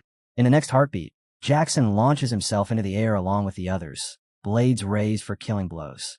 As he charges, a single thought burns in his mind. He'll prove it to Sophia. He'll show her that he's the man who truly deserves her. Swords crash down from every direction, steel slicing through the air in intersecting arcs. Damien keeps smiling. With movements so small they're almost invisible, he threads through the storm of blades, slipping between every strike without even shifting his footing. A knight lunges from behind, sword thrusting straight for Damien's spine. At the final instant, Damien springs upward, letting the blade stab through empty air. He lands lightly on the knight's head, using it as a step, then kicks off and twists midair, his body aligning with flawless control. He drops with a brutal elbow strike. The blow slams straight into the knight's skull, crushing the helmet on impact. The man crumples face first into the dirt, blood streaming from his nose. Damien lands beside him, body still locked in his finishing posture. The arena explodes. Cheers erupt from every corner as Abel and Victor scream Damon's name at the top of their lungs. Amid the deafening roar, Damien lets out a short laugh and turns his gaze toward the remaining fighters. He remarks casually that it looks like they thought sheer numbers would be enough to force their way through. Raising one hand, he curls his fingers in a lazy beckon, asking what they're waiting for and telling them to come at him. Jackson scowls, disbelief warping his expression. Damien is cutting down multiple low-class knights without even drawing his sword. Behind him, one of the fighters mutters that Damon is a monstrous bastard. In that instant, a cold realization sinks into Jackson's bones. Has he already surpassed low class? His eyes narrow sharply. Suddenly, a female knight bursts forward from behind Jackson, mana flaring along her blade as she shouts that she'll show him the swordsmanship of House Alter. Her charge snaps Jackson back to the present. At the same time, another knight rushes Damien from behind, sword lifted high as he bellows for the glory of House Staintroller. With both attacks closing in, Damien finally draws his sword from his subspace ring. He scoffs, his face utterly unimpressed, remarking that ganging up on someone while shouting about houses and glory is laughable. They strike together, one from the left, one from the right. Before either blade can reach him, Damon's sword flashes. The strike lands first, slamming into both weapons at once and knocking them violently aside. He activates his hidden art, Myriad Insight, Parry. A sharp, tearing ripple bursts from the point of impact. The force coils violently through both blades, snapping the knights' grips at impossible angles and ripping screams from their throats. Damien doesn't pause. His expression doesn't change. He lifts his sword again, and with a single clean follow-up strike, he disarms them both, sending their weapons spinning away as the female knight is flung through the air. They barely manage to stay on their feet, bodies trembling as they clutch their shattered hands. Damien speaks calmly, reminding them that they all signed the agreement. Didn't they? Then he moves. In a flash, he disappears. All that remains is the cutting afterimage of his blade. He reappears at the end of the strike, perfectly still, as the knights behind him collapse one by one, all dropped by the same motion. He tells them to think of it as an unfortunate accident. The arena detonates with deafening cheers. Damien's name is roared again and again. Swept up in the madness, Abel looks nearly feral as he proudly tells the stranger beside him that Damon is his brother. Above them, Count Copperhead stares down in shock, managing only a stunned, "What?" Nearby, Jacques frowns deeply, irritation and calculation swirling behind his eyes. Damon turns toward Jackson with a relaxed smile, making him flinch. He remarks that it looks like Jackson is the only one left and asks if he isn't going to come down. Jackson lowers his head, teeth grinding as curses pile up at his throat. Then, without warning, he straightens and bursts into wild laughter, drawing a confused look from Damon. The laughter stops just as abruptly. Jackson lifts his hand and plucks a pill from his ring, sneering as he tells Damon that he's shown off enough. His fingers shake as he holds the pill, hesitation flashing across his face. Then, as if crushing the thought entirely, he tosses it into his mouth. Damon watches and asks what he's suddenly eating. The effect is immediate. Jackson's heart begins to pound violently, pain ripping through his chest as he grits his teeth and swallows back groans. Damon's eyes narrow as he senses an unfamiliar mana pattern spreading outward from Jackson, crawling across the ground behind him like branching veins. Damon turns fully, following that flow of mana as it reaches one of the fallen knights and seeps into his body. The knight suddenly screams. A cry of pure, unbearable agony tears through the arena as the strange energy invades him. The mana doesn't stop. It keeps spreading, surging outward and sinking into every fallen knight at once. The sight roots Damon in place, shock locking his body as he takes in what's happening. Jackson smiles as he faces him, a sharp glint of mischief flashing in his eyes.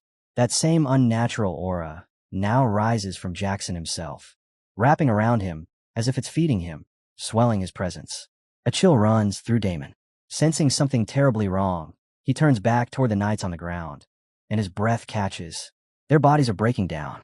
Flesh twists and melts as the mana eats them from the inside, dissolving them in a grotesque, unnatural way. Damon stares, horror tightening his chest, and demands to know what the hell that thing is. Jackson's grin splits wide as a low chuckle rolls out of his throat. He tells Damon that what he's witnessing is something called a mana rampage. The explanation clicks instantly in Damon's mind. A mana rampage is what happens when a mana inside a body breaks free from its owner's control and runs wild. When it occurs, an enormous amount of mana is lost, and the body itself suffers devastating damage, often leaving the victim crippled for life. Once that understanding settles, Damon speaks coldly, eyes locked on Jackson as he asks if this is the power of the gem he just swallowed. Jackson takes a step forward and answers without hesitation. Yes. He calls it the trump card his master personally handed him. As he keeps moving closer, he explains that the object triggers a mana rampage in everyone around him.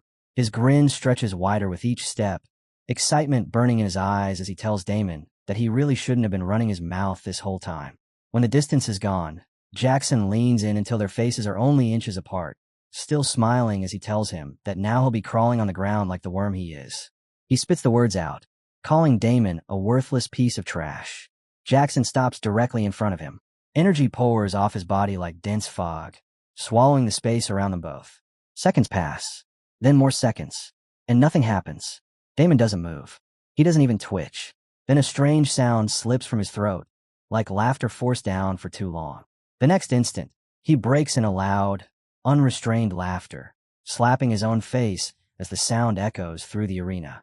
Just as suddenly, it cuts off. Damon lowers his hand, eyes now gleaming with mocking malice.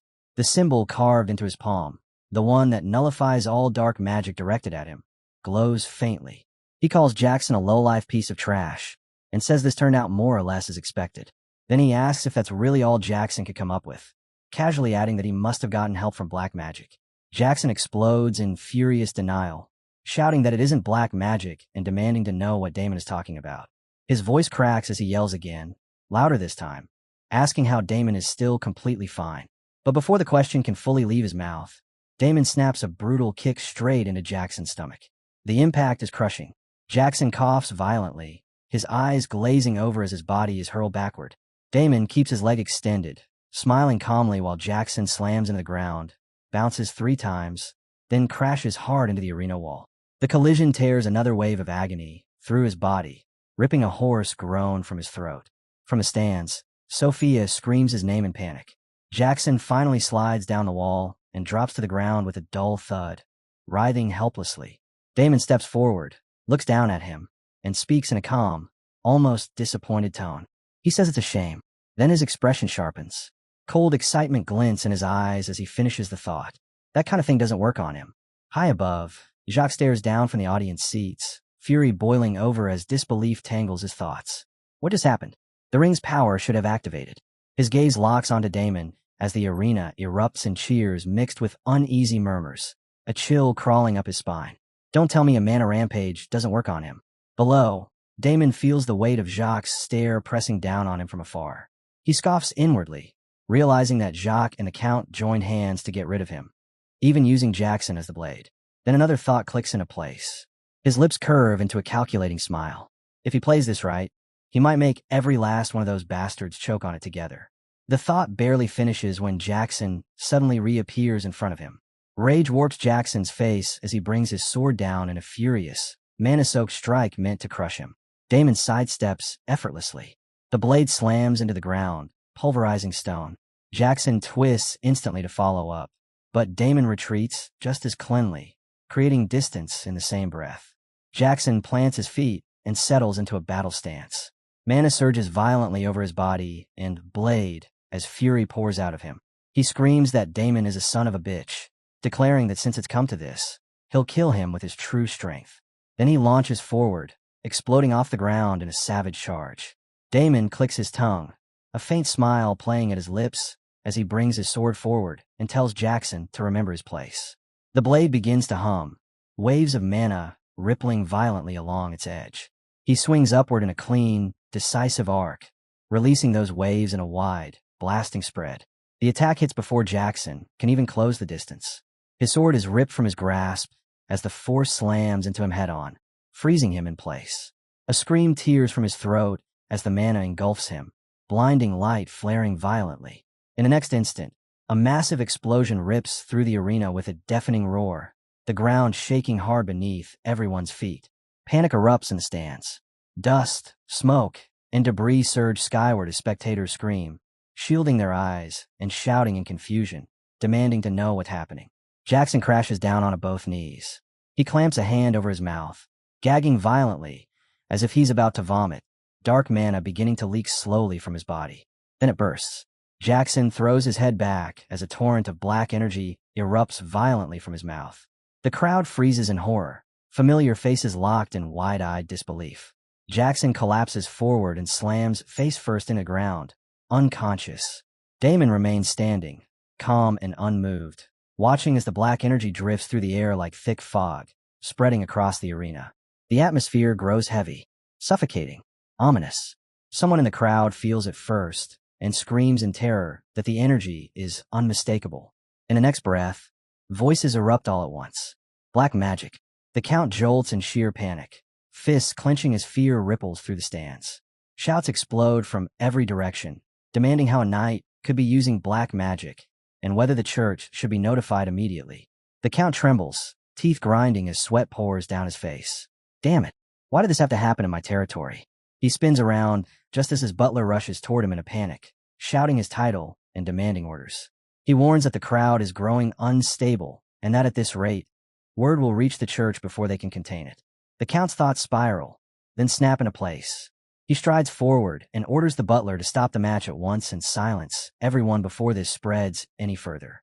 Meanwhile, Damon calmly opens his subspace and returns his sword, thinking that for now, everything is unfolding exactly as planned.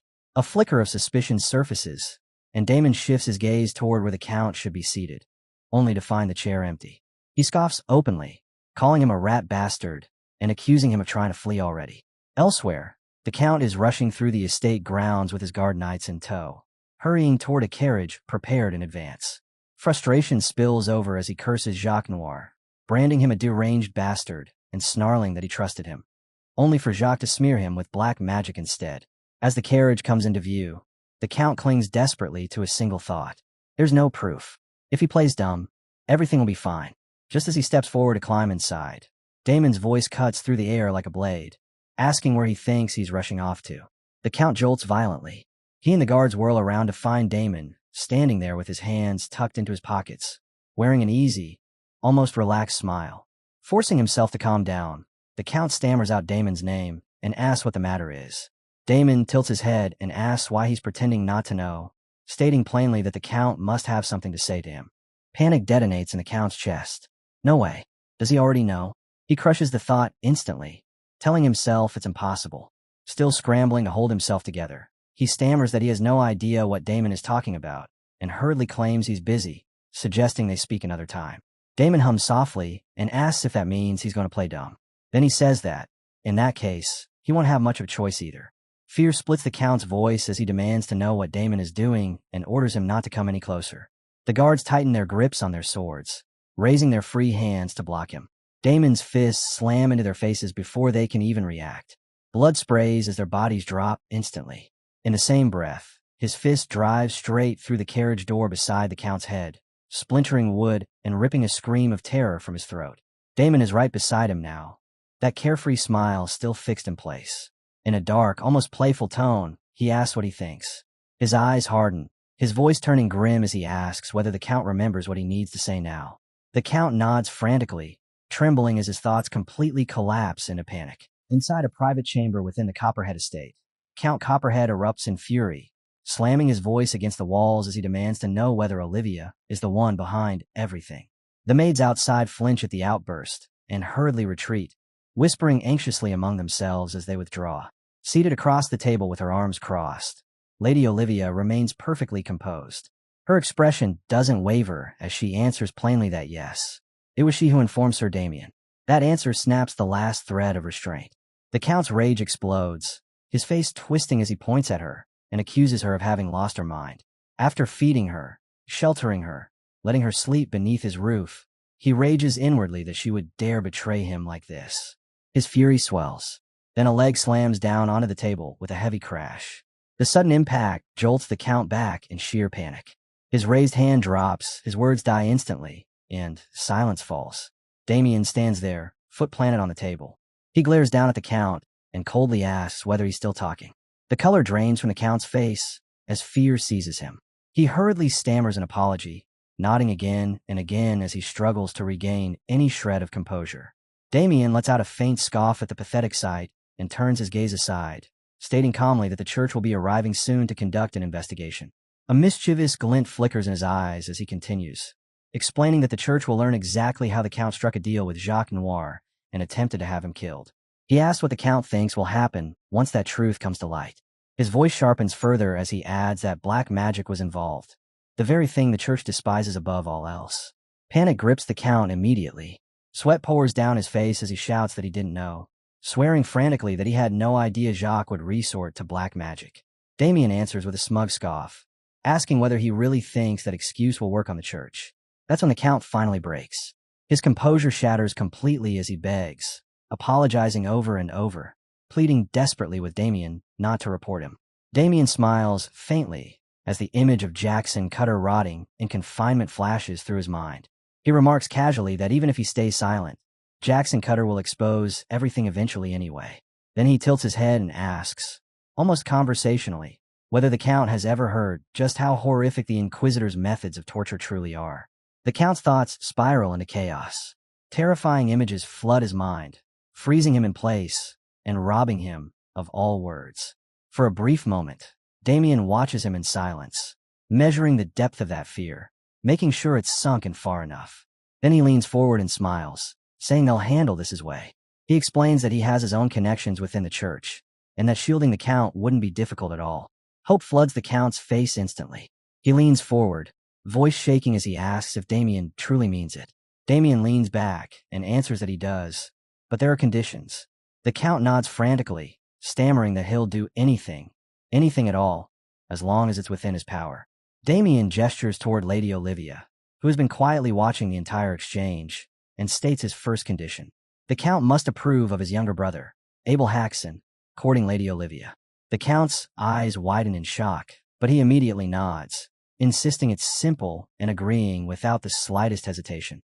Damien then points to himself and states his second condition. The Count is to officially declare him the victor of the martial tournament.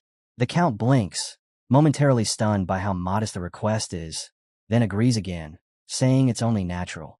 He even asks if that's all. That's when Lady Olivia speaks. Her voice is calm as she adds a third condition. Turning to her father, she states that for this matter, he will pay 300 gold to the Haxon family. The Count shouts in disbelief, repeating the number in outrage. Damien looks at Olivia in surprise. This wasn't part of the original arrangement. After a brief pause, his expression brightens.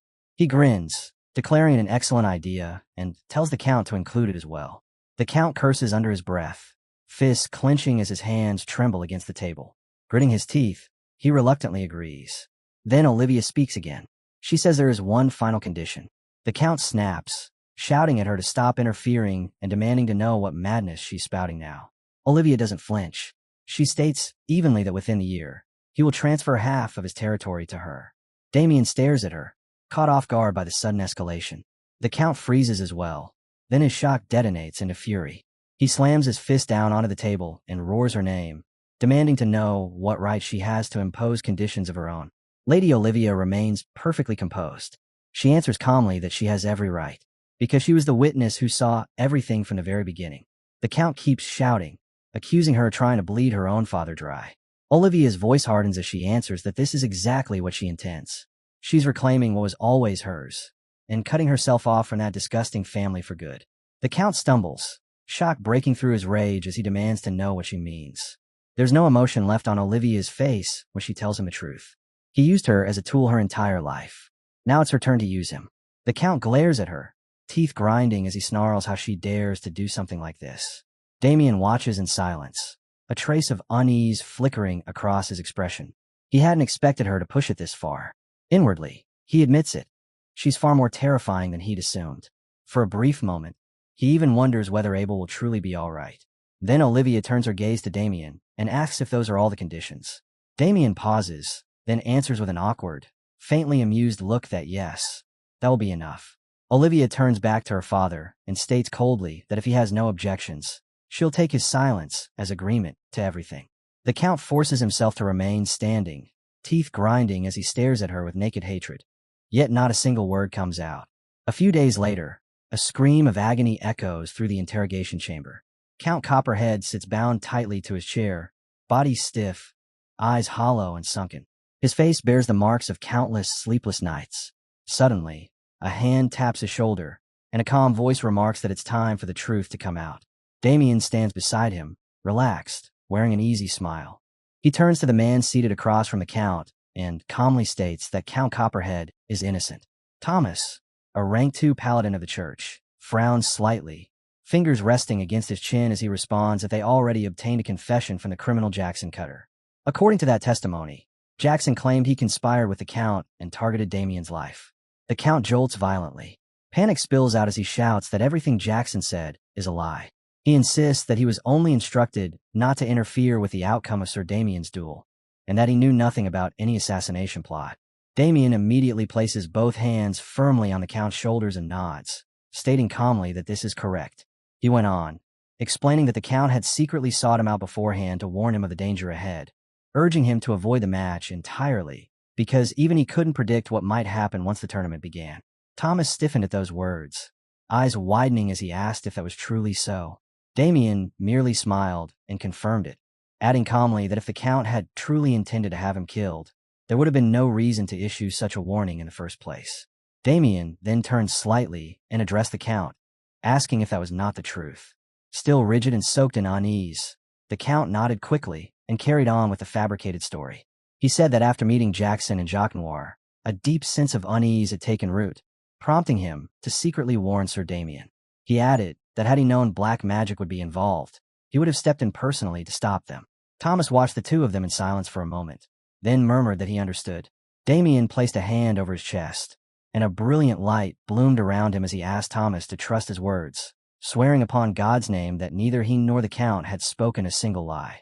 At that declaration, Thomas's remaining doubt shattered. He stared in awe as holy radiance wrapped around Damien, completely overwhelmed by the sight. Tears welled up and spilled down his cheeks as he declared that he finally understood. Sir Damien, a man overflowing with faith and one who had earned Lady Agnes's absolute trust, could never lie. Damien turned his head slightly away, a fleeting trace of guilt crossing his expression at the weight of that absolute trust. Thomas then formally announced that the case was closed. Count Copperhead was cleared of all suspicion. The Count let out a long, shaking breath as his body sagged, relief crashing over him in one overwhelming wave. Damien kept his hand resting on the Count's shoulder and remarked calmly that he was glad everything was finally settled. Then he leaned down and whispered in a low, mischievous voice that he had kept his promise, and now it was the Count's turn to keep his. Cold sweat spread instantly across the Count's face. Damien straightened with a bright, effortless smile, while the Count slowly lowered his head. Tears slid down his cheeks as he whispered his defeated agreement, fully aware of everything he was about to lose. A week later, a carriage rolled smoothly down the road, Victor seated atop it with the reins in hand. From inside, two voices bubbled with excitement. Lady Olivia marveled that she hadn't expected to be heading to Haxon Viscounty so soon. Abel echoed her disbelief, admitting he could hardly process the fact that he was already bringing her home to meet his parents. She laughed softly and scolded him, asking how long he planned to keep speaking so formally, reminding him that she had already told him to talk to her comfortably. Abel panicked instantly, stammering as he asked if he really should do that. Inside the carriage, Damien sat slouched back, drenched in sweat and looking utterly spent. He thought grimly that while he had pushed for the two of them to end up together, this was still far beyond what he had imagined. Across from him, Abel and Olivia sat close, completely wrapped up in each other. Abel hesitantly called her Olivia, and her face lit up at once. She told him she loved hearing it, and insisted he speak casually with her from now on. Flustered, he nodded and quickly agreed.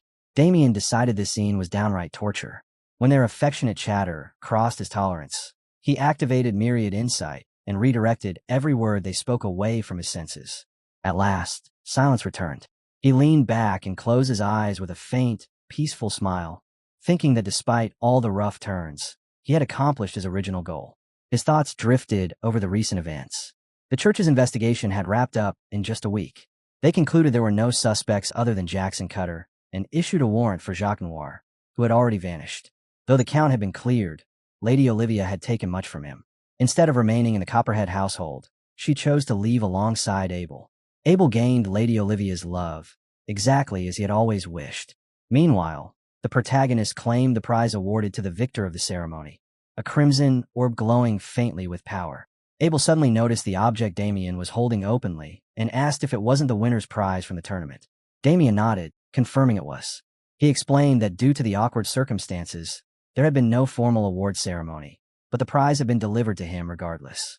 As he looked down at the orb, a sharp glint of excitement flashed in his eyes. He reflected that the Count had no idea what this item was truly worth, but he did. In his mind, the image of a blazing demon rose into view. This was a spirit heart, a condensed core of power that only formed at an absurdly low probability when a high-rank spirit vanished from existence. He considered that if he melted it down and absorbed it, it would grant him overwhelming magical power along with the innate abilities of spirit itself. The image came easily, a human wielding the full authority of a fire spirit.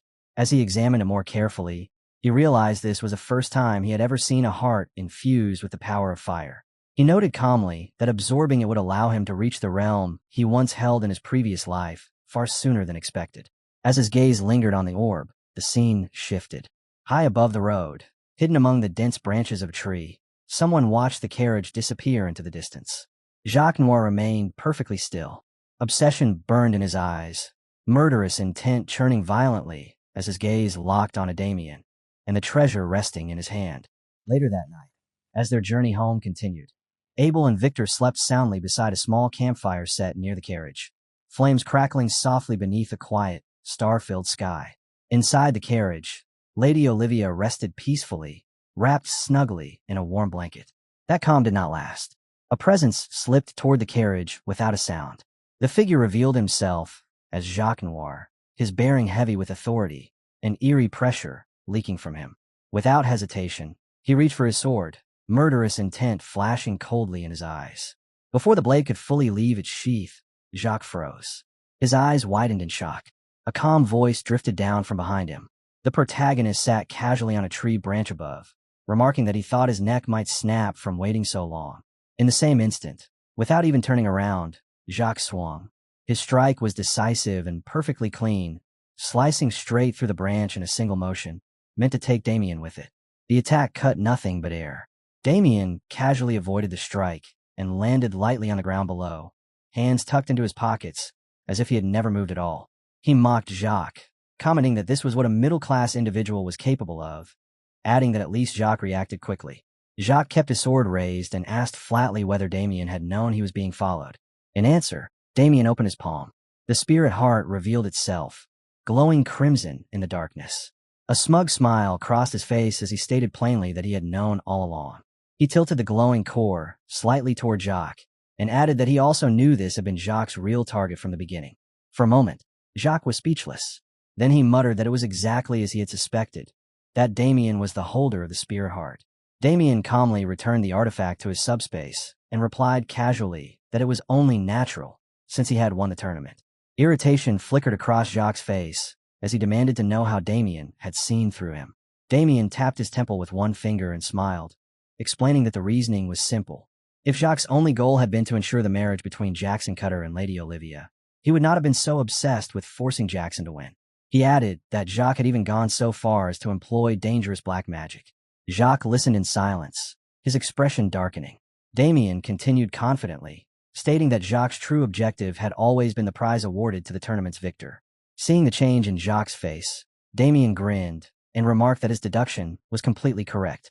Jacques' expression sank into darkness as he leveled his sword straight at Damien, declaring that it made no difference to him.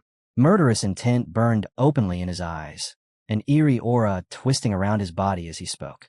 With church forces crawling everywhere, he had already known slipping back and wouldn't be easy. That was precisely why he had followed Damien, to be safe. Now, all that remained was to kill him and take the prize. Damien answered with a mocking smile. If Jacques truly thought he could do it, then he was free to try. The moment the words left his mouth, Damien drew his sword in a smooth motion, locking Jacques in a confident, unwavering glare. Jacques didn't hesitate. He lunged forward, blade flashing with lethal intent, eyes stripped of all warmth. Damien met him head-on. Steel crashed against steel in rapid succession as he blocked every curving strike, waves of mana rippling violently from his sword with each impact. Even so, one attack slipped through, slicing past within inches of his eyes. Damien snapped his blade up just in time to intercept it, but the force blasted him backward. He twisted midair and landed cleanly on both feet, skidding several steps before coming to a stop. Creating distance, Damien glanced down at his clothes, now marked with shallow cuts. He assessed it calmly. Even among mid-class fighters, this man stood at the very top. There was no wasted motion. Every strike was precise, deliberate, and sharp. From across the clearing, Jacques Noir watched with faint surprise, remarking that it was impressive for a low-class fighter to endure his attacks. Then dark purple mana surged around him. His expression twisted into something sinister as his eyes sharpened with killing intent. He declared coldly that this was as far as Damien would go. He stepped forward and vanished. An afterimage lingered as dark mana poured from his body. Damien's eyes narrowed as recognition struck. In the next instant, multiple images of Jacques appeared at once, filling the space with an oppressive, eerie presence. Damien immediately recognized it for what it was. The Phantom Sword Art. Jacques' voice echoed as every figure raised its blade. He asked Damien how it was, boasting that this was the sword art of a sword master, restored through an entire lifetime. He declared that every one of them was fake, yet real, and that with Damien's senses alone, he wouldn't even be able to tell which one was the original. He finished by declaring that Damien had no one to blame but his own ignorance. In the same instant, every figure moved together. The real Jacques and his false bodies plunged downward at once, killing intent roaring as he activated his phantom sword art. Illusory shadow strike exploded outward, blades overlapping, phantoms screaming as they rushed to tear Damien apart. Damien did not flinch. He calmly lifted his sword straight up. His gaze sharpened, focus compressing to a razor point as mana surged violently through his body. Dense ripples gathered along the blade, packed so tightly they distorted the air itself. Then he angled the sword forward and released them, not in a burst, but in a steady, unwavering stream pouring from the tip. The ripples passed through the charging figures, one after another. Every clone disintegrated on contact, shredded instantly by the sustained flow of mana. The force swept the battlefield clean, roaring winds ripping across the clearing and tearing Jacques' hat straight off his head. When the surge finally died down, Jacques stood rooted in place, eyes wide, breath caught in his throat, unable to process what he had just witnessed. Silence followed. Dust drifted slowly back to the ground as the displaced air settled. Still staring, Jacques felt his thoughts stumble. He remembered this move, the same technique that had once stopped Jackson's sword dead. His teeth ground together as Damien spoke flatly, telling him he was making far too much noise over a sword art that wasn't anything special. The words snapped something inside him. Jacques' voice shook as he demanded to know what Damien meant by that. Damien only gave a faint smile and asked calmly if this was really how Jacques used the technique. Then Damien took a step. An afterimage lingered behind him. Jacques' face tightened as Damien stepped again, then again, each movement spawning another phantom. Images multiplied rapidly, spreading across the field. Some stood with arms crossed. Others balanced on tree branches. A few even sat casually, as if bored spectators watching the fight unfold. The technique completed.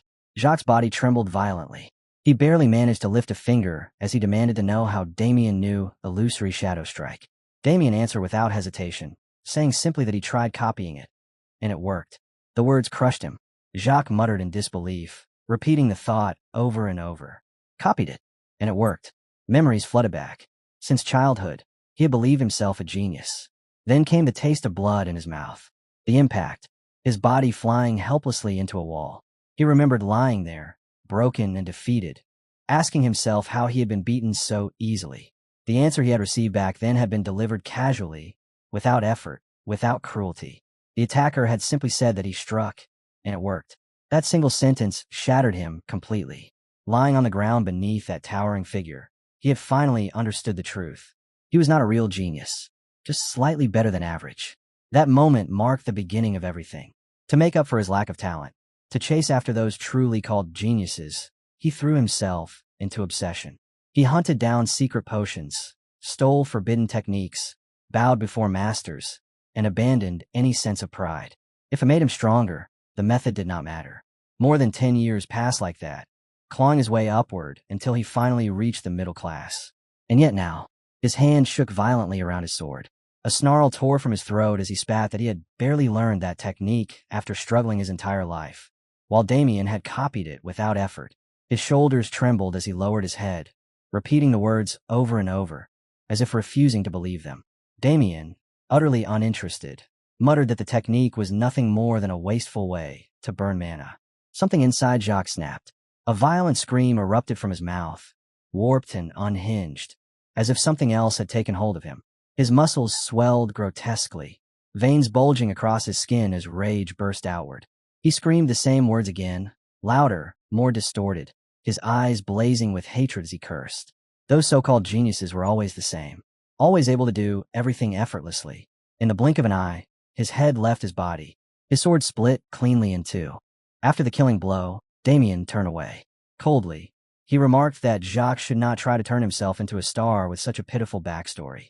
As Jacques' lifeless eyes stared blankly at Damien's retreating figure, Damien walked off with a faint sigh, muttering that it was time for him to go to sleep. Damien gave no reaction, simply stepping past Jacques before swinging his blade once in a smooth, effortless arc that cleanly severed Jacques' neck. Then, with cold indifference, he muttered that he had no idea what Jacques had been babbling about, and added that, by Jacques' own reasoning, he had only copied something that already existed.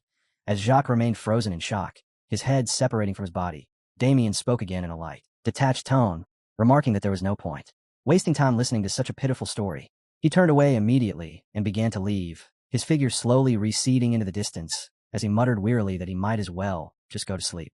Then, without warning, Damien stopped. He glanced back over his shoulder with a faint, provocative smirk and added that when someone defeats an opponent, they ought to farm them, and beneath the moonlight washing over the night, he calmly wondered aloud if there might be anything of use worth taking. 1 month later, inside a mansion, Olivia carried a wash basin while wiping sweat from her brow, letting out a soft sigh of relief after finishing her task. But the moment the maids noticed her working, they hurried over in alarm and insisted she leave such chores to them, reminding her it was their responsibility. Olivia answered calmly that it was fine and that she could handle at least that much on her own. From nearby, another voice called out, telling her to leave the work to them and get some rest instead. And when Olivia turned to see who had spoken, she showed surprise and addressed the woman as her mother before gently asking where she was going.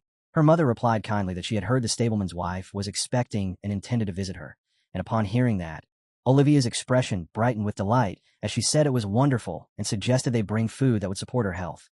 Her mother smiled warmly, agreed it was a good idea, and then asked if Olivia wanted to come along, to which Olivia returned the smile and said she would love to. As they continued chatting cheerfully, Olivia mentioned that the day before she had noticed the windmill's blades were already quite worn and suggested repairing them before winter came. And her mother, after listening, agreed and said they should bring it up with Olivia's father later. Not far away, by a window inside, Pavel and Damien stood in silence, watching everything unfold. Pavel spoke with open appreciation, remarking that ever since Olivia's arrival, managing the territory had become much easier, and Damien gave a small nod of agreement, adding that even the servants were thankful because Pavel handled every matter in the territory with meticulous care. As memories resurfaced of the time he and his wife had first looked at Olivia in astonishment, Pavel's voice turned nostalgic as he said she had adjusted with remarkable speed, recalling how shocked he had been when a count's daughter had shown up in person, bringing half of her family's lands with her and boldly declaring her intention to marry Abel. At that moment, the image of Olivia greeting everyone with a warm smile appeared clearly in his mind. He continued in a softer tone, saying that in only a month she had seamlessly blended into their household and become part of the family, emphasizing that she truly was an extraordinary person. Then, as he stroked his chin with a slightly sinister smile, he added that thanks to Olivia they had managed to crush the arrogance of those who once looked down on their family at social gatherings, calling her nothing short of a blessing.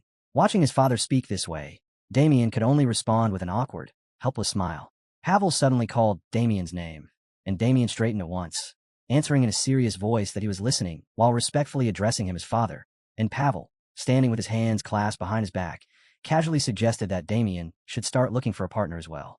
Damien froze where he stood and blurted out in disbelief, questioning why such a topic was being brought up so suddenly. Without replying immediately, Pavel reached out, grabbed the curtain beside the window, and pulled it aside to reveal a board densely covered with information. Then, with unmistakable enthusiasm, he explained that there was nothing sudden about it, saying Damien had recently gained considerable fame and that matchmaking proposals had been flooding in from all directions, urging him to take a look and even asking what kind of style he preferred. Staring at the display in stunned silence, Damien thought to himself that he had been wondering all morning why his father had summoned him, and now he finally understood that this must have been the reason. After hesitating briefly, he apologized and admitted that marriage still felt too early for him. Pavel reacted at once with confusion, asking what kind of nonsense that was, then shook his head firmly and insisted that while marriages could certainly happen too late, there was no such thing as one happening too early. Pavel went on at length, stressing that more than anything, a man needed to settle down to achieve true stability. And as he spoke, he drifted into memories of his own youth, claiming that he had turned away countless noble ladies before finally choosing Damien's mother. After clearing his throat, he wrapped up by saying that Damien should also find a suitable partner soon. He then added that if Damien's younger brother were to marry first while Damien remained single, it would reflect poorly in the eyes of others. Faced with that pressure, Damien said nothing, forcing a stiff and awkward smile. But when Pavel suddenly called his name again, this time with unmistakable irritation, Damien instantly smashed through the window and jumped outside, thinking to himself that the holidays were still far away. After landing a short distance from the mansion, he wiped the sweat from his forehead and let out a long breath, muttering in disbelief that his father had suddenly started talking about marriage, then scoffed bitterly at the idea of himself getting married before sighing again and admitting that he had never even once imagined such a possibility. His expression gradually darkened. Rising slightly onto his toes, he fixed his gaze on the dark stain on the ground and reflected that even worrying about such things was a luxury for someone like him. And soon the memories of his previous life surfaced vividly. Back then, he had lived as a death knight, slaughtering countless people while his blade was constantly soaked in blood. His thoughts continued as he acknowledged that even if those acts had not been of his own will and had been carried out under Dorgo's control, the undeniable truth remained that he had still taken the lives of someone's children, someone's siblings, and someone's parents with his own hands. For someone like him, a murderer, he believed there was no way he deserved that kind of happiness. With hatred rising within him, Damien clenched his teeth and made a firm vow that above all else he needed to grow stronger as quickly as possible, because killing Dorgo had to come before anything else. At that moment, a book suddenly appeared in his hands. As he flipped through its pages, he murmured quietly that it was the Bolong Jiguang medicine, also called the Felling Nature Madness drug, a new cultivation method he had obtained after defeating Jacques Noir. And he noted that unlike ordinary techniques, where one remained seated to absorb mana, this method was different because it allowed mana to be absorbed even while the body was moving. Although the underlying principles were extremely intricate and the method itself could only draw in small amounts of mana, Damien judged that if he combined it with the cultivation techniques he already possessed, he might be able to create something far more effective. As he continued running calculations in his mind, he concluded that if he could also properly absorb the spirit heart, then in a short span of time, he would undoubtedly grow stronger at an astonishing pace. He lightly tugged at his arm, wondering if he should loosen up his body after being inactive for so long. At that moment, a voice called out to him. Damien paused slightly at the sound. Victor came rushing over, calling, "Young master," as he reported that a guest had arrived, and Damien immediately grew suspicious, questioning how the visitor had known he was there. Turning his head, he asked what kind of guest it was, his brow already knitting as he sensed the situation might not turn out well. Back at the mansion, the door opened just a crack as Damien and Victor quietly stepped into the room. The person inside greeted him calmly, saying that it had been a while. Hearing that, Damien let out a quiet sigh to himself, thinking it was exactly as he had expected. Agnes quickly stood up and apologized for arriving without notice, and Damien responded in an awkward tone before leaning slightly toward Victor and whispering that next time he should simply say he was not there, leaving Victor staring at him in confusion. Straightening again, Damien turned serious and asked Agnes what had brought her here so suddenly, while inwardly noting that something about her presence felt unusual. Agnes hesitated briefly before explaining that she had come because she needed to ask him for a difficult favor, and Damien echoed her words of surprise, asking what kind of request she meant. Lowering her gaze, Agnes revealed that they had finally discovered the location of the dungeon belonging to the man known as Corpse Play. At that name, Damien's expression immediately hardened into a frown as he repeated it in disbelief, realizing they had been tracking the man all this time and had now finally found him. And in the next instant Agnes stepped forward, firmly grasped his hand, and spoke with earnest urgency, saying that this was precisely why she had come. Still not fully understanding, Damien asked what she meant, prompting Agnes to look at him with pleading eyes as she sincerely begged for his help, asking him to lend them his strength so that together they could defeat their archenemy, Corpse Play. The window was left half open, and Damien lowered himself into a crouch before slipping through it, landing lightly on the ground as his gaze swept the area, carefully checking whether anyone was nearby. Then, all at once, a voice called out, addressing him as young master. Damien's eyes widened in surprise. A short distance away, Victor stood holding a broom like a weapon, an intimidating aura surrounding him as he stared straight at Damien and demanded to know where he thought he was going so early in the morning. Feeling a bit uneasy, Damien averted his gaze and awkwardly replied that he was just heading out for some early exercise. Victor immediately dismissed the explanation, bluntly accusing him of lying and pointing out that he was clearly trying to slip away because of Lady Agnes's request, then pressed further by asking if Damien truly intended to join such a dangerous subjugation group. Seeing no point in denying it any longer, Damien calmly admitted that Victor was right. Victor paused briefly before speaking again, this time in a sincere and earnest tone, saying he truly hoped Damien would reconsider and not go through with it. Although he acknowledged Damien's strength, he explained that a necromancer's dungeon was notoriously dangerous, and more importantly, the Viscount would never permit such a decision. Damien fell silent for a moment, then stroked his chin and conceded that Victor was correct, admitting that his father would never allow it. With a light, evasive smile, he explained that this was exactly why he was sneaking out, suggesting that Victor simply pretend he had not seen anything. Victor immediately shouted in frustration, calling out, "Young master," as he rushed forward and raised his broom to block the way, insisting that he could not let Damien leave and firmly declaring that he would never send him into a place that was practically a death trap, adding that Damien absolutely could not. Before he could finish, a sharp strike landed on the back of his neck. Victor collapsed on the spot, losing consciousness.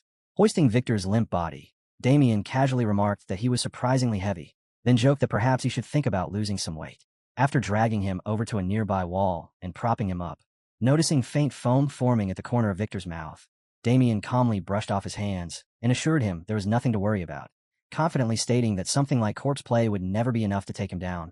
Then, with a wicked grin, he added that this was actually the perfect opportunity to cut off one of Porgo's limbs, and there was no way he intended to let such a chance slip away. As he turned away to leave, he gave a light, casual wave, reminding Victor not to forget to put in a good word about him when speaking to his father.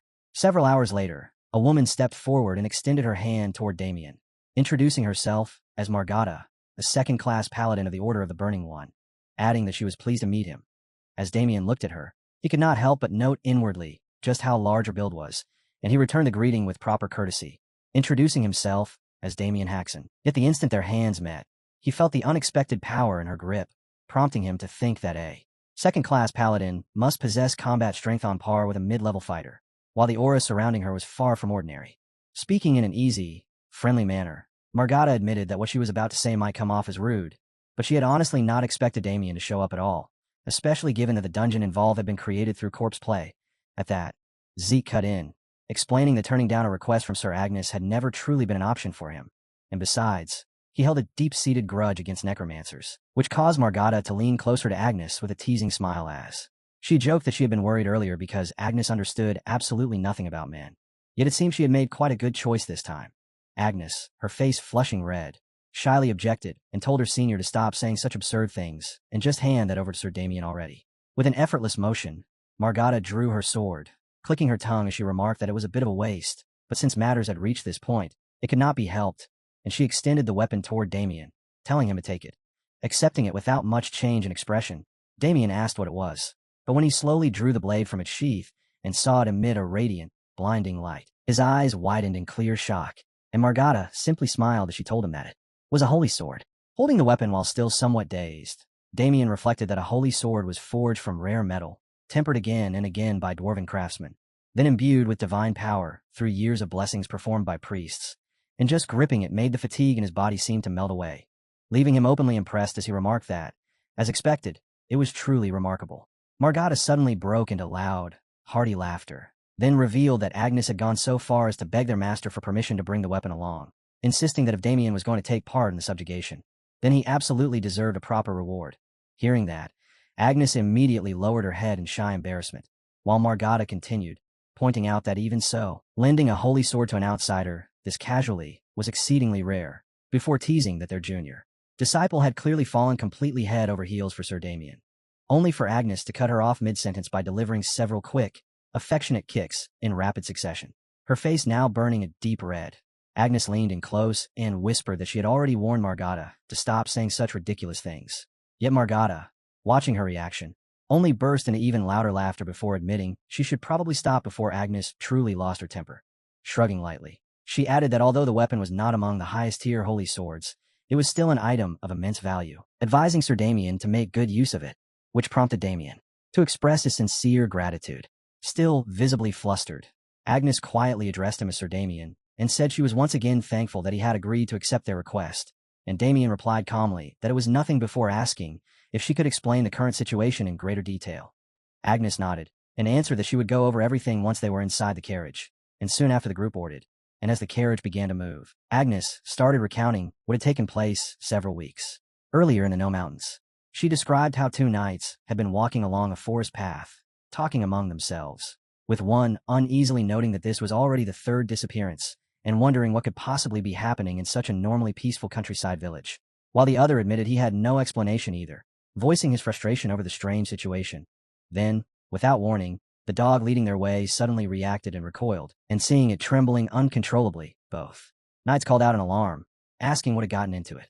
At that very moment, a voice filled with pain echoed through the forest, repeating that it hurt, causing one knight to frown and ask if the other had heard it as well, pointing out that it sounded like a human voice.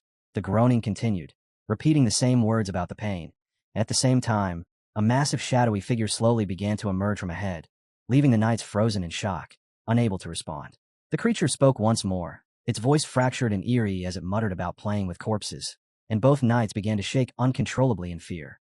When their eyes finally took in its grotesque form, its body covered in the twisted, agonized faces of countless people, they let out screams of pure terror, and as those cries rang through the forest, a flock of crows erupted into the sky, their wings beating noisily as they scattered in all directions. Back in the present, while the carriage rolled steadily onward, it was explained that the dungeon's location had eventually been uncovered by local soldiers who had been combing the area in search of the missing farmers. Damien, stroking his shin in thought, felt that something about the situation was off, reasoning that for corpse play to lose their test subjects so easily, especially when they had never left behind any trace before, simply did not make sense. Margata agreed with his assessment, adding that headquarters had also considered the likelihood that this could be a trap, which led Damien to ask, with clear curiosity, whether they still intended to dispatch a subjugation force despite that possibility. She responded without hesitation that they would, emphasizing that headquarters was not acting recklessly, and if this truly was a trap, they had made preparations by gathering elite members from 3 different orders. Hearing this, Damien pressed further, pointing out that the combined elites of 3 orders represented enough power to topple an entire nation, and questioning why, even with such overwhelming strength, they had still requested his assistance. Agnes hesitated briefly before quietly admitting that the reason was her, prompting Damien to turn toward her with a suspicious look. Keeping her gaze lowered, she explained that her master had initially refused to send them on the mission, believing it far too dangerous, but she had continued to plead with him, insisting that she had to participate regardless, and Damien listened without interrupting. Margata then picked up the explanation, saying that because the decision had been made so abruptly, their order could only dispatch the 2 of them, and their master had suggested they might be allowed to join the operation if they found a way to reinforce their numbers, even if that meant bringing in an outsider. She added frankly that if Damien had refused their request, she would not have permitted Agnes to take part either. After hearing everything, Damien finally stated that he understood, his gaze briefly shifting toward Agnes, while inwardly he acknowledged something he could never say aloud. He already knew how this subjugation would end. In his previous life, a massive suppression force had been assembled in almost the exact same manner, and the result had been total annihilation. As that memory resurfaced, he recalled how the truth had only been revealed later through the testimony of a single paladin who had barely survived the catastrophe.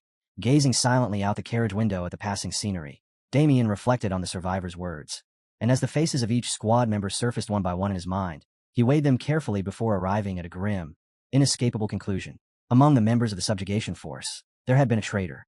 Thin clouds drifted lazily across the sky, distant mountains fading into a pale mist while dense green forest stretched without end across the land. And when they finally arrived, Margata brightly announced that they had reached their destination, confirming without doubt that this was the correct location. At the subjugation force's encampment, Damien silently swept his gaze across the busy knights moving throughout the area ahead, studying their expressions and concluding that most of them appeared fairly well trained. After watching a bit longer, he also noticed that a considerable number of paladins seemed to belong only to the lower ranks, and that realization lingered in his thoughts, leading him to conclude that the order had mobilized everything they had for this operation. At that moment, Margata called out to him, raising her voice and telling Damien to come over, and he responded at once, following behind the 2 women with long, steady strides. Once they stepped inside a tent, Margata greeted those waiting within with cheerful familiarity, announcing their arrival and adding that it was good to see them again after such a long time. Gamal, a second-class paladin from the Order of the Swirling Blizzard, stood with his arms crossed as he voiced his irritation, complaining that Margata had once again arrived late, while Dionycio, a third-class paladin from the same order, awkwardly tried to intervene and smooth things over. Margata simply sat down and laughed it off in a calm, reassuring manner, explaining that she had made a short stop along the way and joking that she would be sure not to be late next time, But Gamal responded with clear skepticism, dismissing it as the same excuse she always gave and questioning whether she had any real intention of keeping that promise. Margada answered with booming laughter, teasing Gamal by saying that his foul temper was the real problem and warning that if he kept frowning like that, his forehead would soon be full of wrinkles, which only made his irritation deepen as he snapped back that instead of apologizing, she was spouting nonsense. Exactly what he expected from members of the Scorchers, whom he described as ignorant and uncivilized as ever. That remark immediately ignited Margada's anger, her expression turning sharp as she told him to watch his mouth, declaring that he could insult her personally all he liked, but she would never tolerate anyone speaking disrespectfully about her sect. Gamal fired back without holding anything in, demanding to know what exactly he had said wrong and arguing that if her sect's teachings were truly deserving of respect, then her current behavior would not be so disgraceful. Margada refused to relent and continued to needle him, casually pointing out that although her master had completely defeated Black Snow, it was rather petty for Gamal to still cling to that grudge, and that remark finally snapped whatever restraint he had left as he slammed his hand onto the table and shouted in fury, demanding to know when his master had ever suffered such a humiliating loss. As the argument spiraled upward, Damien glanced toward Agnes with a puzzled look and asked who the man was, prompting Agnes to lean in slightly and explain in a low voice that he was Gamal, a disciple of Black Snow and a second-class paladin of the Order of the Swirling Blizzard, which Damien acknowledged with a simple nod, indicating he understood. At the same time, Margada puckered her lips and, with open mockery, repeated that no matter what excuses were made, the undeniable truth remained that Black Snow had lost to her master, causing Gamal to roar back that his master had only been worn out after completing an important mission when that defeat happened. With neither side showing any willingness to yield, Damien could only think to himself, with quiet helplessness, that the two sects clearly held deep-seated hostility toward each other. Right then, another figure stepped forward to defuse the tension, urging them to stop the argument, as Sanus, a second-class paladin of the Dazzling Agony Order, spoke in a calm and measured tone, advising that their anger should not be wasted on fighting among themselves, and reminding them it would be far better directed at tearing apart the filthy black mages hiding within the dungeon. Margada immediately turned to him with a bright, welcoming expression and greeted him warmly, remarking that it had been quite some time since they last met, while nearby Agnes quietly introduced him to Damien as Sir Sanus, a disciple of Radiance and a member of the Dazzling Agony Order. After taking his seat, Sanus cast a curious glance toward Damien and asked who that gentleman was, noting that he did not seem to be a paladin, and Damien, noticing the attention, simply met his gaze with calm indifference. Margada then shifted her attention to Damien and introduced him to everyone, stating that he was Sir Damien Haxon, which made Gamal freeze in shock before blurting out in disbelief whether this was the knight who had defeated a UN executive, while Sanus reacted with equal surprise and asked if this was the same Damien Haxon who had fought two black mages at once. Margada responded with open enthusiasm, declaring that it truly was impressive and proudly adding that Agnes had personally recruited him, then joking that although she once believed Agnes to be completely clueless, it now seemed she was actually quite adept at charming men, and she burst into laughter as soon as she finished. Hearing the teasing, Agnes's face immediately flushed red with embarrassment as she hurriedly protested, calling out to her senior sister in an attempt to stop her. At that moment, someone raised a hand and asked them to wait, prompting Dionycio to react with visible surprise as he questioned whether they were suggesting that an external force was being added to the subjugation team. Margada quickly clarified that Damien was not merely an outsider, explaining that Sir Damien had rendered notable service to the Order and had therefore been formally designated as an associate. Yet the man responded with a clear frown of disdain and remarked that, in other words, Damien was still nothing more than a mercenary. Agnes's expression immediately hardened with displeasure at that comment, and Gamal spoke up in a calm tone, saying that his junior did have a point while questioning whether it was truly wise to accept an outsider so casually into an operation of such importance, which caused Agnes to clench her fists tightly as she demanded in anger what he meant by calling it dangerous. Standing with his arms crossed, Gamal replied that an outsider could easily be hiding ulterior motives, adding that there had been past instances where black mages had planted spies within the Order, and the instant those words were spoken, a heavy tension settled over the entire tent.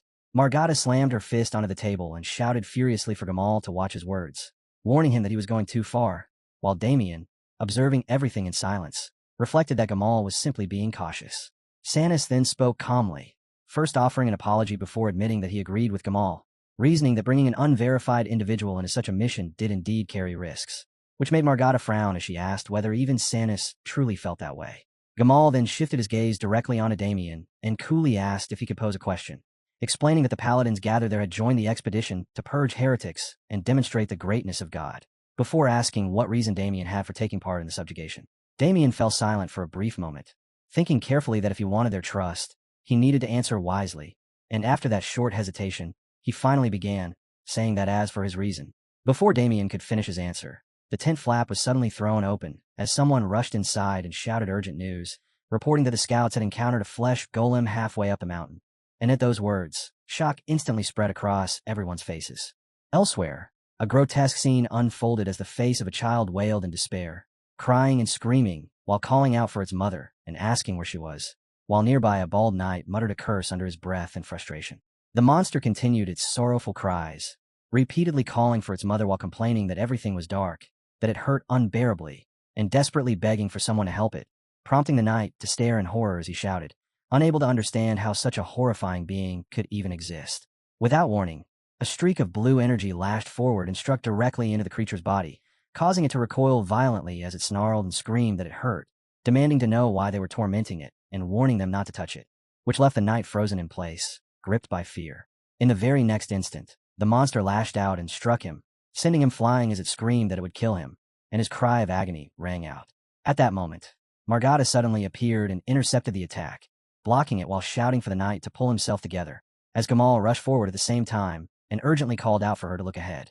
Right before them, the monster's body began releasing a strange blue miasma that spread rapidly through the area, and wherever the vapor passed, grass and plants shriveled and died instantly, causing Margada to cry out in alarm that it was poison, as she immediately ordered everyone to shield themselves with holy power, which the others followed without hesitation. Gamal cursed loudly as he realized how overwhelming it was and shouted that the poison was too strong, instructing everyone to focus on defense until the attack subsided. But as he looked forward, he suddenly noticed Damien standing directly in front of him and reacted in confusion. The others quickly turned to look as well, and shock spread across their faces as they shouted Damien's name, unable to believe what they were seeing. He was pushing back that overwhelming poison using nothing but his own aura. As Damien calmly advanced through the toxic mist, the monster let out a low growl and asked if he was going to hurt them too, repeatedly telling him to stay back. And in the next instant, it opened its grotesque mouth and unleashed a barrage of thousands of poisonous needles straight toward him. Seeing the attack rushing toward him, Damien did not retreat and instead continued walking forward. And at the exact moment the monster raised its massive fist and brought it crashing down to crush him, he calmly lifted his sword and thrust it ahead, driving the blade straight through the creature's hand. In a cold, steady voice, he asked if this was the answer they had wanted when they questioned why he was here. Under Gamal's stunned gaze, Damien continued, explaining that Agido, the cursed black mage, had once cast a curse upon his family's estate and attempted to slaughter every member of his household. And after enduring something like that at the hands of a black mage, killing just one of them would never be enough to satisfy him. As those words fell, Damien forced his sword even deeper, the blade piercing straight into the monster's core as its enormous hand froze midair. He went on, declaring that until every last one of those black mages was dead, he would never stop, and hearing that, fear spread across Gamal's face. In the very next moment, Damien cut the monster apart with a single decisive strike and coldly repeated that he would never stop. Inside a dark chamber littered with scattered skulls and human corpses hanging from iron chains, Delran sat quietly before an enormous mirror. The stillness broke when someone stormed in and angrily demanded to know why he had exposed their location, pointing out that the Order's holy knights were already encamped just outside, while another raised his voice as well, accusing him of trying to destroy their last lifeline with his own hands when only the three of them remained in Euron. Delran ignored the outrage entirely, remaining seated as he answered with mocking calm that he was simply carrying out his master's command, explaining that his master had ordered the kingdom to be shaken, and if that was the case, then wiping out the Order's military strength first was the most obvious course of action.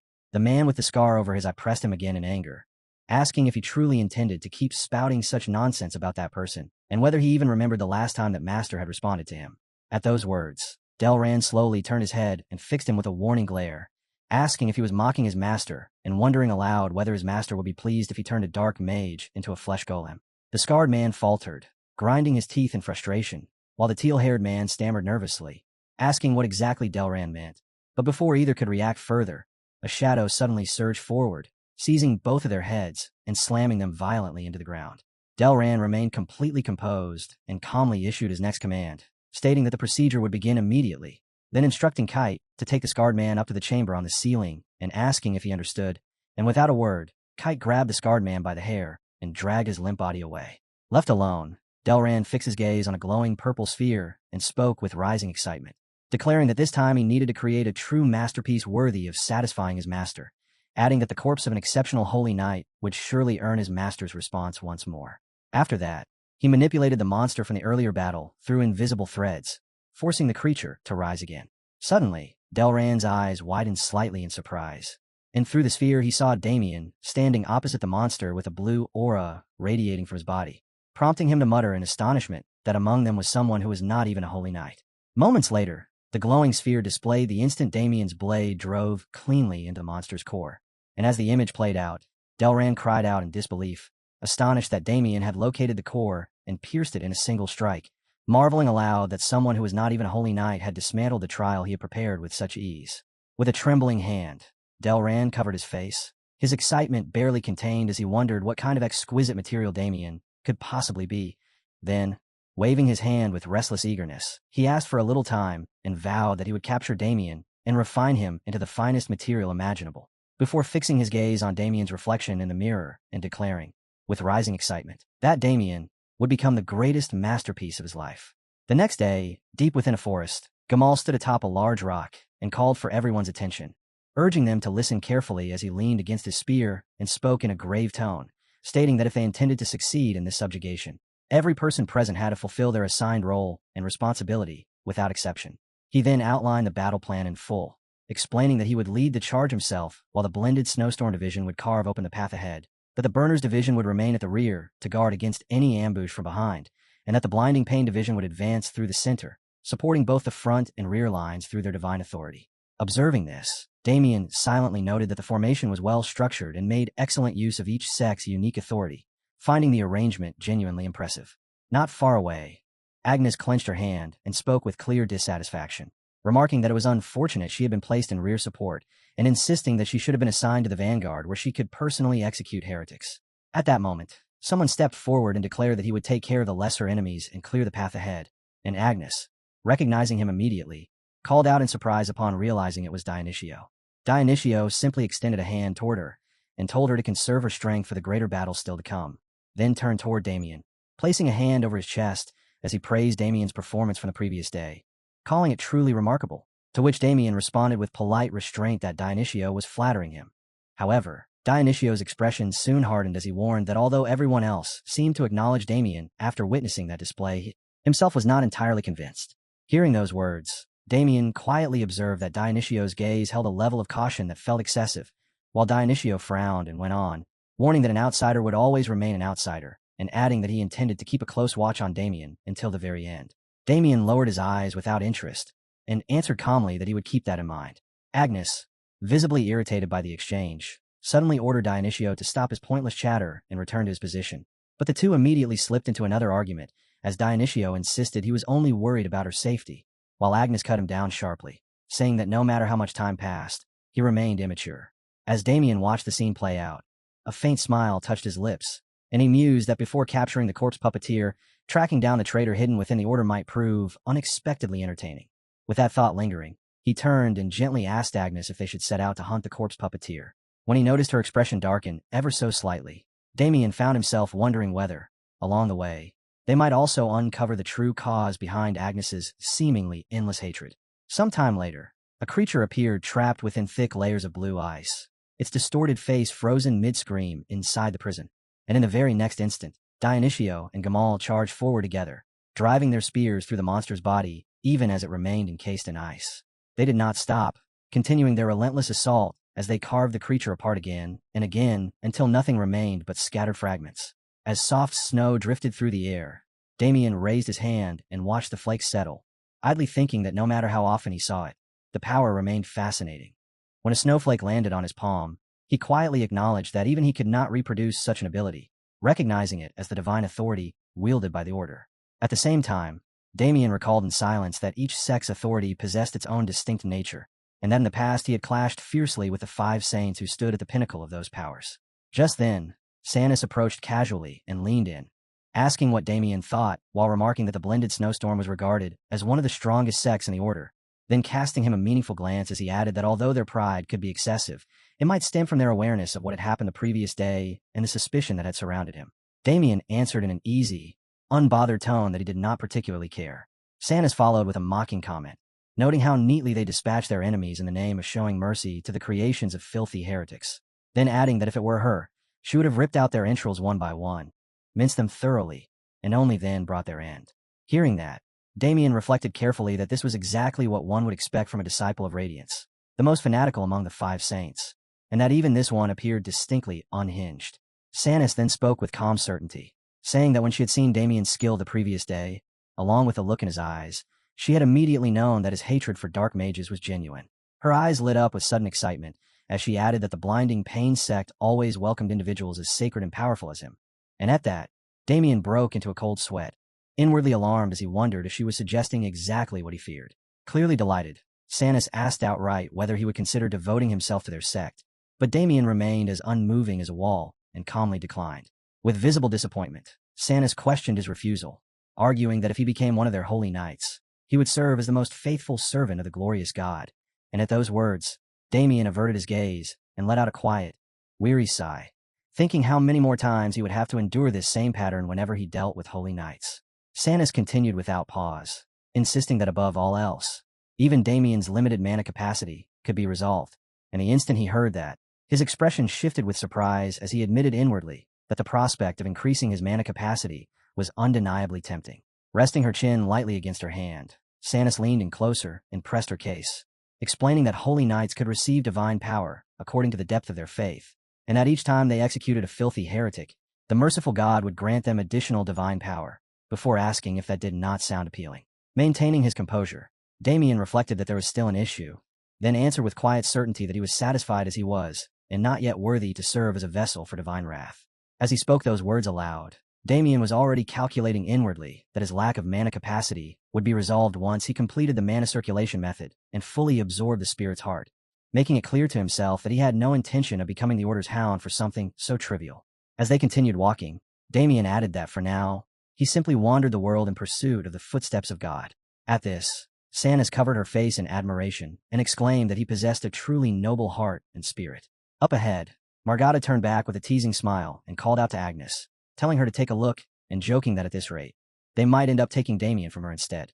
Agnes immediately began to stammer, hurriedly insisting that Sanis had merely been preaching, that it was nothing more than ordinary preaching, and nervously asking if that was not the case. At that moment, Sanis spoke again in a soft, almost syrupy voice, remarking that Sir Damien was becoming more and more desirable. Hearing those words, Damien felt a surge of pure horror rise within him. Sanis then continued in a low, coaxing tone, saying that failing to obtain something she desired was not to her liking, and suggesting that perhaps the two of them could slip away together later, slightly parting her clothing as she spoke. Damien noticed the gesture and remained completely silent. Then, without saying a word, Damien slowly raised his hand and summoned his sword, and in the very next instant, he lunged forward, delivering a single decisive slash straight through Sanis's body. The sight made Agnes and Margata freeze where they stood, stunned into silence. Yet as Damien's strike followed through, the truth became clear. Sanis remained unharmed, while the blazing, icy soul energy released from his blade tore through the chest of an unseen monster positioned directly behind her. The moment the blow connected, the creature released a sharp, agonized shriek, and Sanis spun around in astonishment, staring into the empty air as she wondered aloud whether a golem capable of hiding its form could actually exist. Damien held his stance with his sword still drawn, frowning as he remarked that the creature's armor was tougher than expected and that he would finish it. But before he could act further, Sanis suddenly lifted the book in her hand and gave it a single wave. Instantly, a violent surge of power erupted from within the monster's body itself, and with the same gentle expression on her face, she calmly stated that she was in the middle of proselytizing and politely asked that he not interrupt. Seeing this, Damien was briefly taken aback, realizing that her divine authority was strong enough to suppress a high-tier flesh golem with nothing more than a single book. At that moment, Agnes and Margata rushed over, nearly shouting in unison that an enemy raid had begun from the rear and that they were moving to respond, while also calling for Sanis to return to her assigned position, prompting both Damien and Sanis to turn in surprise at the urgent report. Once the monsters had been dealt with, Sanis spoke again in a relaxed tone, remarking that it was rather unfortunate and suggesting that they continue their conversation another time. Not far away, Agnes stood watching them intently. Meanwhile, Sanis cheerfully raised 3 fingers and mentioned that her sect also offered a 3-month intensive scripture program tailored for outsiders, which Damien declined with polite firmness. Even so, under Agnes's sharp gaze, the atmosphere between the two carried a faint, oddly pink undertone, causing her to press her lips together with quiet bitterness. At the same time, Margata landed beside them and immediately asked, with concern, whether Sir Damien had been injured, and he calmly assured her that he was fine before adding that he would assist as well. Margata placed her hands on her hips and glanced toward the approaching enemies, confidently stating that they could leave everything to her, while at the same time, Agnes stepped forward and took her place opposite the advancing monsters. Sensing the immense pressure radiating from her, Margata casually commented that it looked like they would need to lower their blood pressure once they returned to the estate. As Agnes stepped forward and stopped before the gathered monsters, she slowly drew blue energy into both fists, and the creatures in front of her shrank back at the sight. Watching quietly, Damien noted to himself that she had once stood as the leading disciple of the Azure Flame. In the next instant, Agnes's eyes flashed, her fists tightened, and she lunged ahead as blue energy burst from her arms, stretching outward into sharp, blade-like arcs that ripped straight through the monsters. Their eyes rolled back as multiple heads were sliced cleanly from their bodies, and blue flames surged over the remains, burning everything down to ash. As Damien looked at Agnes, standing there within the radiant blue glow, her slim figure brimming with unmistakable strength, he reflected that among the 5 great saints, while Luminance had been the most troublesome to deal with, Azure Flame had without question been the strongest. Soon enough, the cave fell silent once again. Gamal proposed that they clear each entrance together, but before he could fully lay out his idea, Margata cut in at once, arguing that such an approach would be far too inefficient. Santa sided with Margata and added that splitting up and advancing separately would be the better course. While the argument dragged on without conclusion, Damien watched with visible disinterest before finally remarking that the discussion was taking too long. Seeing that the delay might continue, Agnes gently offered to go fetch some food, but just as she finished speaking, someone approached and calmly said there was no need. Agnes and Damien turned toward the voice and saw Dionycio stepping forward, presenting what he carried as he explained in a mild tone that he had already prepared a meal for his sister. Agnes accepted it and thanked him politely. Yet when Dionycio looked toward Damien, his expression hardened with obvious displeasure as he coldly added that Sir Damien should take one as well. Damien responded with a half-hearted thanks, and after handing over the food, Dionycio turned away and left, though not before casting a sharp, resentful glance back at them. Afterward, Agnes earnestly reminded Damien that a major battle awaited them and urged him to eat properly, prompting Damien to ask if she meant corpse revelry, to which she replied without hesitation that she did, firmly stating that they had come all this way to kill him. As Damien watched Agnes angrily tear into the meat, he grew quiet for a brief moment before asking, with genuine curiosity, why she was so fixated on corpse revelry. Startled, Agnes's eyes widened, and in a flustered tone she remarked that he asked about personal matters far too casually, adding that he seemed oddly indifferent and even questioning whether he was that kind of person. Their exchange continued inside the cave, with one side remarking that she was under no obligation to answer, while the other replied that he had come here at her request and that it would be discourteous for her to keep it from him. After a pause, Agnes softly asked if she had ever mentioned the village that had been destroyed by corpse revelry, and Damien nodded, saying he remembered, and that every single resident there had been killed. With a subdued expression, Agnes revealed that she had been one of the survivors of that incident, a statement that left Damien utterly stunned, struggling to process what he had just heard. She went on, her voice carrying quiet bitterness, recalling that on that day her older brother, a holy knight, had returned home during leave, and whenever he came back, she would stay up all night, eagerly listening to his stories about the order. Yet that day, they never had the chance. At the time, her brother had been standing inside the house, cracking the door slightly as he watched the situation outside, where undead had already flooded the area, roaming through the neighborhood, pacing aimlessly without leaving. Inside, he gently rested his hand on Agnes's head and urgently told her to hide, warning that no matter what happened she must not come out and asking if she understood. Uneasy, Agnes called out to him in a nervous stammer, but he repeated himself, insisting that until someone came to open the door for her, she must never step outside and must not make even the slightest sound, once again asking if she understood. Agnes then explained that this had been the last moment she ever saw him.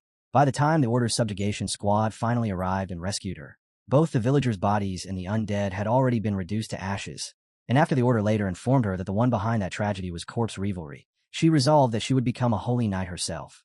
As Agnes spoke, it felt as though her past and present selves overlapped in that instant, and hearing everything, Damien quietly reflected with a trace of bitterness that she bore such a painful history. Just then, Margata arrived with her usual lively energy, cutting straight through the heavy atmosphere as she cheerfully asked if they had been waiting long and mentioned that the meeting had only just wrapped up. Damien responded with calm understanding, noting that the matter must have been a delicate one. Margata casually motioned behind her and explained that the discussion had revolved around whether to inspect all 5 entrances together in sequence or divide the subjugation force into separate squads to enter at the same time. Curious, Damien asked which option they had settled on, and Margata answered brightly that it had, of course, been the latter. Recalling the earlier dispute, Margada complained that Gamal had insisted on moving as a single group, while both she and Sanus had opposed it, adding that his stubbornness had dragged the meeting out far longer than necessary, and remarking with mild frustration that he had always been overly cautious. Listening with interest, Damien observed that it sounded like they had known each other for quite some time, to which Margada simply grinned, replied that it was something like that, and let out a light laugh. Not far away, Gamal stood in silence, his gaze fixed intently in their direction, and after a brief pause, he lifted a hand to his mouth, gave a small cough, then called out for the units to assemble, announcing that from that moment onward the subjugation force would split into 5 squads in advance. At the sudden call, the 3 of them turned their attention toward him, while Dionycio and Sanus also shifted their focus to listen. Driving his spear firmly into the ground, Gamal raised his voice and ordered that each unit push forward at full speed and link up with any squad that began to fall behind, declaring that today would mark Urin's final day.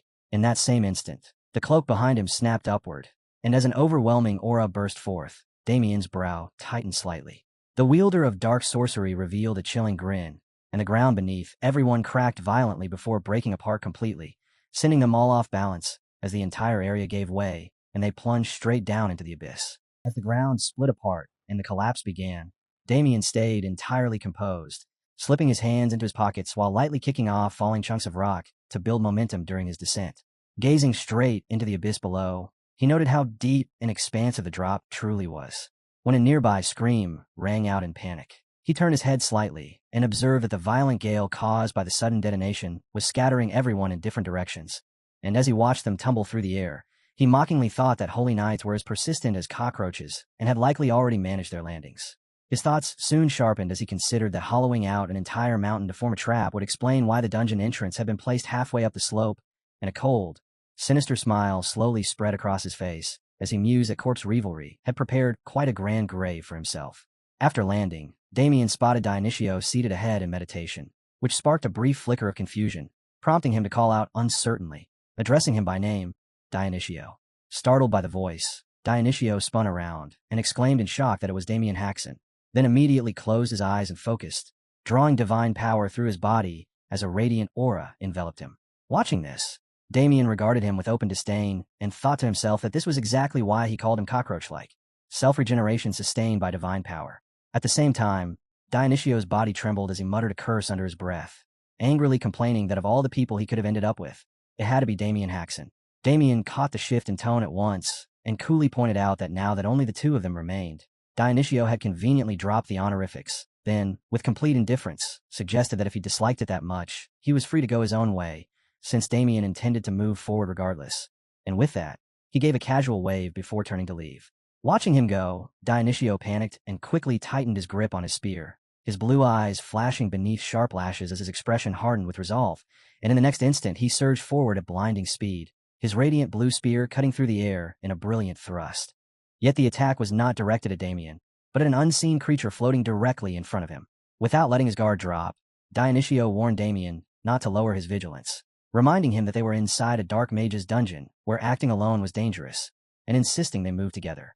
Damien's eyelids dipped slightly as he idly reflected that he had left Dionycio on his own out of curiosity about how he would act, never expecting him to step in for his sake, and with mild interest, he asked if Dionycio did not hate him. Dionycio immediately turned his face away, resting the spear across his shoulder, and bluntly admitted that he did hate him. However, he added that if Damien died, Agnes would be heartbroken, so he intended to keep him alive.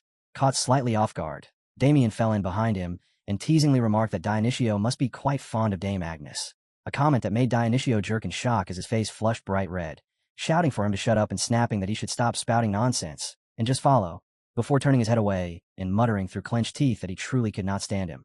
Watching this reaction, Damien quietly thought that, for some reason, Dionycio reminded him of that bastard Elle. In the next instant, Damien sensed something and his expression hardened as, above Dionycio's head, a horrifying red-eyed face slowly took shape. Dionycio froze on the spot, cold sweat trailing down his back, and, just as a massive punch came crashing down, Damien moved in a blur and yanked him backward.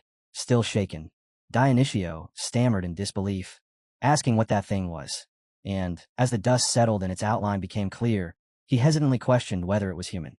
Damien dismissed that idea immediately, telling him to look more closely and explaining that it was one of Corpse Play's creations. Then, as he frowned at it, he reflected that the more effort its creator put into crafting a flesh golem, the more human it appeared. A humanoid flesh golem. What corpse play proudly called his masterpieces. The moment the creature lunged, Dionysius rushed forward with his spear, his face contorted in disgust as he declared that he would purify it with the power of God, and in a surge of fury, he drove the spear straight into its body. Yet the instant the blade pierced it, the ice coating around the weapon shattered apart. As the creature continued its rampage without slowing, Dionysius gasped in alarm, realizing that the divine power surrounding him was dispersing, and in the very next moment, the monster's fist slammed directly into him, sending his body flying backward until he crashed hard against the rock wall. Slamming hard against the ground, Dionysius forced himself back up, his body shaking as disbelief spread across his face the moment he realized his divine power had stopped working entirely. Hearing this, Damien could only stare at him for a brief, stunned moment before blurting out his shock. Refusing to accept what was happening, Damien stepped forward, summoned his sword into his grasp, tightened his grip, and surged ahead in one motion, bringing the blade down in a heavy, decisive slash across the monster's body. As the strike tore it open and revealed the core hidden inside, Damien coldly stated that Corpse Play must have already been aware of this by now. Locking his eyes onto the exposed orb, he instantly identified it as a magical artifact and, without hesitation, concluded exactly which bastard had made it. Dorgo. Reaching straight in, he ripped the orb free, and the creature let out a piercing, shrill scream. Irritated by the noise, Damien shot an upward glare and, without mercy, swung his sword over and over from multiple angles until the monster's body was reduced to scattered fragments. Once the fight was over, Dionysius saw Damien standing there with a hand drenched in blood, tightly holding the orb, and the sight alone made him instinctively step back as his face drained of color and sweat began pouring down his skin.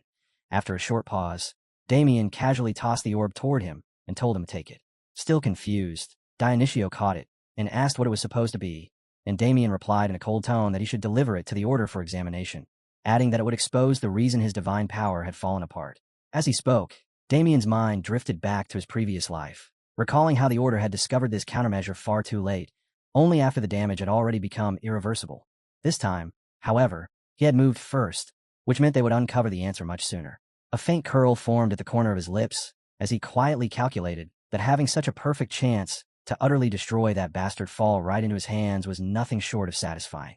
Shifting his focus back to Dionysius, Damien asked if he was able to move, and startled, Dionysius immediately straightened up and quickly answered that he could.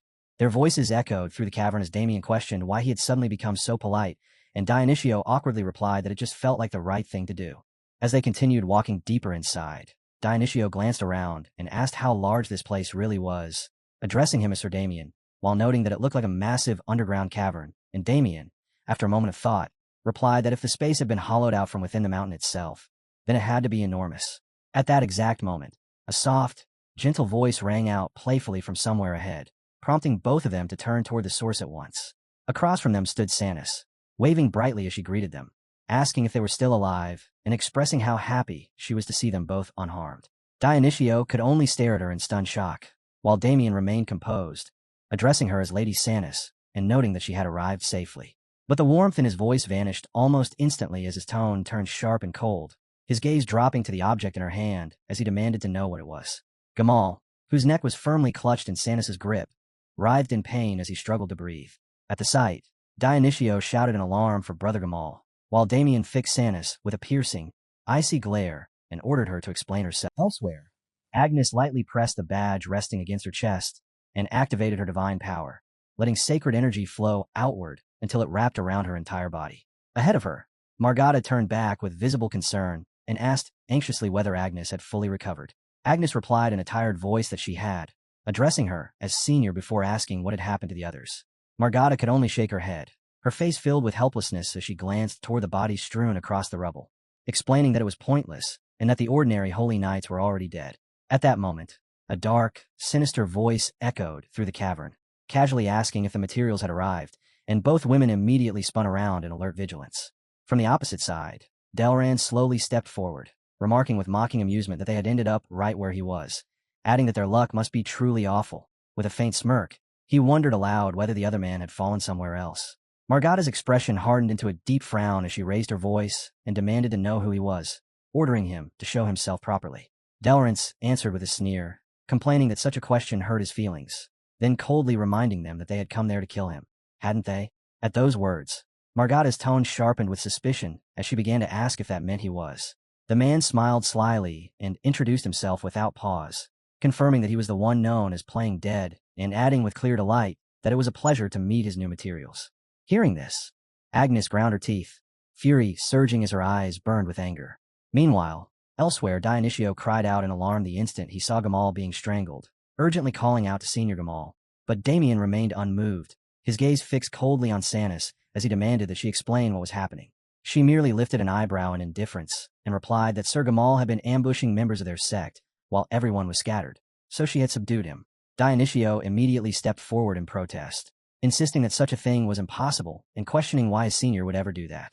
Sanus answered coolly that she had no idea, adding that a traitor appearing in a place like this was a cliché anyway. Dionycio hurriedly argued that it had to be a misunderstanding, but Sanus shot back provocatively, asking whether Sir Dionycio himself might also be involved. He denied it without hesitation and urgently insisted that if there were truly doubts, they could arrest them both and bring them before the Order's trial. As the exchange dragged on, Damien shifted his gaze slightly and, in silence, sensed that something about the situation did not add up.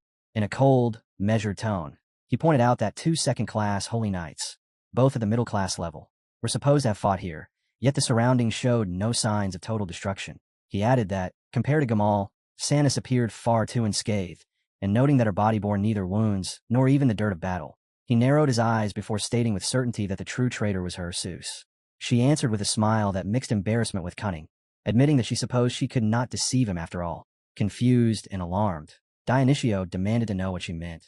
But before he could respond further, she abruptly turned and drove her fist straight into his face, sending him hurtling back into the rock with violent force. After the blow, she calmly remarked that it should already be obvious she was ambushing them, then released her grip on Gamal's neck and added lightly that both he and Sir Gamal were painfully weak, and that people like them had no right to represent the Order's main sect. Lifting both hands in a fervent, almost fanatical display, she declared that radiant pain was meant to embody the Order's true nature. Damien, his voice still cold, asked what she planned to do after becoming the leading sect, and with open disdain, she replied that the current order had grown far too soft, sneering that the so-called heretic inquisition had turned into nothing more than a joke. Swaying slightly with a dark, unsettling air, she continued that heretics deserved immediate execution, proclaiming that they would correct the order and restore its former glory from the old days. Damien casually raised a hand holding his sword and asked if that meant she would kill her own comrades for such a cause, and she answered calmly, "Of course not. The subjugation team simply died in battle inside the dungeon, and with that, our sect would naturally become the heart of the order, since we would be the only ones left possessing real power." The instant she finished speaking, the subordinates behind her drew their weapons and began to advance. Damien lowered his stance with a faint frown, thinking that everything she said was utter nonsense, while recalling that even this so-called grand betrayal of hers had ended in complete annihilation in his previous life. At that very moment, 2 attackers lunged at him at once, one swinging an axe while the other charged forward with a shield, but seizing the narrow opening between their movements, Damien unleashed Crushing Wave in a single fluid motion, thrusting his sword forward in one decisive slash that cut them both down instantly. Seeing this unfold, Sanus froze in stunned disbelief, realizing that he had just cut down paladins strengthened by authority in a single strike. In the very next instant, Damien surged forward and appeared right in front of her, the tip of his sword pressing against her throat as he unleashed Sword of Calamity. Yet the moment the blade only grazed her neck, Damien's expression contorted with sudden shock. Sanus met his gaze calmly and asked if he truly intended to test her, and at the same time, the ring on her hand began to shine with intense light. She swung her arm in a wide arc, sending a direct attack straight at him, and Damien immediately sprang upward to evade. But even so, the stone wall behind him shattered on impact the instant the strike landed. With a slight frown, Damien thought to himself that whatever defensive force protected her was strong enough to block Sword of Calamity, while clearly possessing lethal offensive power as well. Sanus then spoke in a composed tone, asking how much he knew about the authority of Dazzling Pain, explaining that the authority they wielded was enhancement. She went on to say that it could amplify physical abilities, increase the density of objects, and even sharpen weapons, allowing them to strengthen nearly any concept itself. As she continued speaking, the ring on her hand rapidly extended into a sharp blade, and her voice carried clear excitement as she added that the higher one's level, the more the effects could be stacked and used repeatedly, before asking whether he had known that. Waving the weapon eagerly, she declared that she could stack the enhancement up to 30 times.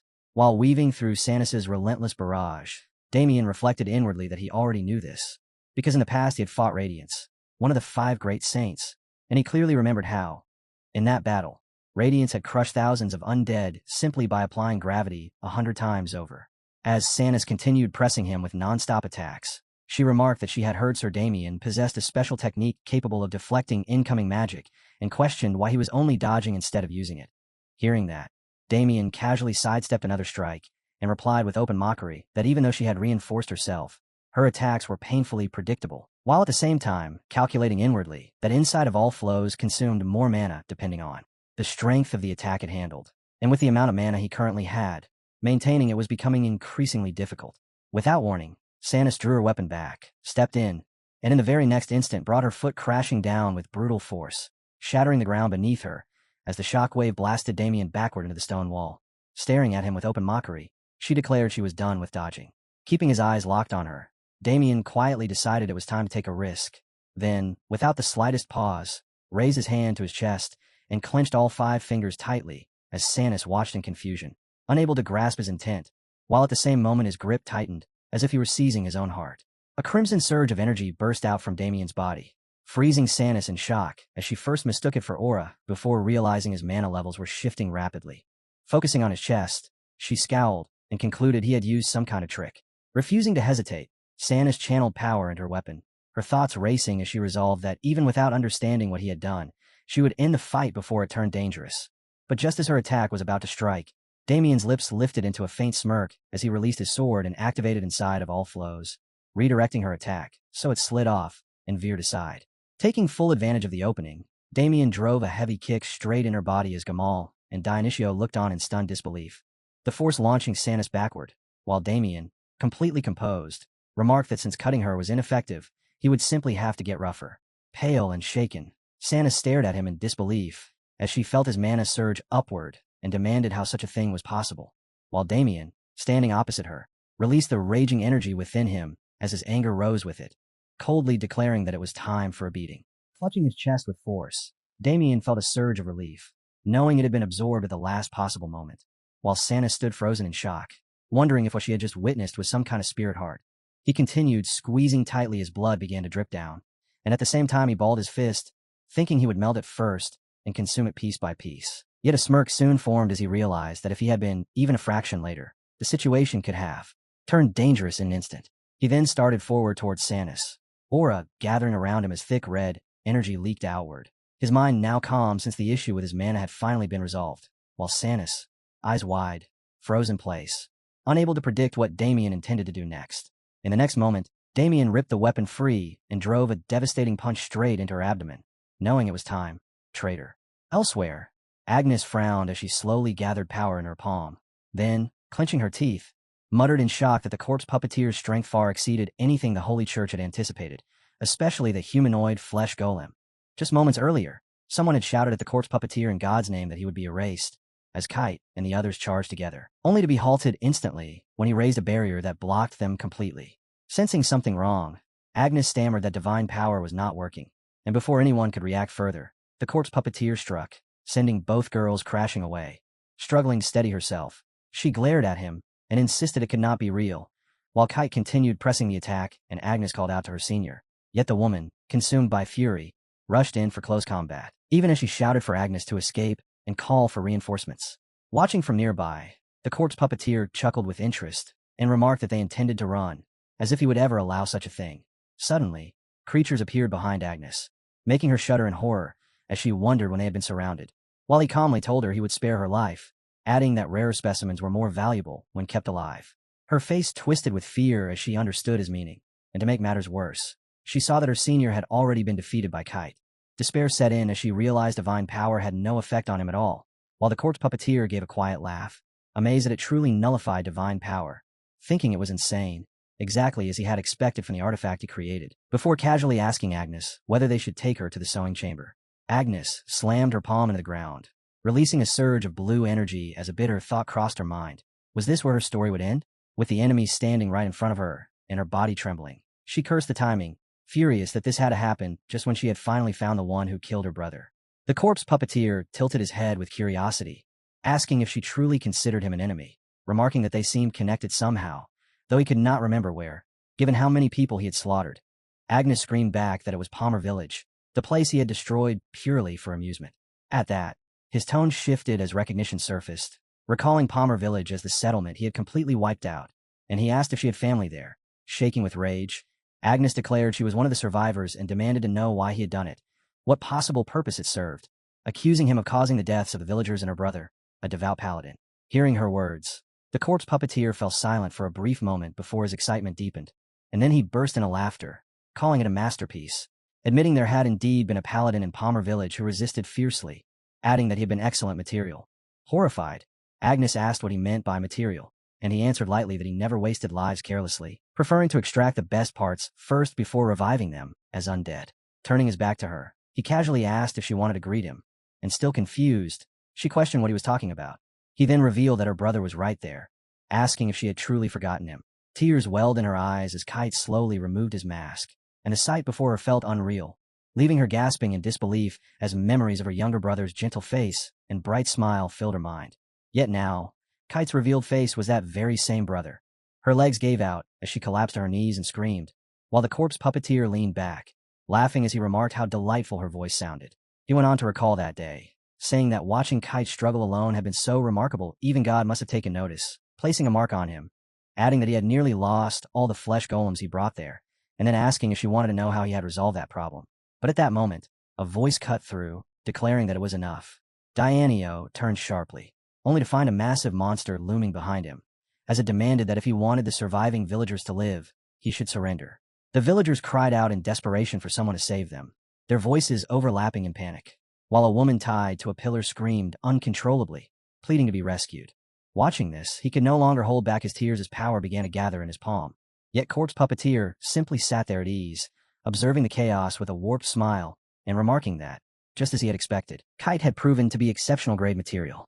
Back in the present, Corpse Puppeteer reached out and gripped Kite's face, admiring him as his finest masterpiece while calling him her elder brother, then idly wondering what he should do with her next, whether to turn them into sibling flesh golems or perhaps fuse her directly with Kite, as he lingered on the decision before finally pointing toward Agnes and ordering his monsters to capture her as they started moving in.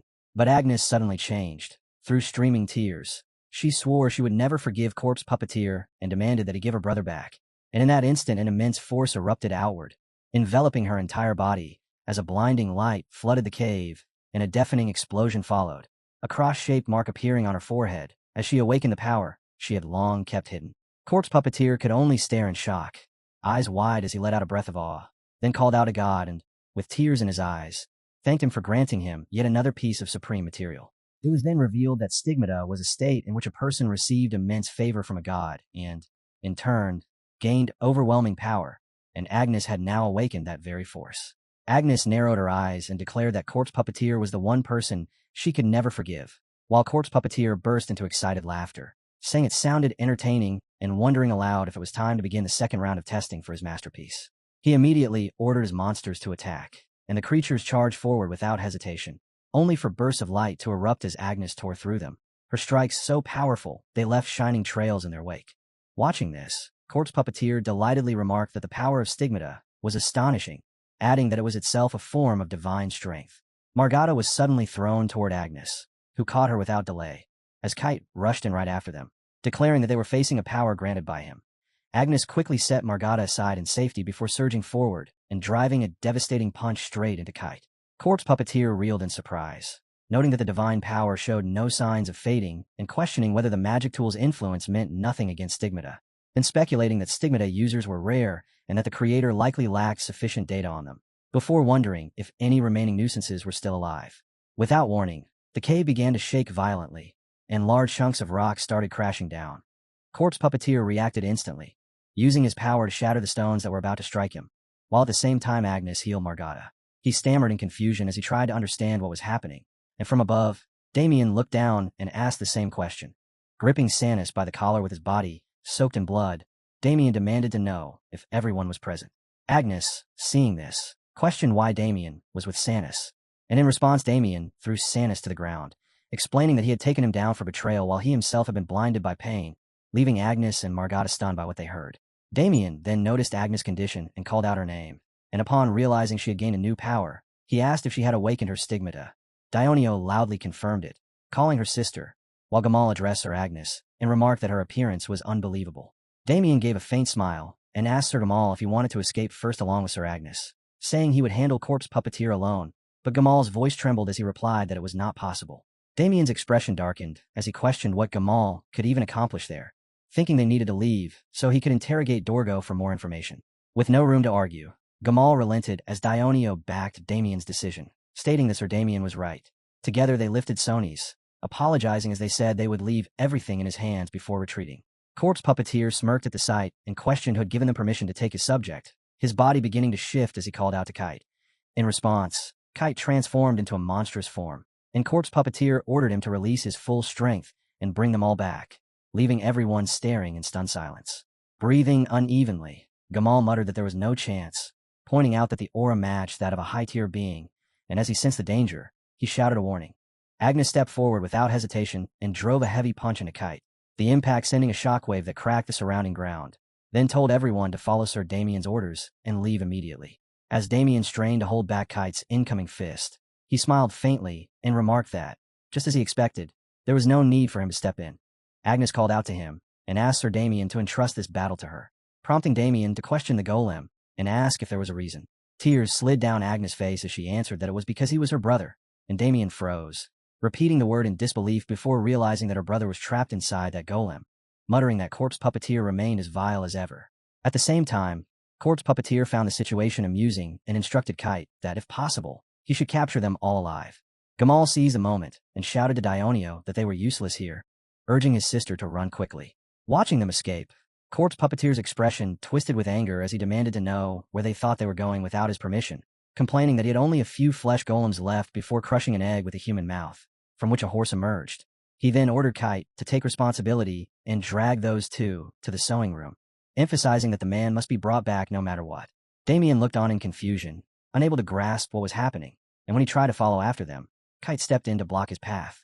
Agnes immediately rushed forward and delivered a powerful kick to Kite's head, slamming his skull into the ground as she told Sir Damien to go. After a brief pause, Damien said he understood and that he would meet her later, then swiftly dashed past Kite. The creature roared in fury while Agnes gritted her teeth and continued striking him to keep him pinned down. Even as Kite tried to push forward, she held her ground, bracing herself and using her own body to stop him in place.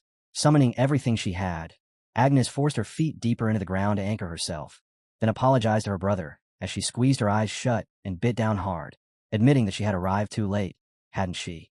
Meanwhile, Corpse Puppeteer closed in on Gamal's group, laughing loudly as he called out for them not to run.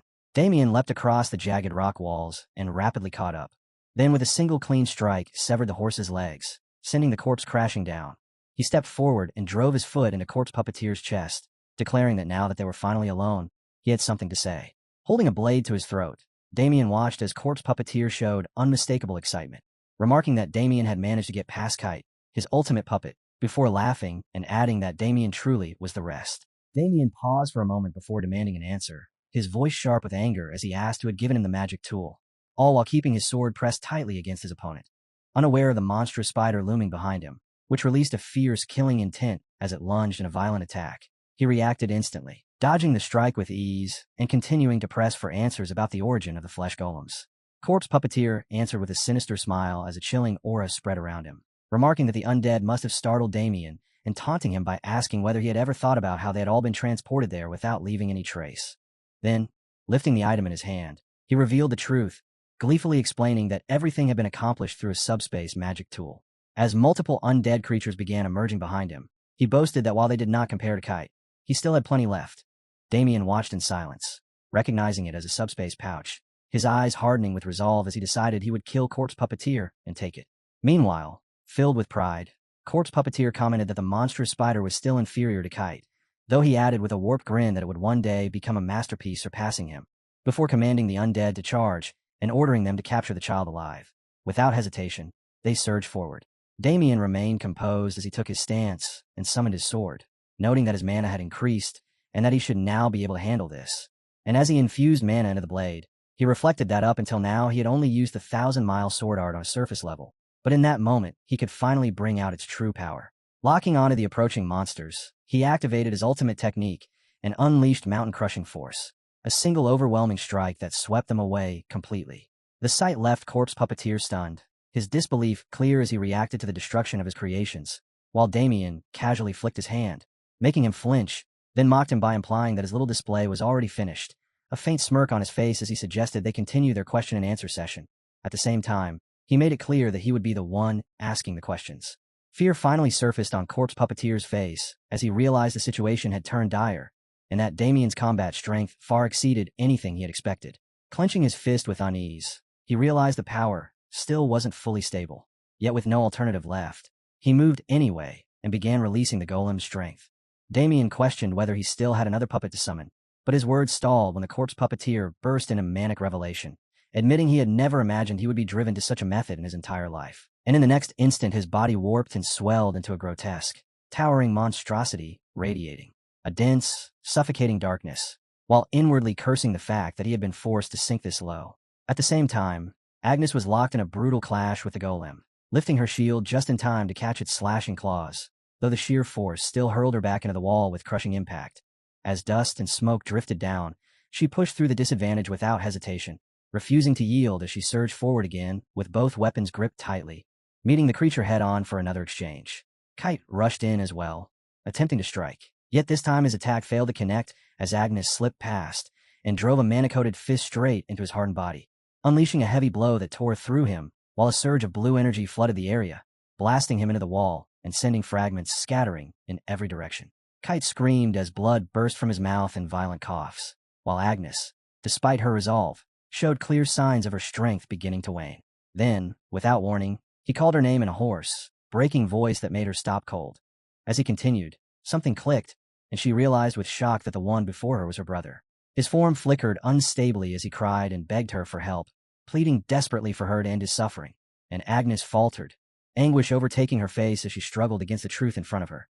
After a brief pause, she shut her eyes as though steeling herself and struck decisively, blue mana erupting violently from his body at the moment of impact, and even as she acted, grief weighed heavily on her, knowing that the words spoken by those turned into flesh golems were nothing more than the final remnants of thoughts they had carried while still alive.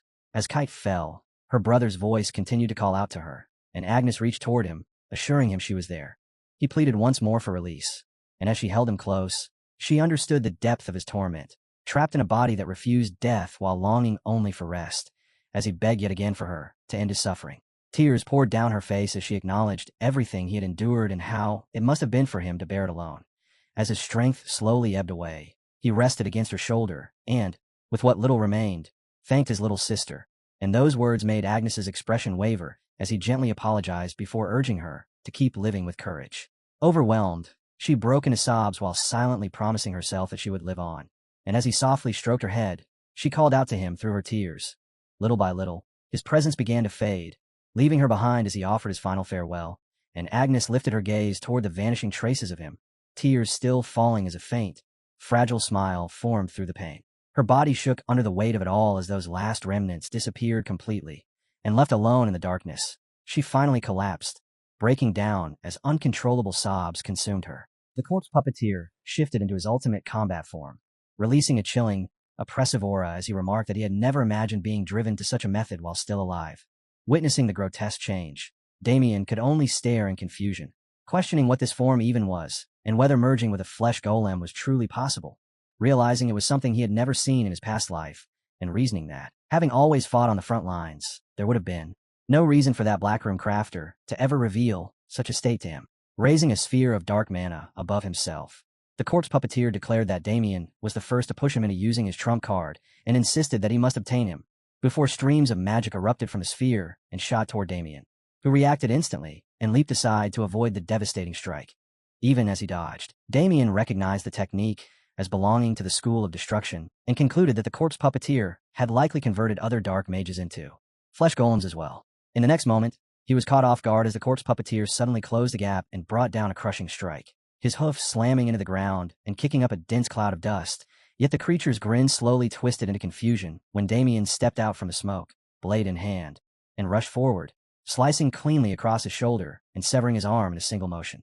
A cry of pain escaped the Corpse Puppeteer as he writhed in agony, but to Damien's surprise, the lost limb regenerated instantly, leading him to conclude that the power of the Frenzy School had been integrated as well. The Corpse Puppeteer attacked again to force distance, knocking Damien backward before gathering energy into his hand and declaring with manic certainty that resistance was meaningless and that Damien should quietly accept becoming material to be offered. Grinding his teeth, Damien set his hand firmly against his sword just as a massive surge of dark mana was unleashed toward him, triggering a violent explosion.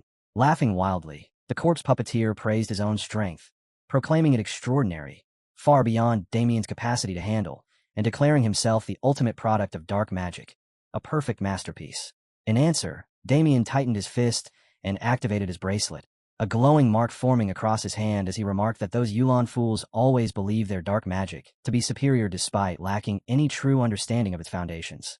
A faint smirk appeared as an overwhelming surge of power flooded his body, releasing a fierce and commanding aura. Stunned, the corpse puppeteer recognized the energy as dark mana and recoiled in shock, unable to understand how someone from the Order's subjugation force could wield such power, demanding to know Damien's true identity. Fully shrouded in dark mana, Damien raised a magic circle above himself and released a dense, overwhelming aura, making it clear through action alone what true dark magic looked like. The corpse puppeteer stared at the formation in disbelief as fear crept in, realizing he had never encountered anything like it before. While an ominous presence spread through his body, sweat formed as he clenched his teeth and, in rising panic, launched another attack, convinced the spell was extremely dangerous and of high tier, insisting Damien had to be killed before the incantation could be completed. Yet the strike was completely stopped by a mana barrier, and as he watched the dark mana shift and disperse, he grew alarmed, wondering if Damien possessed an artifact similar to his own, only to immediately reject the idea and demand once more to know what he truly was. Meanwhile, Damien continued the incantation uninterrupted as countless chains imbued with dark mana emerged from the magic circle, radiating a heavy, oppressive force before shooting forward and binding the corpse puppeteer's body. Forcing a strained smile, he dismissed them as nothing more than restraints, confident he could break free with ease. But that confidence shattered when he realized in shock that his body would not respond at all. As Damien walked toward him at a measured pace, he explained that not only his physical body, but even his mana had been completely sealed, and trembling with anger, the corpse puppeteer demanded to know how such dark magic was even possible. With a slight movement of his finger, Damien forced his opponent's body to slam violently face first into the ground. Without changing his stern expression, Damien stated that his identity was irrelevant, and instead demanded the location of Dorgo. Hearing the name, the corpse puppeteer froze in shock, questioning how Damien knew it, and wondering if he too was one of Dorgo's contractors. Damien's gaze sharpened as he lifted a finger, dragging the corpse puppeteer back up and pressing him again for an answer, but struggling within the restraints. The man laughed and refused, saying he had no intention of revealing anything and asking if Damien truly believed he would betray his masters so easily. Damien then replied with calm certainty that he could simply kill him and extract the truth directly from his soul. Provoked, the corpse puppeteer admitted that such a method was typical for a dark mage, yet sneered that it would be useless, as his soul was already bound by restriction. Hearing this, Damien's expression tightened into a frown as he grasped the implication, while the corpse puppeteer burst into manic laughter and explained that he had imposed a restriction upon himself, ensuring he could never reveal anything about that person, and that the moment he was questioned about Dorgo, his soul would be destroyed. Watching him, Damien inwardly cursed him as a complete madman for going to such lengths. At the same time, the corpse puppeteer grew more exhilarated, laughing wildly as he mocked Damien and insisted there was nothing to gain from him, urging him to go ahead and kill him while declaring with fanatic pride that, although it was a pity he could not turn Damien into a puppet, dying for his master was an honor. Grinding his teeth, Damien clutched his head before deciding that he would kill him after all, just not with his own hands.